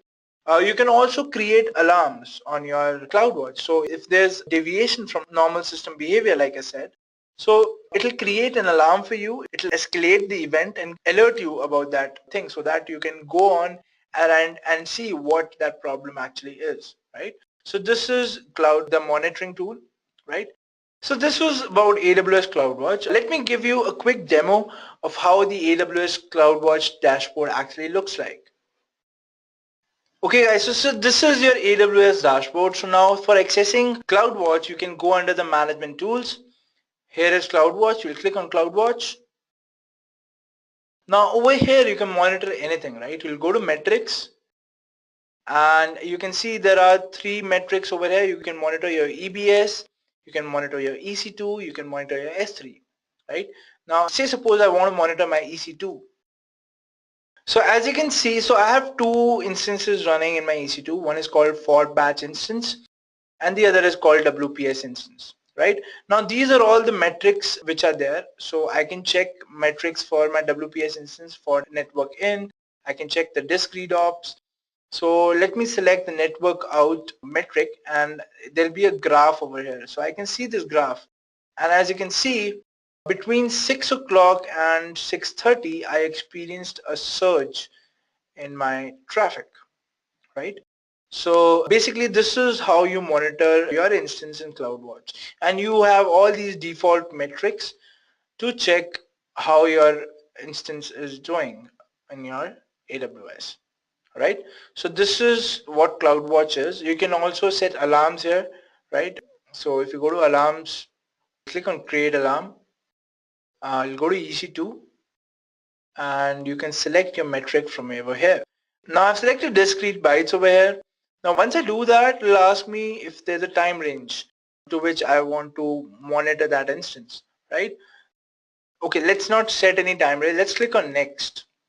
So when you click next, you will be prompted with this page. So you can set your alarm name, you can set your alarm description here, and then you can specify that for what read writes number you should get this alarm for, right? So you'll be setting that over here. After that, you'll go to actions. So once an alarm is triggered, where should that alarm go? Who should that alarm go to, right? So you can set it over here. Now, whenever the state is alarm, right, what should we do? So when the state is alarm, you can send your notification to your SNS topic. Now what is SNS? So basically it's a notification service. We'll be discussing what SNS is in the next session. Don't worry if you don't understand. So basically for now what you can understand is that SNS is a protocol wherein you set, if you get a notification, what to do with that notification or whom to send to that notification, right? So if there's a topic called notify me in SNS. So in notify me, I have configured an email address that is my email address, that whenever a notification comes to the SNS service or the notify me topic to be precise, it sends an email to me, right, with that message. So I'll get a message with this alarm that such and such thing that has happened in CloudWatch. Now you do whatever is required. The other thing that you can do over here is in the same SNS topic, you can also configure a Lambda function to be executed, right? Now what that Lambda function will do, so say suppose I configure the metric to be of CPU usage, right? And I say whenever the 40% metric is crossed, create an alarm or like go to an alarm state, and it notifies the SNS notify me topic about this. In the notify me topic, I can configure a Lambda function to clear all the background processes in that EC2 instance, right? So if I do that, the CPU usage will automatically come down, right? So this becomes a use case that you want to launch a Lambda function whenever your CPU usage goes beyond 40%, right? And hence this is the way you would do it. So this was about CloudWatch. There's nothing much to it. You create alarms and you monitor metrics, right? Moving ahead, let's move on to the second process, which is gaining visibility. So for gaining visibility, basically you have to track your whatever activity is happening in your AWS account. So there's a service in AWS called CloudTrail, right? So the CloudTrail service is basically a logging service wherein each and every log to each and every API call is made. Now, how is it useful? Let's talk about the security perspective, right? So your hacker got access to your system. So you should know how he got access to your system. So if you have a time frame, say he got access to your system or you started to face the problem, say around 4 o'clock, right? So you can set the time between 2 o'clock and whatever the time is right now and monitor what all has been going around. And hence you can identify the place where that hacker got access to your system, right? Now, this is the part where you'll get to know who that person actually is, or you can isolate the problem or which caused that. So if you take Q from our Facebook example, over here, you can actually pinpoint who is responsible for those spam messages, because you'll all have those logs, right? You'll see the origin of those messages. Now, once you've done that, the next step is managing this guy out of the system or wiping this guy out of the system. But before that, let me show you guys how CloudTrail actually looks like. So let's go back to our AWS dashboard and go to our CloudTrail service. So again, under the management tools, you have the CloudTrail service. You'll click on the CloudTrail service and you will reach this dashboard. All right, so here you have the logs. So as you can see, you can set the time range here, but I'm not doing that. I'm just showing you the logs. So even for logging into my console, it is showing me that I've logged into my console at this time on this date, right? So every event is logged, guys. Every event that is happening on your AWS console is being logged. So let's talk about the S3 bucket. So somebody deleted a bucket and that has again been logged, right? So it happened at 7:38 p.m. on 28th of March 2017, right? So any activity, any kind of activity which happens in AWS will be logged over here. Okay guys, so this was about CloudTrail. So let's go back to our slide and move ahead in today's session. So like I said, so now you've identified who is responsible for your problem, right? So now the next step is managing access, right? So now you should be able to throw that person or remove that person from the system. So most of the times what happens is, like if you take our Facebook use case, so basically there was a user who triggered that problem, right? So the two things that you have to do is, first of all, you have to remove that spam from your system. So you've got to know where it originated. So now you start wiping it.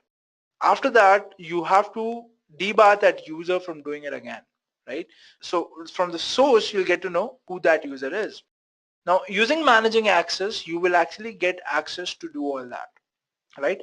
So if you talk about AWS, this service is called AWS IAM. So what AWS IAM does is, it basically authenticates that particular service. Now you are a root user, right? So you can do anything. But what if you have employees, and obviously all employees will not have all the rights, right? Now, what if you want to give granular permissions to your employees? Now, for like in our example, what if one specific employee is capable to track down this problem, right? Or track down what has to be done. So you can give that particular person the rights. How? Using IAM, right? So IAM is used to provide granular permissions. It actually secures your access to the EC2 instances by giving you a private file, and also it is free to use, right? So let's see how IAM is used. So let me go back to my AWS console. Okay guys, so this is my AWS dashboard. I'll go to the security, identity and compliance domain and I'll click on IAM, right? Now over here, I'll click on roles. Now I can see all the roles which are there in my IAM, right? So since I would have identified which role is creating a problem, so I'll go to that role. So for example, I have a problem in say AWS Elastic Beanstalk EC2 role, right? I'll click on this. Now once I click, I will be getting this screen. So now I can see the permissions, the trust relationships, the access advice and the revoke sessions, right? So I'll go to revoke sessions and I'll click on revoke active sessions, and hence I'll be able to wipe out that user from accessing my AWS resources, right? So this is how you use IAM, guys. Now one more thing that you can do over here is you'll go back to your dashboards, go to roles. Now like I told you guys, you can actually create a role for a person who will be able to access restricted things on your AWS account, right? So let me quickly show you how you can do that. So you'll click on create new role and you'll give your role some name. So let's give it hello over here, right?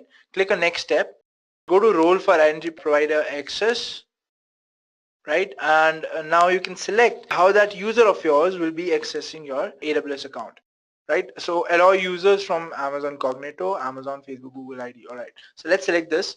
Now let us select Facebook and let's give it some random application ID, right?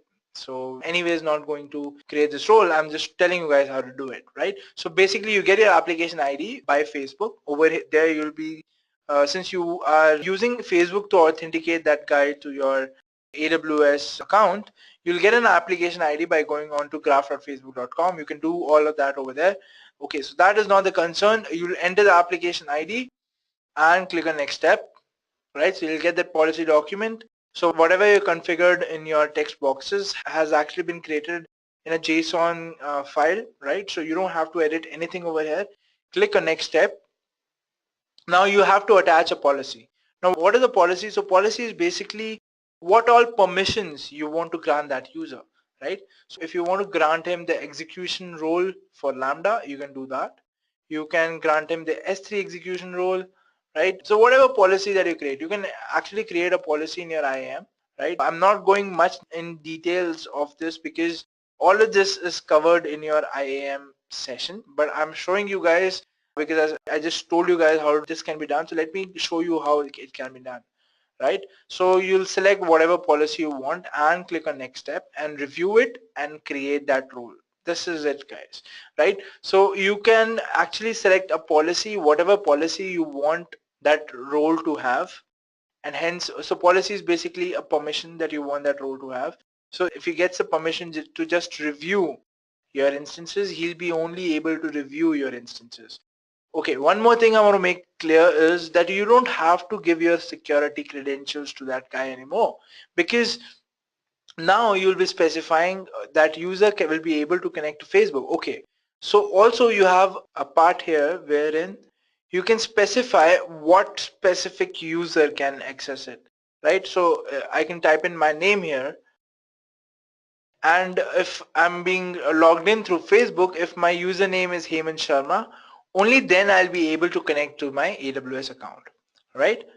Now this is ID, right? I can also set the locale parameter, right? So ID I think is fine, wherein you will be adding the ID of the guy whom you want this AWS account be accessed by, right? So you all have Facebook IDs, right? So you all have to just punch in your Facebook IDs over here, click on next step, and then you'll be able to access this AWS account. If I create this role right now with the policies that I'll be attaching to your role, right? So this is how you use IAM, guys. Let us go back to our session. Okay, so these are the three services, guys. So you have IAM, you have CloudTrail, and you have CloudWatch, using which you can control or you can actually see what is going on in your AWS account.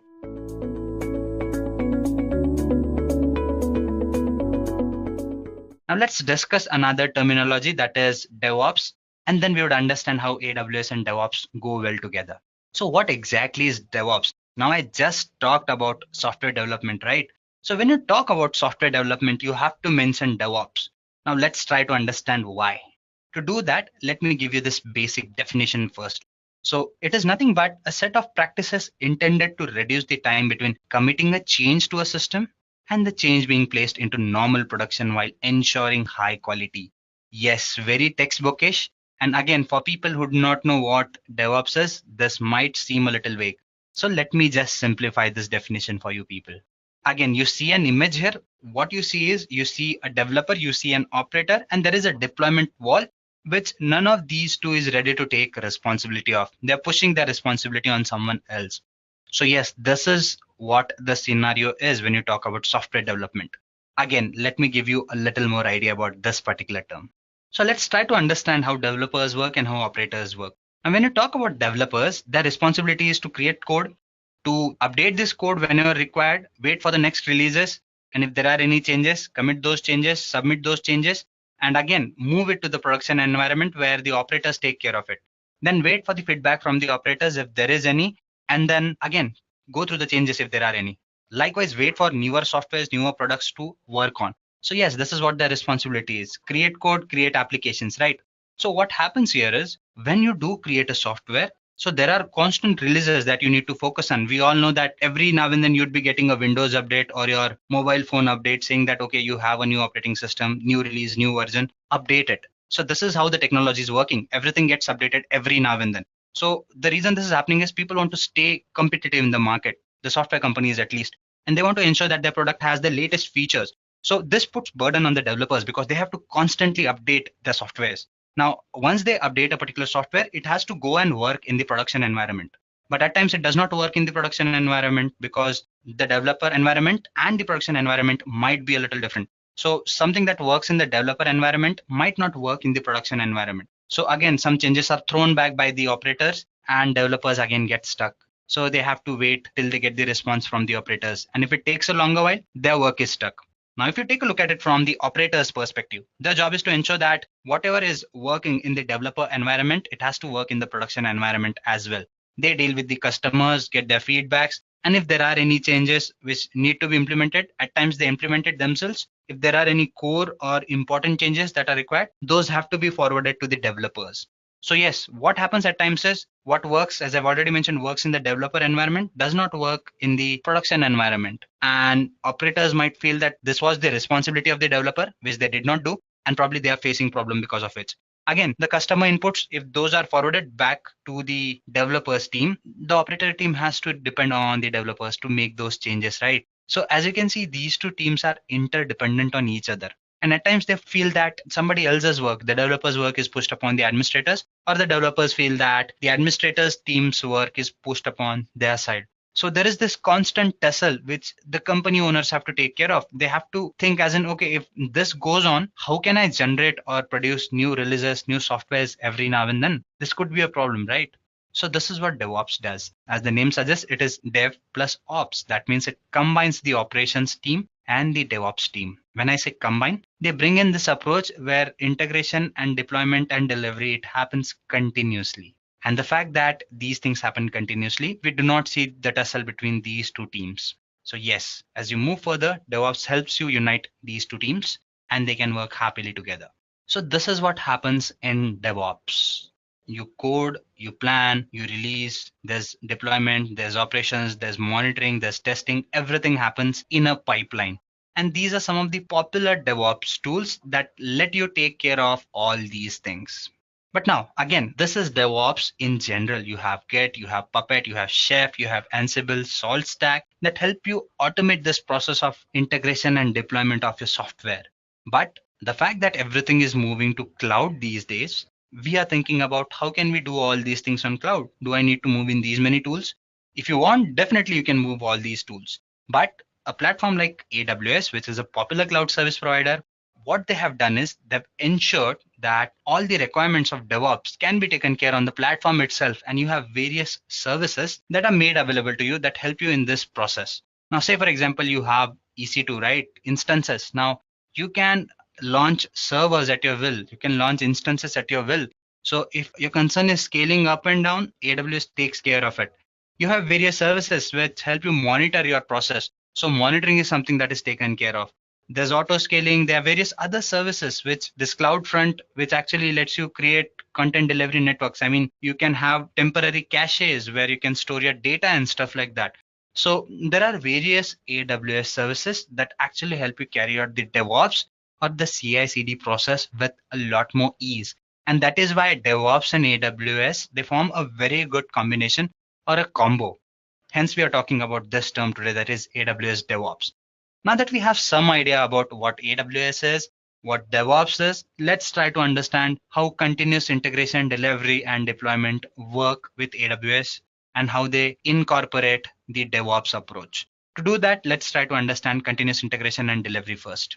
So let's take a look at this diagram to understand this process. So these are the 4 steps that are there. You have split the entire chunk of codes into segments. So guys, think of it as more of your MapReduce kind of an action. I mean, what happens is in your continuous integration and delivery, we are trying to bridge in the gap between the developer team and the operations team, right? So we try and automate this process of integration and delivery. So the fact that continuously you have various software updates, which I just mentioned, right? So what if I have like 50 or maybe 100 developers who are working parallelly? Now there are certain resources that need to be used by everyone, right? So what problem it creates is, suppose if I'm working on a particular code, I work on that piece of code. And if somebody else is working on that piece of code, and we have this central system where the data needs to be stored. So I'm working on this piece of code, I make a particular change and I store it there. Now someone else is working on this piece of code, and that someone makes a change and he or she stores it there, right? So tomorrow if I come back, probably I need a fresh copy of this piece of code. What if I just start working on the piece of code that I'm working and then I submit that code there? So there would be an ambiguity, right? Whose code to be accepted? Whose code's copy should be made?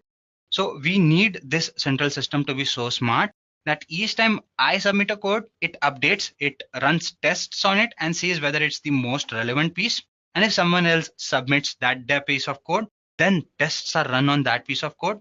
This system should be able to ensure that each of us next time when we go and pick the piece of code, we get the latest piece of code and we get the most updated one or the best piece of code. So this process of committing the code, putting in that piece of code and automating this whole process so that as it moves further, it also gets delivered and deployed to the production in the similar manner with the tests that need to be conducted is called as continuous integration and delivery. Now, integration, as I've mentioned here, the continuous updates in the source code or the code that I'm building, the code is built, compiled. And when I talk about delivery and deployment, the pieces of code, once they're ready to move to the production environment, those are continuously deployed to the end customer. Now, deployment seems a very easy process, right? I mean, picking up the code and giving to the end customer. No, it's not that easy. Deployment actually involves taking care of all the servers and stuff like that. And spawning up these servers is a difficult task. So automating this process becomes very important. And if you do it manually, you're going to suffer a lot. So yes, this is where continuous integration and delivery comes into picture. Code, it is continuously generated, it is compiled, it is built, then compiled again, then tested, again, then delivered, and made sure that it gets deployed to the end customer the way it was supposed to be.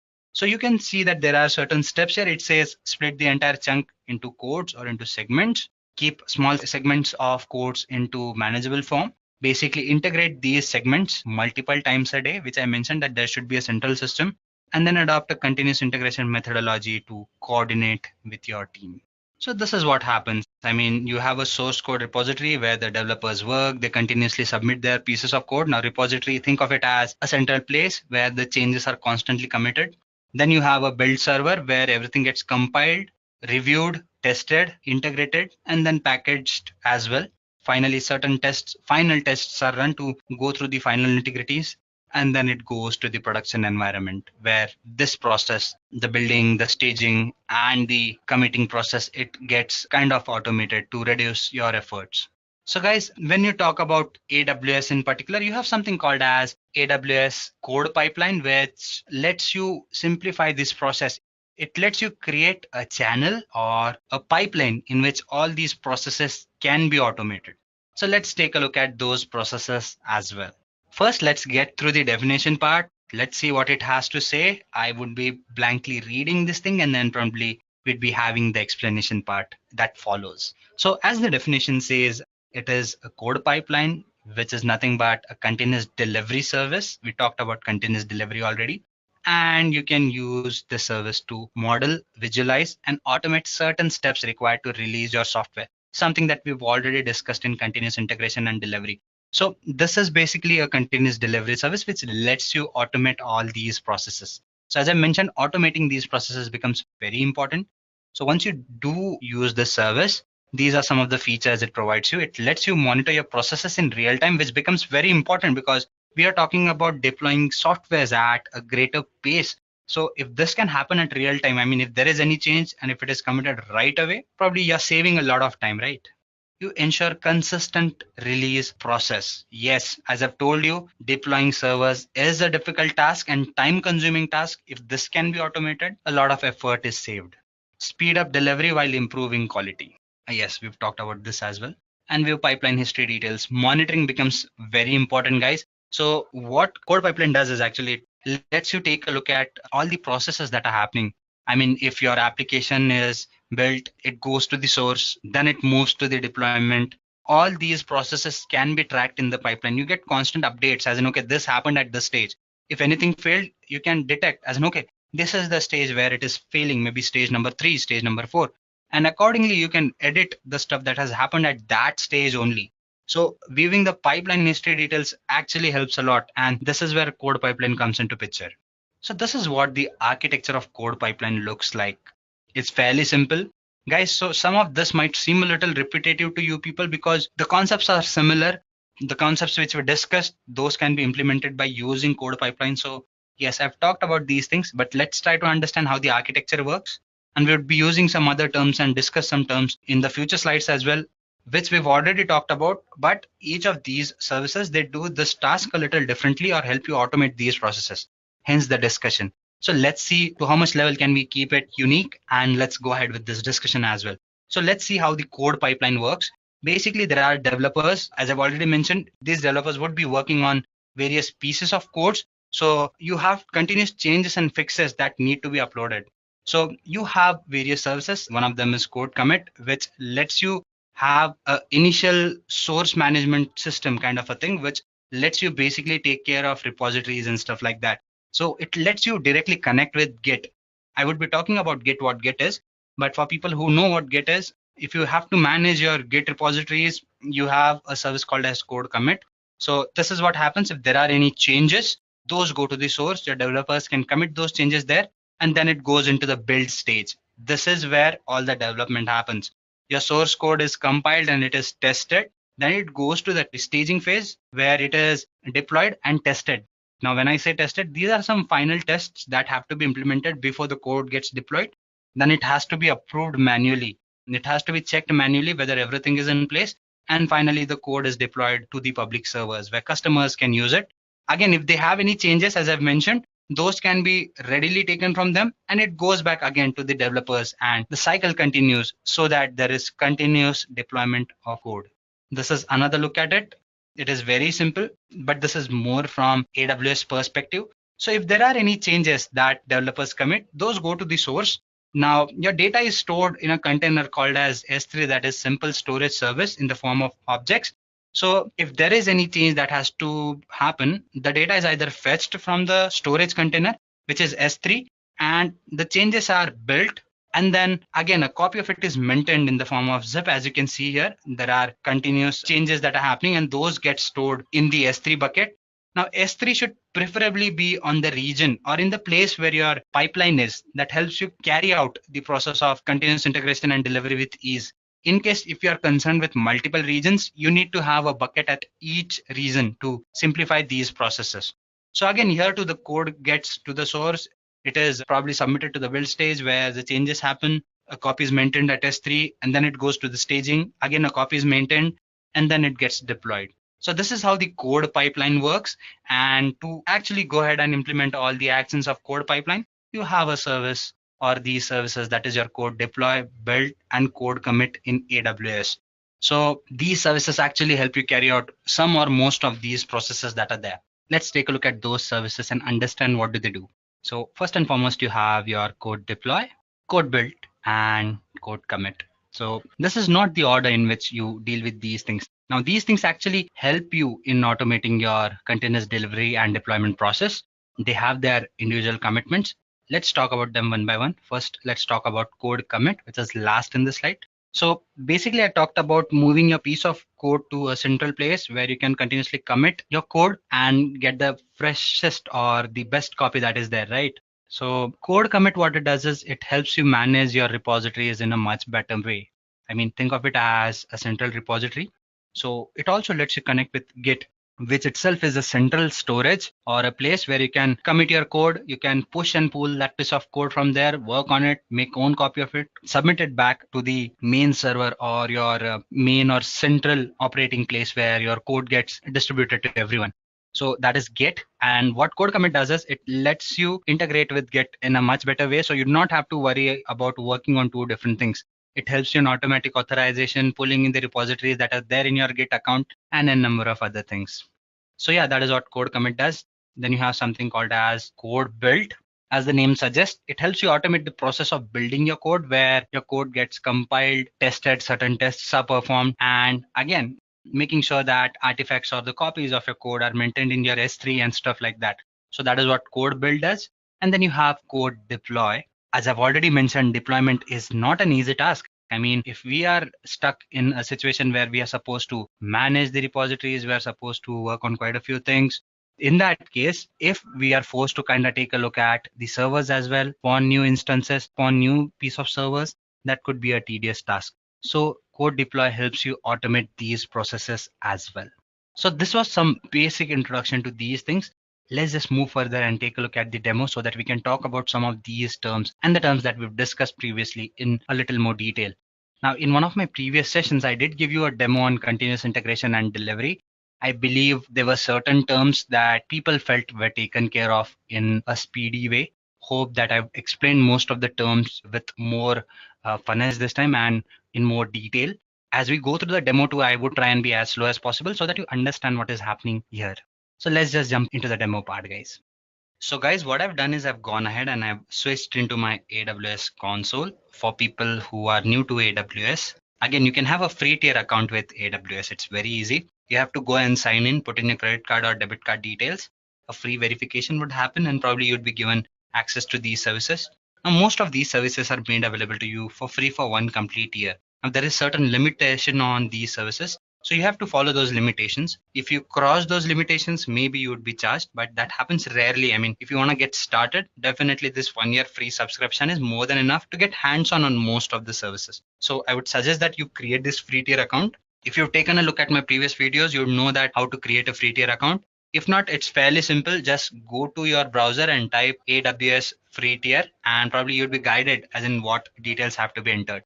It's not a complex process. It is fairly simple and it happens very easily. So you just have to go ahead and do that. Once you do that, again, you'd be having access to this console, guys. So once you have an access to this console, you have all the services that you can use. So in today's session, we would be working on a similar demo that we worked in our one of the previous sessions. Here we would be creating an application, a PaaS application, platform as a service application, and we would be deploying that application using our code pipeline. So there would be talking about other terms as well, like code commit, code deploy, and code build. So do not worry, we would be discussing those as well. So this is what the demo is for today's session. So guys, let's start by creating our PaaS application. To do that, we would be using Elastic Beanstalk, which lets you have a ready-to-use template and using which you can create a simple application. Now, this being a demo, guys, we would be creating a very simple and a basic application. So just come here and type Elastic Beanstalk. So when I come to this page, guys, if you've created an application, it would show you those applications. But the fact that if you're using it for the first time, this is the console that you'd be getting. That is why I have created this demo account so that probably we get to see how you can start from the scratch. So if you click on get started, guys, creating an application here is very easy, like extremely easy. You have to enter in certain details only. It takes a while to create an application, understandable. I would tell you why it takes the time, but once it happens very quickly. So all you have to do is give your application name. Let's call it, say, deployment app. I'm very bad at naming conventions. Let's assume that this is good. You can choose a platform, guys. You can choose whatever platform you want. Say PHP is what I'm choosing right now. As I've told you, it's a PaaS service. PaaS, that is platform as a service, means that you have a ready to use platform, guys. And that is why you can just choose your platform. And your Elastic Beanstalk would ensure that it takes care of all the background activities. You do not have to set up your infrastructure. It takes care of it. So once I select the platform, I can use the sample application or use the code if I have. In this case, I would be using a sample code that AWS has to offer. And I say create. There you go, guys. This thing is creating my application. So whatever is happening here, it shows that these are the processes. Now it is creating a bucket to store all the data and stuff like that. So it would take care of all these things, guys. It might take a couple of minutes. So meanwhile, let's just go ahead and do something else. Let me just open AWS console again somewhere else. I hope it does not ask me to sign in again. I've already signed in. So meanwhile, that application gets created. Let me just go ahead and create a pipeline, guys. So code pipeline again. It's fairly simple, guys. What happens here is very easy. I just go ahead and put in certain details here as well, and my pipeline would be created. So do you want to use the new environment or want to stick to the old one? You can click on old, right? And you can go back and create it the way it was done, or you can use the previous environment. I'm going to stick with that. I was very comfortable with that. So let's just stick with it. If you want, you can use the new interface. There's not a lot of difference, certain little or minor differences. So you can just come here and add in the name of the pipeline that you want to create, say demo pipeline. I say next. Source provider. Guys, I would be using GitHub here because I want to basically pick up a repository from GitHub that helps me in deployment. So I need to connect to GitHub for that. It would ask me to authorize. If you have an account, you can always do that so that it can basically bring in all the repositories that you have. So just say authorize. If not, you'll have to sign in once. So my account has been added here, guys. Repository, I need to pick a repository. This is the repository that I would be picking. Do not worry, I would be sharing this piece of code. Or else what you can do is you can just go to GitHub and type AWS CodePipeline S3 code deploy Linux. Now it is a repository given to you by AWS. If you take a look at it and if you type it just the way it is named here from AWS, you should get that repository in GitHub. You just have to go ahead and fork it into your GitHub account, and probably you'd be able to import that repository directly. You can see that repository has been forked here into my GitHub account. You just type the name here, this name, search it, and probably there would be an option here, fork. I forked it, so it does not activate this option for me. In your case, it would be activated. You have to just click on it and the repository would be forked into your account. So I'm getting or importing a fork from my GitHub. I've authorized my account, and then I can just go ahead and do the stuff. Branch, master branch, yes, and just do the next step. Build provider, no build here. I don't have anything major to build, so I don't need to go ahead and provide a build provider. You can use code build, right? Guys, if you want to move or basically deploy your code to EC2 instances, you can use code build if you want. In this case, I have an application in which I have an EC2 instance and stuff like that. So I don't need to go ahead and do any building stuff, hence no build for me. So I say next, deployment provider. In this case, my deployment provider would be my EBS. So we have that option. Yes, select EBS, Elastic Beanstalk, not EBS. EBS stands for Elastic Block Storage. That is a different thing, guys. Elastic Beanstalk. Make sure you do that. Application name, deployment app was the name, right? Yep. And the environment. This is the environment. It creates the environment on its own. I believe that it has created the environment. It says it is starting. I hope the environment has been created. So guys, let's just see whether our application is up and running so that probably I can pass in the details. Yes, the application has been created, guys. So let's just go back and select this. Say next. Now create an IAM role is what it's saying. So let's say sample. Okay, guys. So what happens normally is an IAM user gets created each time you create a role. So in this case, it is asking me to create one. It's access, create a new IAM role, AWS CodePipeline, and I say allow. Successful. So a role has been created. Next step. Now it gives me the details, guys. Basically, it would tell me what are the stuff that I've done. So everything is here. I don't think I need to cross check it. You might just cross check the stuff that has happened and say create a pipeline. So guys, the pipeline has been created here. As you can see, these are the stages that have happened. If you want, you can just go ahead and say release a change. Now these things are happening, guys, and let's hope the deployment also happens successfully. We've just created an IAM user. Let's see whether it falls in place. Everything is in place. As far as the source part is concerned, it has succeeded. And now the deployment is in progress. So it might take a while. Meanwhile, just go back and take a look at this application. So if I open this application, guys, it would give me an overview of what has happened with this application, guys. As you can see, these were the steps that were implemented. Now the application is available for deployment. It successfully launched the deployment environment. It started with everything that it was supposed to do, like create or launch an EC2 instance and stuff like that. So everything is mentioned here, what happened at what time. So this is a PaaS service, guys, and it works in the background. I mean, if you actually go ahead and launch an instance on your own, configure IAM users, configure security groups, it takes a longer while. But what the service does is it automates that process. It understands that you need an EC2 instance. It launches that instance. It assigns security groups, VPCs and stuff like that. All you have to do is run your application on top of it, as simple as that. So it has taken care of everything and run a PHP application for me. So yes, this is what has happened here. If I just go back here, meanwhile, let's see whether our code has successfully run. You can see what has happened here. I've released the change as well. And you can view the pipeline history if you want. You can click on this icon and all the details will be given to you, what happened in what stage. So these are the things that have happened till time. Now guys, let's just go back and take a look at something that we could. So I'm gonna come here and say service EC2 because my app launched an EC2 instance. So there should be an instance created by Elastic Beanstalk. See, one instance is running. It has a key pair attached to it as well.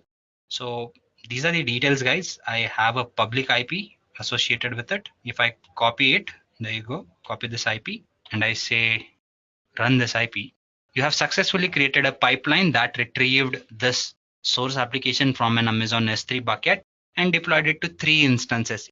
It did not deploy it to 3 instances using code deploy. It deployed it to only 1 instance. You see this message that it deployed it to 3 instances is because the code or the repository that I used, it was supposed to deploy it to different instances if there are multiple instances, and hence this message would have made more sense then. But the fact that we've deployed it to only one EC2 instance, it should actually display that message. So the message that you're supposed to give, you can actually come back here and make change to the piece of code that you worked on.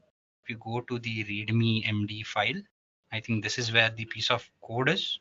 There you go. Okay, no, not here.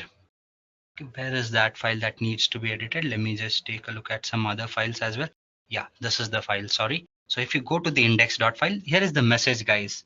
So you can probably make a change to this message. Instead of saying 3, you can say 1 here, edit this piece of code, and then you submit the code again. So when you do launch or type in this IP address, probably that change would be reflected. So guys, what we've done is we've actually gone ahead and created a pipeline successfully.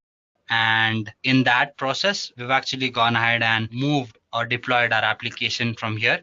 So guys, in case if I do go ahead and commit changes to the code that I just talked about, those would get reflected right away in my history when I talk about this pipeline.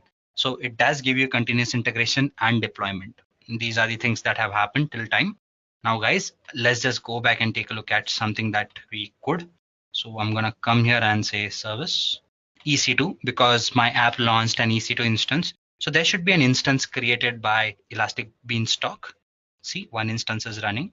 It has a key pair attached to it as well.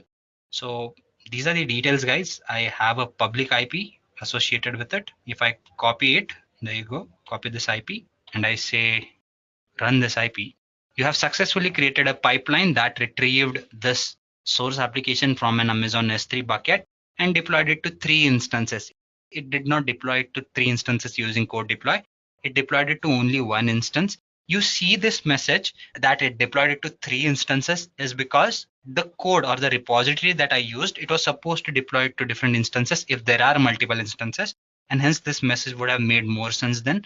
But the fact that we've deployed it to only one EC2 instance, it should actually display that message. So the message that you're supposed to give, you can actually come back here and make change to the piece of code that you worked on.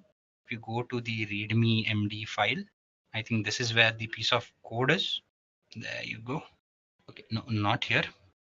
Okay, where is that file that needs to be edited? Let me just take a look at some other files as well. Yeah, this is the file, sorry. So if you go to the index.file, here is the message, guys. So you can probably make a change to this message. Instead of saying 3, you can say 1 here, edit this piece of code, and then you submit the code again. So when you do launch or type in this IP address, probably that change would be reflected. So guys, what we've done is we've actually gone ahead and created a pipeline successfully. And in that process, we've actually gone ahead and moved or deployed our application from here. So guys, in case if I do go ahead and commit changes to the code that I just talked about, those would get reflected right away in my history when I talk about this pipeline. So it does give you continuous integration and deployment.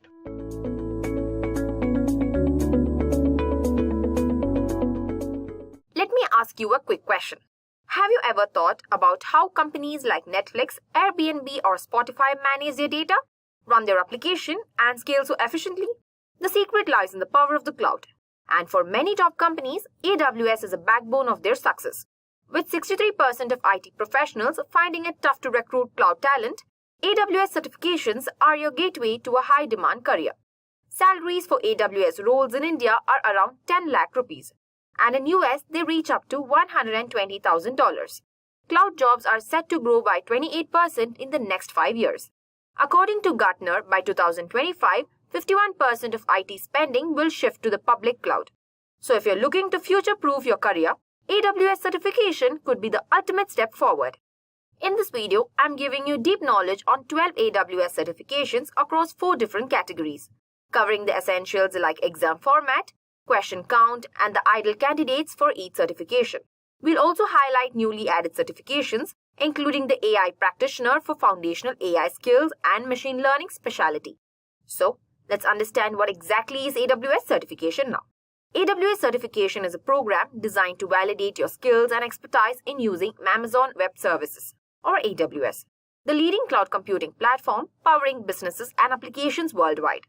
AWS offers a wide range of cloud services, from storage and computing power to machine learning and artificial intelligence. And AWS certification shows that you have the knowledge to leverage these tools effectively. Now we'll understand why is AWS certification important.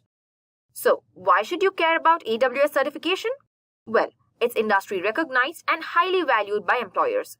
Getting certified proves to potential employers that you have the skills needed to design, implement, and manage cloud-based solutions using AWS. And trust me, that can set you apart from other candidates. Whether you're looking to switch careers or advance your current role, AWS certification can open doors to new job opportunities, career advancements, and even higher salaries. Next, let's explore the various AWS certification levels and what they entail. AWS offers a total of 12 certifications across 4 levels: Foundational, Associate, Professional, and Specialty. Each level caters to different expertise, from beginner to advanced cloud professionals. Here is a quick breakdown of each category. First, we have the foundational level. This is a knowledge-based certification for those who want a foundational understanding of AWS Cloud. The best part, no prior experience is needed for this level.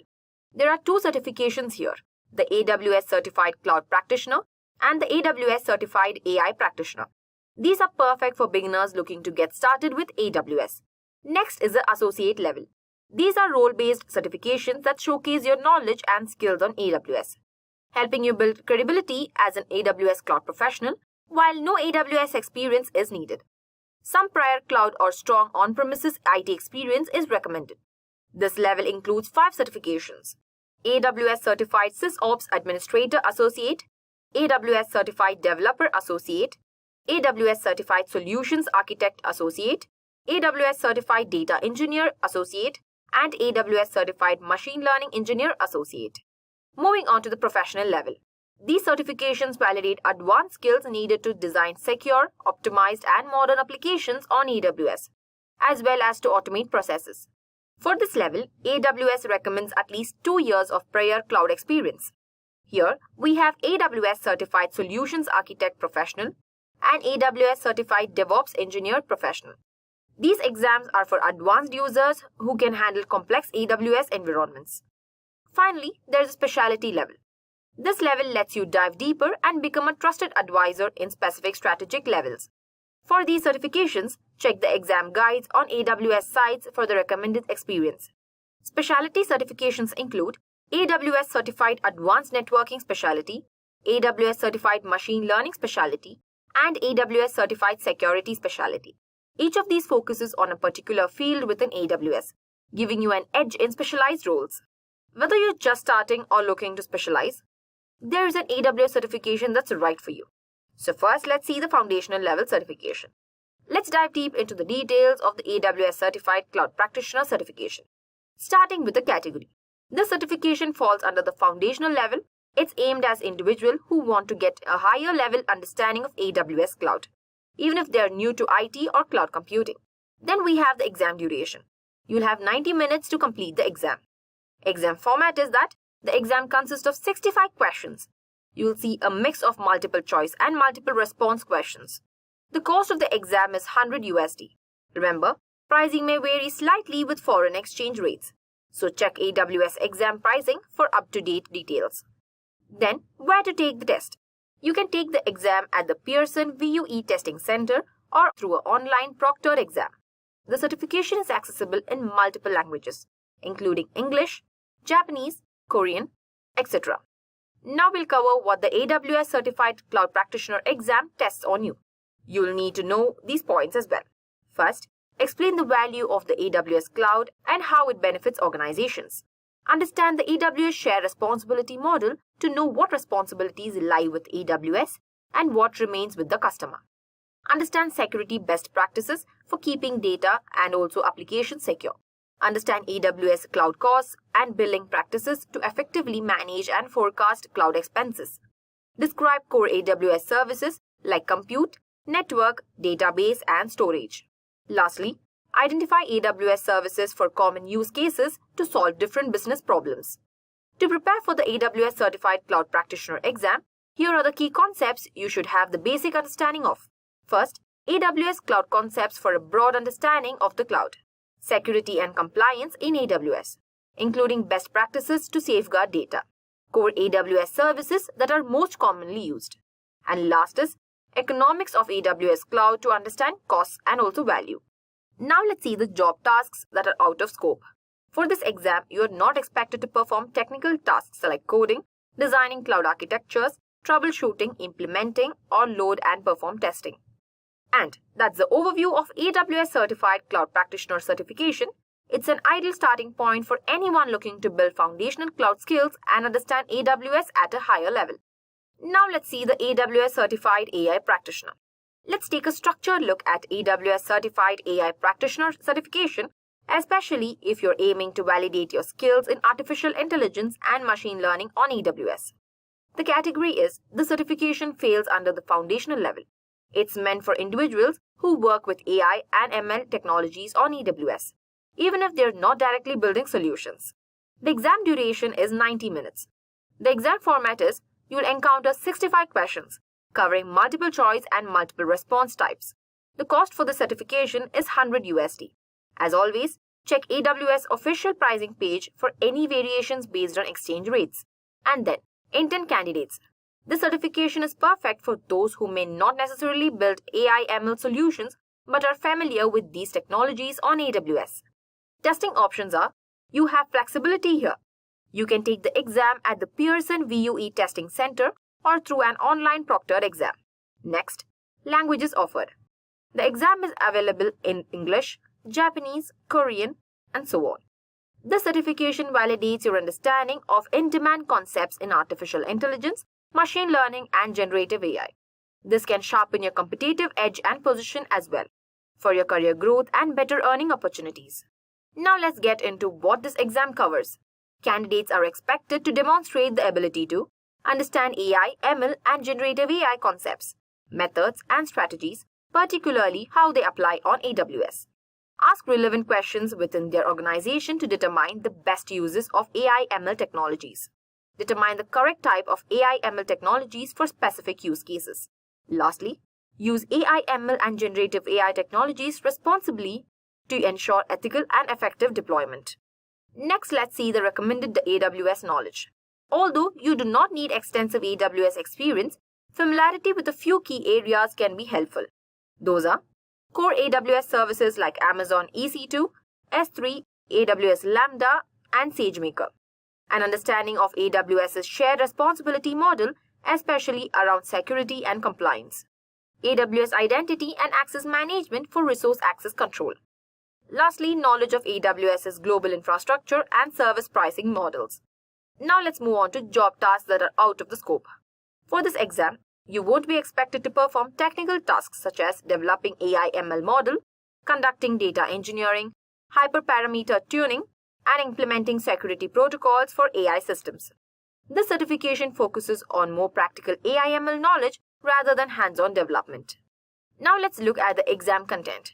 The exam includes a mix of question types to assess your knowledge, such as multiple choice and multiple response questions, where you'll pick one or more correct answers. Ordering questions, where you'll arrange responses in the correct sequence. Matching questions, where you'll match items based on prompts. Lastly, case studies, where you'll analyze a scenario with multiple questions to assess your applied knowledge. And that's a structured look at the AWS Certified AI Practitioner certification. Perfect for professionals seeking to deepen their understanding of AI and ML concepts on AWS and to start their AI journey on a solid foundation. Now let's dive into the AWS Certified Solutions Architect Associate certification. This is one of the most popular AWS certifications and an ideal choice if you're looking to deepen your cloud architecture skills. The category of the certification is at associate level, perfect for those with foundational AWS knowledge or IT experience, whether in the cloud or on-premises. The exam duration is you will have 130 minutes to complete the exam. The exam format includes 65 questions, mostly multiple choice or multiple response. The cost is $150 USD. Be sure to check AWS's official pricing page for any regional cost variations. The testing options are, you have the option to take this exam at the Pearson VUE Testing Center or through an online proctored exam. The languages that they offer is, this exam is available in English, French, German, Italian, and so on.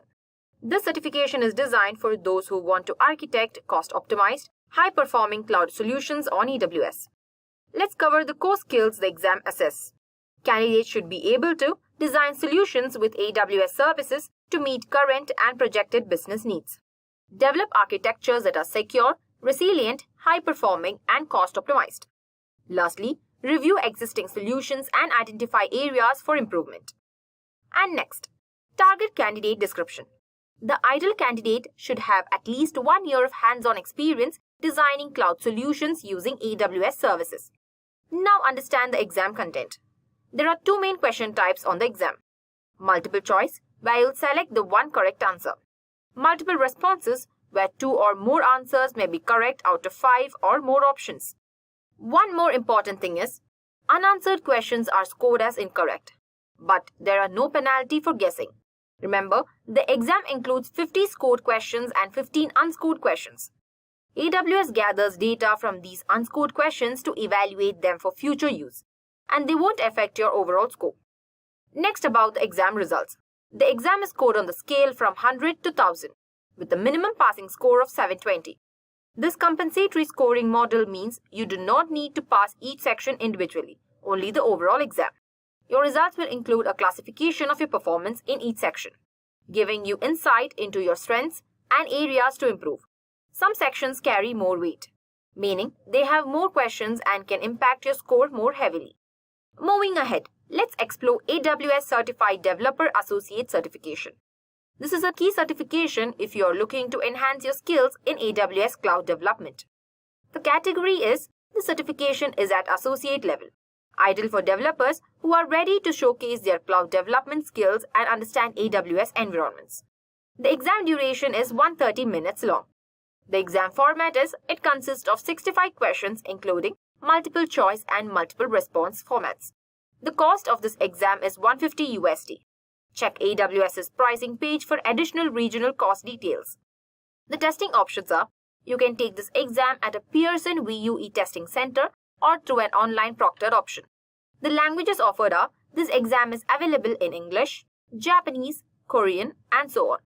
The AWS Certified Developer Associate Certification validates your skills in developing, optimizing, packaging, and deploying AWS applications. It's great for anyone starting out in AWS or working in IT or cloud development roles. This exam is designed to assess the skills like, we'll break down what skills the AWS Certified Developer Associate exam is designed to assess, including developing and optimizing applications on AWS, deploying applications using CI/CD workflows, securing applications code and managing data protection, identifying and resolving application issues. The target candidate description is, ideally candidates that have 1+ years of hands-on experience developing application using AWS services. Now let's see the recommended AWS knowledge. You should know how to develop and secure applications using AWS Service APIs, the AWS CLI, and the SDKs. Use a CI/CD pipeline to deploy applications on AWS as well. Now let's see out-of-scope tasks. This exam doesn't cover some tasks like designing architectures. Let's understand exam content. The questions are a mix of multiple choice and multiple response types, where you need to choose 1 or more correct answers. There are 50 scored questions that affect your final score, and 15 unscored questions to evaluate your future use. Moving forward, let's dive into the AWS Certified SysOps Administrator Associate Certification. This certification is perfect for those in a cloud operations role and looking to prove their skills in monitoring and maintaining AWS workloads. The category is, this certification is at associate level, ideal for system administrators or those focused on AWS cloud operations. The exam duration is 130 minutes long. The exam format includes 65 questions with multiple choice and multiple response types. The cost for the exam is $150. For additional pricing details, check the AWS website. The testing options are: you can take the exam at the Pearson VUE Testing Center or online through a proctored exam. The languages that they offer is: the exam is available in English, Japanese, Korean, and simplified Chinese. The AWS Certified SysOps Administrator Associate certification validates your expertise in monitoring AWS workloads, implementing security controls, and applying networking concepts. It's ideal if you are in an IT role involving AWS cloud administration. Now we'll walk through the core areas this exam covers, including supporting and maintaining AWS workloads based on AWS well-architectured framework, operating workloads using the AWS Management Console and CLI, implementing security controls for compliance, monitoring, logging, and troubleshooting AWS systems, applying networking concepts like DNS and TCP/IP. Lastly, performing business continuity and disaster recovery procedures. The target candidate description is: ideally, candidates have 1 year of hands-on experience managing AWS workloads, with skills in networking, security, and troubleshooting. The recommended AWS knowledge and experience are: candidates should have at least 1 year of experience with AWS technology, proficiency with the AWS Management Console and CLI, and an understanding of the AWS well-architectured framework. Now, about the exam content. The questions are a mix of multiple choice and multiple response, with 50 scored questions that impact your score and 15 unscored questions that AWS uses for future testing. Now, the another certification, so-called AWS Certified Data Engineer Associate exam. If you are looking to prove your skills in managing data on AWS, this certification is for you. The exam is an associate level certification, so it's perfect for those with some experience in data engineering, but not quite for experts. You have 130 minutes to complete the exam, which is about 2 hours and 10 minutes. There are 65 questions in total. Some will be multiple choice and some will be multiple response. The cost is $150. Now let's see where you can take it. You can take the exam either at a Pearson VUE test center or online with a proctor watching you from home. The exam is available in English, Japanese, Korean, and simplified Chinese. Basically, the certification is all about working with data on AWS. The exam checks your skills in tasks like ingesting and transforming data, getting data ready for use, creating data pipelines, that is orchestrating how data moves and changes, designing data models, making sure data is organized in the right way. Lastly, maintaining data quality, keeping your data clean, secure, and properly governed. The exam also tests your ability to monitor and optimize data pipelines, ensuring things run smoothly and cost-effectively. Who should take the exam? The exam is meant for people with about 2 to 3 years of experience in data engineering and at least 1 to 2 years of hands-on AWS experience. What you should already know. You should know how to set up and maintain ETL pipeline, that is extract, transform, load for data. Use basic programming concepts to build these pipelines. Understand how to use Git for version control and data lakes for storing data. Lastly, have a general understanding of networking, storage, and computing. In AWS, you should know how to use AWS services to build and manage data pipelines. This includes things like encryption, data protection, and logging. You should also be able to write SQL queries on AWS services to analyze data. Moving ahead, understand about the certification exam. This exam will have 2 types of questions: multiple choice, in which 1 correct answer is given; multiple responses, where you'll need to pick more than 1 correct answer. Next we have is AWS Certified Machine Learning Engineer Associate.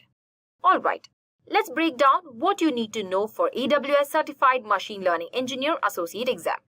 The duration and questions are: you'll have 130 minutes to complete 65 questions. The cost of the exam fee is $150. Where to take the exam? You can choose to take the exam either at a Pearson VUE test center or online with the proctor. The exam is offered in English, Japanese, Korean, and simplified Chinese. This certification is aimed at individuals with at least 1 year of experience using Amazon SageMaker and other machine learning tools on AWS. If you're a backend software developer, DevOps engineer, data engineer, MLOps engineer, or data scientist, this is for you. Now, the target candidate should have a year of experience using SageMaker and also be familiar with related AWS services. Here's what you should already know before taking the exam. A basic understanding of common ML algorithms and when to use them. Knowledge of data engineering, like how to ingest and transform data for ML pipelines. Experience with CI/CD pipelines and infrastructure as a code. Lastly, familiarity with software engineering best practices for creating clean, reusable code. Now on the AWS side, make sure you also know how to use SageMaker for building and deploying models. Work with AWS data services for preparing data for ML models. Deploy applications and infrastructure on AWS. Use monitoring tools for logging and troubleshooting ML systems. Set up automated CI/CD pipelines using AWS services. Lastly, understand AWS security best practices for identity management, encryption, and data protection. Now let's dive into the AWS Certified Solutions Architect Professional exam. Here's what you need to know. This is for professionals with at least 2 years of hands-on experience designing and deploying cloud architecture on AWS. Before you dive into the exam, you should be comfortable with the tools like AWS CLI, AWS APIs, AWS CloudFormation, and the AWS Management Console. Plus, knowing a scripting language and having experience with both Windows and Linux environments is a plus. You should also have the skills to provide best practice guidance on architecture across multiple applications and enterprise projects. Map business goals to architectural needs. Make architectural recommendations for implementing and deploying applications on AWS. Design hybrid architectures using AWS technologies like VPN and AWS Direct Connection. Lastly, set up continuous integration and deployment processes on AWS. We look at the format, question types, and also everything you need to know. You'll have 180 minutes to answer 75 questions, which will be in either multiple choice or multiple response format. The exam costs $300 USD. You can take the exam at a Pearson VUE test center or choose it on online proctored exam. To earn the certification, you need to pass SAP C02 exam. And don't worry, there is an exam guide to help you prep. Now let's dive into the AWS Certified Security Specialty exam. Who should take this exam? This exam is for professionals working on security roles. If you're securing AWS products or services, the certification is for you. I know you will be having the doubt of experience level, right? The ideal candidate should have 3 to 5 years of experience in designing security solutions, with at least 2 years of hands-on experience securing AWS workloads. Before you take this exam, you should have a knowledge of the AWS Share Responsibility model, security controls on AWS environments, logging and monitoring strategies, vulnerability management and security automation, integrating AWS security services with third-party tools, disaster recovery controls like backup strategies. Lastly, cryptography, key management, and identity access management. Now let's talk about the AWS Certified DevOps Engineer Professional exam and how it can level up your career in cloud engineering. Who should take this exam? This exam is designed for individuals at least having 2 years of experience working with AWS environments. It's for professionals who want to demonstrate their expertise in provisioning, operating, and managing distributed systems on AWS. Before you take the exam, you should be familiar with programming, that is, experience in at least one high-level programming language. Infrastructure automation, building highly automated infrastructures. Next is operating systems, administering different operating systems. DevOps methodologies, understanding modern development and operation processes. Next comes continuous delivery systems, implementing and managing continuous delivery systems on AWS. Security and governance, automating security controls, compliance validation, and governance processes. Last is the monitoring and logging, defining and deploying monitoring, metrics, and also logging systems on AWS. Now let's understand about the exam. You'll have 180 minutes to answer 75 questions in multiple choice and multiple response formats. The exam costs $300 USD. And about location, you can take the exam either at a Pearson VUE test center or online with a proctor. Next, here's the key knowledge you need before taking the exam. 2+ years of experience, provisioning, operating and managing AWS environments. Experience with software development lifecycle and programming or scripting. Automating infrastructure and understanding modern development processes. Lastly, securing AWS infrastructure is also recommended knowledge. The exam consists of two types of questions. Multiple choice, where one correct answer and three distractors. Multiple responses, two or more correct answers from a list of 5 or more options. Now let's dive into the AWS Certified Security Specialty Exam and see how the certification can set you apart in cloud security. The exam category is a specialty level certification, perfect for those who want to showcase expertise in AWS security solutions. I know you will have a doubt of how exam is like. You'll have 170 minutes to complete 65 questions in both multiple choice and multiple response formats. The exam costs $300 USD. Where can you take this exam? You have two options for taking the exam. An in-person test at Pearson VUE testing centers or an online proctored exam. This exam is offered in 6 languages like English, Japanese, Korean and so on. Now let's see what is the certification about. The AWS Certified Security Specialty validates your skills in creating and implementing secure AWS solutions. It tests your knowledge of data classification and AWS data protection mechanisms, data encryption methods and how to implement them on AWS. Lastly, secure internet protocols and AWS mechanisms for securing data transfers. Who should take this exam? If you're in a security role, this certification is a great way to validate your skills. The exam is designed for candidates who have a solid understanding of data classifications, encryption and secure internet protocols, 2 or more years of production deployment experience in AWS security services. Lastly, the ability to make the trade-off decisions regarding costs, security and deployment complexity. What knowledge should you have?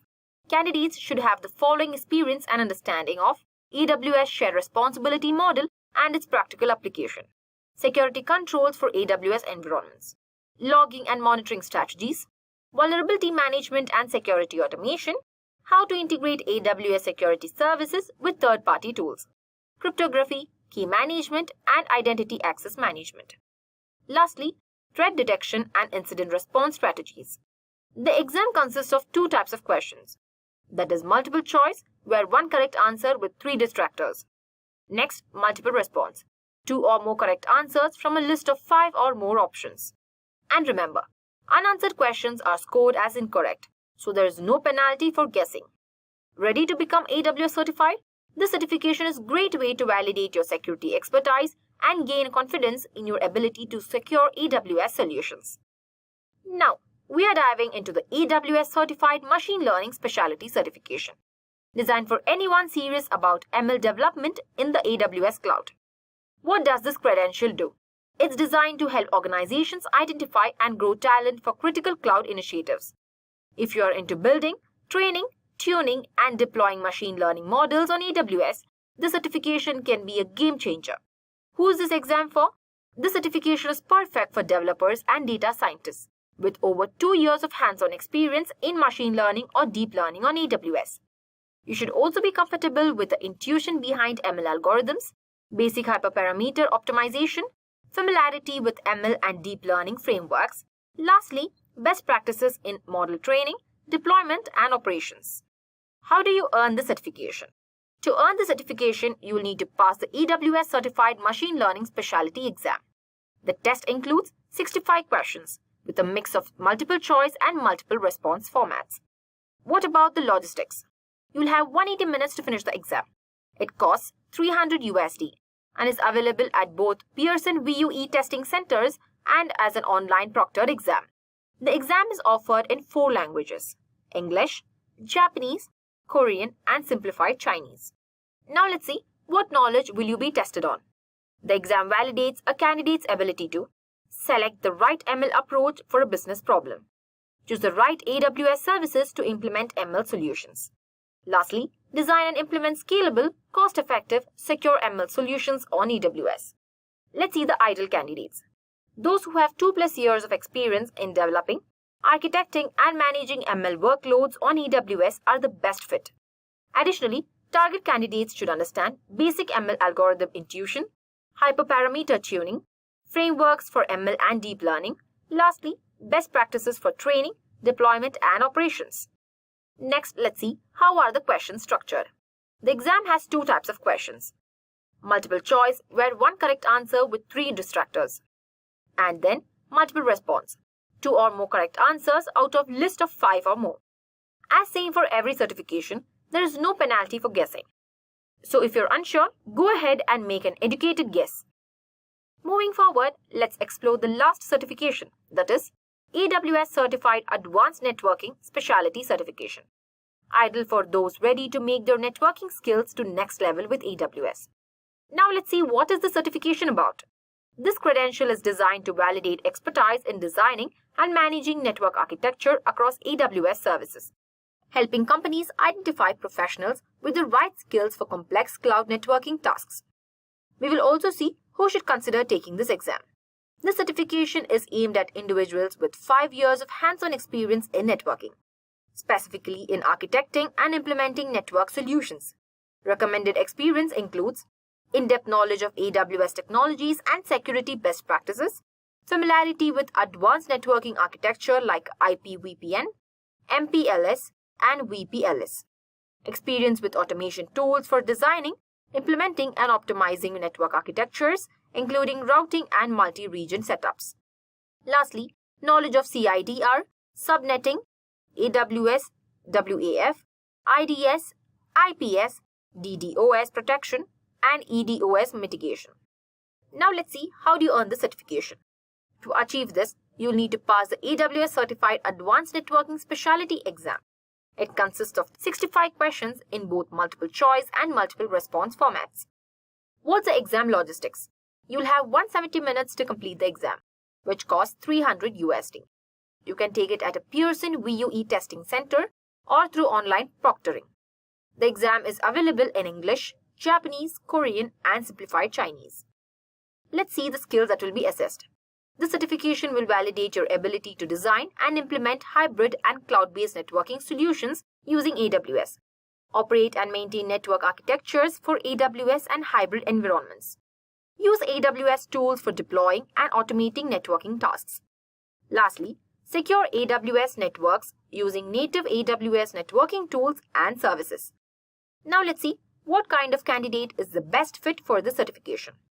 Ideally, candidates should have at least 5 years of networking experience and 2+ years in cloud and hybrid networking. Key knowledge areas include AWS networking details and how they integrate with other AWS services, security best practices for AWS. Lastly, understand of AWS compute and storage options. How are the questions structured? You'll encounter multiple choice questions with 1 correct answer and 3 distractors, multiple response questions with 2 or more correct answers among 5 or more options. So, if you're serious about building secure, reliable network architectures on AWS, the AWS Certified Advanced Networking Specialty Certification can be an invaluable credential for your career. So, that wraps up our overview of all the AWS certifications. So, if you've got your certification, you'll have access to great career opportunities. Now let's go to the career opportunities. You could work as a cloud architect, solution architect, DevOps engineer, data engineer, or security specialist. The pay will depend on your experience and where you're based. But these roles offer excellent career growth and good salaries. Let me tell you some exam preparation tips. Once certified, you'll have an amazing career opportunities. But before you go, here are some quick exam preparation tips. First, use AWS free training. Hands-on labs and practice exams are the must. Apply AWS tools. Practice using AWS in real-world scenarios. Next, take practice exams. Familiarize yourself with the exam format. Then, focus on core concepts. Pay attention to key topics like security and costs. Lastly, AWS forums. Get tips from the community. With these tips, you'll be ready to pass the exam and boost your career.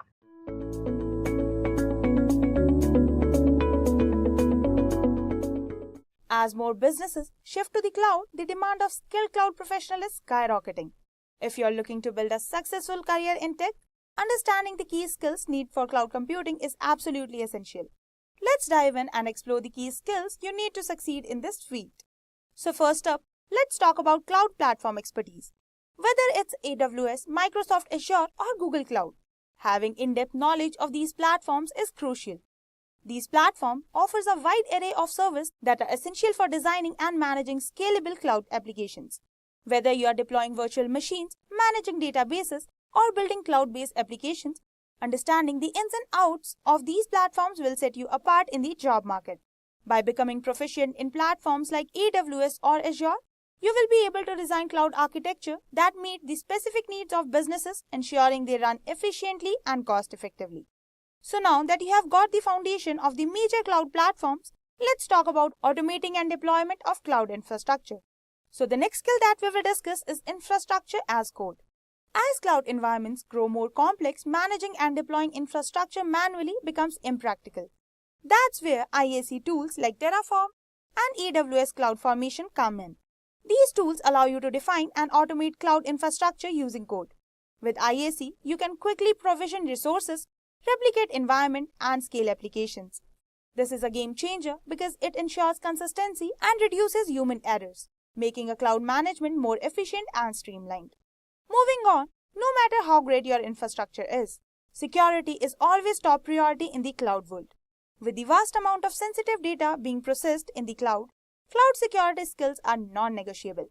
AWS IAM, Azure Active Directory, and Google Cloud Identity are just a few tools that help to manage access control and enforce security policies. You will also need to be well versed in compliance frameworks like GDPR, HIPAA, and SOC 2. Being able to ensure your cloud environment meets these compliance standards will help to protect the data and maintain the trust with customers and stakeholders. Next, let's move on from securing the cloud to building scalable and portable applications in the cloud. So containerization and orchestrations are vital in cloud computing. With Docker for containerization and Kubernetes for orchestration, cloud professional can package applications into lightweight containers that can run anywhere. This makes deployment faster and more consistent across the different environments. Kubernetes in particular allows you to manage containerized applications at scale, handling everything from automatic scaling to self-healing applications, whether you are working on AWS, Google Cloud, or Azure. Mastering Docker and Kubernetes will be a huge asset in building cloud-native applications. So now that your applications are scalable and portable, let's look at how we can accelerate their deployment. Let's talk about DevOps and CI/CD practices.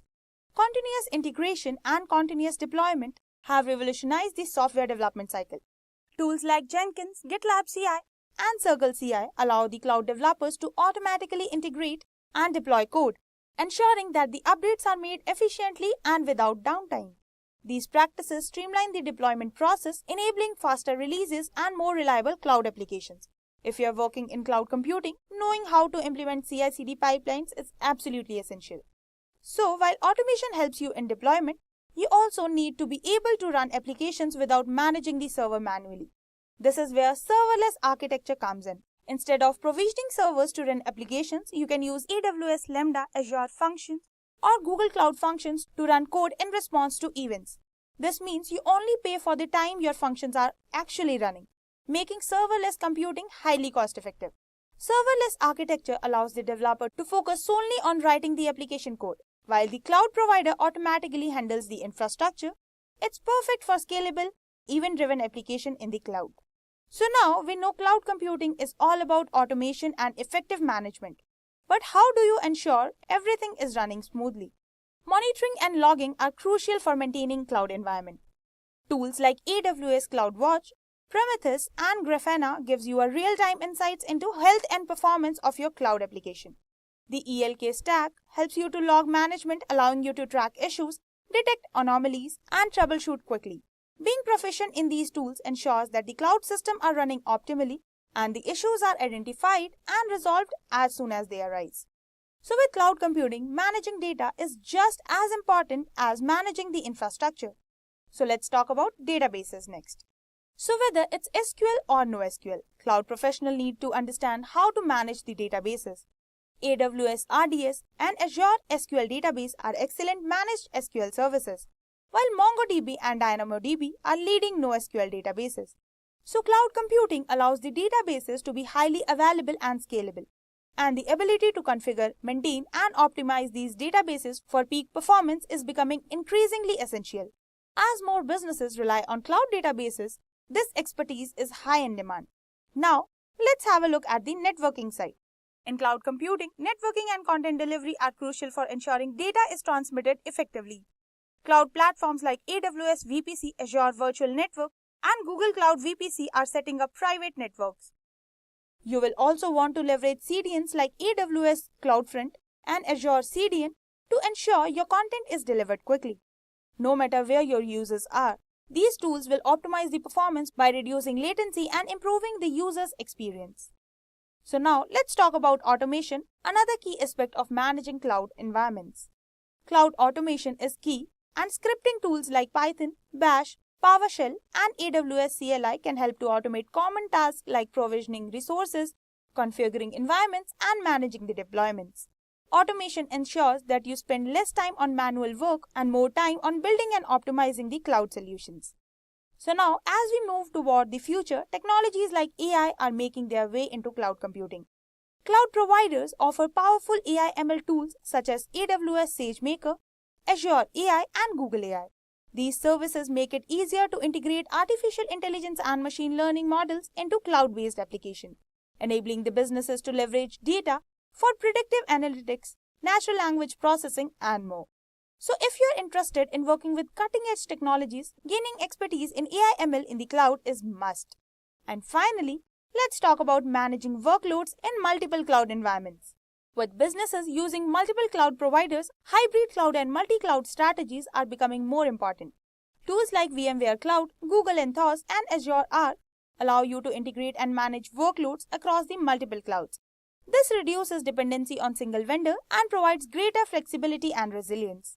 So yeah, there you have it, the must-have skills for cloud computing careers in 2025. Mastering these skills will not only make you a strong candidate for cloud computing jobs, but also equip you with the tools to excel in a rapidly growing industry.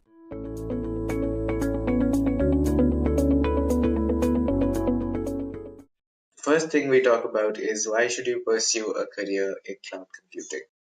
In today's world, somebody trying to pursue a career in cloud computing has a very bright future because 96% of large companies in the world with global operations such as Facebook, Google, Apple, these guys have moved to the cloud. So in the next few years, we'll see all organizations moving to the cloud because it's so much more scalable and cost effective. So significant expansion in cloud technology has made business operations much more scalable and cost effective, and that is the aim of cloud computing, right?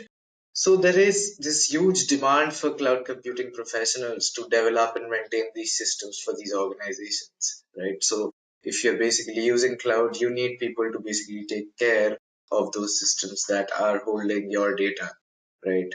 And finally, we see that the desired skill set basically in the current market is cloud computing. And if you know cloud computing, you're a very desirable candidate for your employer. So this is a very hot topic in technology in the current market. Next, we come to prerequisites of pursuing a career in cloud computing. So the first thing we see here is that to pursue a career in cloud computing, you need to have a good grip of programming, right? Along with that, you need to be familiar with the concept of how database works, and you'll have to have a good grip on the basics of security and privacy as well. Because every organization using cloud has to have somebody looking at the security of the cloud as well, because data integrity is extremely essential for every organization, and this basically means that business agility is directly affected. Also, along with all this, you will have to have some sort of networking basics. The most important prerequisites of all are having programming skills and database and security knowledge as well. Apart from that, you will have to have a knowledge of agile development process that are there. So this is a software development process which you will have to know about if you want to pursue a career in cloud, right? So next up, we come to the top cloud computing careers that are there, right? So the top cloud computing careers that are there right now are many. There is the cloud administrator. So this is a guy who basically manages and develops the company's cloud presence, right? Every company using cloud needs to have a cloud presence. So this is the person responsible for that. followed by a cloud architect. So cloud architect designs and implements the cloud computing strategies that are there for the organization, right? Then we have the cloud automation engineer. A cloud automation engineer builds and implements along with maintaining the automation technology as it migrates to the cloud. So even if you're building and maintaining automation technology for your organization, you will basically have to move it to the cloud if your organization uses cloud. And that is what a cloud automation engineer does, right?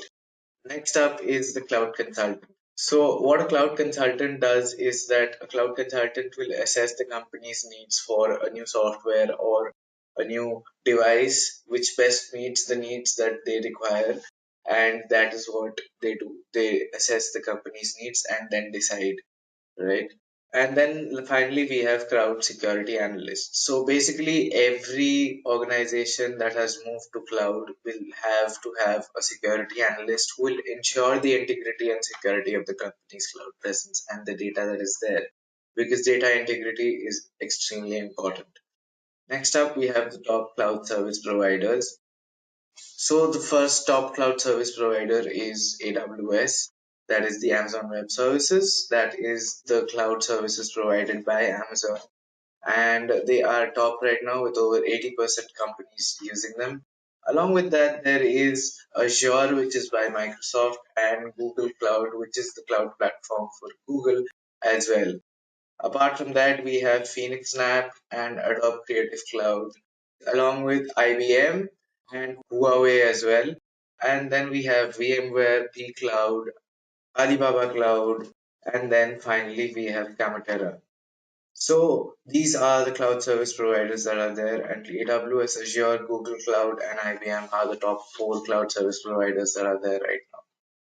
So, of the many market trends that are there, here are some which we will discuss. The first market trend that we see nowadays is that multi and hybrid cloud environments will continue to grow, right? So, what we see in 2021 is that enterprises have stopped moving to one cloud vendor for their needs.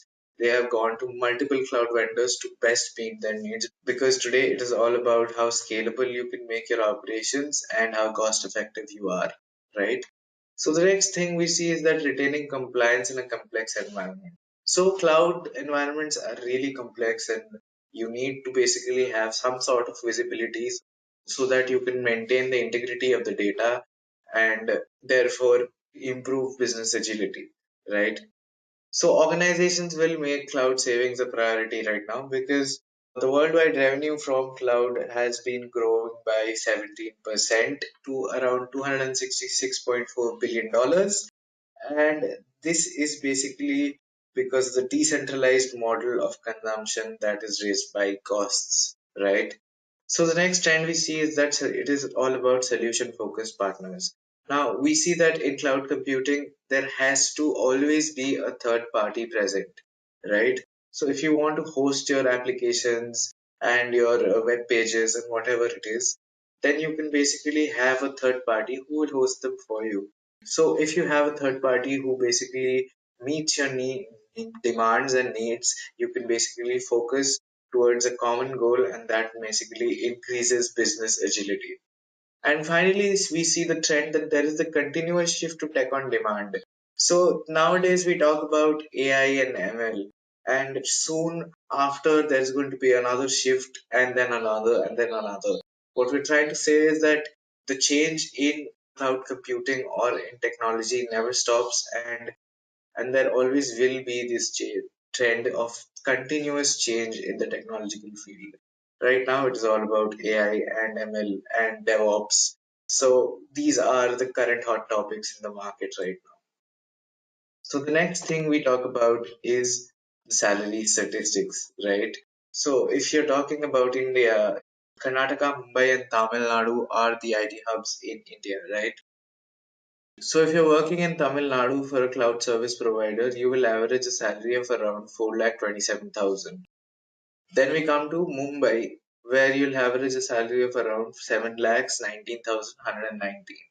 Finally, we come to Karnataka, which is the IT hub of India, and here you will earn around 9,14,678 if you're working in cloud.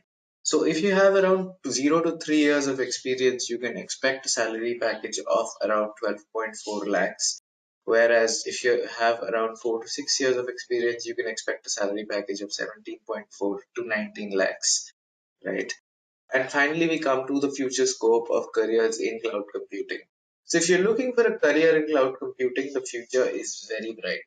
The cloud computing market in India is at $2 billion and is expected to grow at a rate of 30%, right? So as of 2021, the cloud computing market is expected to reach around $4 billion, right? And create more than 1 million jobs in the country. So if you're looking to be a cloud engineer or cloud architect or to pursue your career in cloud, then this is the moment for you.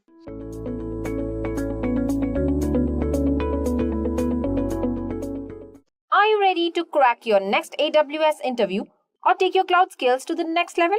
If it's a yes, well, you're in the right place. Whether you're aiming for your dream job or sharpening your skills, let's make sure you are 100% prepared. Ready to dive in? Let's do this. Before we jump in, a quick shout out to our channel Edureka, where we bring you the best resources to ace your tech interviews and upskill with ease. Now let's start with the basic level questions. The first question is, what is AWS? AWS is nothing but Amazon Web Services is a cloud computing platform offering over 200 services, including infrastructure as a service, platform as a service, and software as a service.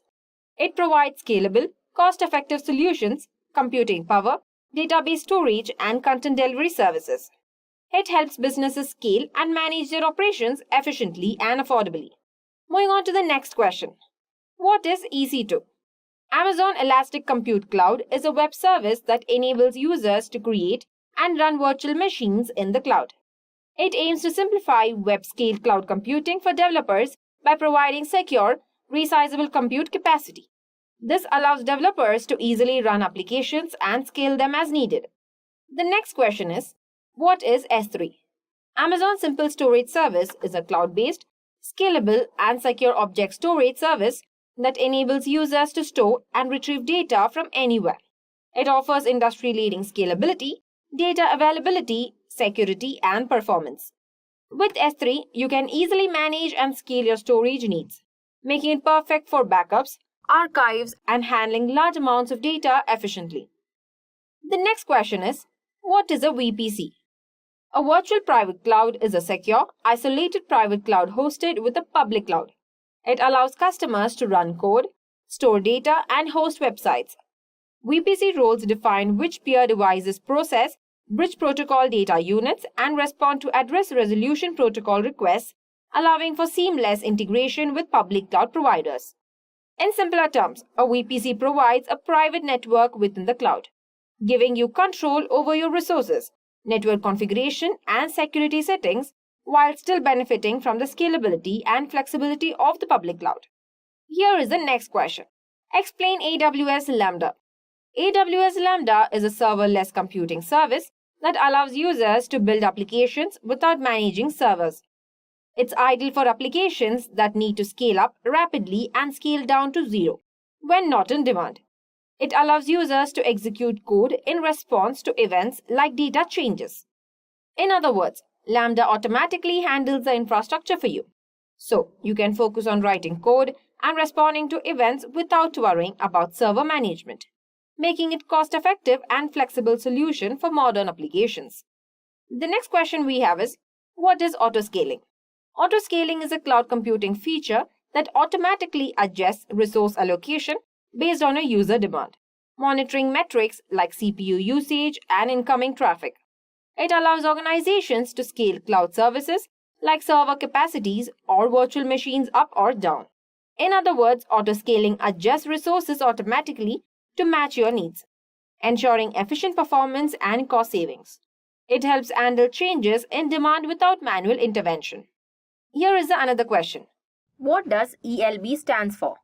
In other words, autoscaling adjusts resources automatically to match your needs, ensuring efficient performance and cost savings. It helps handle changes in demand without manual intervention.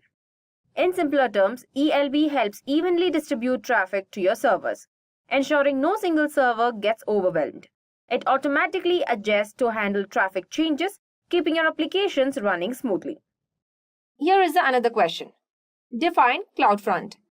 Amazon CloudFront is a self-service, pay-per-use content delivery network service from AWS that securely transfers global content, including static and dynamic files, without long-term commitments or minimum fees, ensuring high performance and security.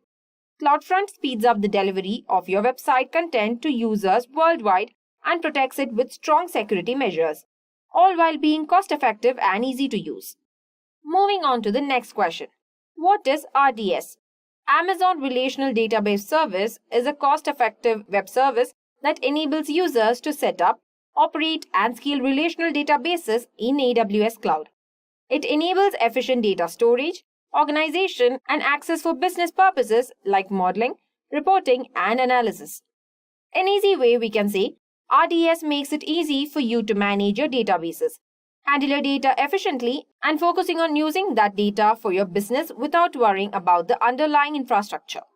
The other question we have here is, what is DynamoDB? Amazon DynamoDB is a serverless, key-value NoSQL database service optimized for high-performance applications. It delivers single-digit millisecond performance at any scale, improving relational database performance. Or in other words, DynamoDB allows you to quickly and easily manage your data, giving you fast access to information without the hassle of server management. So, you can focus on building great applications. Moving on to the next question. Explain Route 53. Amazon Route 53 is a DNS web service that connects user requests to internet applications on AWS or on-premises.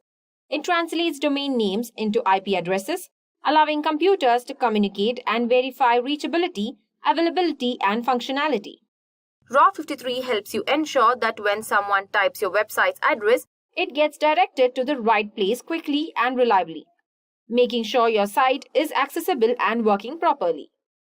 The other question we have here is, what are security groups? A security group in AWS acts as a virtual firewall for EC2 instances, controlling incoming and outgoing traffic. It filters traffic based on rules, allowing users to specify protocols, ports, and IP addresses.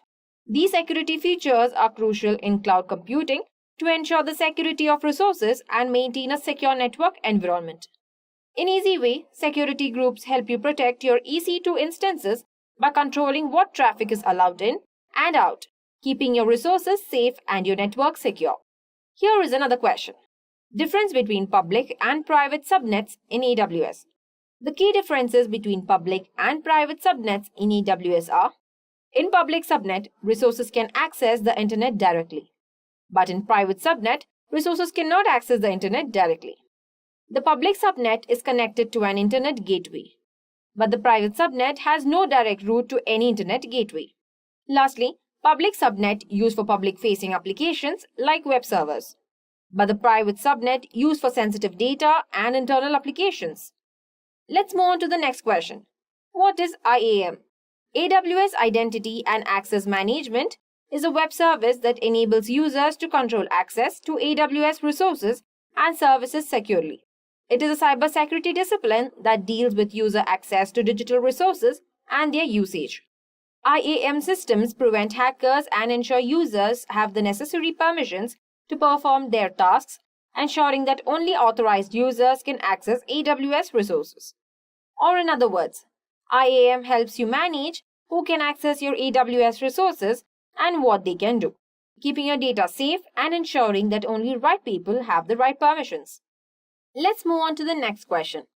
Define EBS in Amazon. Amazon Elastic Block Store is a scalable, high-performance storage service from AWS that is designed for Amazon Elastic Compute Cloud instances. It allows users to create storage volumes and attach them to EC2 instances, enabling them to create file systems, run databases, or use them in various ways. EBS is easy to use and scalable.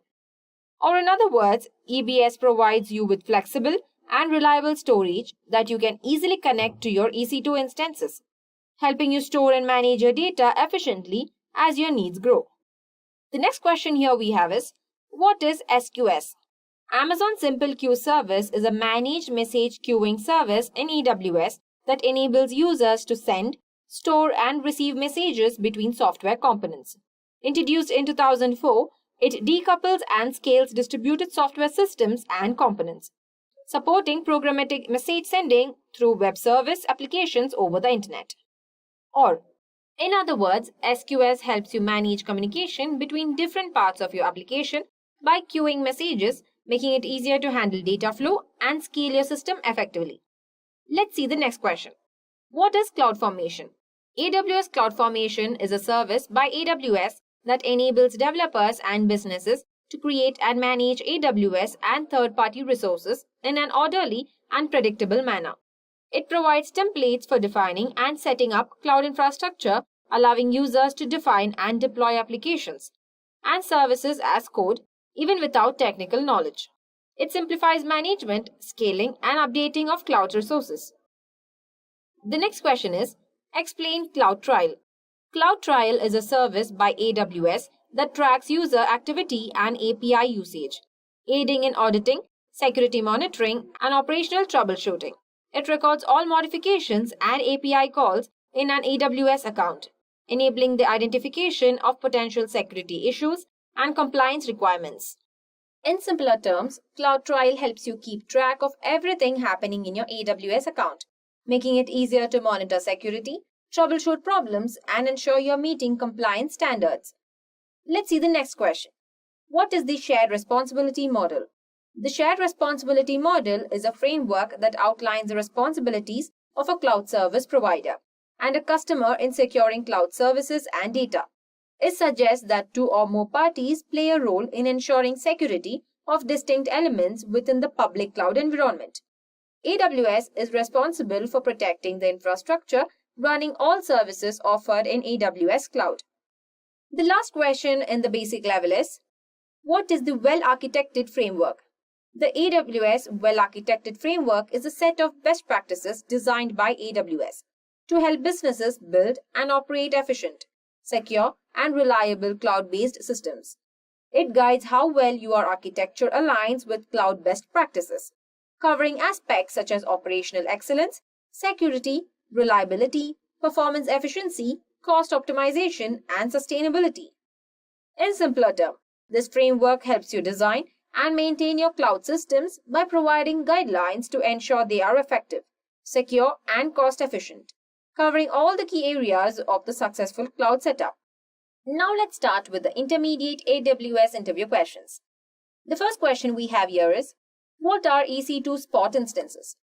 In AWS, EC2 Spot instances is a virtual server that lets you use extra cloud capacity at a big discount, up to 90% cheaper than regular prices. You can place a bid to use it, and as long as your bid is higher than the current price, you can keep running your server. The next question here we have is, what is Elastic Beanstalk? Elastic Beanstalk is a service that helps you easily deploy and manage web applications on AWS. It supports different programming languages like Go, Java, .NET, Node.js, PHP, Python, Ruby, and even Docker. Elastic Beanstalk automatically handles the setup, such as creating a runtime environment, managing servers, and scaling the application as needed. Moving on to the next question, what is a NAT gateway? A NAT gateway is a service in AWS that allows your private servers to connect to the internet. For example, if your servers need to download updates or access external web services, they can do so through the NAT gateway. The next question we have is, what is an Elastic IP? An Elastic IP is a static, public IP address provided by AWS that you can assign to your resources, such as an EC2 instance, unlike a regular IP address that might change when you stop or restart your instance. An Elastic IP remains the same, making it easier to manage your connections and ensure your server is always accessible at a consistent address. Here is another question. What are S3 lifecycle policies? S3 lifecycle policies are rules that you configure in AWS to automate the management of your data stored in S3. These policies allow you to automatically transition objects between different storage classes based on their age or delete them when they are no longer needed. For example, you can set a policy to move files that haven't been accessed in 30 days to a cheaper storage tier like S3 Glacier, or to delete objects after 1 year. The next question we have is, what is RDS Multi-AZ? RDS Multi-AZ is a feature in AWS that enhances the availability and reliability of your relational database. When you enable Multi-AZ, AWS automatically replicates your database to a standby instance in a different availability zone with the same region. Let's move on to the next question. How does Lambda scale? AWS Lambda scales automatically based on the number of incoming requests. When your function is triggered, Lambda runs an instance of it. And as more requests comes in, Lambda creates additional instances to handle the load. This scaling happens in real time, without any need of manual configuration. Lambda can handle thousands of requests per second, and it scales up and down as needed, ensuring that your application remains responsive under varying loads without any extra infrastructure management.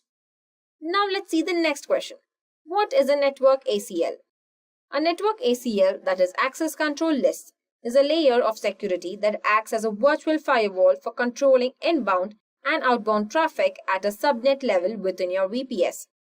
Each network ACL has a list of rules that either allow or deny traffic based on IP address, protocol, or port number. These rules are stateless, meaning both inbound and outbound rules must be explicitly defined. Network ACLs help you protect your AWS environment by filtering traffic before it reaches your instances, adding an additional layer of security.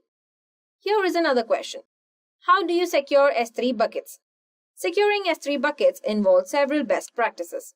First, set proper permissions, that is, ensure that only authorized users and services can access the buckets by setting appropriate IAM roles and bucket policies. Then is use encryption. Enable server-side encryption to protect your data at rest, and consider using SSL, TLS for data in transit. Then is enable logging. Set up S3 logging to track access requests, which can help you monitor and audit bucket activity. Let's see the last question of the intermediate level. What are CloudWatch alarms? CloudWatch alarms are monitoring tools within AWS that helps you keep track of your resources by sending notifications when specific metrics exceed defined thresholds. For example, you can set up an alarm to notify you if CPU usage on an EC2 instance goes above 80% for a certain period, or if the available disk space drops below a certain level. These alarms can trigger automated actions like scaling your application, rebooting an instance, or simply sending an alert to your email or SMS. Now let's move on to the advanced level, where we will discuss the scenario-based questions. So here we have the first question. How would you design a highly available, fault-tolerant architecture for a web application that requires minimal downtime during maintenance and unexpected failures?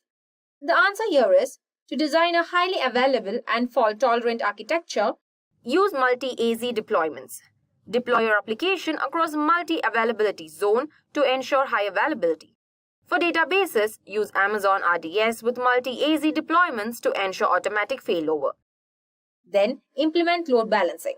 Use an application load balancer to distribute traffic across multiple EC2 instances in different AZs. Then, auto-scaling. Set up auto-scaling groups to automatically adjust the number of instances based on demand and health checks. Next, health checks and monitoring. Use Amazon CloudWatch to monitor instance health and also set up alarms for automatic recovery actions. Lastly, we have blue or green deployments.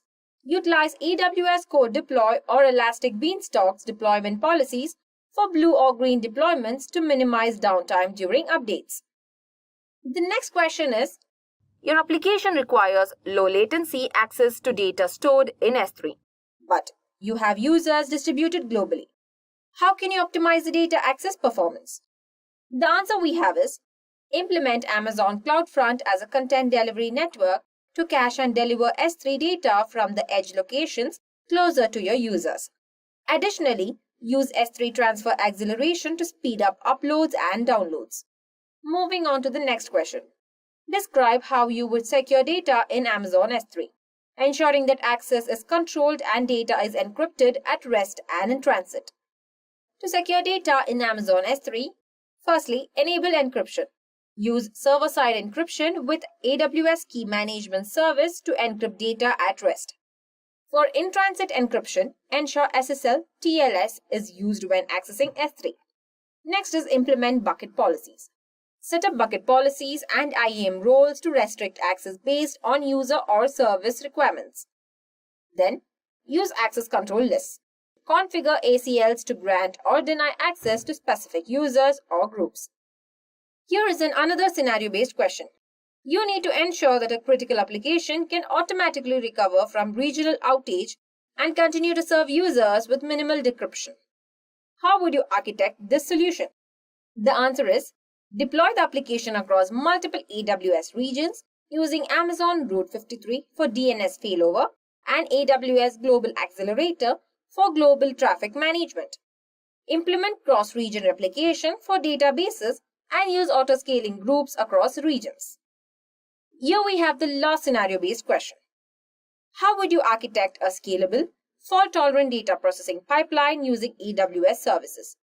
To architect a scalable, fault-tolerant data processing pipeline, first point is data ingestion. Use Amazon Kinesis data streams or AWS Glue to inject and process data in real time. Next is data storage. Store raw data in Amazon S3 for durability and cost-effective storage. Then we have the data processing. Use AWS Lambda for serverless processing or Amazon EMR for large-scale data processing tasks. Then we have the data transformation. Utilize AWS Glue for ETL operations to prepare data for analysis. Next, data analytics. Use Amazon Redshift or Amazon Athena for data acquiring and analysis. Last we have is the fault tolerance.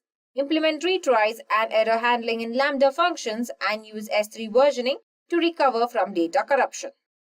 In summary, preparing for an AWS interview requires a solid understanding of core AWS services, architecture best practices, and hands-on experience with cloud solutions. As focused on key topics like EC2, S3, Lambda, IAM, and VPC, as well as concepts like scalability, security, and cost optimization. Practice explaining your real-world experiences and stay updated on new AWS features. With clear, concise answers and confidence in your knowledge, you'll be well equipped to tackle any AWS-related interview questions.